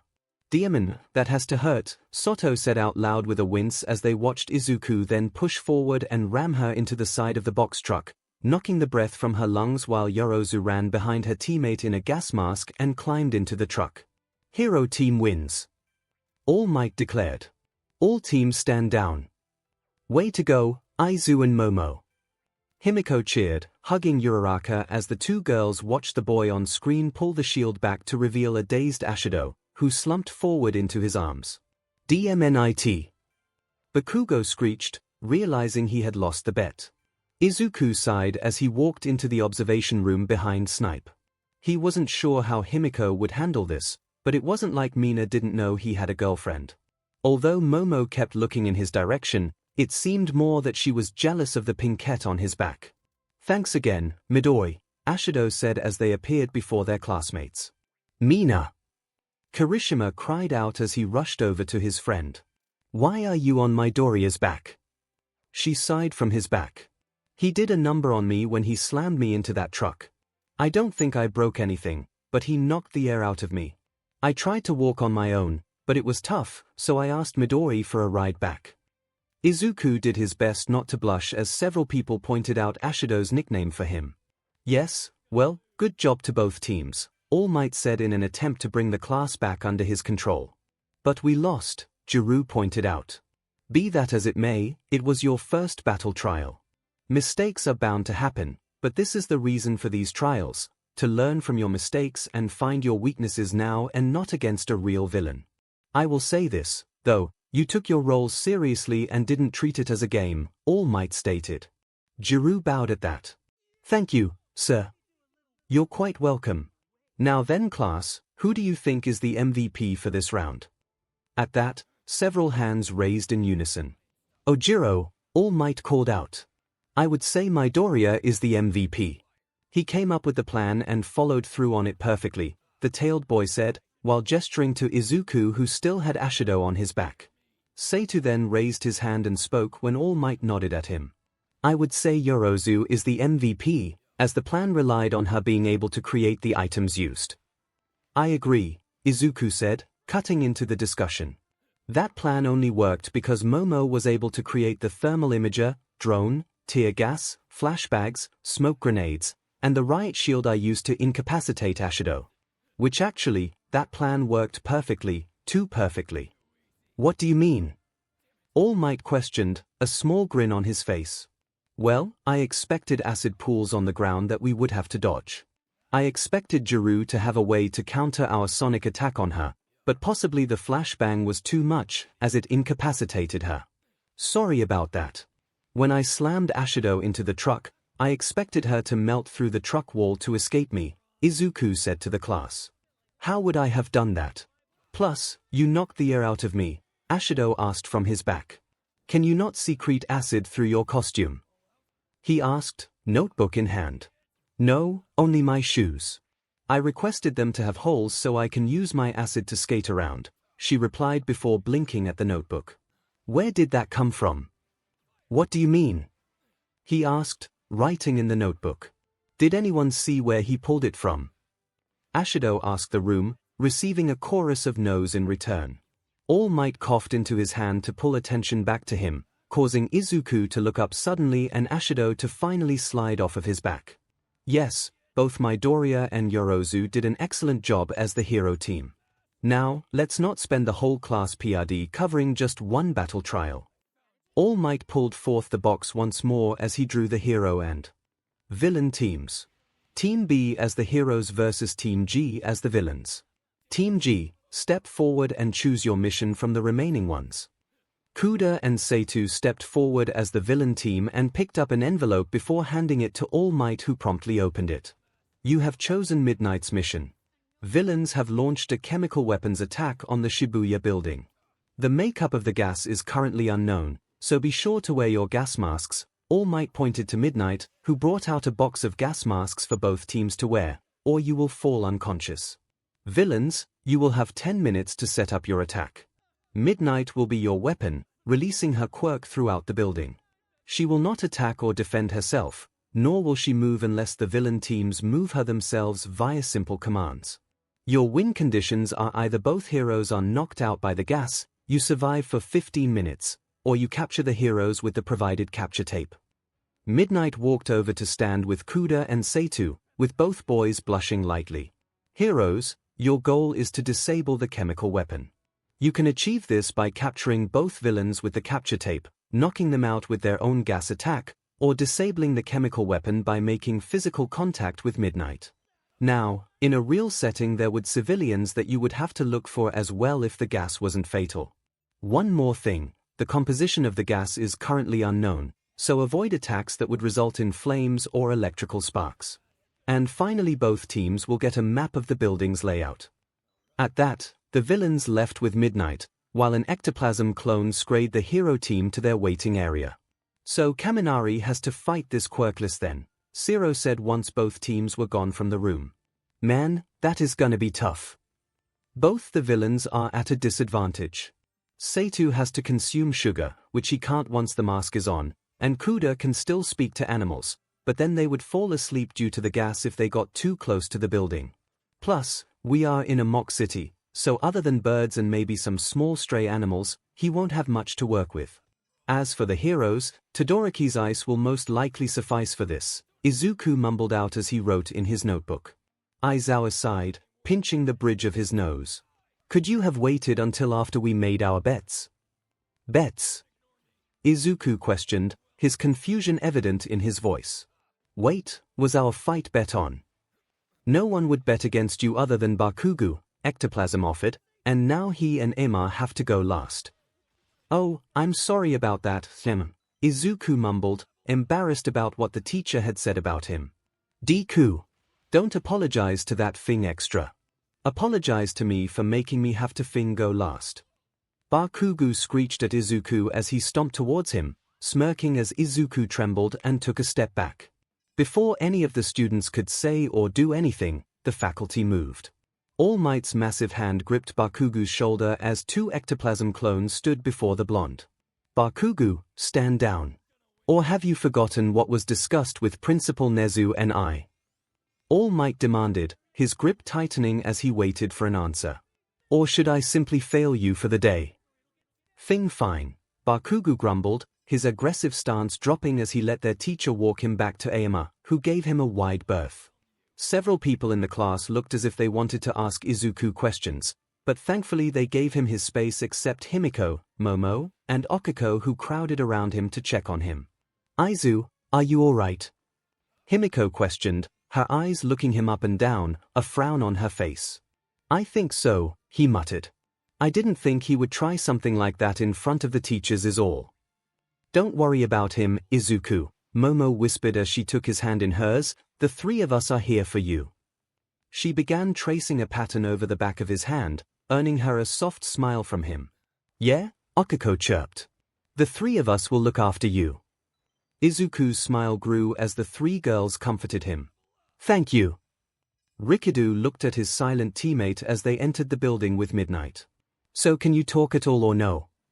Kuda looked at him, then to Midnight before speaking. I just prefer to use sign language. My quirk uses my voice, so I try to avoid speaking and using it by accident. Rikido sighed at that. Sorry, I don't know sign language, man. Can you show me yes and no real quick? I may forget them though. My quirk drains my intelligence when I eat sugar to power up. Kuda nodded at that, doing a quick sign for yes and another for no.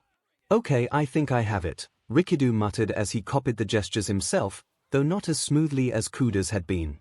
Midnight, would it be improper to carry you if we need to make a quick escape from the other team? Not at all, Midnight answered, looking at him then Kuda. We're here to teach you boys how to work in the field. Carrying civilians and injured heroes is something you will all face at some point in your time here and in the field. Okay, so I saw this in a movie where they used the air conditioning system to spread a gas throughout the building. Want to try that, Kuda? Rikido asked. His teammate ped his head in thought, before signing, yes. Rikido smirked and pulled out the map of the building they were given, giving one side to Kuda to hold as they looked it over. So it looks like there are 2 AC units we can access. Which one would you like to use? Kuda answered by tapping the top floor unit, before putting his mask on. Good idea, Rikido said, but I will wait until we have Midnight start. I want to eat some sugar right before I put it on. So what's the plan, Todoroki? Denki asked as he stared at the map they had been given. Your quirk is electricity, correct? Todoroki asked him. Yeah, so I won't be able to do much besides hypothetically blow up the building if I sparked up. Man, it's a good thing you don't have a fire quirk, otherwise we would both be doing this quirkless, Denki chuckled, not noticing Todoroki freeze up at that. Yeah, Todoroki finally muttered. I will freeze the building with my ice. And enter first. The cold may disperse the gas, or it could cause another unknown effect, but let's keep the masks on once we enter, just to be safe. Denki nodded as he slipped his mask on over his head. All Might then cut in through their earpieces. The hero team can now begin. Todoroki headed for the building without even glancing back at Denki. This shouldn't take long. Stand back. With that, he placed his right hand on the building, and from beneath his palm a wave of ice flowed forth, wreathing the building in a layer of ice. Denki gasped at the sight, his breath fogging before him as he felt the warmth sced from the air around him. DDMN, that was fast. Let's head in. They could be anywhere. I don't want to lose due to not finding them in time, Todoroki said, his voice flat as he pushed the door open. Izuku blinked as he watched the camera feed for the second battle trial. A world of ice had appeared as Todoroki touched the building, leaving the villain team trapped in the air conditioning room, Midnight's quirk building up in there as the system seized. Izuku flipped to the entry for Todoroki and wrote a few things down, noting his stance when using the quirk, the side of the body touching the wall, and his shivering that he was trying to avoid showing. Sadly, this trial wasn't going to give him any new information on the others. Look at Midnight. Present MIC laughed, pointing at his girlfriend. I bet she wishes she had a coat for her costume now. Aizawa merely shook his head, muttering about her being illogical. Hey Midori, Ashido cut in, distracting him from the teacher's discussion. What you writing about now? Oh, he replied, surprised by her curiosity. I was hoping to take notes on their quirks beyond what I saw at Mr. Aizawa's assessment test. However, Todoroki freezing the building and the villain team inside is a good plan. This battle trial and the teams just aren't the best matchup to let all of them prove their worth. But it teaches a valuable lesson. Ribbit, what lesson is that? Zu questioned, looking from the screens to Izuku. Izuku looked around the room to see not only his classmates staring at him, but the teachers as well. That at the end of the day, no matter how much training you do, there will be a weakness that someone will see and they will exploit it. Bakugo scoffed at that. Well, what weaknesses does Candy Cane have then? Several. A few of them he doesn't seem to be aware of, and few are intentional, it seems, but he refuses to fix them, Izuku commented as he watched Kaminari walk by Todoroki, who was starting to slow down. Bakugo squinted at the screen. God damn it, he groaned. How the F is Endeavor's kid this thing did? Himiko whispered in Izuku's ear after that little exchange. That was almost civil of him. I know, Izuku softly replied, and it scares me. Sshoto was getting annoyed. They had cleared 2 floors now and had yet to find the villain team, and he was getting colder. Hey man, you okay back there? Kaminari asked as he ducked his head back into the hallway. You seem to be slowing down. I'm fine, we just need to find the villain team, Sshoto replied curtly, flexing his hand to get the BLD flowing in it again. I hope we didn't trap them anywhere bad, Kaminari muttered, in an attempt to change the subject. Trap them? Yeah, like, what if they were gassing the floors one at a time and are now in an iced-up elevator? You could say we caught them, since they can't escape, but All Might hasn't said anything about that, so it may not count. At that their headsets crackled to life. If they were trapped in the elevators, or another precarious situation, I would have ended the battle trial, Kaminari. I have been getting updates from Midnight on their situation, but thank you for worrying about your classmates. So they aren't in an elevator, I had not thought about that, Sshoto said, continued walking down the hallway before tacking on. Thank you. Oh sir, would we as heroes have access to security cameras? Kaminari asked their teacher.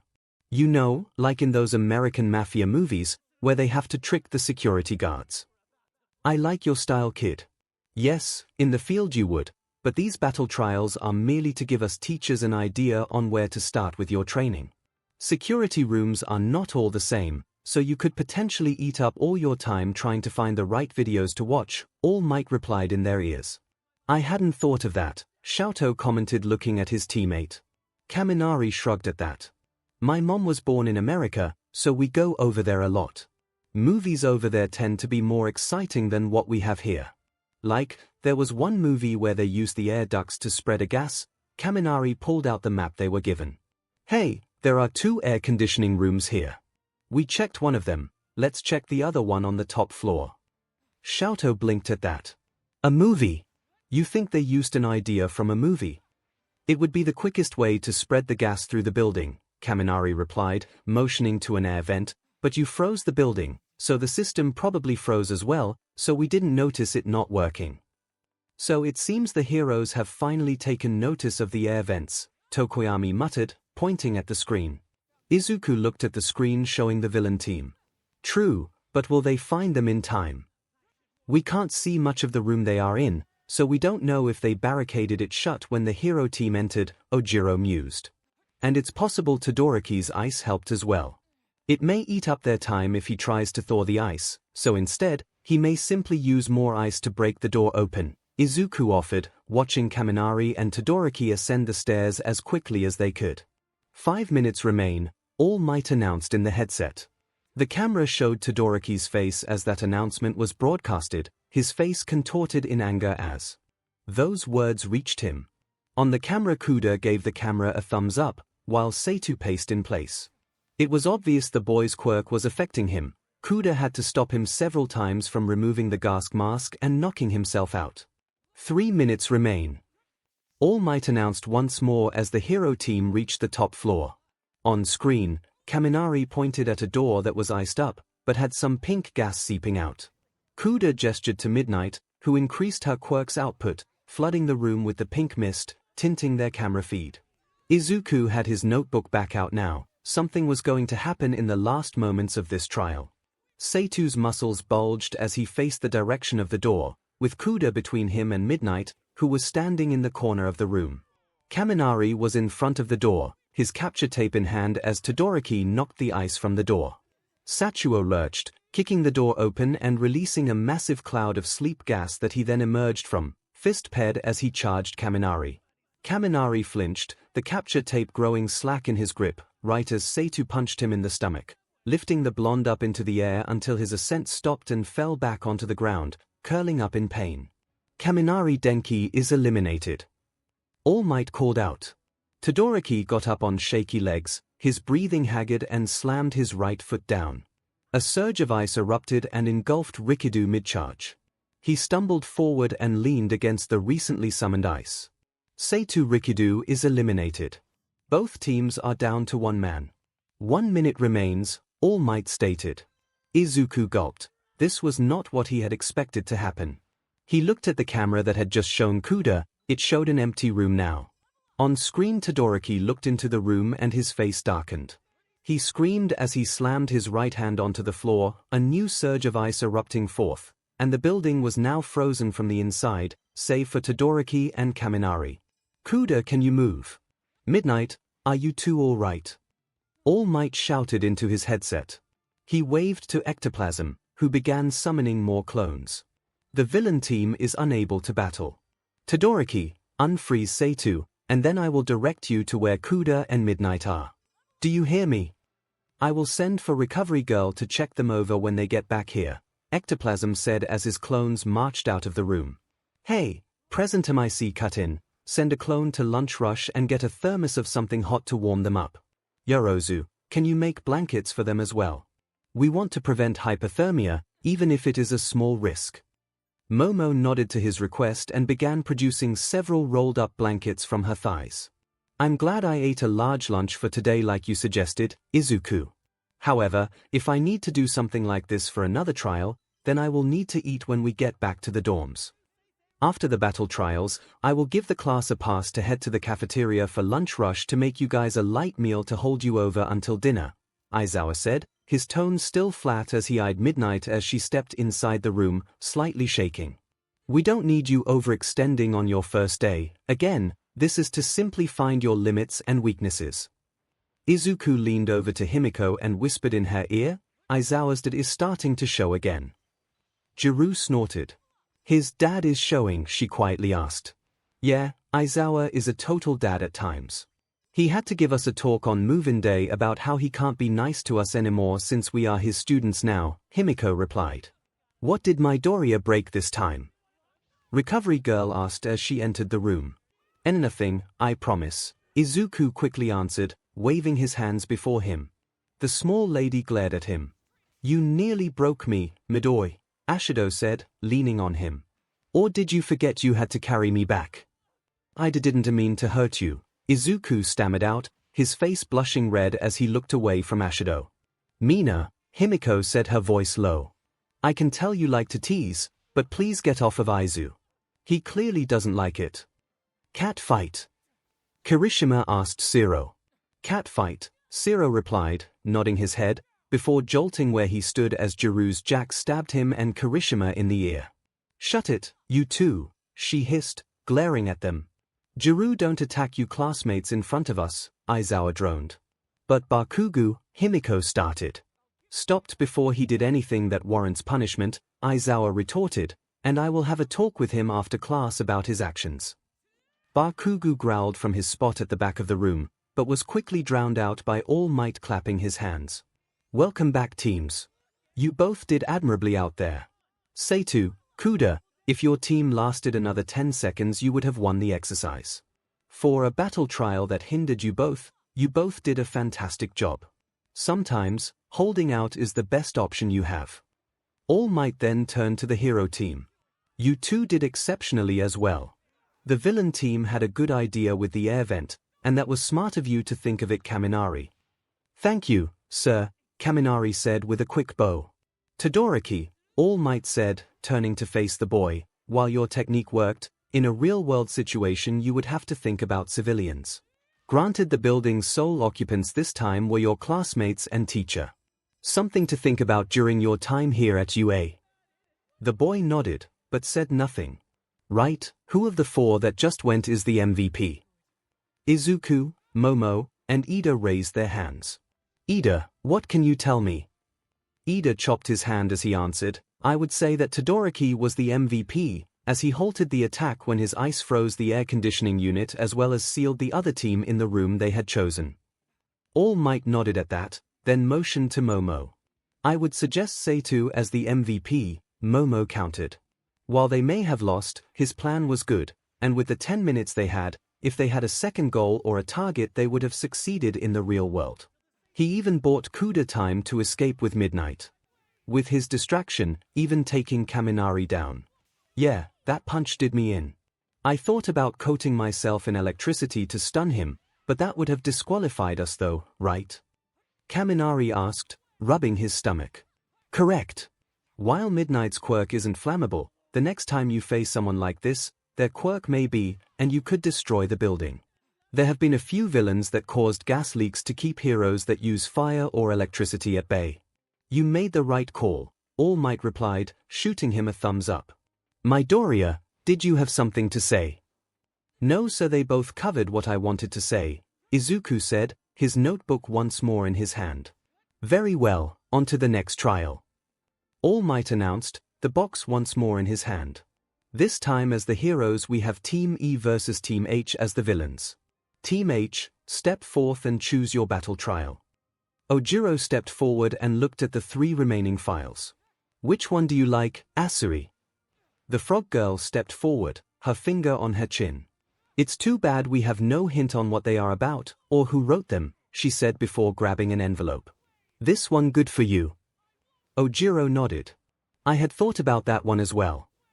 She then handed the envelope to All Might, who smiled.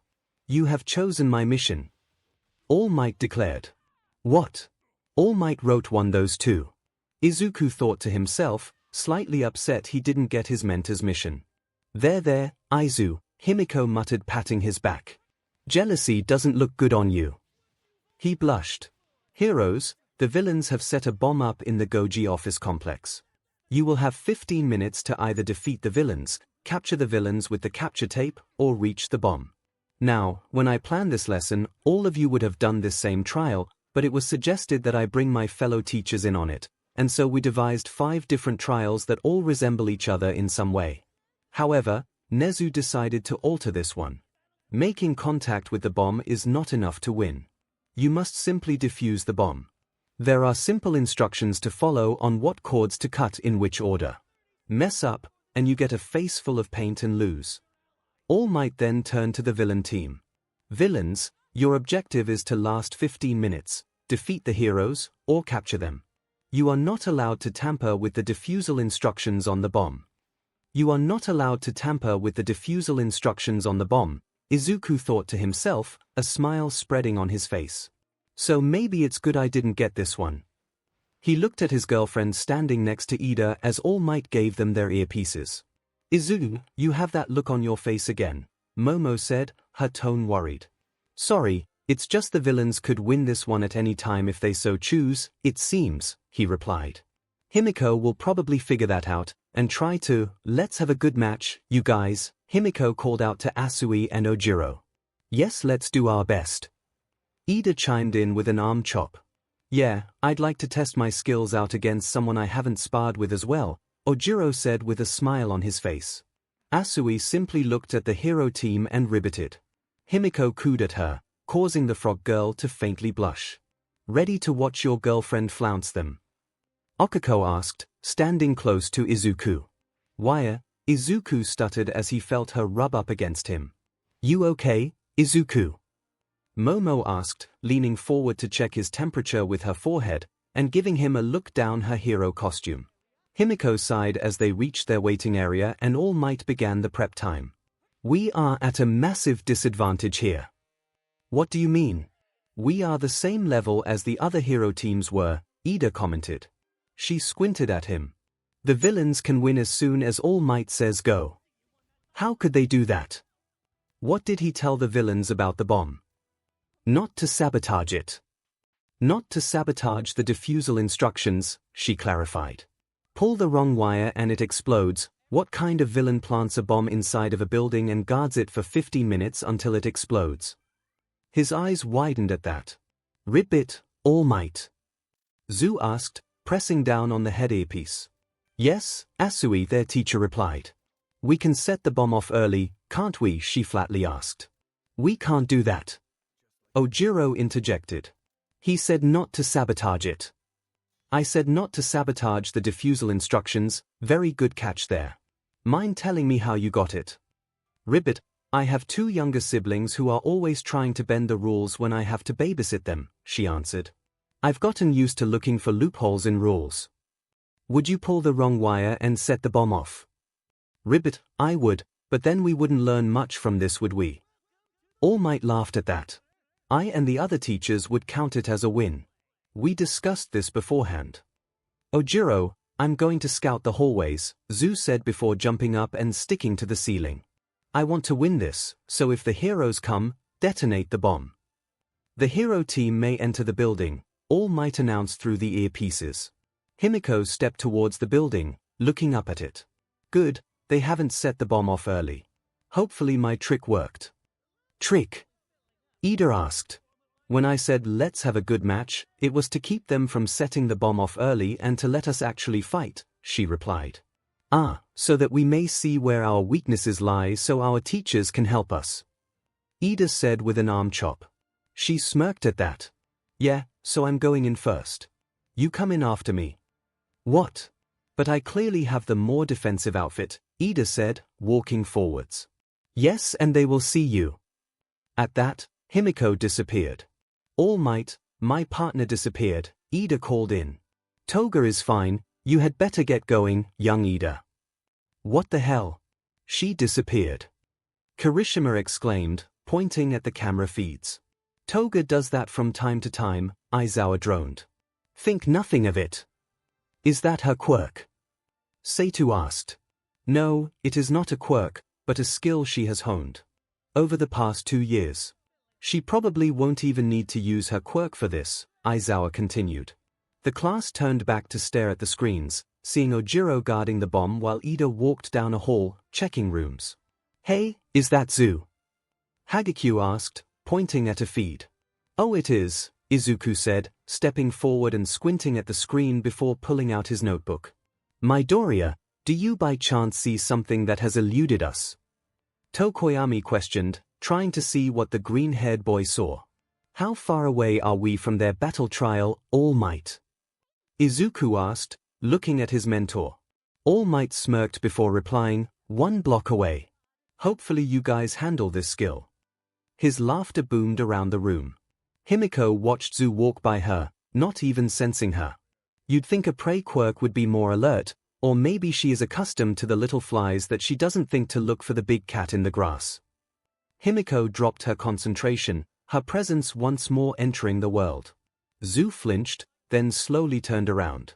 Himiko saw herself in the reflection of Zhu's goggles. Her eyes were thin slits with a faint yellow glow. Her dress hung limply from her frame as her clawed fingers sunk into the wall.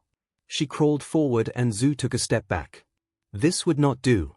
Remembering what it had been like when Stain faced her, she pulled her hatred for fake heroes forward and her bloodlust seeped forth.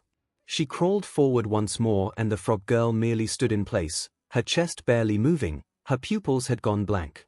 The girl had fainted from fear on her feet. Himiko stepped from the wall and onto the floor. She pulled her capture tape from a pocket and quickly wrapped it around the girl. Asui Tsuyu has been eliminated. All Might announced in her ear. An ectoplasm clone will come collect her shortly. Himiko sniffed the air. There it was. In the air, its sweet metallic scent calling to her. Someone was bleeding. She ran down the hall, leaving the traumatized frog behind. What the F was that? Katsuki screeched to the room, seeing a few of the DMN extras faint from whatever that was. That was Toga's will or spirit made manifest. Asui walked by her and never even noticed her presence. Toga taught her the dangers of that mistake, All Might answered. And now it seems she has caught wind of the fight between Ida and Ojiro.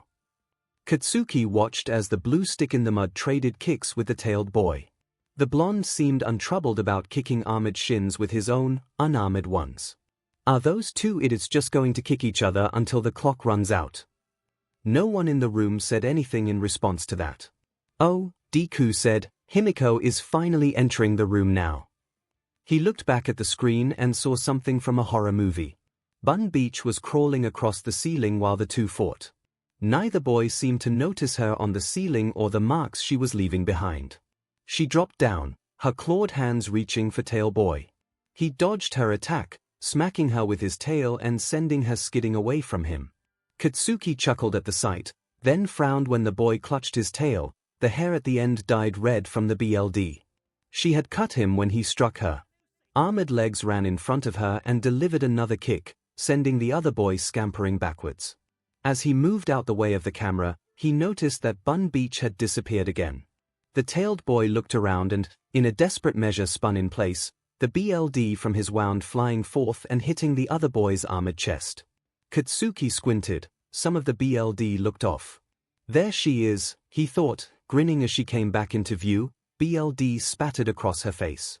His grin fell as he watched a long tongue like the BLD from her face. Both boys stared at her transfixed as her form was swallowed in a grey ooze before another copy of the tailed boy stood before them. Oh, so she did use it after all, Hobo droned, watching the screen more intently now. Did she drink his BLD? His annoying teammate asked. Somehow, he still glimmered, but less so now as he looked paler than before. She did, and if I hear a word from any of you about her quirk being villainous, there will be hell to pay, their homeroom teacher said, his eyes glowing red as his hair floated around him. She is a quick learner, All Might said, breaking the tension. Katsuki looked back at the screen and saw the two tailed boys duking it out, both using their tails to fight. He wasn't sure which was real and which was Bun Beach. Oh, there she was, one of them yelled at Legs to go get the bomb. He took off, but was stopped by a tailed boy, jumping in front of him, who was quickly roundhouse kicked away by the other, who leapt after him. He took off again and reached the bomb. It looked like an oversized firework rocket, but the boy pulled open a door that revealed several wires of various colors. He began reading the instructions on the inside of the door before pulling 3 wires out in rapid succession. Hero team wins. All Might shouted into his headset. On screen the two tailed boys stopped fighting and looked at Legs, who was standing by the rocket, still holding the wires. Then the boy on the left began to melt, and Bun Beach was standing there in her costume. She looked at the two boys and hurried out of the room. As soon as All Might called the trial, Izuku was walking out of the door. He had seen the look on Himiko's face the moment she dropped the transformation. She needed comforting whether she wanted it or not. He didn't even have to look behind him to see that Momo and Okiko were following after him. Do you know where she would go? Okiko asked, walking on his left. Yeah, or are we checking every building? Because it may be quicker to split up if so, Momo suggested. No, I know where to find her, Izuku said, turning down an alley. There ahead of him, Himiko was sitting against the wall, tucked in on herself. She looked up at him as he approached. Aizu. And Momo and Okiko too. Her eyes were wet with tears that had yet to fall. It's fine, we're here now, he said, as he sat beside her. Do you want to talk about it? I just thought that I could do the trial without having to use my quirk in front of them. Then Ojiro threw his BLD on my mouth and I swallowed it, she mumbled. Then I transformed into him and fought him. You did very good in your fight against him.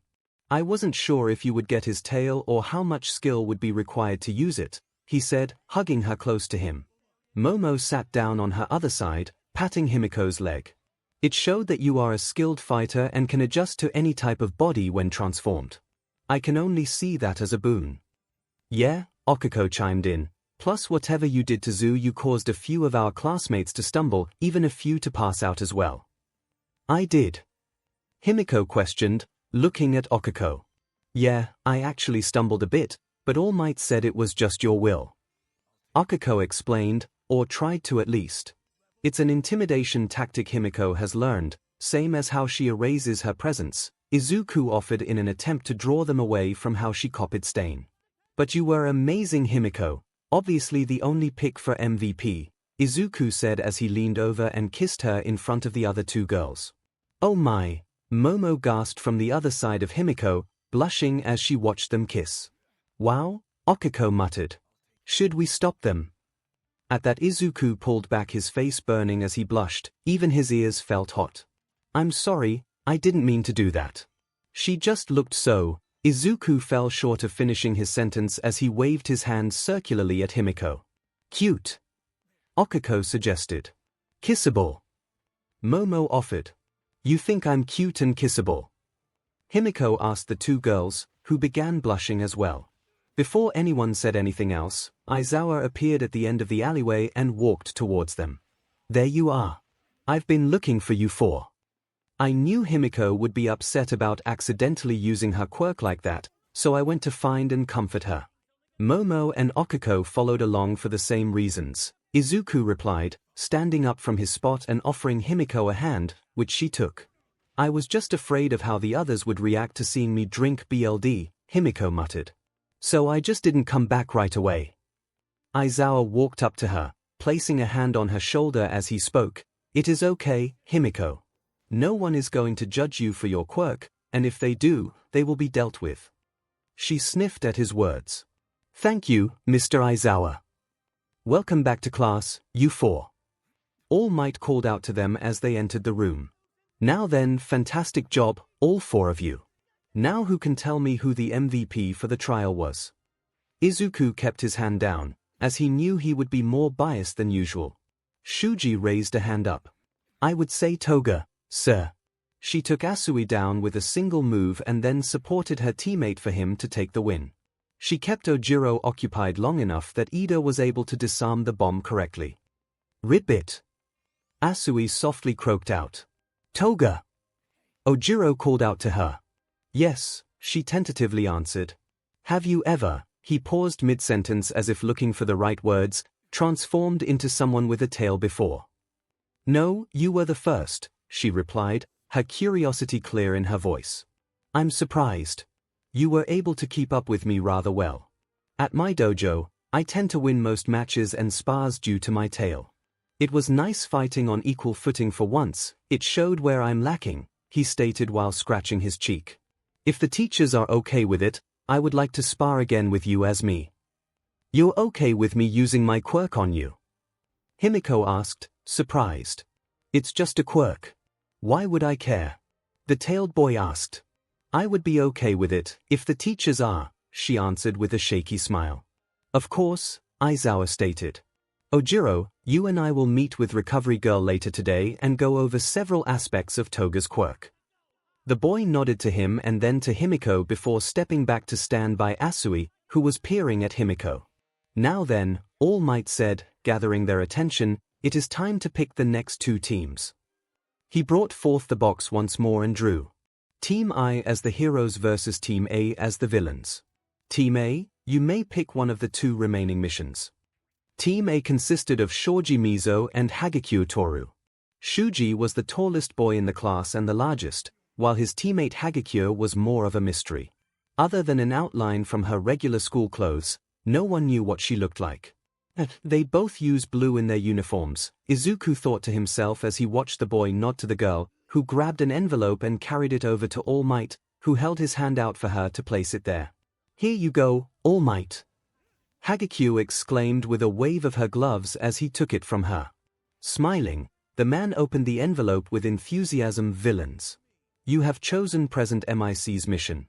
Your villainous duo here has decided to make a name for themselves and have decided to attack the Kirishima Hero Agency." Okiko gasped at that, earning a chuckle from most of the room. "Your goal is to breach the defenses of the Hero Agency, then defeat the heroes in combat, capture them with the provided capture tape, or break into their security room and turn off the security systems," All Might explained. "We get to defend against the villains this time, that's totally my thing," her teammate said, clashing his hands together, creating a grating sound. She looked at his arms and saw that the skin now looked like chunks of rock from a cliff. "Heroes!" All Might called out, snapping her back to attention. "Your goal is to survive for 15 minutes, or defeat or capture the villains. As long as one of you remains in the security room at the 15-minute mark, you win.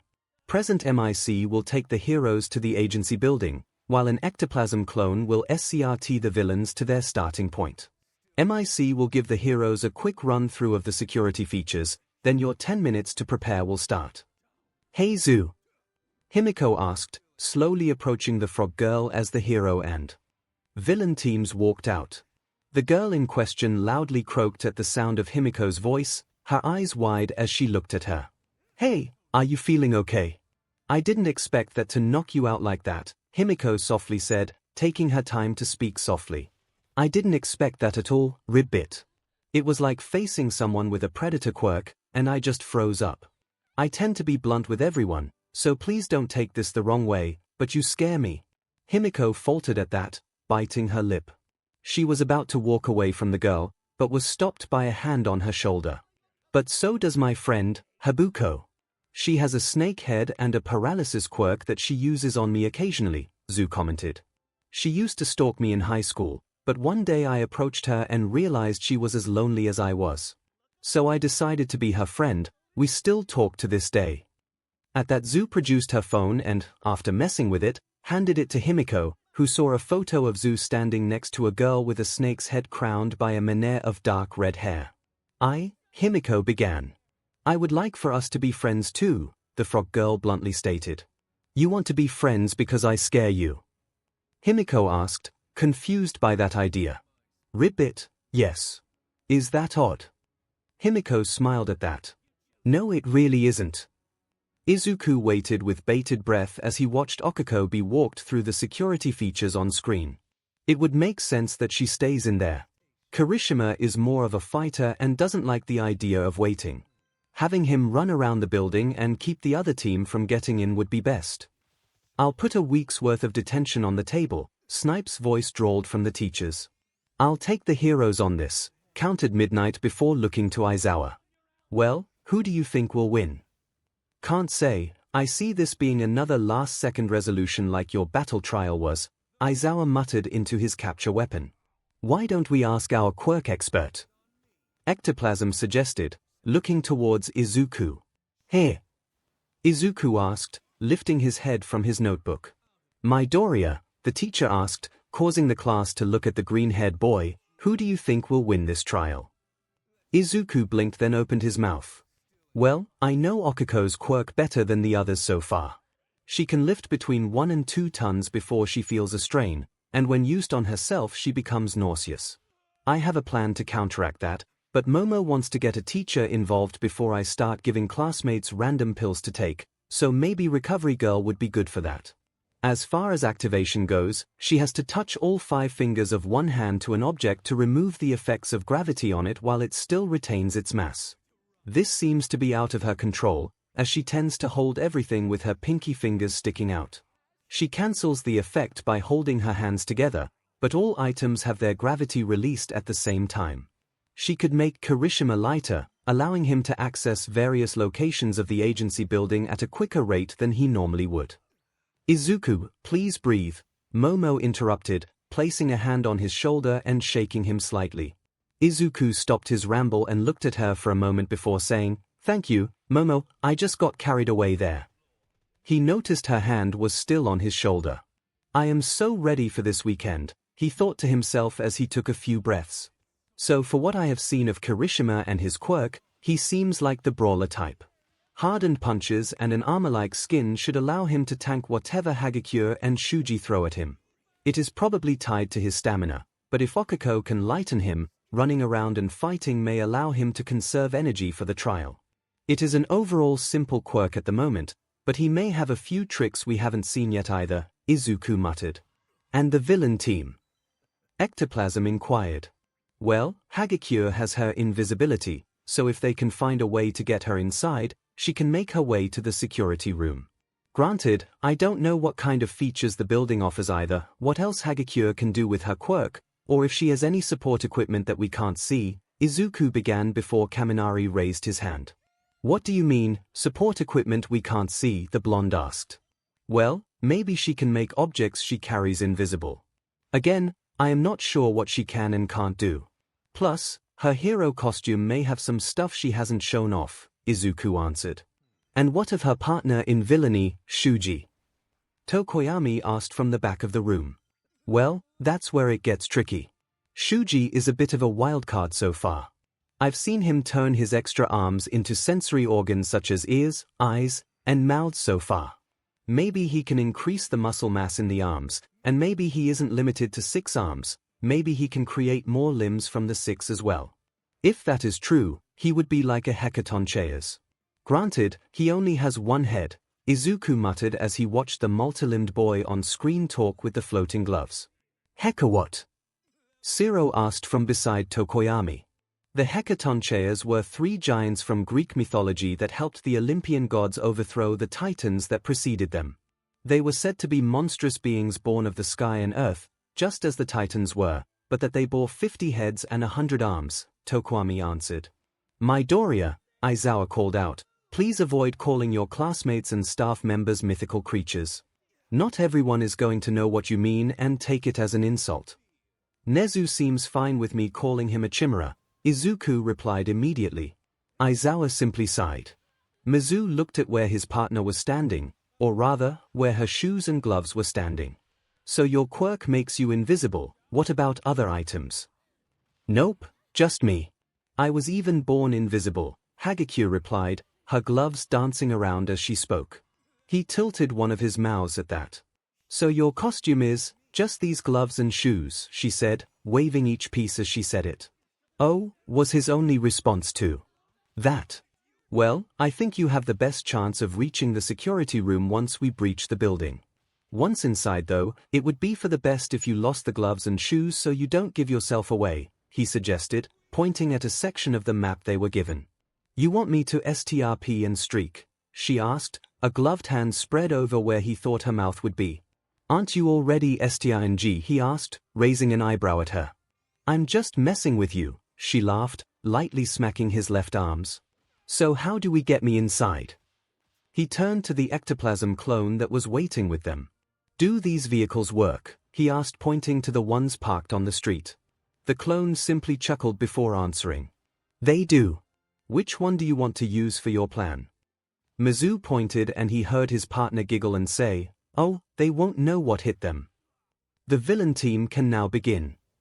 All Might announced through the earpiece, causing Okako to wince at his volume. Wow, he is really loud through these, she mused while watching Kirishima on her camera feeds. Kirishima, be sure to keep an ear open for anything suspicious sounding. They will probably use Hagakure's invisibility to get the win. Man, that doesn't sound super manly, but I guess this is like on those stealth is required levels in video games, the redhead replied in her ear. Okako giggled at his explanation. Yeah, but like our classmate said earlier, there are different kinds of heroes, so it's probably good for us to learn outside of what we want to do. I want to be a rescue hero like number 13, but I can't expect to only be called in for rescues. That's super manly of you. Kirishima exclaimed, shooting the camera in front of him 2 thumbs up as he grinned. Thank you, she giggled out again. I just hope I can keep up with Izuku and Himiko. They both have this feeling about them that they take heroics very seriously, and I don't want to let them down by not giving it my all either. Her blush marks grew larger as she thought about the couple she knew was watching her now. I hope I can make them proud, and Momo too. Where did that thought come from? Well, she is rather attractive as well. Wait, Momo was staring at my costume as well in the locker room. Oh, God, I'm a mess. Wait, is that a bus? On screen, a bus was hurtling down the rather empty street, the front doors lining up with its current path. Kirishima, she screamed into the earpiece. Get out of the way. Ouch, of what way? Eijiro asked, rubbing his ear. Honk honk, he looked behind him at the front door as the bus met it, shattering the glass windows. It didn't stop. Reflexes kicking in, his body hardened as the front of the bus slammed into his body as he tried to block it. The force of the bus shot him backwards, cratering the wall. Did anybody get the number of that bus? He asked as he slid onto the floor, amazed that he had just been hit by a bus. Looking up at the bus, he saw that it was numbered 18. Oh, you're still standing, hero? Shuji asked as he calmly walked out of the bus. Pity. Eijiro ran forward at that. Dude, what if I couldn't have handled that? He hardened his arm up as he readied to throw a solid right. I braked, the taller boy replied, his arms shooting forward, landing 3 punches on the shorter one's face. Eijiro's wind-up faltered as he got punched in the face. He watched his opponent pull his arms back, the skin on Shuji's knuckles ruined from his hardened cheek. Dude, your hands, it doesn't matter, he replied, I just need to break you open is all. At that, his left arms shot forward, grabbing Eijiro's right arm and pulled him in as he proceeded to beat him with his right arms. Eijiro watched, stunned, as the boy's hands became bloodier as he wailed on him, wincing as he felt the force of the punches travel through his hardened body. Shuji let up as he inspected his busted hands, bones showing through the skin. He turned to look at him again. Had enough? Have you? Eijiro shot back, worried about his classmate's hands. His stomach turned as he watched his assailant reach over and grab the damaged hands and proceed to tear them off of his arms as fresh ones grew in their place. No, he replied, smiling beneath his mask as he pulled back to continue the onslaught. Eijiro whimpered as he heard Uraraka scream his name in his ear. Izuku watched, enraptured by Shuji simply tearing his damaged extremities off, then continuing his beatdown on Kirishima. He looked at the feed of Okiko in the security room. She was watching the beatdown as well, and it was evident she was panicking. I feel bad for Okiko having to watch her teammate receive this beatdown, but that Shuji guy is really efficient, Himiko commented. Yeah, Ojiro chimed in. It seemed that they had a plan, but I don't think anyone expected the bus and then this to happen. He paused and looked at Izuku. Or did you think of that? If I was on the villain team, I would have simply punched a hole in the wall, Izuku replied. All Might didn't tell the teams to keep property damage to a minimum for this trial. This is a life-and-death situation. President, this is based on the Shinjuku raid you were a part of, isn't it? The pro nodded at him. Right you are, little listener. That raid still holds the record for longest quirk scream I've done, and I hope to never do it again. Really? Kyuka questioned, playing with an e-jack. Yeah. I screamed for 15 minutes non-stop, their teacher replied. I held the villains back long enough for the rest of the heroes to get to the bunker. I actually passed out when I stopped. My throat was shredded and was out of commission for 2 months. We had no casualties, so I called it a success. Wait, you said we had no casualties, what do you mean? Izuku questioned, immediately regretting it as he saw MIC's face drop. That night was hell. Each of us heroes there killed at least 1 villain in order to survive. I killed 2 during my scream. They had quirks like Kirishima, he pointed to the redhead on screen, and tried to walk through the attack. It liquefied their insides. This is why we are holding these trials and simulating villain attacks, Aizawa spoke up. I refuse to send children like yourselves out there unprepared. I will not send a student of mine to their death. Right now, Kirishima is learning what it means to be a human shield for your teammates. He should surrender, Recovery Girl quipped from the back of the room, startling a few students who had forgotten she was there. He needs to learn his limits now, Aizawa rebuked, not on the field when he faces someone who can punch through his hardening with one punch. Shuji, stop. All Might commanded, and the boy obeyed. Kirishima, if you wish to surrender in this brief reprieve, we will find no fault in that, All Might said while staring at Aizawa, who sighed but nodded. On screen, Kirishima shook his head. Are you sure? I will not make this offer again, All Might stated. The redhead nodded on screen. Reluctantly All Might spoke, Shuji, you may continue. Oh gods, Ashido said, covering her mouth, tearing his hands off again. She pointed to the screen where once more they watched Shuji rip his damaged hands off and the growth of new ones. Kiri, she muttered watching him get smeared with blood and skin as the taller boy resumed his assault. Okiko was panicking. Kirishima was being beaten senseless and refused to surrender. His words rang in her ears. I need to hold out for Uraraka, as long as he's here with me, she's safe. Here she was, sitting in a secured room safe from her classmates, while he was being beaten senseless, all for her to win the battle trial for them. She began pushing buttons in a desperate attempt to save him. The lights went out in the rest of the building, the cameras immediately swayed to night vision, the video feeds showed the building bathed in a pale green light, with lens flare where light seeped in through the windows and the damaged entrance. Okiko smashed another button in her hurry, and the sprinkler system kicked in, dousing the two boys in water and fire-retardant foam. Shuji stopped his onslaught as he looked at the sprinkler system. Through Kirishima's earpiece she heard him. It seems like your fellow partner is floundering. If you surrender, I'll stop. No Uraraka. Kirishima yelled. I can take it, just hold out, please. I can take this. At that he struck Shuji with his free hand in the side, causing Shuji to loosen his hold as he gasped. Kirishima smashed a hardened foot onto Shuji's, causing his assailant to let go of him. Kirishima, run, she screamed once more into her earpiece, hoping he would escape. She watched as he headed for a hallway that held doors she could seal from there. She flipped the SWCH for that hallway and watched as the steel doors began to slide shut as her partner approached them. He made it through, but was suddenly grabbed by several arms, causing him to stumble. His hardened hands dug into the floor in an attempt to anchor himself as Shuji tried to pull him back to the agency entrance. She watched as a trench was dug into the floor from Kirishima being pulled backwards. His feet kicked against the door, Shuji's other arms braced as he tried to pull Kirishima free of the floor. The door was closing on his arms, if he didn't let go and pull back, they would be crushed. She covered her mouth as she watched his arms get crushed in the door. He pulled back, flesh tearing. Then his arms surged and new ones reformed as he stared at the blooded door before looking at the camera. She shuddered at the look he gave her. Uraraka, are you there? Kirishima cut in, asking her for an update. Forget about me, how are you? I'm not gonna lie, I feel like I got hit by a bus, then beaten senseless, he replied as he tried to stand up, but his legs gave out as his body shook. That's not funny, she screamed back at him. Sorry, he replied. I have to wonder though, why didn't he just walk in here with me? I don't know, that is weird. We have 8 minutes left, going by the clock here, Uraraka stated. Wait. 𝐔𝐬𝐽. We forgot about 𝐔𝐬𝐽. Kirishima yelled, running towards the next door. Toru ran back to the entranceway in time to see Kirishima being dragged back against his will.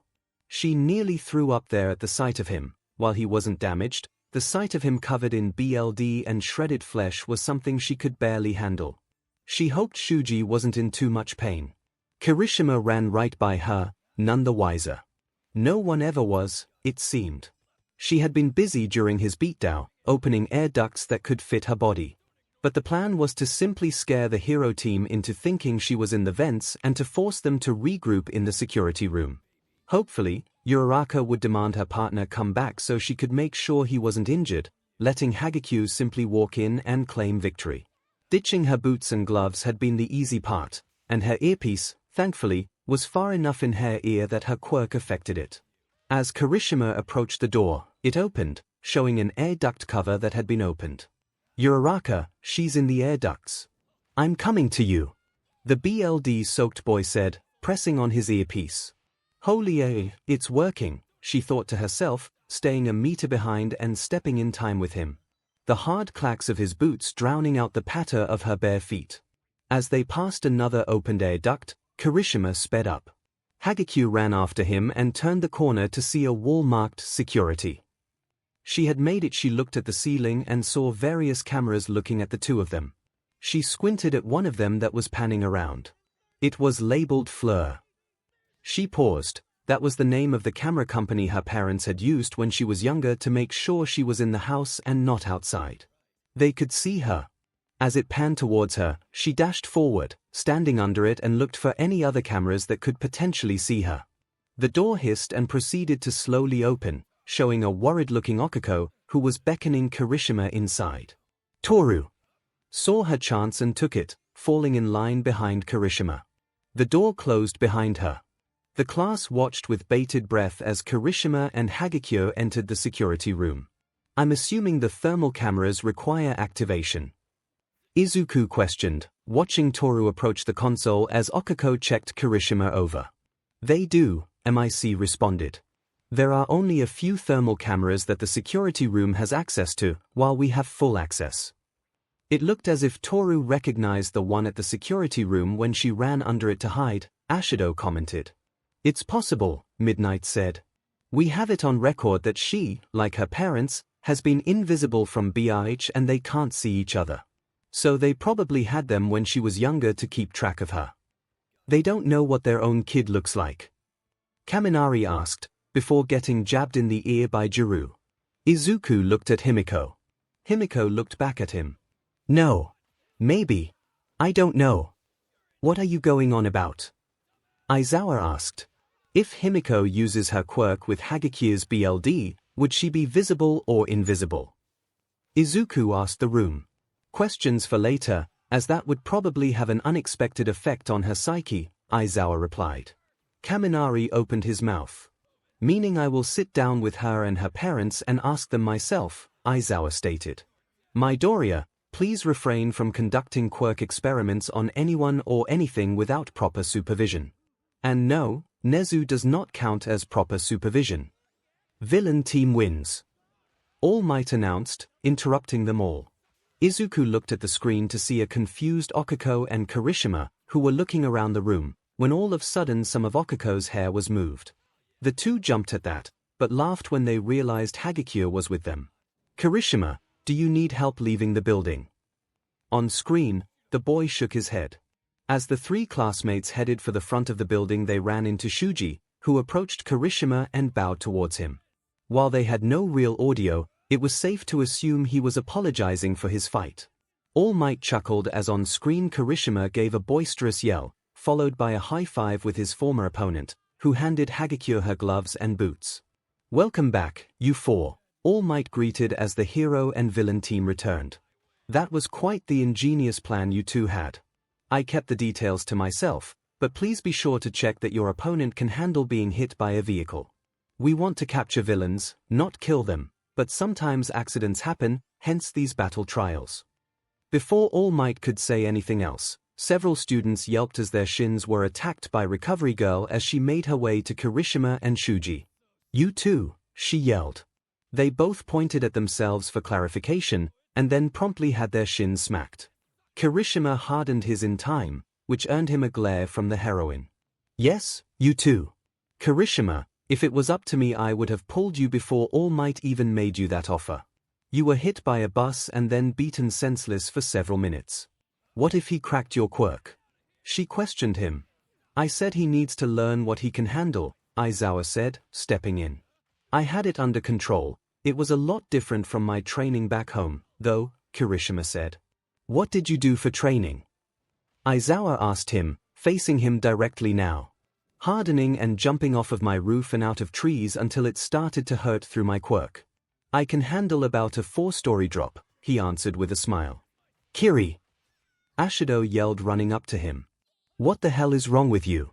People don't just jump off of buildings. I wanted to get stronger, he answered, wincing at his answer. We will discuss this later, Aizawa said to 𝐭𝐻𝐿. And you, the old lady said, turning to Shuji. How much pain are you in? Pain, he questioned, tilting the mouth that spoke. Yes, from ripping your hands off. Not much, really. I simply grew those hands to have very little nerves in them. They were even made to be broken off if he grabbed them, the boy replied. I was in a car accident when I was little and I simply pulled my crushed arms off and grew new ones while in shock. My family knew I could grow more than 6 arms. At that, more arms grew forth, some with hands and others with eyes, ears, and mouths before they melted back into him, and reabsorbed them back into me, but not replace lost ones. Holy 𝐒𝐻𝐿, Kaminari muttered. Sorry if it grossed anyone out, but I figured body horror would be the best method to distract Kirishima and Uraraka while 𝐻𝐵 set up our trap, Shuji said, bowing again. Nothing wrong with using intimidation tactics, Aizawa stated. You made the right call.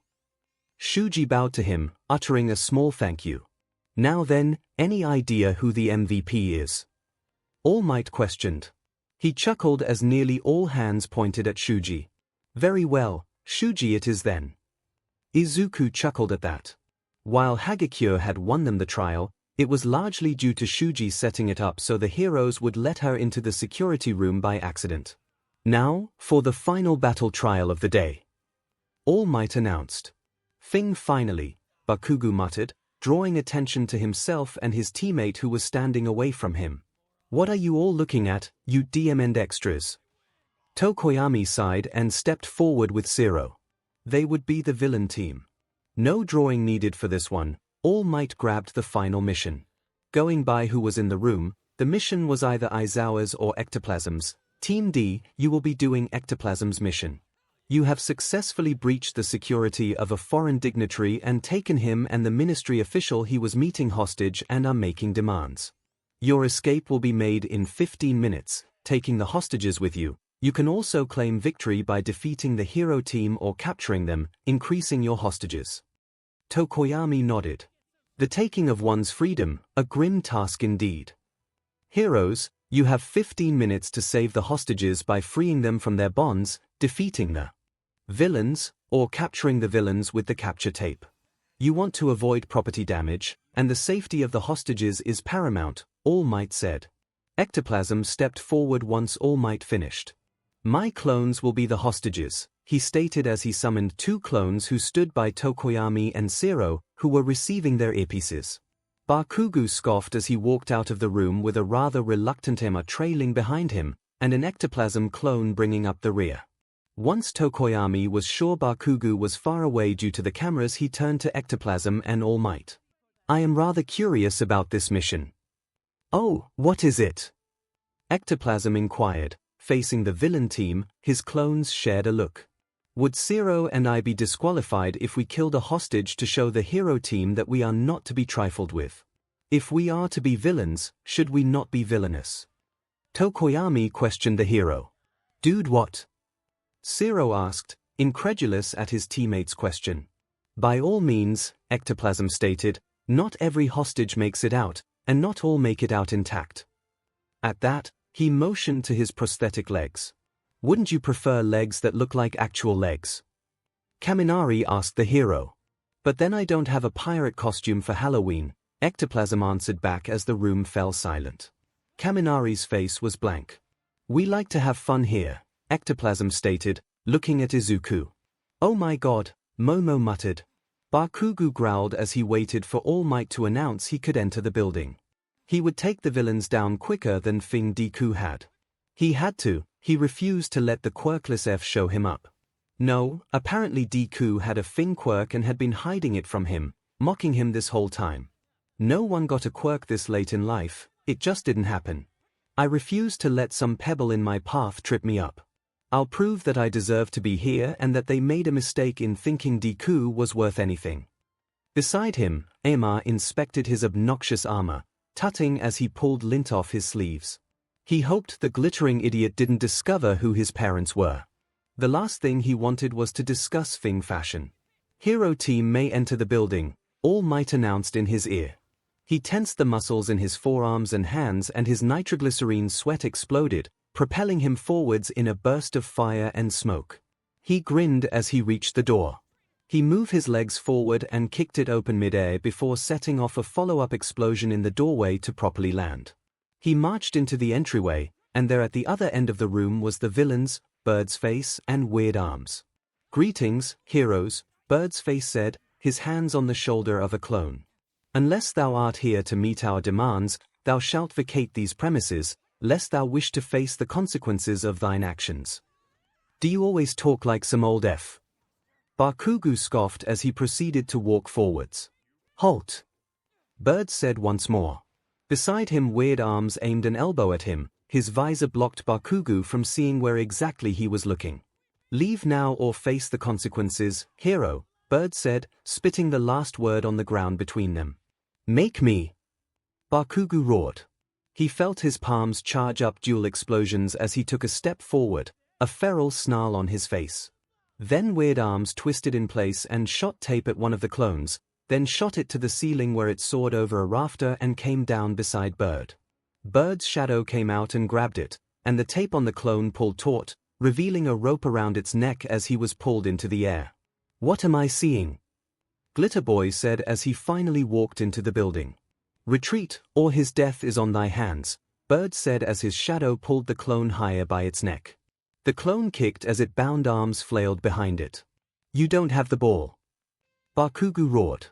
The shadow released the rope. Bakugo grinned as he felt the explosion spark in his hands. Before the clone hit the floor, a shadowy hand burst through its torso. The clone jerked violently before it dissipated in a white smoke. Bakugo's grin faltered as he watched Arms kick the other clone to the ground and stand on its head, speaking as he leaned forward. "Some hero you are, can't even save the people in front of you. I'm surprised they sent some D-lister after us to save the hostages." "F the hostages. If they can't save themselves, then they are useless anyways." Bakugo roared as he leapt towards them. "Bakugo Katsuki! Stand down!" All Might roared in his ears. The sudden sound caused Bakugo's trajectory to falter and he missed the villains, instead flying into the wall, but twisted in time to hit it with his side, and not his face. "What the hell, All Might?" he screeched in indignation. "The villain team wins due to the hero team causing the death of a hostage and permitting the death of the second," All Might announced. "All four of you return now." All Might was furious. He squeezed his hand, feeling the knuckles in his fist pop as he waited for the return of the teams. The villain team entered first, silently followed by 𝐂𝐵, who looked down in shame. "He has nothing to be ashamed of. I will make sure he is aware of that," All Might thought to himself. His disciple approached the boy and tried to comfort him. He simply nodded, not fully taking in Izuku's words. "I knew Bakugo would be a handful, but this is ridiculous." Bakugo finally stomped into the room. "Bakugo," he said, his voice stern. He noticed the students had stilled. Izuku looked shaken by his tone alone, and it hurt. "Do you mind clarifying to me what you meant by F the hostages? If they can't save themselves, then they are useless anyways." The boy scowled at him, the symbol of peace and number one hero. "That they should save themselves, it isn't my job to save them." All Might slightly shook his head as he blinked. He had to have misheard the boy. "Not your job." "Yeah, heroes defeat villains, that's what they do. I told you this when we first met." "It's what you do," Bakugo shot back. "By the gods, not this mindset again, I thought we got this." Through to him. "I defeat villains to save civilians. The best days are when I don't even have to throw a punch."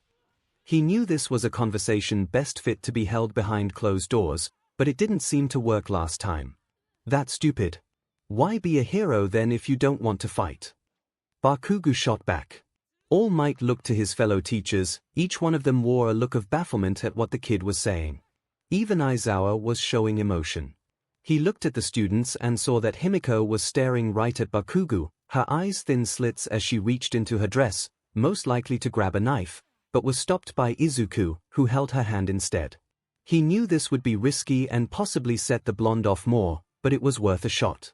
"By your logic then, I should have simply let you deal with the sludge villain that day by yourself. I had him on MYOW, I didn't need you or If Deku to step in." Bakugo screeched at him, his hands crackling. "I can handle any villain myself." All Might saw Izuku shake his head, a look of disappointment on his face. "Class dismissed. Students, You can return to your dorms or head to the cafeteria if needed, All Might said with a dismissive tone. Bakugo, stay behind.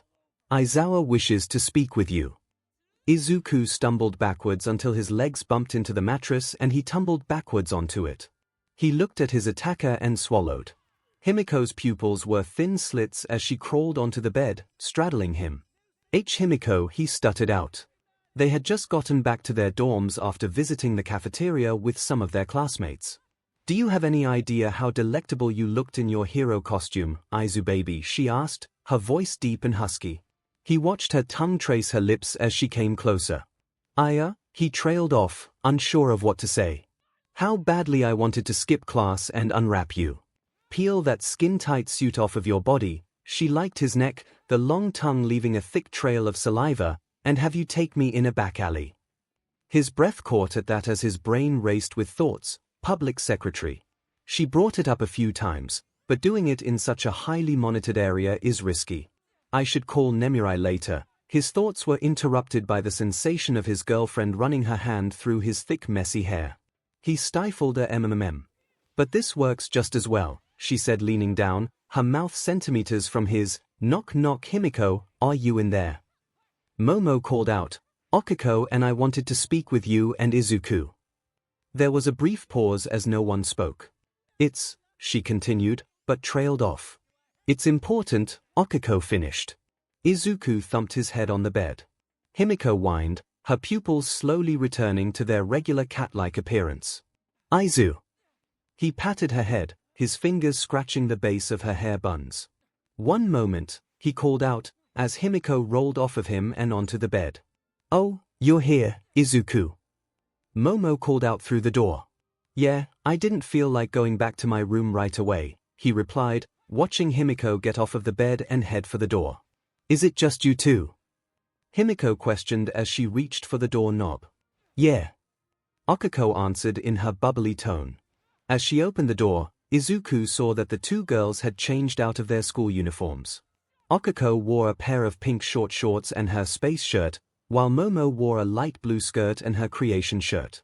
Izuku swallowed as he noticed their thighs on display. So what did you want to talk about? Himiko asked, closing the door behind them. The two girls shared a brief look before nodding. Given how you reacted to having your quirk shown today, we decided that a question we wanted to ask when we go to the planetarium should be asked now, Momo stated. Okay. Himiko asked, raising an eyebrow. Would you be okay with us watching you drink Izuku's BLD? Okiko softly asked. Izuku paused. Himiko froze. Momo quickly followed up saying, we thought that at some point Himiko may need to drink BLD in front of the class, and given how it seems to be something you two do in private, we thought that you may freeze up in class. Himiko sat on the bed, beside Izuku, still quiet. If we've overstepped, please let us know. Momo suddenly said, her voice sounded panicked. Okay, Himiko said. Izuku turned to look at her fully. Are you sure? Yes, it makes sense. If we do more team skirmishes like we did today, I may have to drink my teammate's BLD or the BLD of someone on the other team. Of course it wouldn't be like when it's just us. She put her hand on his cheek, her thumb rubbing it as she continued. I wouldn't be as gentle as I am with you, as loving. At that she leaned forward and kissed him on the lips before pulling back. Izuku felt his cheeks start to heat up from the kiss. Having an audience was weird, he thought, as Momo and Okiko watched Himiko slowly undo his necktie. Wait, I thought she would use my arm like when we first met. Is she going for my neck? Himiko unbuttoned the top button of his shirt.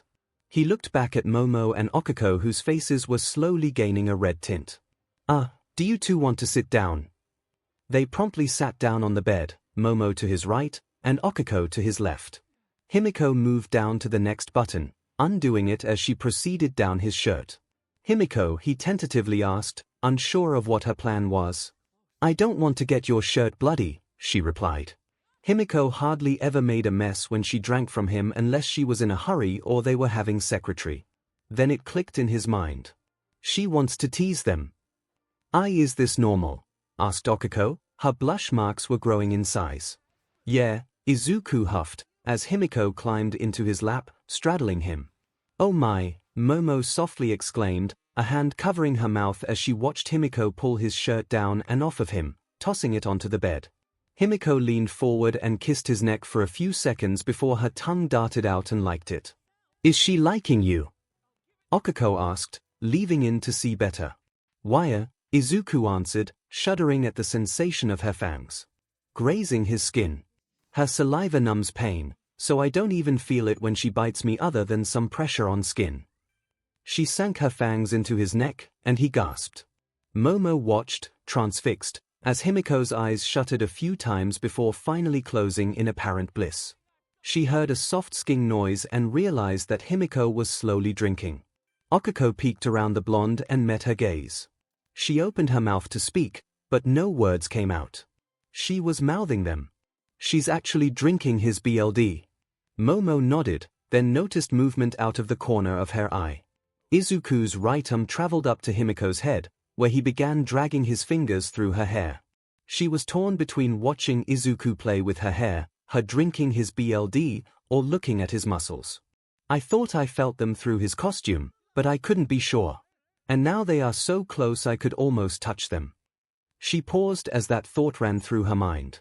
She shook her head and looked to see 𝐒𝐴 staring at his abs as well, or what they could see of them with Himiko in his lap. Izuku let out a soft mmm as Himiko shifted, wrapping her arms around him fully instead of simply holding onto his shoulders. She watched them tumble onto the bed. They didn't stop. Izuku's eyes were closed as his fingers traveled to her right hair bun and began to slowly disassemble it, pulling hairpins and setting them down beside him. Himiko purred as she drank his BLD while he slowly ran his fingers through her hair. 𝐒𝐴 made a soft noise at that. She had cooed at the scene. Momo couldn't help but follow suit as the bun came undone and Izuku's hand set to combing through it until it snagged on a hair knot. He slowly worked it out before he continued his ministrations, repeating the process several times. Momo found herself running her own hands through her hair as she watched. She looked at 𝐒𝐴 and saw that she was twirling a lock of hair around her finger, nibbling on her lower lip as she watched Himiko SCK on his neck. She looked so cute. "Oh my god, I want to kiss all three of them now." Himiko ummed as she pulled free of Izuku's neck, revealing 4 bloody holes surrounded by a larger ring of BLD. She breathed, her lips were stained red before she liked them, her long tongue smearing BLD as well as cleaning it up. Momo felt her core ache as she watched the girl stick her tongue out further as she leaned down and began liking up the BLD that had seeped from his neck. 𝐒𝐴 began, causing all three to suddenly look at her. "Would you be willing to try our BLD too?" Momo blinked. They had talked about that, but was saving that for after their outing this weekend. Maybe watching Himiko drink had stirred something in 𝐒𝐴 as well. "Do you mean it?" Himiko asked. From her position atop Izuku, it looked as if she was crouched over him, as if she was protecting him or keeping him away from them. "Yes," both girls answered in unison. "Okay," Himiko slowly said, climbing off of Izuku. "Who wants to go first?" "I will," 𝐒𝐴 immediately answered, a look of determination on her face. Momo simply nodded, then looked at Izuku, who was tentatively touching his neck, checking to see if the BLD flow had stopped. "Do you have any first aid items for after she is done?" "Yeah, in the bedside table in the lower drawer," he replied. She got up and saw Himiko talking to 𝐒𝐴, who was nodding, but she couldn't make out what was said. Izuku was more important than what they were talking about currently. She opened the drawer and saw several bandages and some antiseptic. Momo sat back on the bed, items in hand, and saw that Izuku had yet to sit up. "Do you want to sit up, or is it better if you're laying down for this?" "Either way is fine for me. We usually don't bother with that stuff since her quirk neutralizes bloodborne pathogens and helps to clot BLD once she stops drinking," Izuku stated with a soft smile. "When we first met, she was afraid of hurting me, but really, her quirk makes it so that the person she is drinking from has very little discomfort." Momo nodded in understanding. "Still, I would feel better if I cleaned up the bite and bandaged it just so you don't get an infection." "Of course," he said, smiling up at her. "Where do you want me?" "On top of me," she thought. "Wait, what?" "If you could sit up, it would be easier for me," she said after shaking her head, trying to get those thoughts out. "Excuse me," she said before turning around and lifting her shirt up as she formed a wide shallow bowl from her abdomen, followed by a rag. I'm going to get some water to wash your neck with, she said, answering the unasked question as she stood up and looked back at Himiko and 𝐒𝐿. Himiko had apparently tackled 𝐒𝐿 to the bed and was latched onto her neck. 𝐒𝐿's shirt had been pulled to the side, granting Himiko access to the girl's neck. 𝐒𝐿 looked at her, her face was flushed, her blush marks barely visible. Momo felt something stir in her. Quit being corny for your friends. 𝐒𝐿 nodded to Himiko. I'm sure. Plus you may need to drink my BLD, so I should get used to the feeling now, right? Okay, Himiko replied, liking her lips. 𝐒𝐿 watched the tongue, fascinated by it. She pulled her shirt to the side. Himiko's eyes widened in response. Are you sure? She nodded as she spoke. Well, plus you did it with Izuku from his neck. True, the blonde replied. It just requires that I be closer to you, and is more NTMT. She felt her cheeks heat up at that. She liked her lips, wetting them before speaking. Do it, she said, her voice taking on a husky tone. Her crush was on her lap in an instant, her left hand snacking behind and grabbing her head by the back, fingers threaded through her locks. The sensation of it was tantalizing. The blonde pulled her head back, exposing more of her neck as she leaned in. This is going to feel kinda weird. If you need me to stop, please tell me, Himiko whispered, her voice shaky. Drink, she replied, surprised by how even her voice was. In response, Himiko leaned in and slowly licked her neck, the tongue warm and wet. She bit her lip at the sensation, amazed by how right it felt to have Himiko liking her neck, and now she was nibbling it. She gasped as she felt the fangs graze over her skin. Was this how Izuku felt when she and Momo were watching just a moment ago? It felt so exhilarating. Himiko's mouth was on her neck. Was she kissing her neck? No, she had been bitten, she had never even felt it. Himiko gently pushed and 𝐒𝐿 found herself falling down onto the bed as the blonde straddled her, their BSs pushed up against each other. 𝐒𝐿 let out a soft mmm as Himiko sked on her neck, encouraging the BLD flow. I feel all warm and fuzzy, like this morning when I was playing in the shower. 𝐒𝐿 froze as she remembered what she did this morning in the showers. She felt her face heat up more as Himiko's BRSs pushed into hers more. Momo was walking by when the tall girl looked at her beneath Himiko. Momo's face was already faintly flushed, but as she looked at 𝐒𝐿 it turned redder. Then Momo did something she didn't expect of the more restrained girl. She rubbed her thighs together while making a soft keening noise, then blushed harder once she realized what she had done. I take it I wasn't the only one getting off thinking about them, 𝐒𝐿 thought to herself. She let out another gasp as Himiko began skiing harder. She felt the tongue caressing the bite marks, and shuddered. Oh gods, I just want to kiss all three of them. She wrapped her arms around Himiko, who purred at the contact, and responded by laying down on her.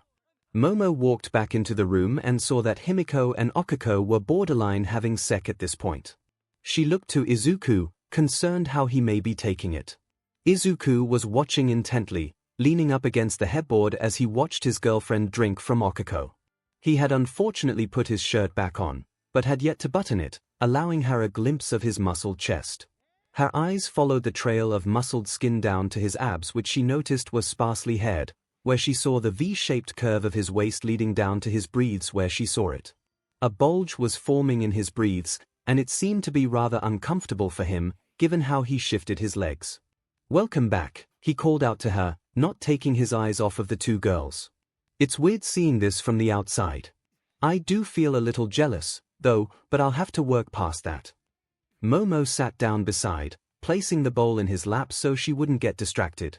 Does it hurt? She asked, pulling the shirt down a bit to better see the puncture marks from Himiko's teeth.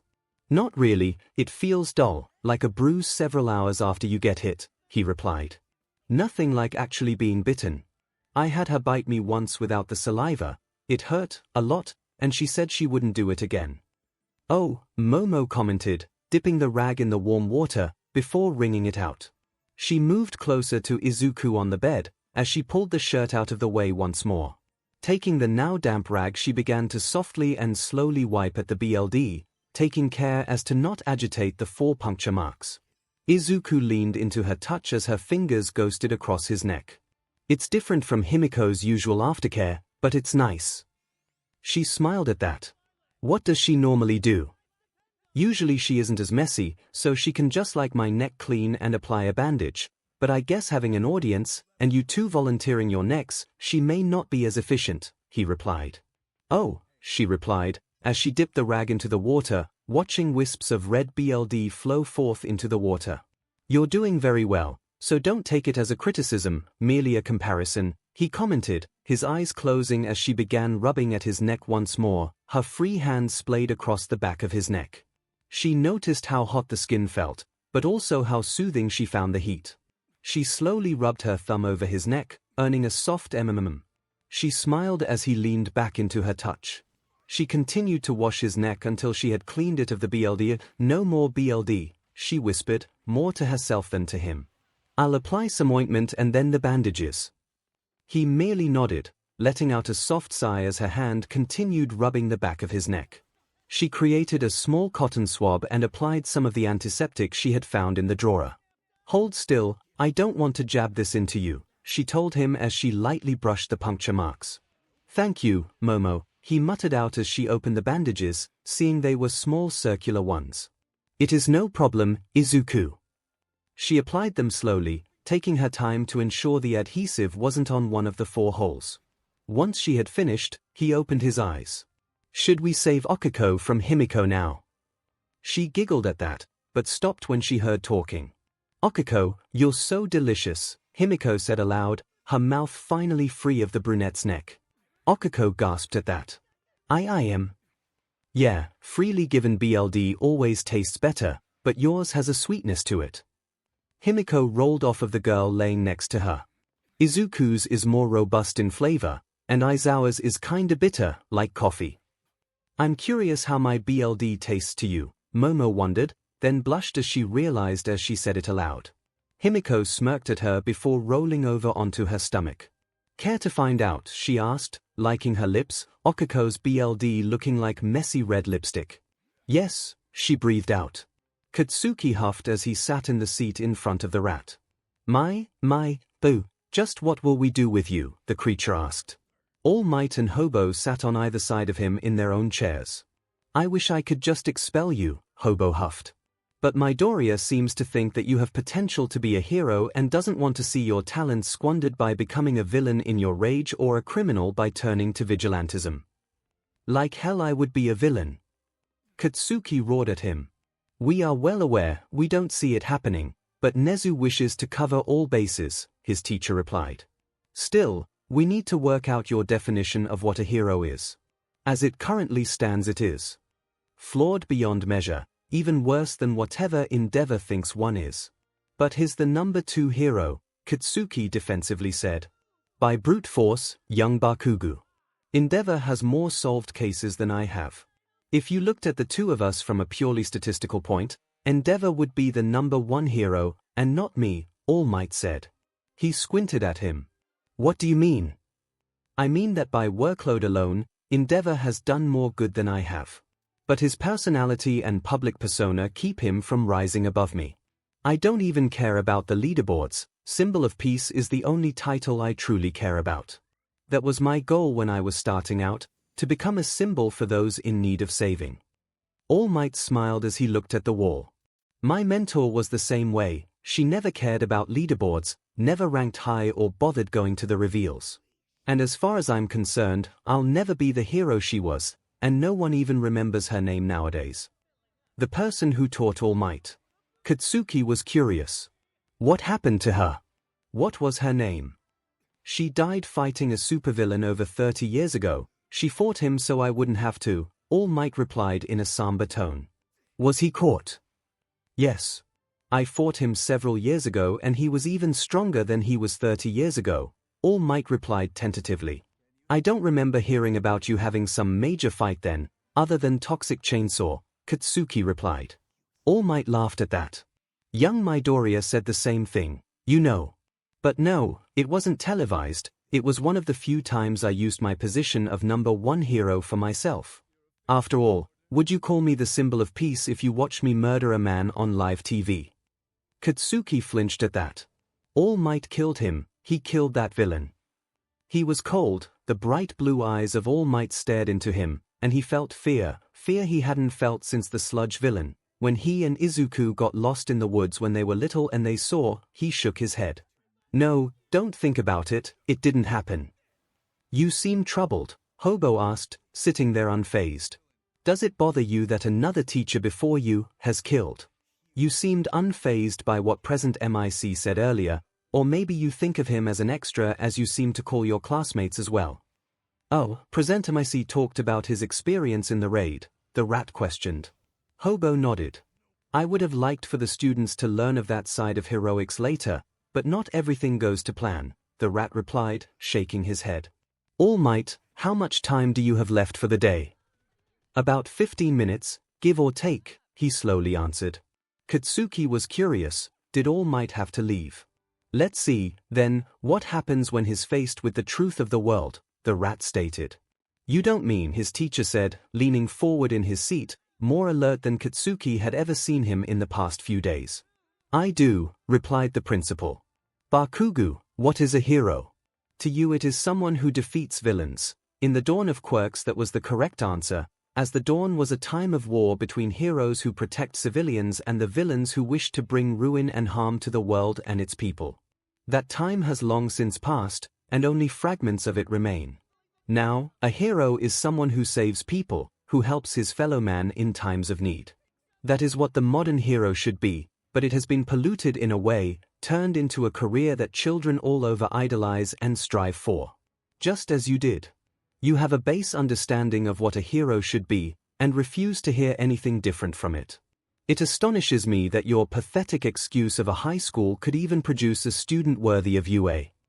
But, Deku, I'm not done, Nezu cut off him. Midoriya was pulled from Aldera and tutored by me.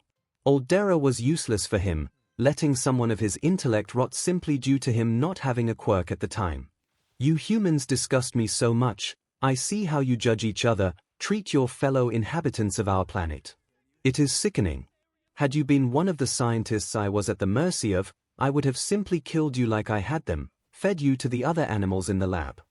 Katsuki gripped the arms of the chair, his knuckles ached from it, but right now he felt like he was standing before a predator that knew it could easily kill him. Even all those months ago, when All Might himself had slammed him into his seat at Auntie's, paled to this. Or we can let you continue as you are and become a hero like Endeavor, and then you will be in the hero killer's sights. You are the exact kind of person he hunts, and when you are bleeding out in an alleyway, no one other than your parents will mourn your loss. That is, if you haven't driven them away from you at that point, the creature concluded, clasping his paws together, with a wicked smile on his face. Katsuki gulped. Bakugo, his teacher called out to him, startling him. Tomorrow you will be meeting with Nezu and Hound Dog for a special meeting to serve as an in-school suspension. Thursday, there will be a class trip that you will be attending, as it will deal with rescue work, and we will work on your issues with saving innocents. Katsuki nodded, dreading a full day with the rat. This is not what he thought UA would be like. He was starting to miss Aldera and having it beneath his heel. Bakugo, the principal said, getting his attention once more. I would love nothing more than for you to prove me wrong, to prove that you can be the kind of hero Midoriya thinks you can be. I realize that you may not want that as well. Work with us and we will work with you. You are one of my students, and I will not sit by as you squander your chance here. Yes, your quirk is strong, but it is not everything. Aldera did you and Midoriya both a disservice in how you two were treated. Their constant praise of you was as detrimental as their rebuking of Midoriya was. That felt weird, Okiko said from her spot on the bed. But not bad weird, good weird, I guess. Himiko gave her a small smile. I'm glad you're okay with it. Momo watched the two girls chat as she gathered more materials for Okiko and finally for herself. Izuku, can you take care of Okiko's neck while Himiko is busy with me? His face gained a slight dusting of red as he nodded. Momo merely smiled, and as she saw Himiko turn to look at her, she smiled at the girl in turn and motioned her forward as she settled her nerves. Thank you for taking care of Aizu, Momo. Himiko wiped her mouth on one of the rags. Just let me know when you're ready and if you need me to stop. Of course, Momo replied as she took a breath and grabbed the hem of her shirt and began to pull it up. What are you doing? Izuku cried out, turning to look away from her. I don't want to get BLD on my shirt, plus it isn't anything Himiko and Okiko haven't already seen in the locker room, she stated, her face taking on a pink hue. But, I'm here, he meekly said from beside her. Yes, and you saw just as much when I was in my hero costume, so you don't need to worry. I won't be mad at you for looking at me and my brother. In fact, I want you to look, she said, her face blushing a deep red. What, he said, turning around, his face was extremely red, his freckles small black spots amongst a sea of red. He must have realized he had turned to face her, as he gaped like a fish and turned her head away again. I mean, she began, you may have to fight me or another girl in the future, and what kind of hero will you be when a villainess can simply flaunt her melons at you and you recoil and let her walk all over you or get away? Not a good one. Besides, with spring and summer coming, if the four of us went to the beach or a pool, you would see the three of us in bikinis or some other swimsuit, Momo added on as she finished taking her shirt off, revealing her green BR to them. We will. Okiko asked from where she was now sitting up. Well, I thought it would be nice. Himiko and him mentioned Dagobah Beach a few times, so I figured it would be nice to use it since he spent so much time on it, is all, Momo said looking down. She was dragged from her stupor by Izuku clapping his hands on her bare shoulders. I think that's a great idea, he said with a smile. I'll even put up with the teasing so you girls can get the ice cream you like. At that Momo was bouncing on the bed in joy. Oh thank you, Izuku. At that she pulled him into a tight hug that he slowly returned. She felt where his bare skin met hers and was surprised at how it felt, hot yet comfortable at the same time. She closed her eyes, content with the feeling. He gently patted her back a few times before he finally must have realized she was still shirtless. He pulled back, saying sorry, as he did so. It's okay, Izuku, and like I told you, I'm okay with you looking, Momo said once more.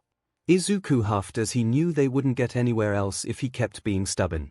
He decided to look at her chest, and his brain stopped as he took in the sight of her bountiful chest pushing against the green lace-trimmed brother. They were definitely bigger than Himiko's but not disgustingly huge, like he had seen before in some porn Himiko wanted to watch while they played with each other. Okay, I looked, he said, his face turning a deeper red. He turned away to see Okiko pulling her shirt off now. Okiko! Well, since Momo was taking her shirt off I figured I should join in, the brunette reasoned. I feel like we're skipping a few steps, he thought to himself as he stared ahead at the wall.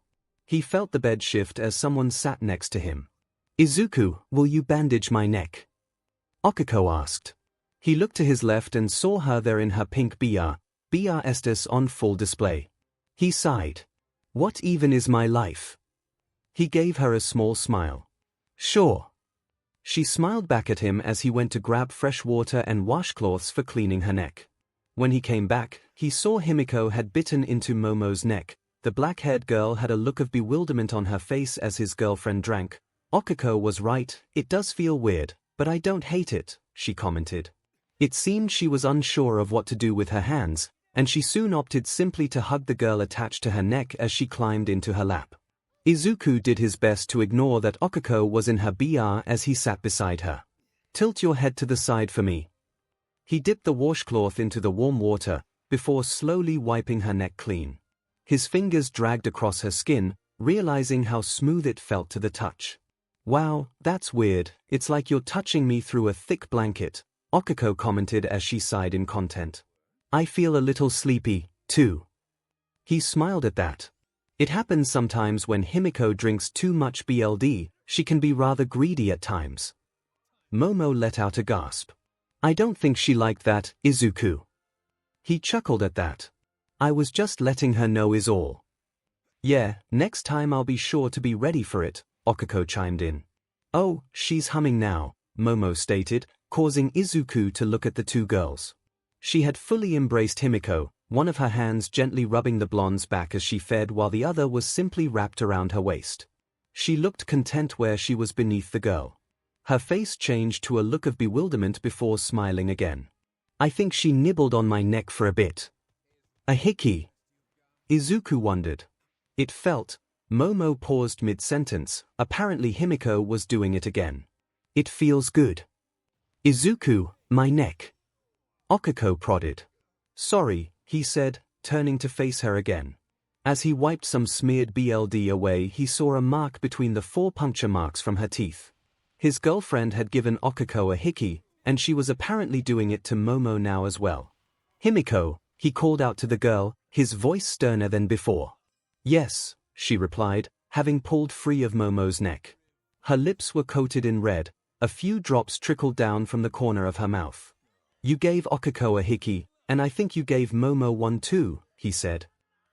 I'm sorry. You two just tasted so good, I couldn't help but nibble on your necks as I drank, Himiko muttered with a hitch in her breath. Oh, Okiko muttered. I'm glad you told me, Izuku.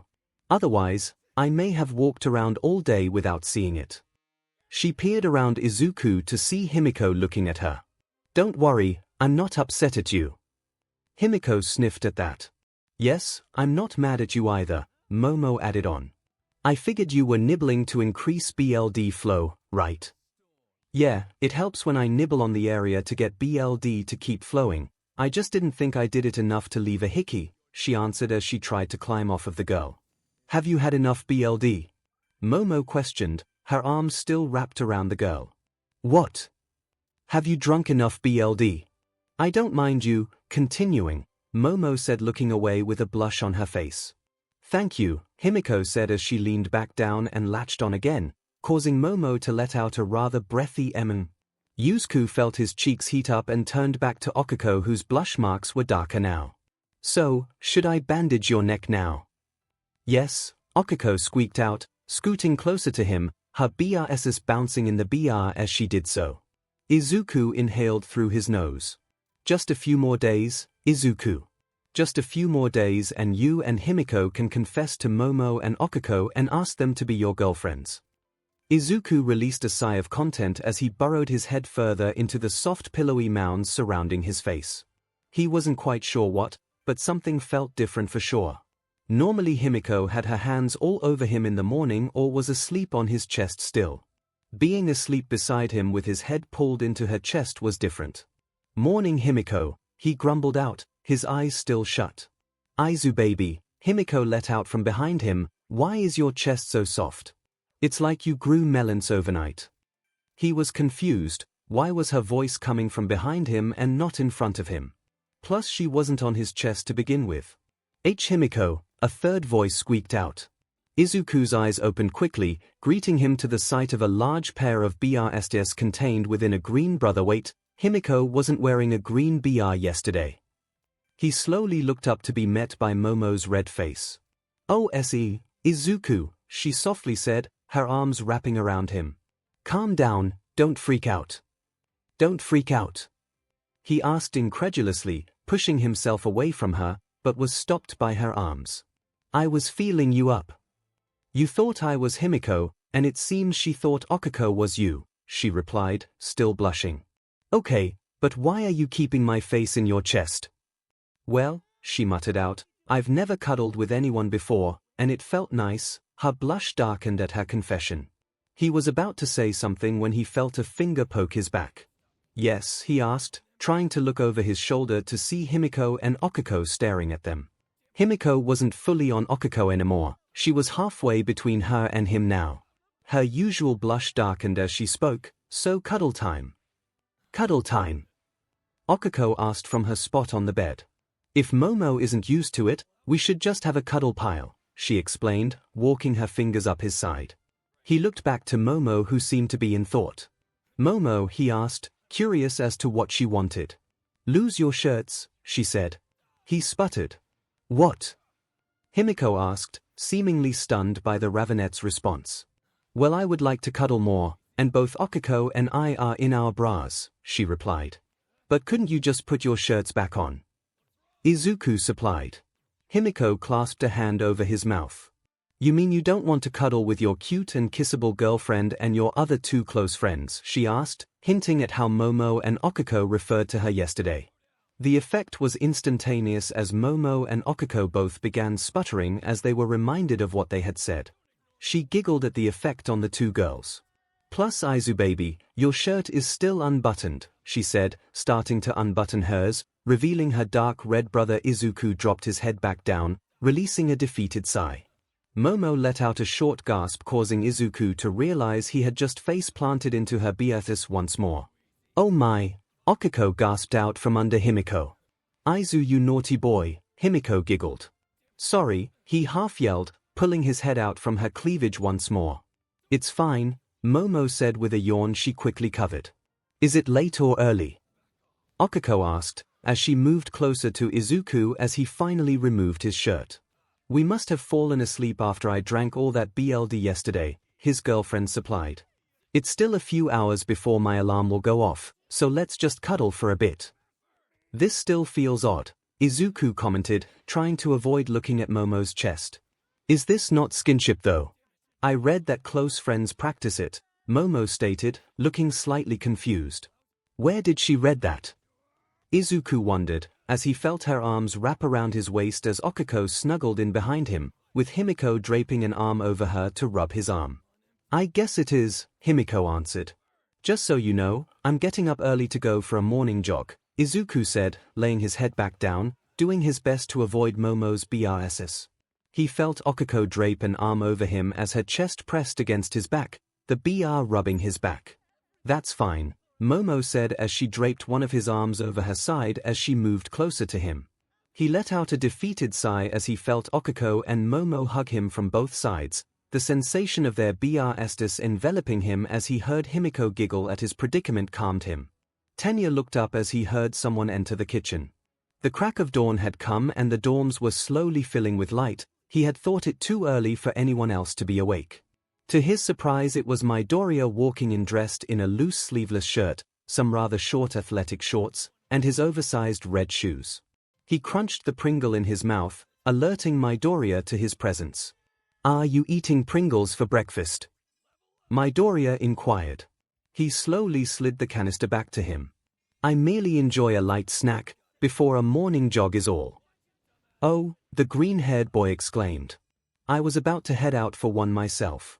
Would you mind if I joined you?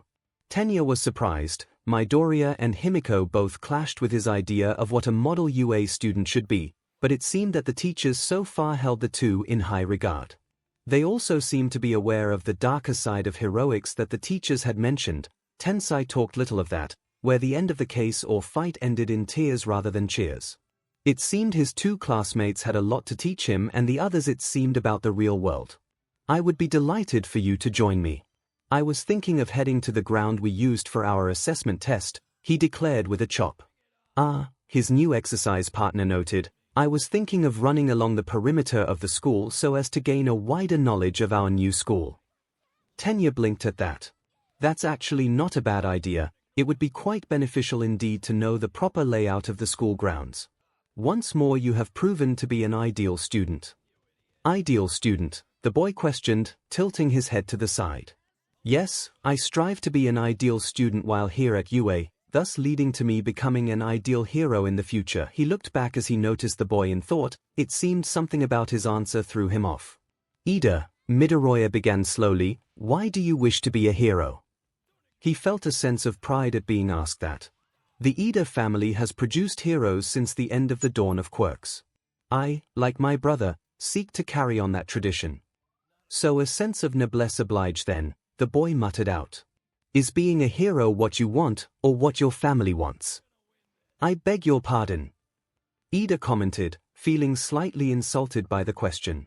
I didn't mean to offend, Midoriya stuttered out, waving his hands before himself. I merely meant, are you here because it is expected of you to be a hero, or because you yourself wish to be a hero, helping people, saving them? I know there are a few people here that have a hero legacy, but aren't interested in being heroes for the right reasons or at all. Tenya was surprised. He had never thought of hero legacies like that before. Before he could say anything, the boy spoke once more. You don't need to answer right away, just something to think about is all.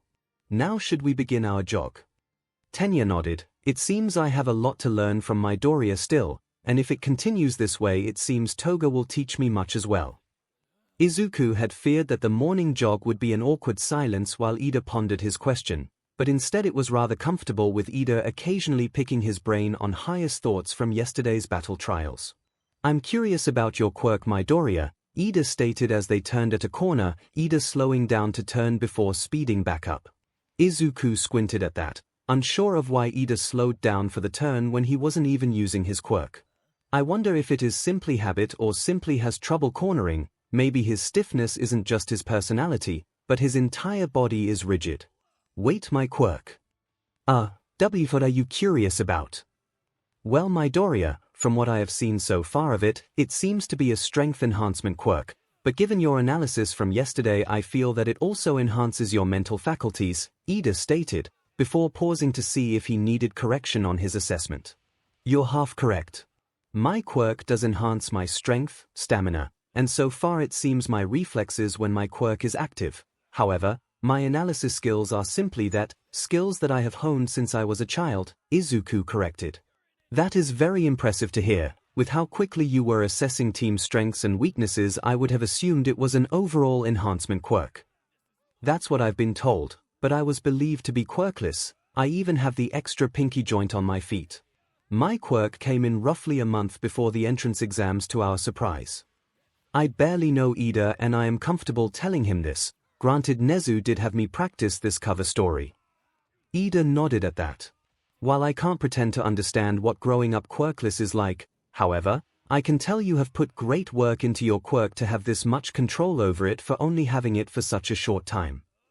"Yeah," Izuku replied, "I think my quirk analysis hobby played a great part in it." "Hobby?" his running partner asked, raising an eyebrow at that. "Yeah, I like to study quirks, see how they work and figure out their strengths and weaknesses, as well as hypothesize possible uses the quirk user has yet to utilize," Izuku replied. "That sounds extremely useful. I would be interested in hearing what you have to say about how I could improve."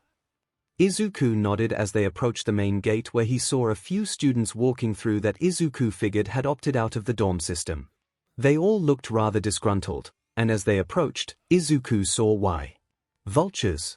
Apparently it had only taken a day for word to get out that All Might was teaching at UA, and the press was clamoring for any words they could get from UA students. "Hey, what kind of teacher is All Might like?" a bald, stern-faced man asked, a student who had nearly reached the gate. "I don't know, I've yet to even see him here," they replied before stepping through. "Hey, you two boys there," called out a female reporter with white hair tied up in a bun.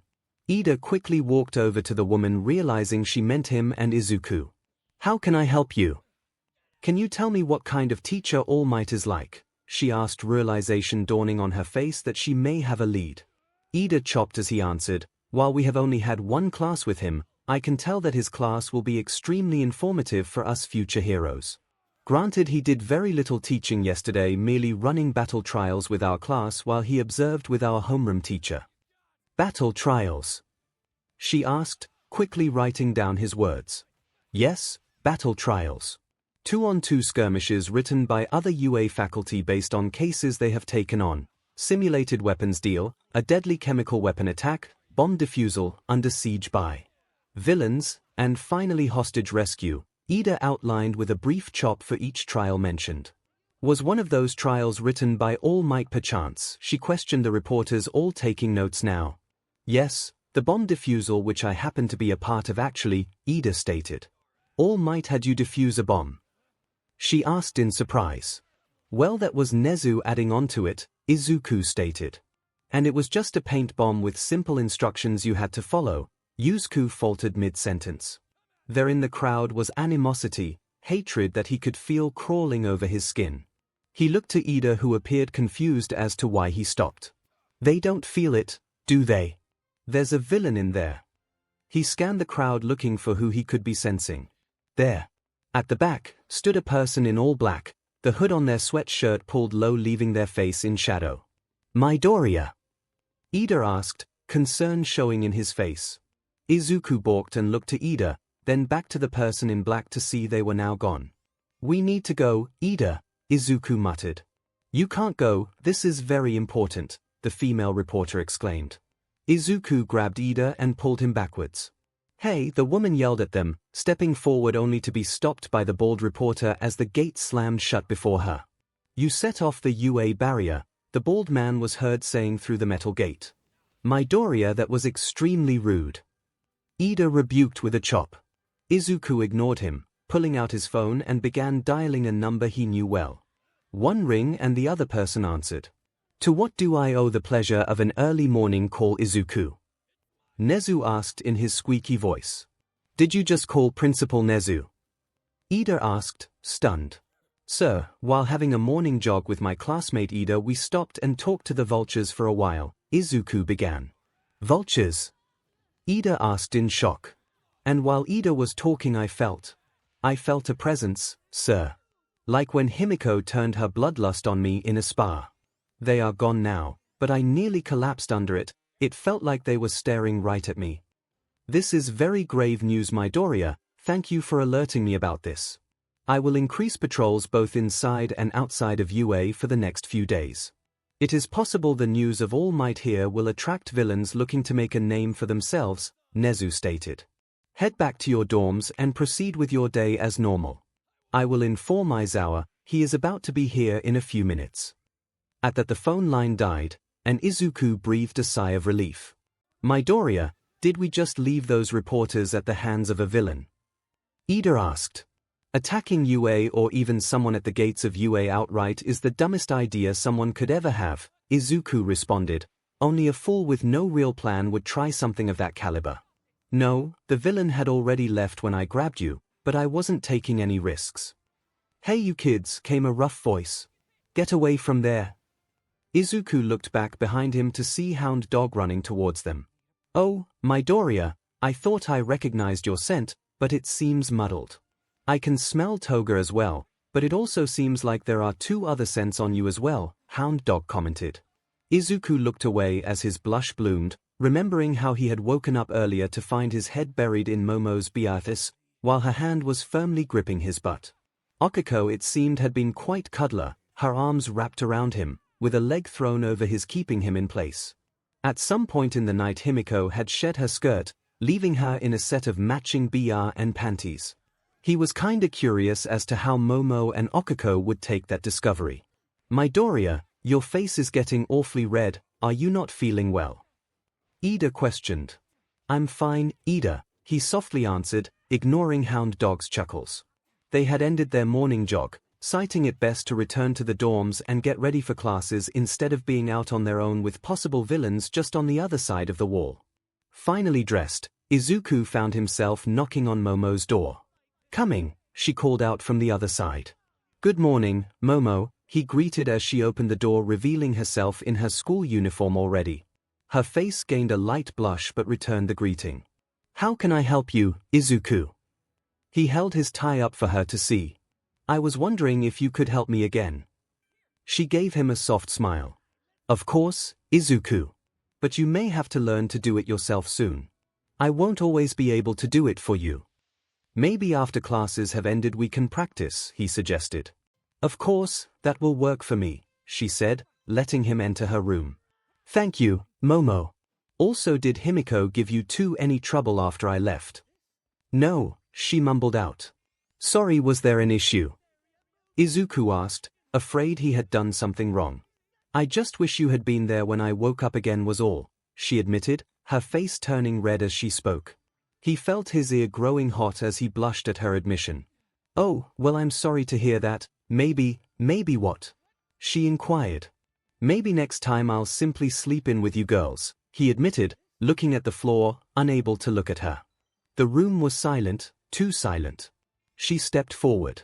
Izuku flinched, thinking he had been too forward and she was going to rebuke him. Instead, he was enveloped in a hug.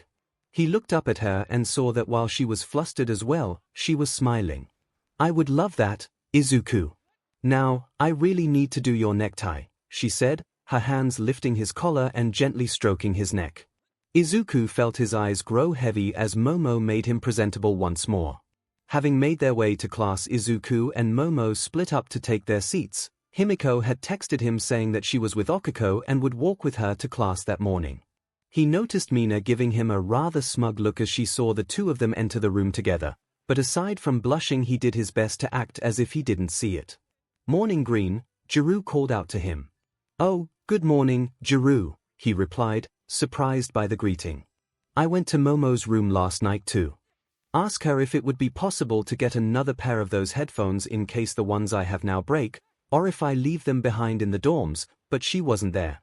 You wouldn't have known where she would have been, would you?" she asked.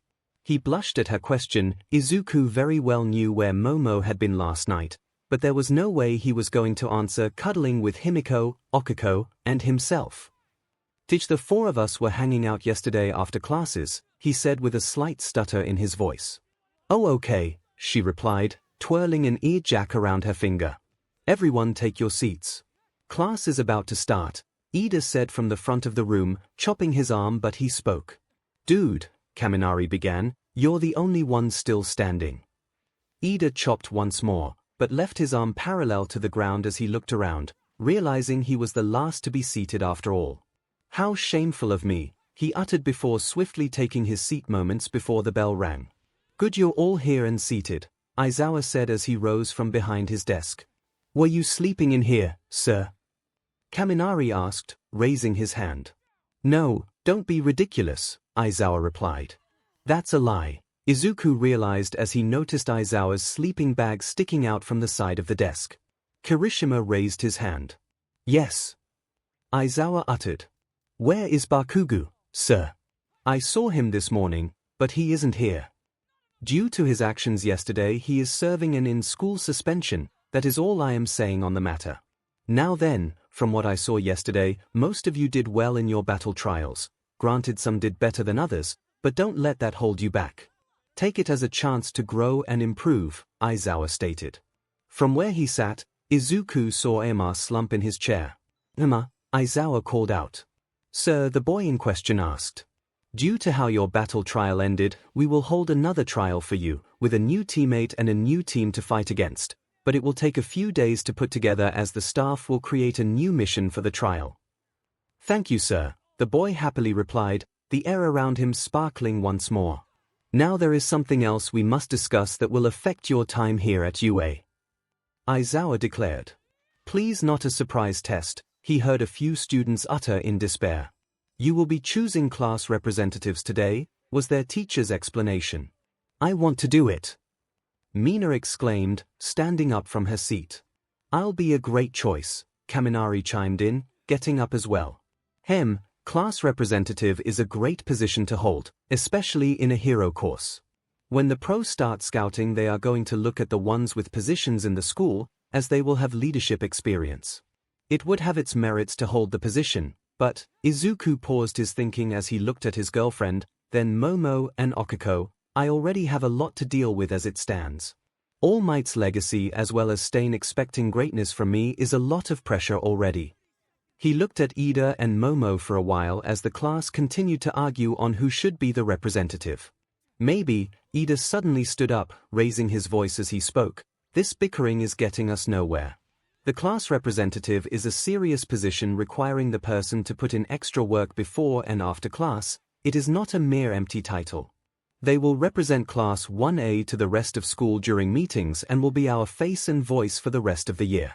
We should vote to elect the class representative, that way everyone has a say in the matter as it affects all of us equally." "But won't everyone just vote for themselves?" Zu asked, her finger on her chin as she looked at Ida. "Not necessarily," Momo chimed in, "someone is bound to vote for someone else. There are probably a few of our classmates who have no interest in the position or have the time to devote to it due to personal reasons. So someone is bound to get at least 2 votes then," Ojiro commented. "A most interesting situation," Tokoyami added on, his quirk poking its head out of his chest to look around at all of the ruckus. "Does that work with you, Mr. Aizawa?" Ida questioned their teacher. "Do what you want, just make it quick," was his only answer. "What about Bakugo's vote?" Shiro asked. "He would just vote for himself," Himiko stated. "Ah, true," the boy said in agreement. Izuku wrote down his selection and handed it to Ida as he walked down the aisles, collecting the votes. "I will now count the votes, showing you each one to prove that there was no tampering," Ida began as he picked a ballot and unfolded it. By the time he was done, Izuku was sitting in his seat bewildered. He had received 10 votes in total. What? He meekly asked. Holy Siava dude, you got 9 votes from the class, Jiru whispered to him. 10, he corrected, I didn't vote for myself. She looked slightly taken back by that. You didn't want the position. You looked to be in thought while everyone was yelling about doing it. Not really, I'm not great with people, he mumbled, and the person with the second most votes is Yorozu at 3, Ida announced. Everyone else either had 1 or no votes for them. Ida looked to be saddened that he had not been chosen for the position.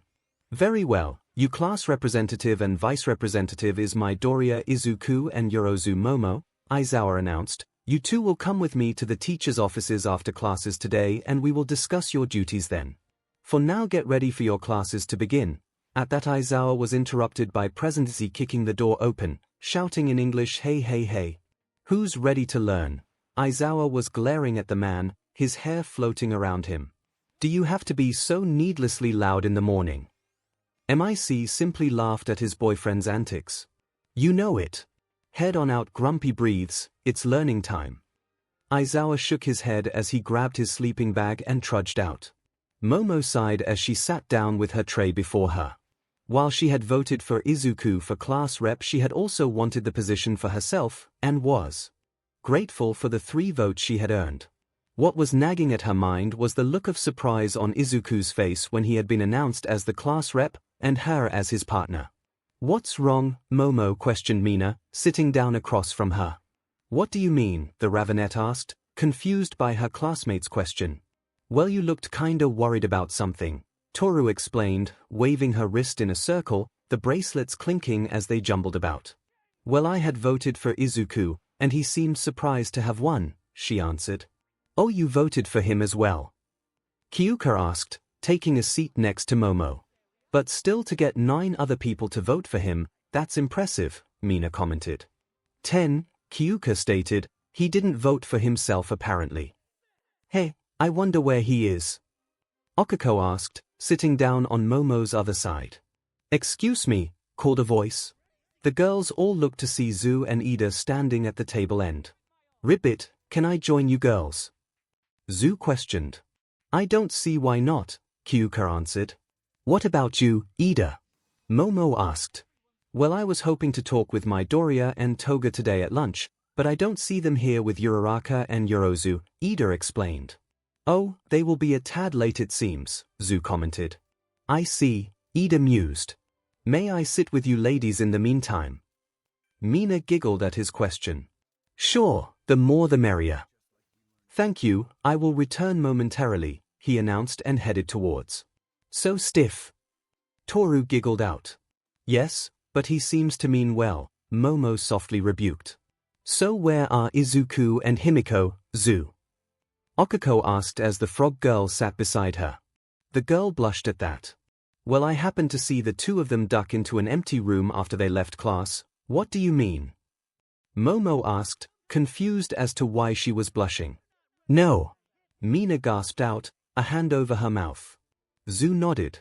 I went to knock on the door as I had a question, but I overheard them. Wait, you mean, Okiko began, her blush marks darkening. It clicked for Momo. They're having secretary, she uttered in shock. Ribbit, Himiko said something about getting cock-blocked yesterday, Zu replied in her deadpan voice. Oh my god, Momo mumbled. What? Kyuka asked, confused. Okiko, we interrupted them when they were about to have sec, Momo whispered. So that's why Himiko was so, yeah, wait, Green said the 4 of you were hanging out yesterday, something happened, the punk girl stated, looking at the 2. Spill. Mina declared. Momo felt her face heat up. Did you guys kiss? Toru asked all of a sudden. The table grew silent. No. Okiko hissed. Well, Himiko didn't kiss our mouths. Ribbit.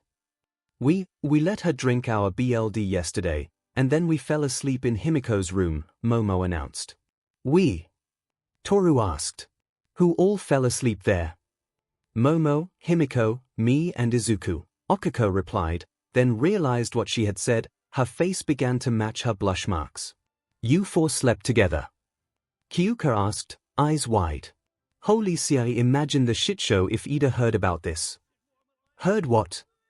Izuku breathed out as he sat down at the end of the table. Himiko sat beside him, both wearing relieved looks on their faces. The girls were silent, until Mina spoke. "You two look rather stress-free." "Yeah," Himiko admitted, "got all of the stress out." "Are you going to get something to eat?"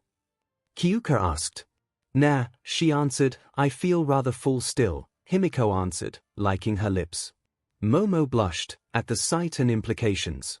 Before anyone could say anything, the alarm erupted in the cafeteria. Level 3 alert. All students evacuate to the designated areas. The room erupted in chaos, tables around them surged forth as students tried to escape the room. "Izuku, what is a level 3 alarm?" Momo asked. "It means there is an intruder on school grounds," he announced, trying to get up only to be pushed back into his seat by the swarming mob. He looked to the windows and saw a familiar face go by, the reporter from this morning. "Goddamn vultures," he hissed. "Really?" Himiko asked. "Yeah," he replied, before turning to Momo. "Can you make me a megaphone, please?" She nodded, and reached down beneath the table as it formed from her thigh. Taking it, he jumped onto the table. "Cover your ears," he said to the table, and then turned it on. The mass of students froze as they covered their ears as the megaphone crackled before he spoke through it. "Calm down, it is merely the press from this morning, they must have forced their way through the gate. Act like the UA students you are, not like frightened children." The room was silent as they looked at him. "Hey! He's right, present MIC and our vice principal are dealing with them," a girl called out from the window. "Good, now look down at your feet, hopefully you weren't too careless and trampled your classmates," he said, scorning them. "Oh my god, he's so hot when he takes charge," Himiko muttered to herself. "Is now the time to be thirsting after Izuku?" Zu questioned. "Yes," Himiko replied. "I mean, she isn't wrong," Momo thought, looking up at Izuku with a soft smile on her face as their schoolmates began to slowly move out of the cafeteria. Shouter stood beside Nezu as they looked at the now ruined gate. "Sorry it took so long to get here," Majima called out, jogging over to the two. "I had to lock down the support lab, and one of my students didn't care that we were entering lockdown." "It's fine, powerloader," Nezu stated, never taking his eyes off the gaping hole in the gate. "I want you to study the damage done here today. I feel that this is most likely the work of the villain Izuku encountered here this morning. Unfortunately, the security cameras never caught their face, just a figure in black who melted into the crowd once the gates were, stooping down to pick up a pile of dust that had once been the gate, destroyed. Should we cancel the USJ trip tomorrow?" Shouter questioned. He did not like the idea of leaving the main campus after what seemed like an attack on UA. "Carry on with the schedule, but check in with me when you arrive, and every 20 minutes while there until you leave," Nezu stated, leaving no room for arguing. Shouter sighed, but nodded. "Of course, sir, but if anything happens it will be on my head, plus you will have All Might with you and 13 tomorrow. If anyone tries anything, they will be dealt with." Classes had been cancelled for the day due to the trespass of the press setting off the alarms, and the UA faculty was currently checking every building for anyone who did not belong. The dorms had been cleared first with ectoplasm clones and the class homeroom teacher. "You are to stay inside of your dorms until we notify you that you may leave them," Aizawa stated to the class. "Midoriya, Yorozu, while we did not discuss your duties as class representatives, I am leaving the two of you in charge while I work with the police on this matter. If I hear that any of you left the dorms without a valid reason, there will be consequences. Now is not the time to fool around. There is a phone in the common room and a list of numbers you may need. Mine and Recovery Girl's office are at the top of it. Feel free to add the numbers to your own cell phones, but only contact me in an emergency when I am off campus and on patrol." "Yes, sir," the class replied in unison. "Good, I should be back in an hour or so," Aizawa stated as he left the dorm. "Midoriya, Yorozu, what would you have us do?" Ida promptly asked, earning a few groans from a few of their classmates. "Well, Mr. Aizawa said we would discuss our battle trials today in our heroics class, so why don't we simply do that? Pair with your partner and discuss how they went and what went right or wrong, then find the team you fought against and repeat. Of course you don't have to if you have already done this yesterday," Izuku said. Of course, it wouldn't hurt to show some initiative on our part, Momo tacked on. Why don't we take an hour or so to talk with our partners and then we can reach out to the other team time permitting, or feel free to start on the homework we have been assigned. Yeah, I doubt that we will get to turn it in late due to the press trespassing, Izuku commented. As the class spread out, Izuku saw Emma walk over to Zero and Tokoyami, who simply nodded as he walked off with them, dark shadow popping out, and poking the French boy when he seemed to sparkle much to Tokoyami's displeasure. Well, I guess we can talk about our rather quick victory or we can start your necktie lesson now, Momo said as she stepped closer to him. Wire, let's go with the necktie lesson for now. It's possible that Ashido and Jiru may seek us out anyways, Izuku suggested. Momo simply smiled at him. Izuku looked in the mirror at the image of Momo standing behind him, hands on his shoulders as she smiled at their reflection. She slid her hands to his collar and began unfolding it as she worked from the front of his neck to the back, taking her time to run her knuckles over his skin. Tie, she questioned, reaching around him to show an opened hand, palm facing upwards. He placed the red tie and gold pin in her hands, doing his best to ignore the feeling of her BRSTS pressing into his back. Thank you, she whispered into his ear, sending a shiver down his spine. She draped the tie around his neck, the skinny half over his right shoulder, while the thicker end hung off of his left shoulder. She slid the thicker end further down his body. Watch the tail, that's the slim end, you want it to be near the top of your shirt pocket like so, and then cross it over, with the blade on top. She adjusted the tie so it resembled an X, her hands sliding across his chest as she moved the fabric. Hold the center with one hand and then bring the blade under the tail and out of the hole where your neck is. She slowly slid her hand up, pushing the fabric up and out the hole where it plopped out onto his chest once more. Now bring it to the same side you came out through and go under everything, then up and down into the hole behind it all and let it fall, pulling it all tight as needed. This seems complicated, Izuku muttered. It can be at first, Momo replied, but I'm sure you will learn quickly. She smiled at him in the mirror, causing him to blush. Thank you, he whispered out, happy with her compliment. Of course, now see where I moved my finger. He nodded. Keep a finger there as it will make the end easier. Now pull the tie across the front of everything, keeping it rather tight. Then you will go back under and up through the back like so. She wiggled her finger making some room for it. Now the tie goes into the hole my finger is in and will be pulled down through it. Now all you do is pull it taut and pinch the knot as needed to get it into the proper shape. She pulled her hands away, revealing a knot that resembled her own. Thank you, Momo, he said, looking into the mirror. Of course, Izuku, she replied, smiling at him in the mirror as she placed her hands on his shoulders once more. Go ahead and practice, and if it would help I can tie one on myself and you can take notes on it. That's a great idea, he half shouted as he began flipping through a notebook. Where did that come from? The girl asked, visibly confused. Where did what come from? Your notebook, she said rather harshly, but stopped herself. Sorry, I didn't mean to yell at you. People always seem to ignore me carrying my notebooks until I open them, he mused. I wonder if this is how 𝐒𝐭𝐲 feels when she enters a room and no one else seems to recognize her but me. Momo balked. People don't, sorry for the lack of a better word, see her enter a room. Not until she starts talking or waving her arms around, he dejectedly replied. Later let me know when she enters the common room so I can greet her, Izuku. I'm sure that will make her feel better. Of course. Momo smiled at him once more as she undid the tie around his neck. Give a few tries and let's go from there. Himiko was on the prowl. Her boyfriend, lunchbox, and mood lifter was missing, and no one had seen Izuku in a while it seemed. You know, Kyuka began from where she sat next to Okiko on the couch, his tie looked pretty rough today in class. He must have tied it himself today instead of having Momo do it for him in front of us again. Ribbit, that or they realized, no offense to Himiko, how NTMT that must have looked and are now doing it in private. Zu chimed in from the other couch sitting beside Mina who was reading a magazine with Toru. If Izuku and Momo are tying ties and it turned into a makeout session, and I wasn't invited, I'm gonna be mad, Himiko thought to herself as she stood up. Where are you off to? Okiko questioned. Mr. Aizawa isn't back yet. I'm gonna see if they are in Momo's room, Himiko answered. Better than sitting around waiting for Aizawa to come back. Oh, if we find Midori, I have some questions for him about my quirk, if he has time, Mina said, looking at Toru, who began bouncing in her seat. Yeah, I want to come as well, the invisible girl declared, setting the magazine down on the table. So we find my boyfriend and have a little quirk analysis session? Himiko asked the group of girls before her. She smiled as they all nodded.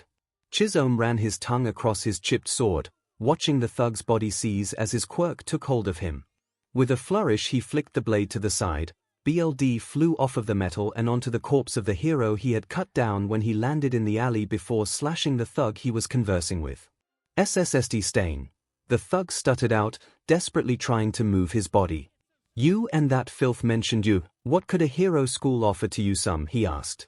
The man gulped for air, as if trying to bide himself time. He placed his sword against the back of the man's hand on the ground. Answer me. He began to slowly push. There's a job, he yelled out. He ripped the sword from the man's palm. Go on. Nearly 100 of us have been hired. We get in while the kids are on a field trip to somewhere remote. We warp in with a quirk and keep the students and regular teachers busy. Chisome scowled. You're attacking UA. UA where All Might teaches, how completely idiotic. The man in charge has this thing, a bioweapon. He shot it in the head and it healed. Had the warper cut off its limbs and they regrew. And it's for All Might, the thug uttered, wincing in pain as Chisome pointed his blade at his other hand. Where are you meeting up tomorrow? You think I would tell you?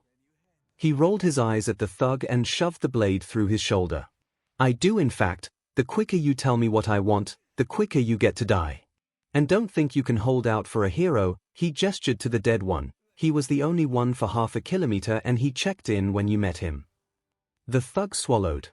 Himiko knocked on Momo's door, then opened it, not waiting for an answer. You can't just open her door, Kyuka began, but stopped when they saw them. Momo was wearing her clothes from earlier still, but now had a necktie tied around her neck as she watched Izuku take one and tie it around his neck before cinching it. Izuku! You did it! Momo exclaimed, widely smiling at him. She grabbed him and spun him around to face the mirror on her wall. She pressed her body against his as she straightened the tie, and folded his collar back down. I'm so proud of you. Thank you, Momo, he happily chirped, smiling at her in the mirror. What the F? Mina whispered to the other girls. Be quiet, Okiko chastised. Izuku's being adorable. I'm right here, Himiko replied. Am I wrong? The brunette asked. No, and I love you for it, the blonde replied. What? What? Okiko, Himiko. I learned how to tie my necktie. Izuku declared, having apparently heard them, turning to face them as he smiled. It's too bright, Toru muttered. He finally learned. I'm glad he came to me to learn how to do it. Momo chimed in, smiling at him as she hugged him from behind. Too bright. Kyuka emmed. Why are they so bright? Himiko blinked at the sight once more. I want Momo to put a tie around my neck and top me. Where did that come from? She looked to Okiko and saw the girl staring at Izuku. Okay, next cuddle pile is Momo and I and Okiko and Aizu cuddling. Rip it, Zu uttered. Midoriya, are you still busy? He looked over his shoulder at Momo, who simply shook her head. No, Momo and I finished up here. How can I help? Well, the frog girl began, we were hoping you could maybe help us with our quirks. You seemed to do pretty good yesterday during the battle trial at pointing out issues, Ribbit. You want me to talk to you about your quirks? Izuku apprehensive asked. Yes, Kyuka replied, twirling an earjack. You seem pretty smart about quirks, that and you keep taking notes on them, I've heard. He blushed at that. Sure, where do you want to talk? What works best for you? Izuku asked Okiko. Well, I would need to get my notebook from my room first, he replied, tilting his head in thought. Himiko was certain she heard a few of the girls coo at the sight. How does your room work, Aizu baby? Not really pay attention as he was already starting to mumble to himself, he replied, yeah, sure. To Midori's room. Mina declared, turning on the spot and walking off with Toru. Wait, what? Izuku suddenly asked. I think we're going to your room, Momo offered. Izuku looked at the 7 girls in his room. Why do I have foreboding feeling about this? Hey Green, you okay? You've been staring into space for a bit now, Jiru asked, poking his arm with an ear jack. What? Oh, yeah, I'm fine. I was just thinking about something. So quirks? He asked, clasping his hands together to move the point away from his distracted state. Yeah, Mina stated, leaning forward from her seat on his bed. You mentioned yesterday how you thought I could have escaped you by melting through the bus. Yeah, your costume, I assume it is acid-proof, right? You didn't ask for or get a costume that you can melt, right? He questioned, as he grabbed a notebook from his desk. Well, I never said to acid-proof it, but I included that my quirk lets me make acid from my body, Mina replied. Izuku's pen slipped across the page at that admission. Oh my fing gods, Izuku muttered. Assume that the support company UA used for our outfits is stupid, has no common sense, and does not understand that a girl with an acid quirk needs an acid-proof costume. Mina pulled back at that. So I should check that the rest of it is acid-proofed. The rest, he asked, curious by that. Yeah, my boots are. I know I asked for sure for them to be. They have holes in them so I can make acid from my feet and slide around on it, like skating, she offered, pointing at a foot as she raised it up and wiggled it. Yes. Now then, Ashido, how do you produce your acid? He asked, pen once more on the page, doing his best to ignore how her thigh had flexed when she raised her leg. Why do they look so soft? No, stop that. I have Himiko, and maybe Momo and Okiko. I am not a horn dog. See something you like, Midori? Ashido asked, smirking at him. What? No, he replied, swallowing. That's right, Himiko said you were an but man, the pinkette replied with a grin. God damn it, Himiko, he muttered. Anyways, how do you secrete your acid? He asked once more, this time louder. Okay, I can control its viscosity and solubility, where I hate big words, and it comes through my skin, but if it sits on my skin for too long it starts to hurt me. Can you draw it back into yourself, or absorb other acids? What about bases, can you make those by altering the pH level past 7? He asked, writing what she had said so far. I can make acid that melts stuff and acid that seems to just sit there and do nothing, but let me slide on it, and I guess everything in between, but it's hard to do those in between ones. Okay, so small steps. Next time we can wear our costumes, let's test to see if it is acid-proof, then we can see about making it porous, so you can secrete acid through it, he offered. Why not just stick with acid on my hands and feet, the pink girl asked, visibly confused. Let's say someone was going to punch you while your hands or feet were busy, how would you defend, he asked, looking from the notebook to her as he began sketching her costume from memory. Dodge, she offered, shrugging as she did so. Dodging won't always work in certain situations. What I mean is acid armor. The villain punches acid seeping through your costume, and it can cushion the blow, trap them by being viscous enough that they can't pull free easily, or injured from the acid burns. The room was silent. That's hardcore. Mina shouted in her excitement. Man, Kiri is gonna love that when I try it out. I'll probably have him try to hit me since he can handle my acid. Who wants to go next? Next? Izuku asked. Himiko leaned over to him, hushing him as she spoke. They probably can't handle you going on a 4-hour lecture on their quirk, just break it up into smaller bits so they can better process it. I'm rather curious, Ribbit, stated Asui. What about Asu? He started. Call me Zoo, she interrupted. Right, Zoo. What do you want me to help with, Zoo? He asked. Well, you seem to notice ideas of people can better use our quirks, and it seems weaknesses too if my guess is right, the frog girl stated. Momo shivered as if remembering something. Oh, Himiko stated. What is it? The girl asked, her large eyes staring at the blonde. You want him to tear your quirk apart, she said with a grin, her fangs showing. Yes. Do that, Midoriya, Ribbit. Izuku flipped through the notebook a bit until he stopped on her entry. Asui Tsuyu, female, quirk, frog, allows her to do anything a frog can seemingly do. Ribbit, she croaked. Long prehensile tongue allows her to utilize it as a blunt weapon of sorts, as well as a third limb for grabbing items and people. Due to the quirk assessment test, it was noted that she is capable of taking leaps of great distances compared to people who do not have a quirk that aids them in that manner. Can possibly deliver kicks that can break bones if done correctly. Compare kicks to those from Miruko and her rabbit quirk. Due to her quirk explanation, it is possible she can scale vertical surfaces as certain frog species can. South America holds the poison tree frog species. Can she produce a chemical similar to it? As for obvious weaknesses that may have been overlooked, she most likely is aware of ice quirks being an issue, as some amphibians have been noted to hibernate. Other animal quirks such as those of predator animals may cause her to enter a prey mode and instigate fight or flight against her will. Means to halt her are as follows: incapacitate her legs to cut down on her greatest offensive measure, injury to tongue to cause pain and possibly its loss, use of ice quirk or electrical quirks if around water, fire and heat quirks to dry her body out, as it has been noted she drinks high amounts of water. Zu blinked as her face gained a red tint. Ribbit. DMN Izuku, Himiko muttered. Do you not need to breathe? Jiru asked. We don't think so, Okako chimed in. You think my kicks could be like Miruko's? Zu questioned. You watch how much water she drinks. Toru pointed out. Well, I've noticed that some people's food choices are affected by their quirks. Take Bakugo for example. Himiko grumbled at him being used. He and his parents prefer that their food be spicy. His mom brought some curry they made over one day before we came to UA. Himiko and I had to drink milk for close to an hour to get the burning to stop, and Auntie just kept on eating it with my mom, who has gotten somewhat used to it. While it tasted good, if Izu and I kissed the next few days we could taste the hot sauce she had used, Himiko announced, nearly sticking her tongue out entirely. Izuku watched as a few of the girls followed it closely. Oh god damn it.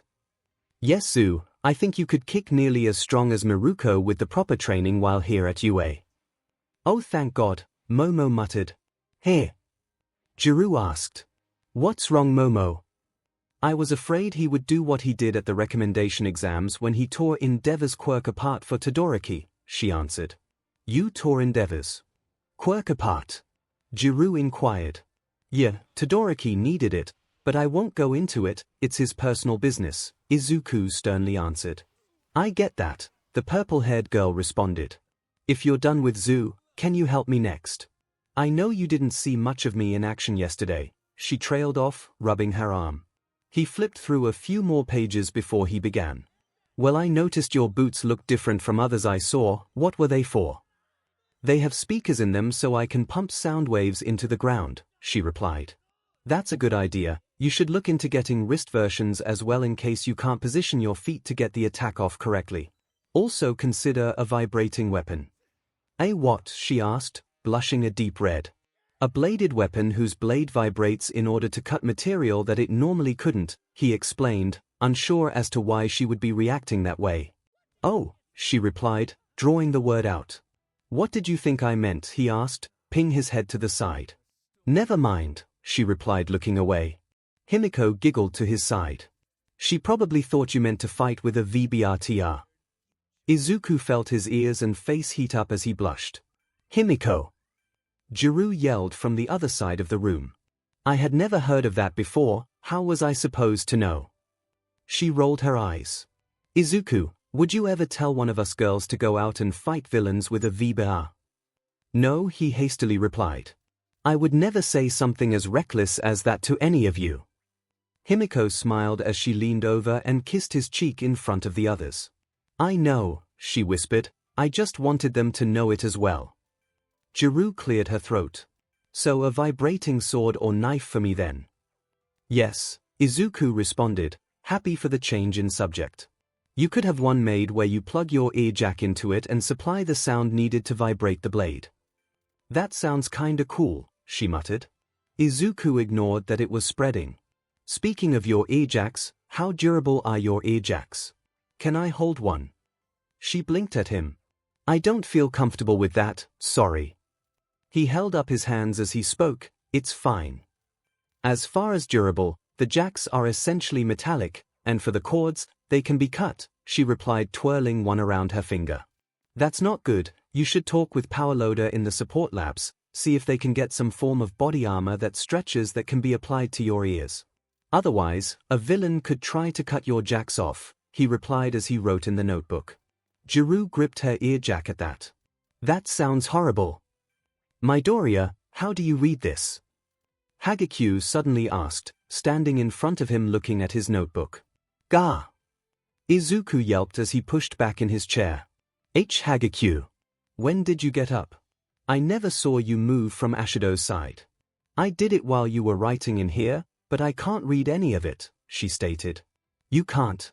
Zu pondered. Let me see. Ashido chimed in, getting up from her seat. Izuku suddenly found himself surrounded by his classmates as they all huddled around him, peering at the notebook. Wow, how do you read that? Ashido questioned. Why is it written like that? Jiru chimed in, leaning in to look closer. Well, Nezu said I should learn to code my notebooks in case a villain got a hold of them. This way only a few people can read it, and no one can use the information I have on weaknesses to defeat a hero, he supplied. You said Principal Nezu told you to do this? Momo asked. She leaned in and saw where he had begun to sketch. What's this? He felt his ears grow hot again. Weiss, when we first met it was one of the first things he suggested I should do. It kinda looks like a drawing, Zu commented. Ribbit, do you draw the person in question? Izuku kept his mouth shut, but knew the truth would get out. He does, Himiko stated. Damn it, Himiko. She grabbed the notebook and flipped through it quickly before turning it to the girls. Is that you? Toru questioned, tapping the page apparently. Yeah, I didn't even know he was drawing me that day. I had sat down next to him and saw what had kept him so absorbed, she explained.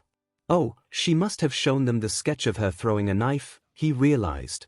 Does he have any sketches of us? Okako asked, looking from Himiko then at Izuku. Yes, he squeaked out, unsure if that was the best answer. Can we see? Momo asked, a light dusting of pink on her cheeks. He blinked, as he took in her reaction. I hope they are okay, he thought as he nodded his head.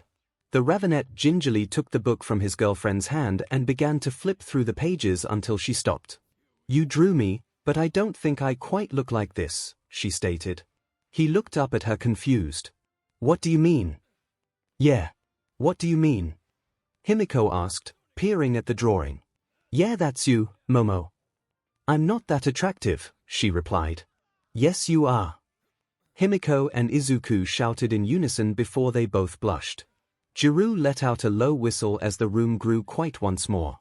Izuku looked away from the girls as he began to fiddle with his fingers, his index fingers tapping against each other, while his face grew red once more. This is awkward, he mumbled, unaware that he was speaking out loud. I hope she doesn't get upset with us. Before he could finish he was pulled into a hug by Momo alongside Himiko. I would never be upset by that, you too, she announced, hugging them into her chest. It's like hugging Nemurai, but I'm okay with it, he realized, as he hugged her back. Did we just witness a moment? Ashido stage whispered to the other girls. Oh wow, you drew me too, Okako commented, now holding the notebook. You even got my blush marks, I hadn't realized they were that cute looking. They are, Izuku admitted from Momo's chest. From what he could see Okako had started to float, but Zu caught her in time before she bumped into the ceiling light. While I have you two here, Momo whispered, I was wondering if the four of us could do that again, but this time use my room. I have a larger bed. She admitted with a blush. I'd be fine with it, Himiko admitted, laying her against Momo's chest, but I'm cuddling you tonight, Momo. She blushed then looked back at Izuku. Is she always so forward? He nodded as he watched the girl flip through the notebook. We haven't gone over my quirk yet. 𝐔𝐸𝐽 announced, waving her arms. And are you three cuddling?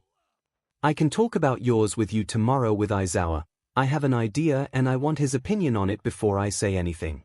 Something to do with no quirk experiments without a teacher to supervise, he said with a slight pout, ignoring her comment about cuddling. His phone went off, saving him from any more prying questions. Is that Aizawa? Himiko asked, ping her head to the side. Yeah, he replied, digging the phone out of his pocket to read the message he had received. No one who didn't belong here on UA was found. We are free to leave the dorms now. That's a relief, 𝐻𝐸𝐻 stated, letting out a sigh of relief. So should we go head to the cafeteria for dinner? Yeah, that sounds like a good idea, Izuku commented, as Momo released her hold on him and his girlfriend. I want to change first, so I'll meet you girls downstairs, he asked, as he headed to his closet to grab some clothes. Sounds good to me, Jiru replied from behind him. As he opened the closet he saw a new shirt on the shelf before him. Oh, a new shirt, Himiko announced. New shirt? Zu asked, probably putting a finger on her chin. Yeah, Izuku's closet makes shirts, 𝐒𝐿 announced with a cheery laugh. It's where 𝐒𝐿 and I got our space and creation shirts from, Momo explained, but we aren't sure where they came from. He pulled the shirt out and read it. Then he reread it. Nope, he yelled, throwing the shirt back into the closet, and was about to shut it before Himiko stopped him. It can't be that bad, she wondered aloud, grabbing the shirt and reading it. She threw her head back and cackled after reading it. Izuku was slightly scared and aroused by the sight. What's it say? 𝐻𝐸𝐻 asked, stepping forward. No, Izuku shouted, trying to grab the shirt, but Himiko was quicker and spun away and flipped the shirt for the girls to read. It was a plain white shirt like most of them were, reading choking hazard with an arrow pointing downwards beneath the text. Izuku felt his face heat up as each girl read the shirt and began to blush, or he figured 𝐻𝐸𝐻 was blushing as her figure had gone rigid. 𝐻𝐸𝐻 turns purple when she blushes, and Jiru's jacks go haywire flying all over the place, and Zu is just croaking up a storm while she blushes. He really hoped he didn't mumble that, but chances were they wouldn't have heard him anyways. He grabbed the shirt from Himiko and threw it back into the closet. Let's forget this happened, please, he pleaded, his face still burning hot from his blush. All the girls except for Himiko nodded and trailed out of the room. She looked at him smirking. Wanna choke me before we head down there, Aizu baby? Count on Himiko to use sec to calm him down. Yes. A faint cry was heard from the hallway, Jiru yelling out, oh my god. 𝐒𝐿 let out a sigh as she snuggled into the warmth enveloping her. She didn't remember her bed being this hard, but it was strangely comforting at the same time. She let out a slight mmm as she felt her BRSTS squeezed. Oh, one of these dreams, she thought as she placed a hand over the one idly needing her BST, before giving it a slight squeeze. She noticed how rough it felt in her hand. Izuku, she ummed out, as her other hand trailed down to her waist. 𝐒𝐿, a rather tired voice called out to her. Her eyes snapped open, she was awake after all. She looked down at her chest and saw that there was a hand given her, and the arm connected to it was laying over her side. Oh yeah, we did another night of cuddling. She looked over the rather large bed and saw Himiko and Momo cuddling face to face. She really wasn't sure if they were awake yet or still asleep. Wait, if they are cuddling, that means Izuku is grabbing my. With wide eyes, she looked behind her to see a rather tired-looking Izuku yawning. Izuku, she squeaked out. Yeah, he mumbled, stifling another yawn. Can you let go of my melons? He squeaked as he pulled his hand away and out of her hand. I'm sorry. She turned over to face him, giving him a small smile. It's okay, Izuku, I know you didn't mean anything bad with it. She scooted closer to him. I think Himiko and Momo are still asleep, you don't have anywhere to be, right? No, I told Ida I wasn't going to go for a morning run, he explained, not moving away from her. Good, she mumbled, then wrapped her arms around him and pulled him close to herself, their chests touching. I want to cuddle then, she admitted, her cheeks heating up as she did, if you're okay with that. Izuku's cheeks took on a red hue, his freckles standing out more than usual.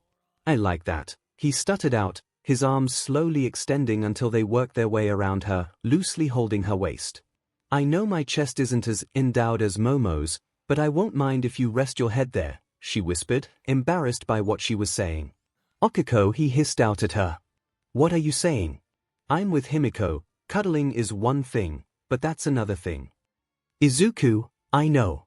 It's just, the four of us cuddling like this for a second night in a row, and I remember when we first hung out, you and Himiko got flustered when the ideas of HMS and poly relationships were brought up. She swallowed, she was taking a big leap here. His face turned redder than it had in a while. She smiled at him. Don't worry, Momo and I have been talking about this possibly happening. In fact, I think we should wake them up. Izuku simply nodded. Okiko rolled over and shook Momo slightly. Wake up, you two. Momo stirred, letting out a yawn. Good morning, she mumbled. So early, Himiko muttered, before letting out a squeak. Momo! What's wrong? the Ravenet asked. Can you quit squeezing my butt? the blonde replied.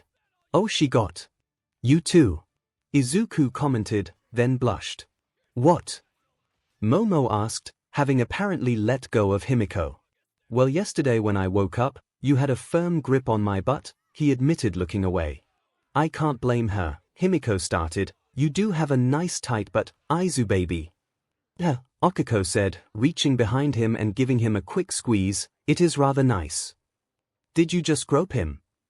Himiko started, blinking at how bold she had just been. Well, with what you and Izuku are about to tell us, I figured I could. Okiko sheepishly admitted with a shrug. What do you have to tell us? Momo questioned from beneath Himiko, who was climbing over her, and had stopped with a hand grabbing her by the melons for leverage. What are we telling you? Himiko asked, looking at Izuku. What we were going to talk about at the planetarium, he admitted, looking away from them. Sorry. Oh baby, you don't have to apologize to me for that, she cooed, finally making her way to him so she could give him a quick kiss. She then fell into the space between her and Momo and quickly wrapped her arms around both girls' shoulders, pulling them in. Doing it out of order, then she asked Izuku, who nodded. So, he began, taking a breath to apparently collect his thoughts. Himiko and I have been discussing this a lot, and we want our relationship to include you too. It was one thing for him to hint at it a moment ago, but to actually hear it was completely different. To be clear, you want Momo and I to start dating you too. He answered by leaning in and placing a chaste kiss on her cheek, as his freckles were lost in the red of his blush. Yes. You mean it? Momo asked from beside Himiko. We do, the blonde replied, moving to give the tall girl a quick kiss. This isn't a dream, is it? Okiko asked. Himiko climbed on top of her and pulled her into a deep kiss, their mouths interlocked as Okiko snaked her arms around Himiko's back. Did that feel like a dream? Himiko asked, pulling back a strand of saliva connecting their mouths before it broke. That was hot, Izuku muttered. I agree, Momo stated. Izuku, before she could say anything, he had moved around the two girls and was kissing her. I've been waiting to do that, she said as he pulled away. What about me? Himiko asked, with a smirk. Get down here, and I'll kiss you too, she replied, blushing as she did so. Okiko sighed as Izuku cuddled up to her. I guess I owe you an actual kiss now then, he said, his cheeks still dusted with a blush. She smiled at him, before pulling him for their first real kiss. It wasn't as intense as Himiko's had been, but still passionate. I guess now I can't complain about waking up with your hand 𝐂𝐿 my melons. They paused as she took a moment to realize what she had said. Aizu. Himiko jokingly chastised. If you wanted to grab some ties you just had to ask me, she joked, grinning at him. She was quickly cut off as Momo pulled her in for another kiss. Maybe we shouldn't get too carried away just yet, Momo advised, as Himiko pulled back and laid her head down on her chest. We just started dating, we don't want to make a mistake or think one of the others is willing to do something when they aren't. Of course, Himiko replied, boundaries are important. It isn't like we are just gonna randomly start having sex, or Aizu and I have sex while you two watch because we confessed. The room went silent. I mean, she began, but stopped, her usual blush growing larger. It took Himiko and I a while to reach that point in our relationship, Izuku stated, and we were living together for months at that point. Doing anything of that nature has to be mutual, we would never try to coerce either of you into having sex with us. Thank you, she and Momo said in unison before smiling at each other. Really though, Momo mumbled, we know you two wouldn't do that, but it's nice to hear you say that. You know this is going to make getting changed in the locker rooms different, and the showers too, Okiko commented. Aizu and I haven't bathed or showered together since we came here, Himiko commented, laying her head back down on Momo's chest as she played with a stray lock of hair. She blushed at that, and apparently Momo did as well. "It's not even always SXL," she began. "Sometimes we would have sec, but usually it's just us washing each other, simply enjoying being with each other." "That does sound rather nice," Momo commented, reaching over and grabbing Izuku's hand. "Maybe one day we could join you two for that." "Why, Izuku stuttered out, looking away in embarrassment. "Oh, I meant to ask," Okiko stated. "Why did Kyuka freak out yesterday after we left?" Izuku promptly looked away from her and Momo, his arms covering his face. "Remember that shirt from yesterday?" Himiko inquired, smirking at them. "Why, she admitted. "Well, I asked Aizu if he wanted to choke me after you girls left, and he said yes," the blonde explained, liking her lips. "Oh my!" Momo gasped, her face starting to match her new boyfriend's face. "So the four of us are now dating, correct?" Okiko asked, wanting to be sure it was all mutual. The other three all nodded, after looking at one another. "Good," she exclaimed before kissing each one of them on the lips. Then she noticed a gleam in Himiko and Izuku's eyes. Before she could say anything, they pounced on her, pushing her back onto the bed. She opened her mouth to speak but was quickly silenced as they assaulted her with kisses, each claiming a side of her mouth. She gasped in amazement, allowing their tongues to enter her mouth, causing her to release a slight as Izuku's tongue swirled around hers as she got used to the sensation. Just as she was starting to move her tongue, Himiko's wrapped around both of theirs, twisting through her mouth. They both tasted sweet to her.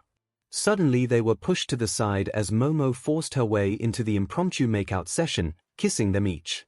"I didn't like being left out," she explained, earning her a kiss on her cheek from all three of them before they pulled her down into the new cuddle pile. "What's poking me?" Izuku quickly pulled away from them.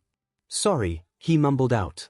"What are you apologizing for?" Momo started to ask, but stopped, a look of realization dawning over her. "I kept getting poked as well, but I wasn't sure what it was," Okiko added on, "but it did feel hot." She paused as she took in Momo's look and Izuku's shying away. "That was your PP." Himiko burst into giggles at that. "I can't believe you just yelled out PP of all things." "Well, it's like Midnight said in that class when we moved in, it's natural for guys to get excited," Momo said, staring at Izuku. Well, more at his lap. Okiko followed where her now girlfriend was looking. "Holy SHT Himiko, how do you fit that inside you?" Izuku squeaked and pulled a sheet over his lap. His face was a dangerous shade of red now.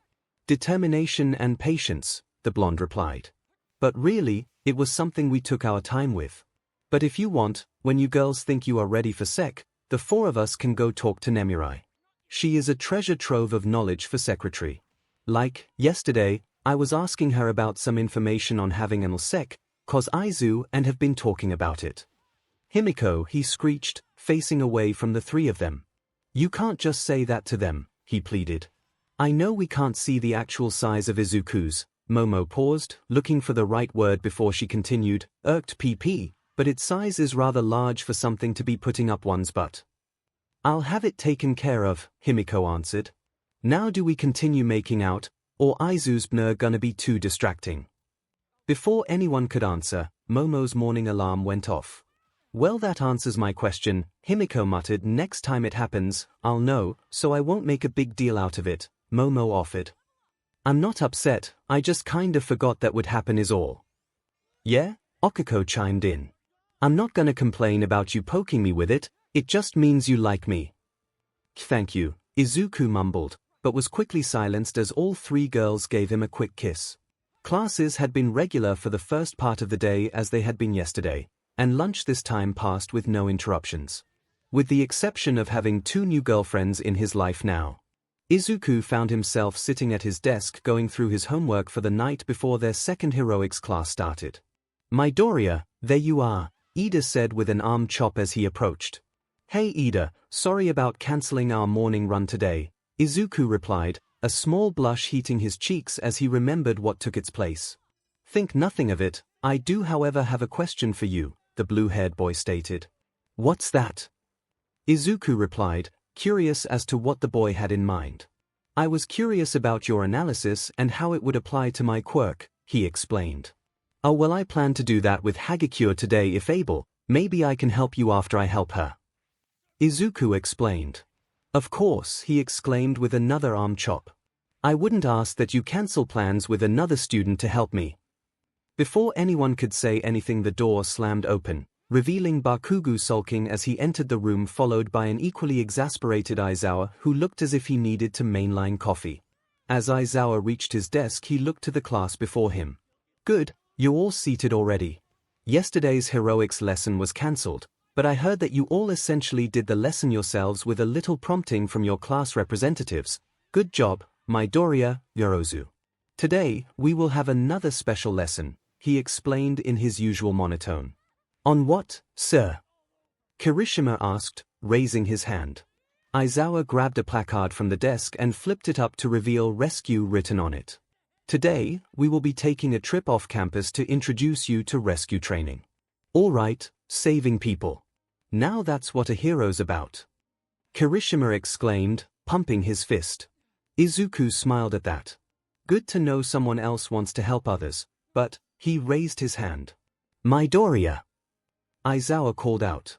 Sir, is going on a trip the day after the press broke in the best decision? Aizawa huffed. The trip will be supervised by myself, All Might, and a third instructor at the site, but thank you for taking your duties as class representative seriously. Principal Nezu has asked that we check in periodically to help alleviate those concerns. Did something happen? Kaminari asked, looking concerned. We think the press had help getting onto UA grounds, thus the lockdown we imposed yesterday. Nezu had a field day with the reporters, once we rounded them up, charging them for trespassing and inciting a panic amongst the student body when the alarms went off. There was a planned evacuation drill coming up, but now we need to rethink our plans for such an event during lunch or the other meal times. Suffice to say, only a few of the Hero Corps students stayed level-headed during the alarm. The class was silent at that.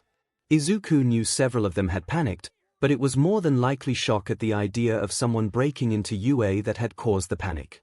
For this, you can either wear your hero costumes or your gym uniforms, as you may not be well adjusted to your costumes fully or find that they restrict you more than you realized, Aizawa announced, opening the panels to reveal their costumes.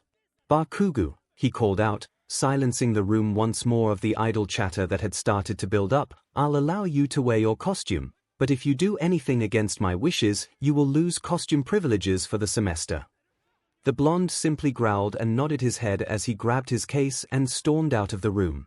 Izuku shook his head as he met eyes with Aizawa. Thing rabid Pomeranian, Himiko muttered as she walked beside him. Himiko had just gotten her shirt unbuttoned when a pink hand collided with the locker next to hers. Yes, Mina, the blonde asked, curious as to what she wanted, then she saw the grin on the pinkette's face.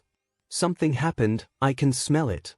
Midori came into class today even more flustered than usual from your flirting, and whenever he would look at those two, Mina jabbed a thumb over her shoulder to indicate Momo and Okiko, who were not so discreetly glancing at each other and blushing, he would go a shade redder. Damn it, I know she likes to tease Izuku, but she doesn't know his limits like I do, Himiko thought as she pulled her shirt off. Just a little blunder this morning is all, she answered, hoping her two girlfriends could understand her words. Mina squinted at her. Bull. SHC. Mina, Himiko growled out, do not test me, and do not upset my Izuku with your teasing, otherwise you can join Bakubitch on my shit list. Mina quickly put her hands up. Hey, I just thought maybe whatever was going on between you four had resolved itself was all. Himiko blinked. Sucker, she thought. Oh that, she said, dragging it out. Mina's eyes lit up, and the other girls were leaning in to hear what was being said. Momo, Okiko, can you two come here real quick, the blonde called out. Both girls looked at each other and shrugged, both walking over without their shirts, BRSTS bouncing with every step. I wonder if Momo will let me play with those tonight, they're so much bigger than mine. I bet Aizu and Okiko would love to watch that, maybe pleasure themselves while watching, or pleasure each other. Calm down. Great, now my nipples are rubbing against my BR and my panties are wet, she sighed to herself, annoyed that he couldn't keep her urges in check. Stupid thing hormones, I don't know if I want to bite them and drink their BLD, or F them. Himiko. Are you okay? 𝐒𝐿 asked. You spaced out there for a moment, Momo explained. Well, Mina was asking if whatever was going on between Izuku and us three had been resolved, the blonde explained, and just as she expected both girls blushed. What did you do? Mina asked, eyes wide in wonder. Well, mainly this, she began and pulled Momo into a kiss, earning a gasp from the other girls before she pulled back from it, and then grabbed 𝐒𝐿 and kissed her while Momo looked dazed, but content. If Aizu baby was here, we could show you more, but he isn't allowed in here, she explained with a shrug. Mina, Kyuka, Toru, and Zu were all quiet, well, mostly quiet as Zu let a few croaks out. She then gained a smirk, that Izuku would know meant trouble, unless what? Zu asked, sounding unsure. Himiko answered by changing into her boyfriend, but kept her school uniform on. Pecs really don't go with bras, do they? Holy SHT, Kyuka muttered, blushing. I know, right? Izuku, Himiko asked, twirling in place. Aizu looks really good in my clothes. She then pulled the two girls in for another kiss, which this time they returned. Ribbit, Zu croaked out. Is that even comfortable? What do you mean? Himiko asked, facing the frog girl who asked to befriend her. I mean, you're Midoriya right now in your clothes, so wouldn't you be a guy wearing panties? The green-haired girl asked, ping her head to the side. Wouldn't that feel uncomfortable? Zu. Kyuka hissed, turning red just from hearing that question. How can you ask that so calmly? Oh, were you curious as well? She bounty replied. The girl's jacks started waving in front of her. No, of course not. Himiko smiled, as she stepped forward. Kyuka, are you curious about boys cross-dressing and wearing panties?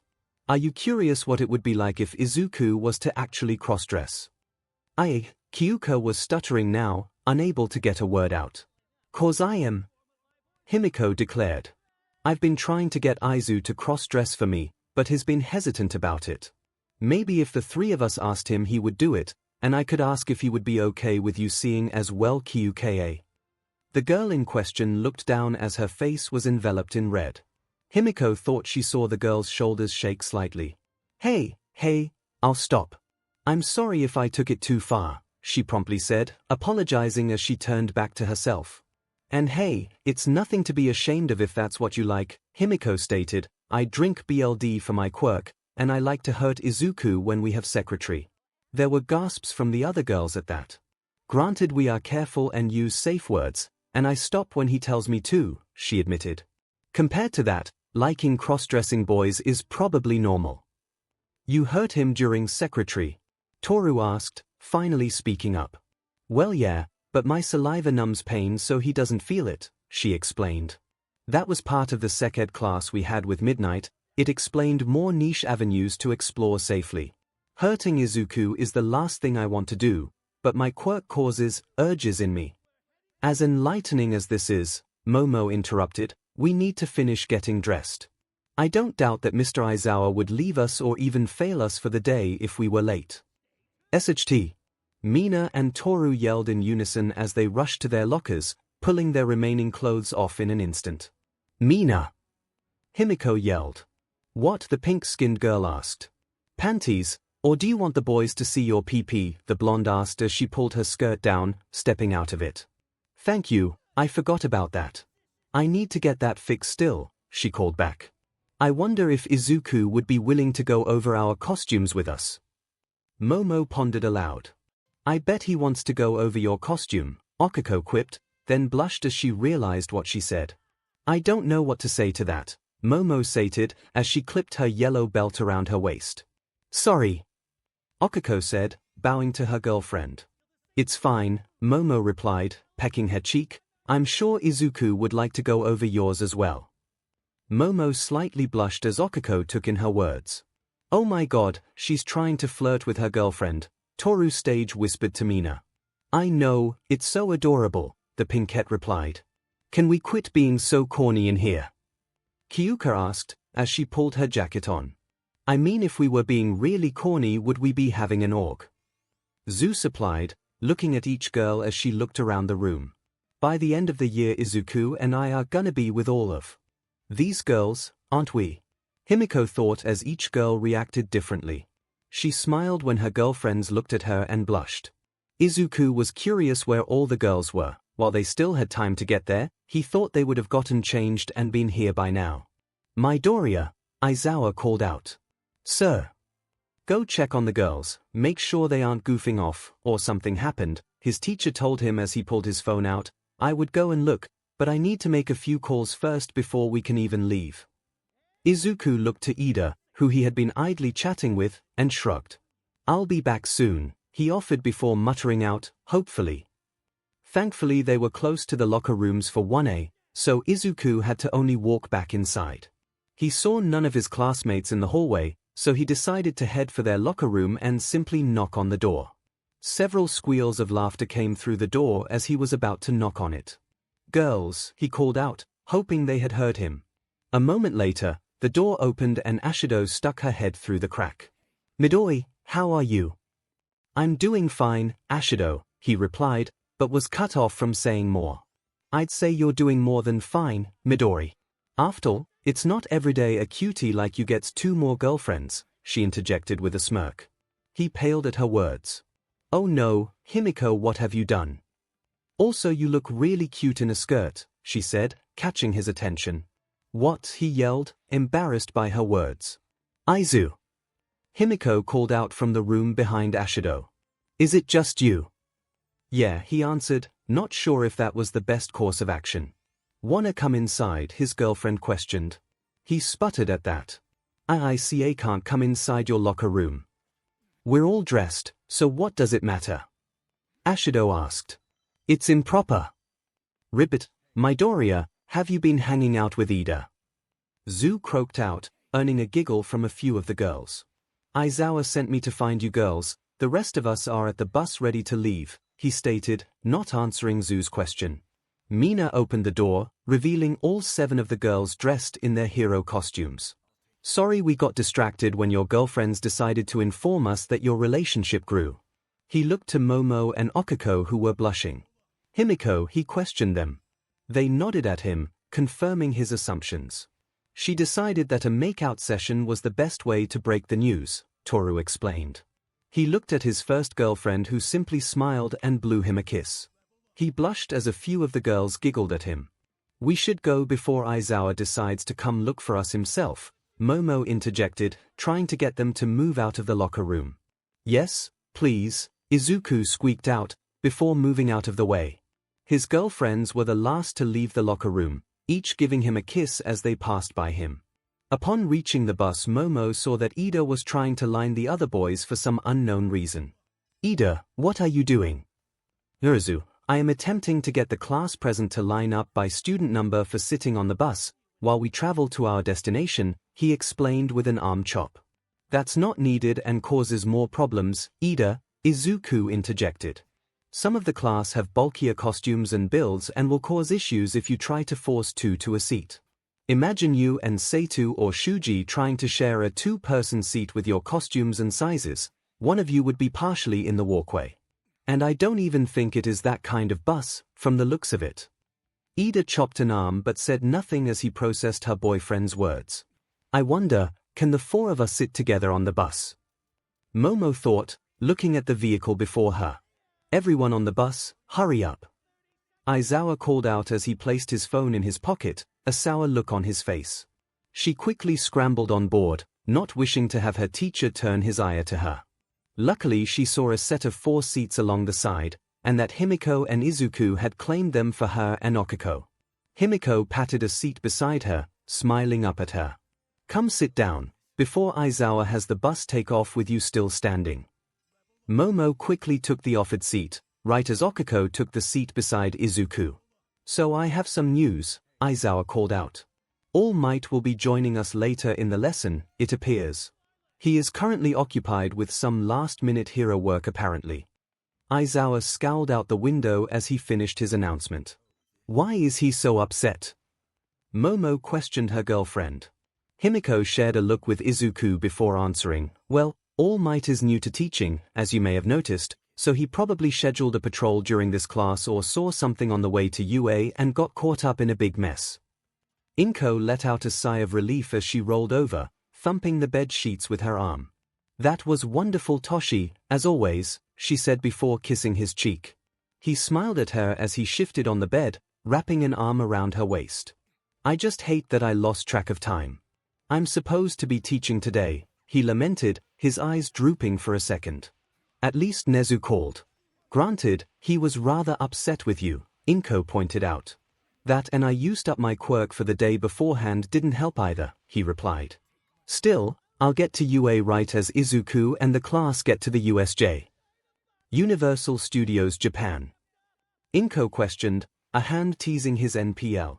He chuckled at her question. No, it's the unforeseen simulation joint, they are having rescue training today. A lesson Bakugo desperately needs, he growled out. You know, mentioning Izuku is one thing, but can you not mention him when we have secretary, she asked. Sorry, he apologized, watching as a condom was opened and started to unroll as she applied it using her quirk. Make it up by being on top this time, she smirked. Gladly, he exclaimed, rolling on top of her. But it will have to be quick. Plus ultra, 𝐼𝐼nko as he moved into her. Ribbit, Midoriya, I have a question for you, Zu asked as the bus rumbled along the road. Oh? He asked, turning to face her. As you've noticed, I'm very blunt, so I'll ask, what exactly is your quirk? It reminds me of All Might's in a way. Izuku froze. Is it really that noticeable? Well, yeah, he has some crazy strength, Kaminari interjected, but All Might doesn't hurt himself when he goes all out, like Midoriya does apparently. Izuku let out a sigh of relief, noticing Himiko and Aizawa watching him closely. True, but it does seem like a powerful quirk, Ribbit. Zu's tongue hung out of her mouth as she tilted her head in thought. Well, it definitely is one of the strongest in class, and flashy too. Yeah, but powerful and flashy isn't everything, Izuku rebuked, there's more to heroics than those two features. It's harder to get noticed without them though, Kirishima commented, hardening an arm. My hardening isn't as flashy as yours, and I feel I won't get noticed. Your quirk is extremely useful though, Izuku stated. It offers defense and offense at the same time, that's extremely useful in heroics. Ribbit, well, as far as flashy goes, there's Todoroki and Bakugo, but he has a horrible personality for a hero, Zu announced. What did you say, you Fing Toad? Bakugo screeched from the back of the bus. Yeah, it's like sewage when you think about it, Kaminari joked, earning a laugh from Zero. How crude, Momo muttered, while Okiko giggled. They really aren't afraid of him, it's so weird to see people making fun of Bakugo, Izuku mused, as a small smile spread across his face. As the banter continued, the bus slowly approached a large glass dome. Of course, we're heading there for rescue training, Izuku mumbled to himself as the bus began to slow down. Hey? Himiko asked, before noticing the building. Oh, and I didn't bring a bathing suit. What? Several people asked, clearly confused. You'll see when we get inside, he replied as the bus came to a hissing halt. Aizawa stood up then, catching everyone's attention as he spoke. Today your heroics lesson will be taking place at the USJ, Universal Studios Japan.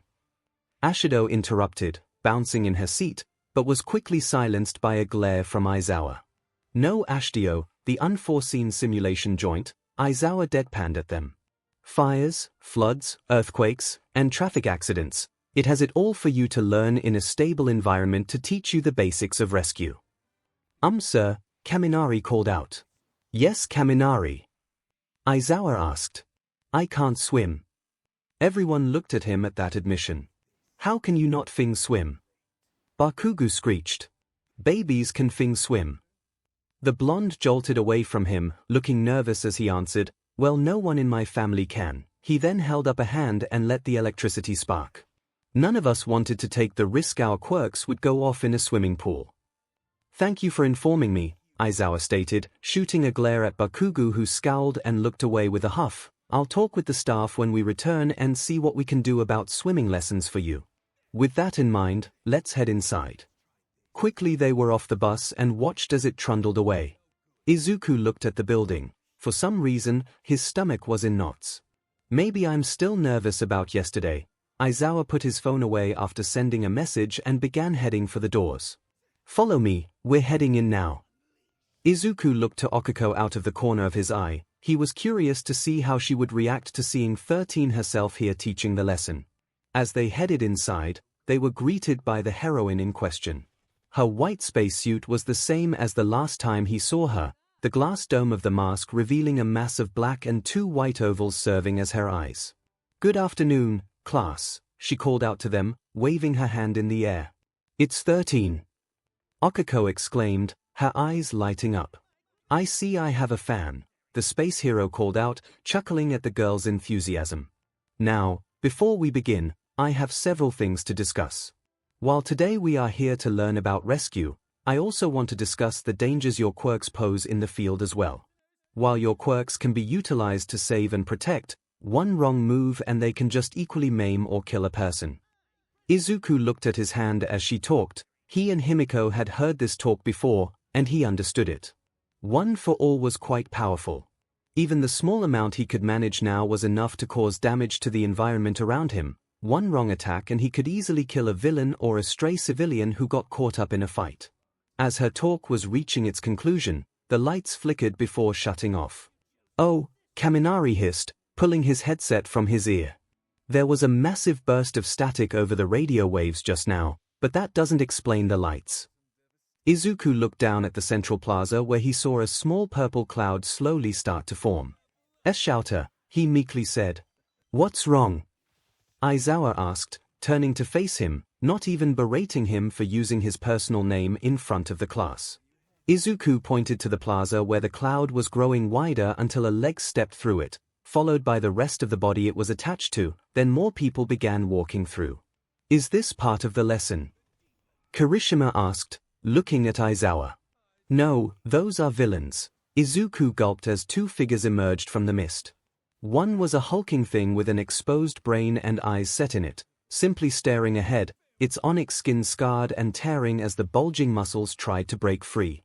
Next to it stood a man covered in hands. Izuku hoped those hands were simply fake, but something told him they were real. He had a thin Langley body, and his head was adorned with a mess of unruly cyan hair, while his face was obscured by another hand. The thin man looked up at them, and Izuku felt the dread from yesterday once more. The villain had returned. What do we do? Hagekyu asked. All of you stay quiet, Izuku hissed. We head for the door, and Ida, when you get out, run to UA. I can't leave you behind, it's cowardly, the boy rebuked quietly. No, you're running too. Get the heroes, saving us. That purple mist or fog has to be a warp quirk, we can't outrun that, Izuku stated, catching their attention. A Fing warp quirk, Deku. Bakugo hissed at him. How else do you explain people walking out of it? He shot back. Fine. 13, Aizawa stated calmly, watch over my students, they're in your hands now. With that, he ran forward and jumped over the railing, heading for the villains.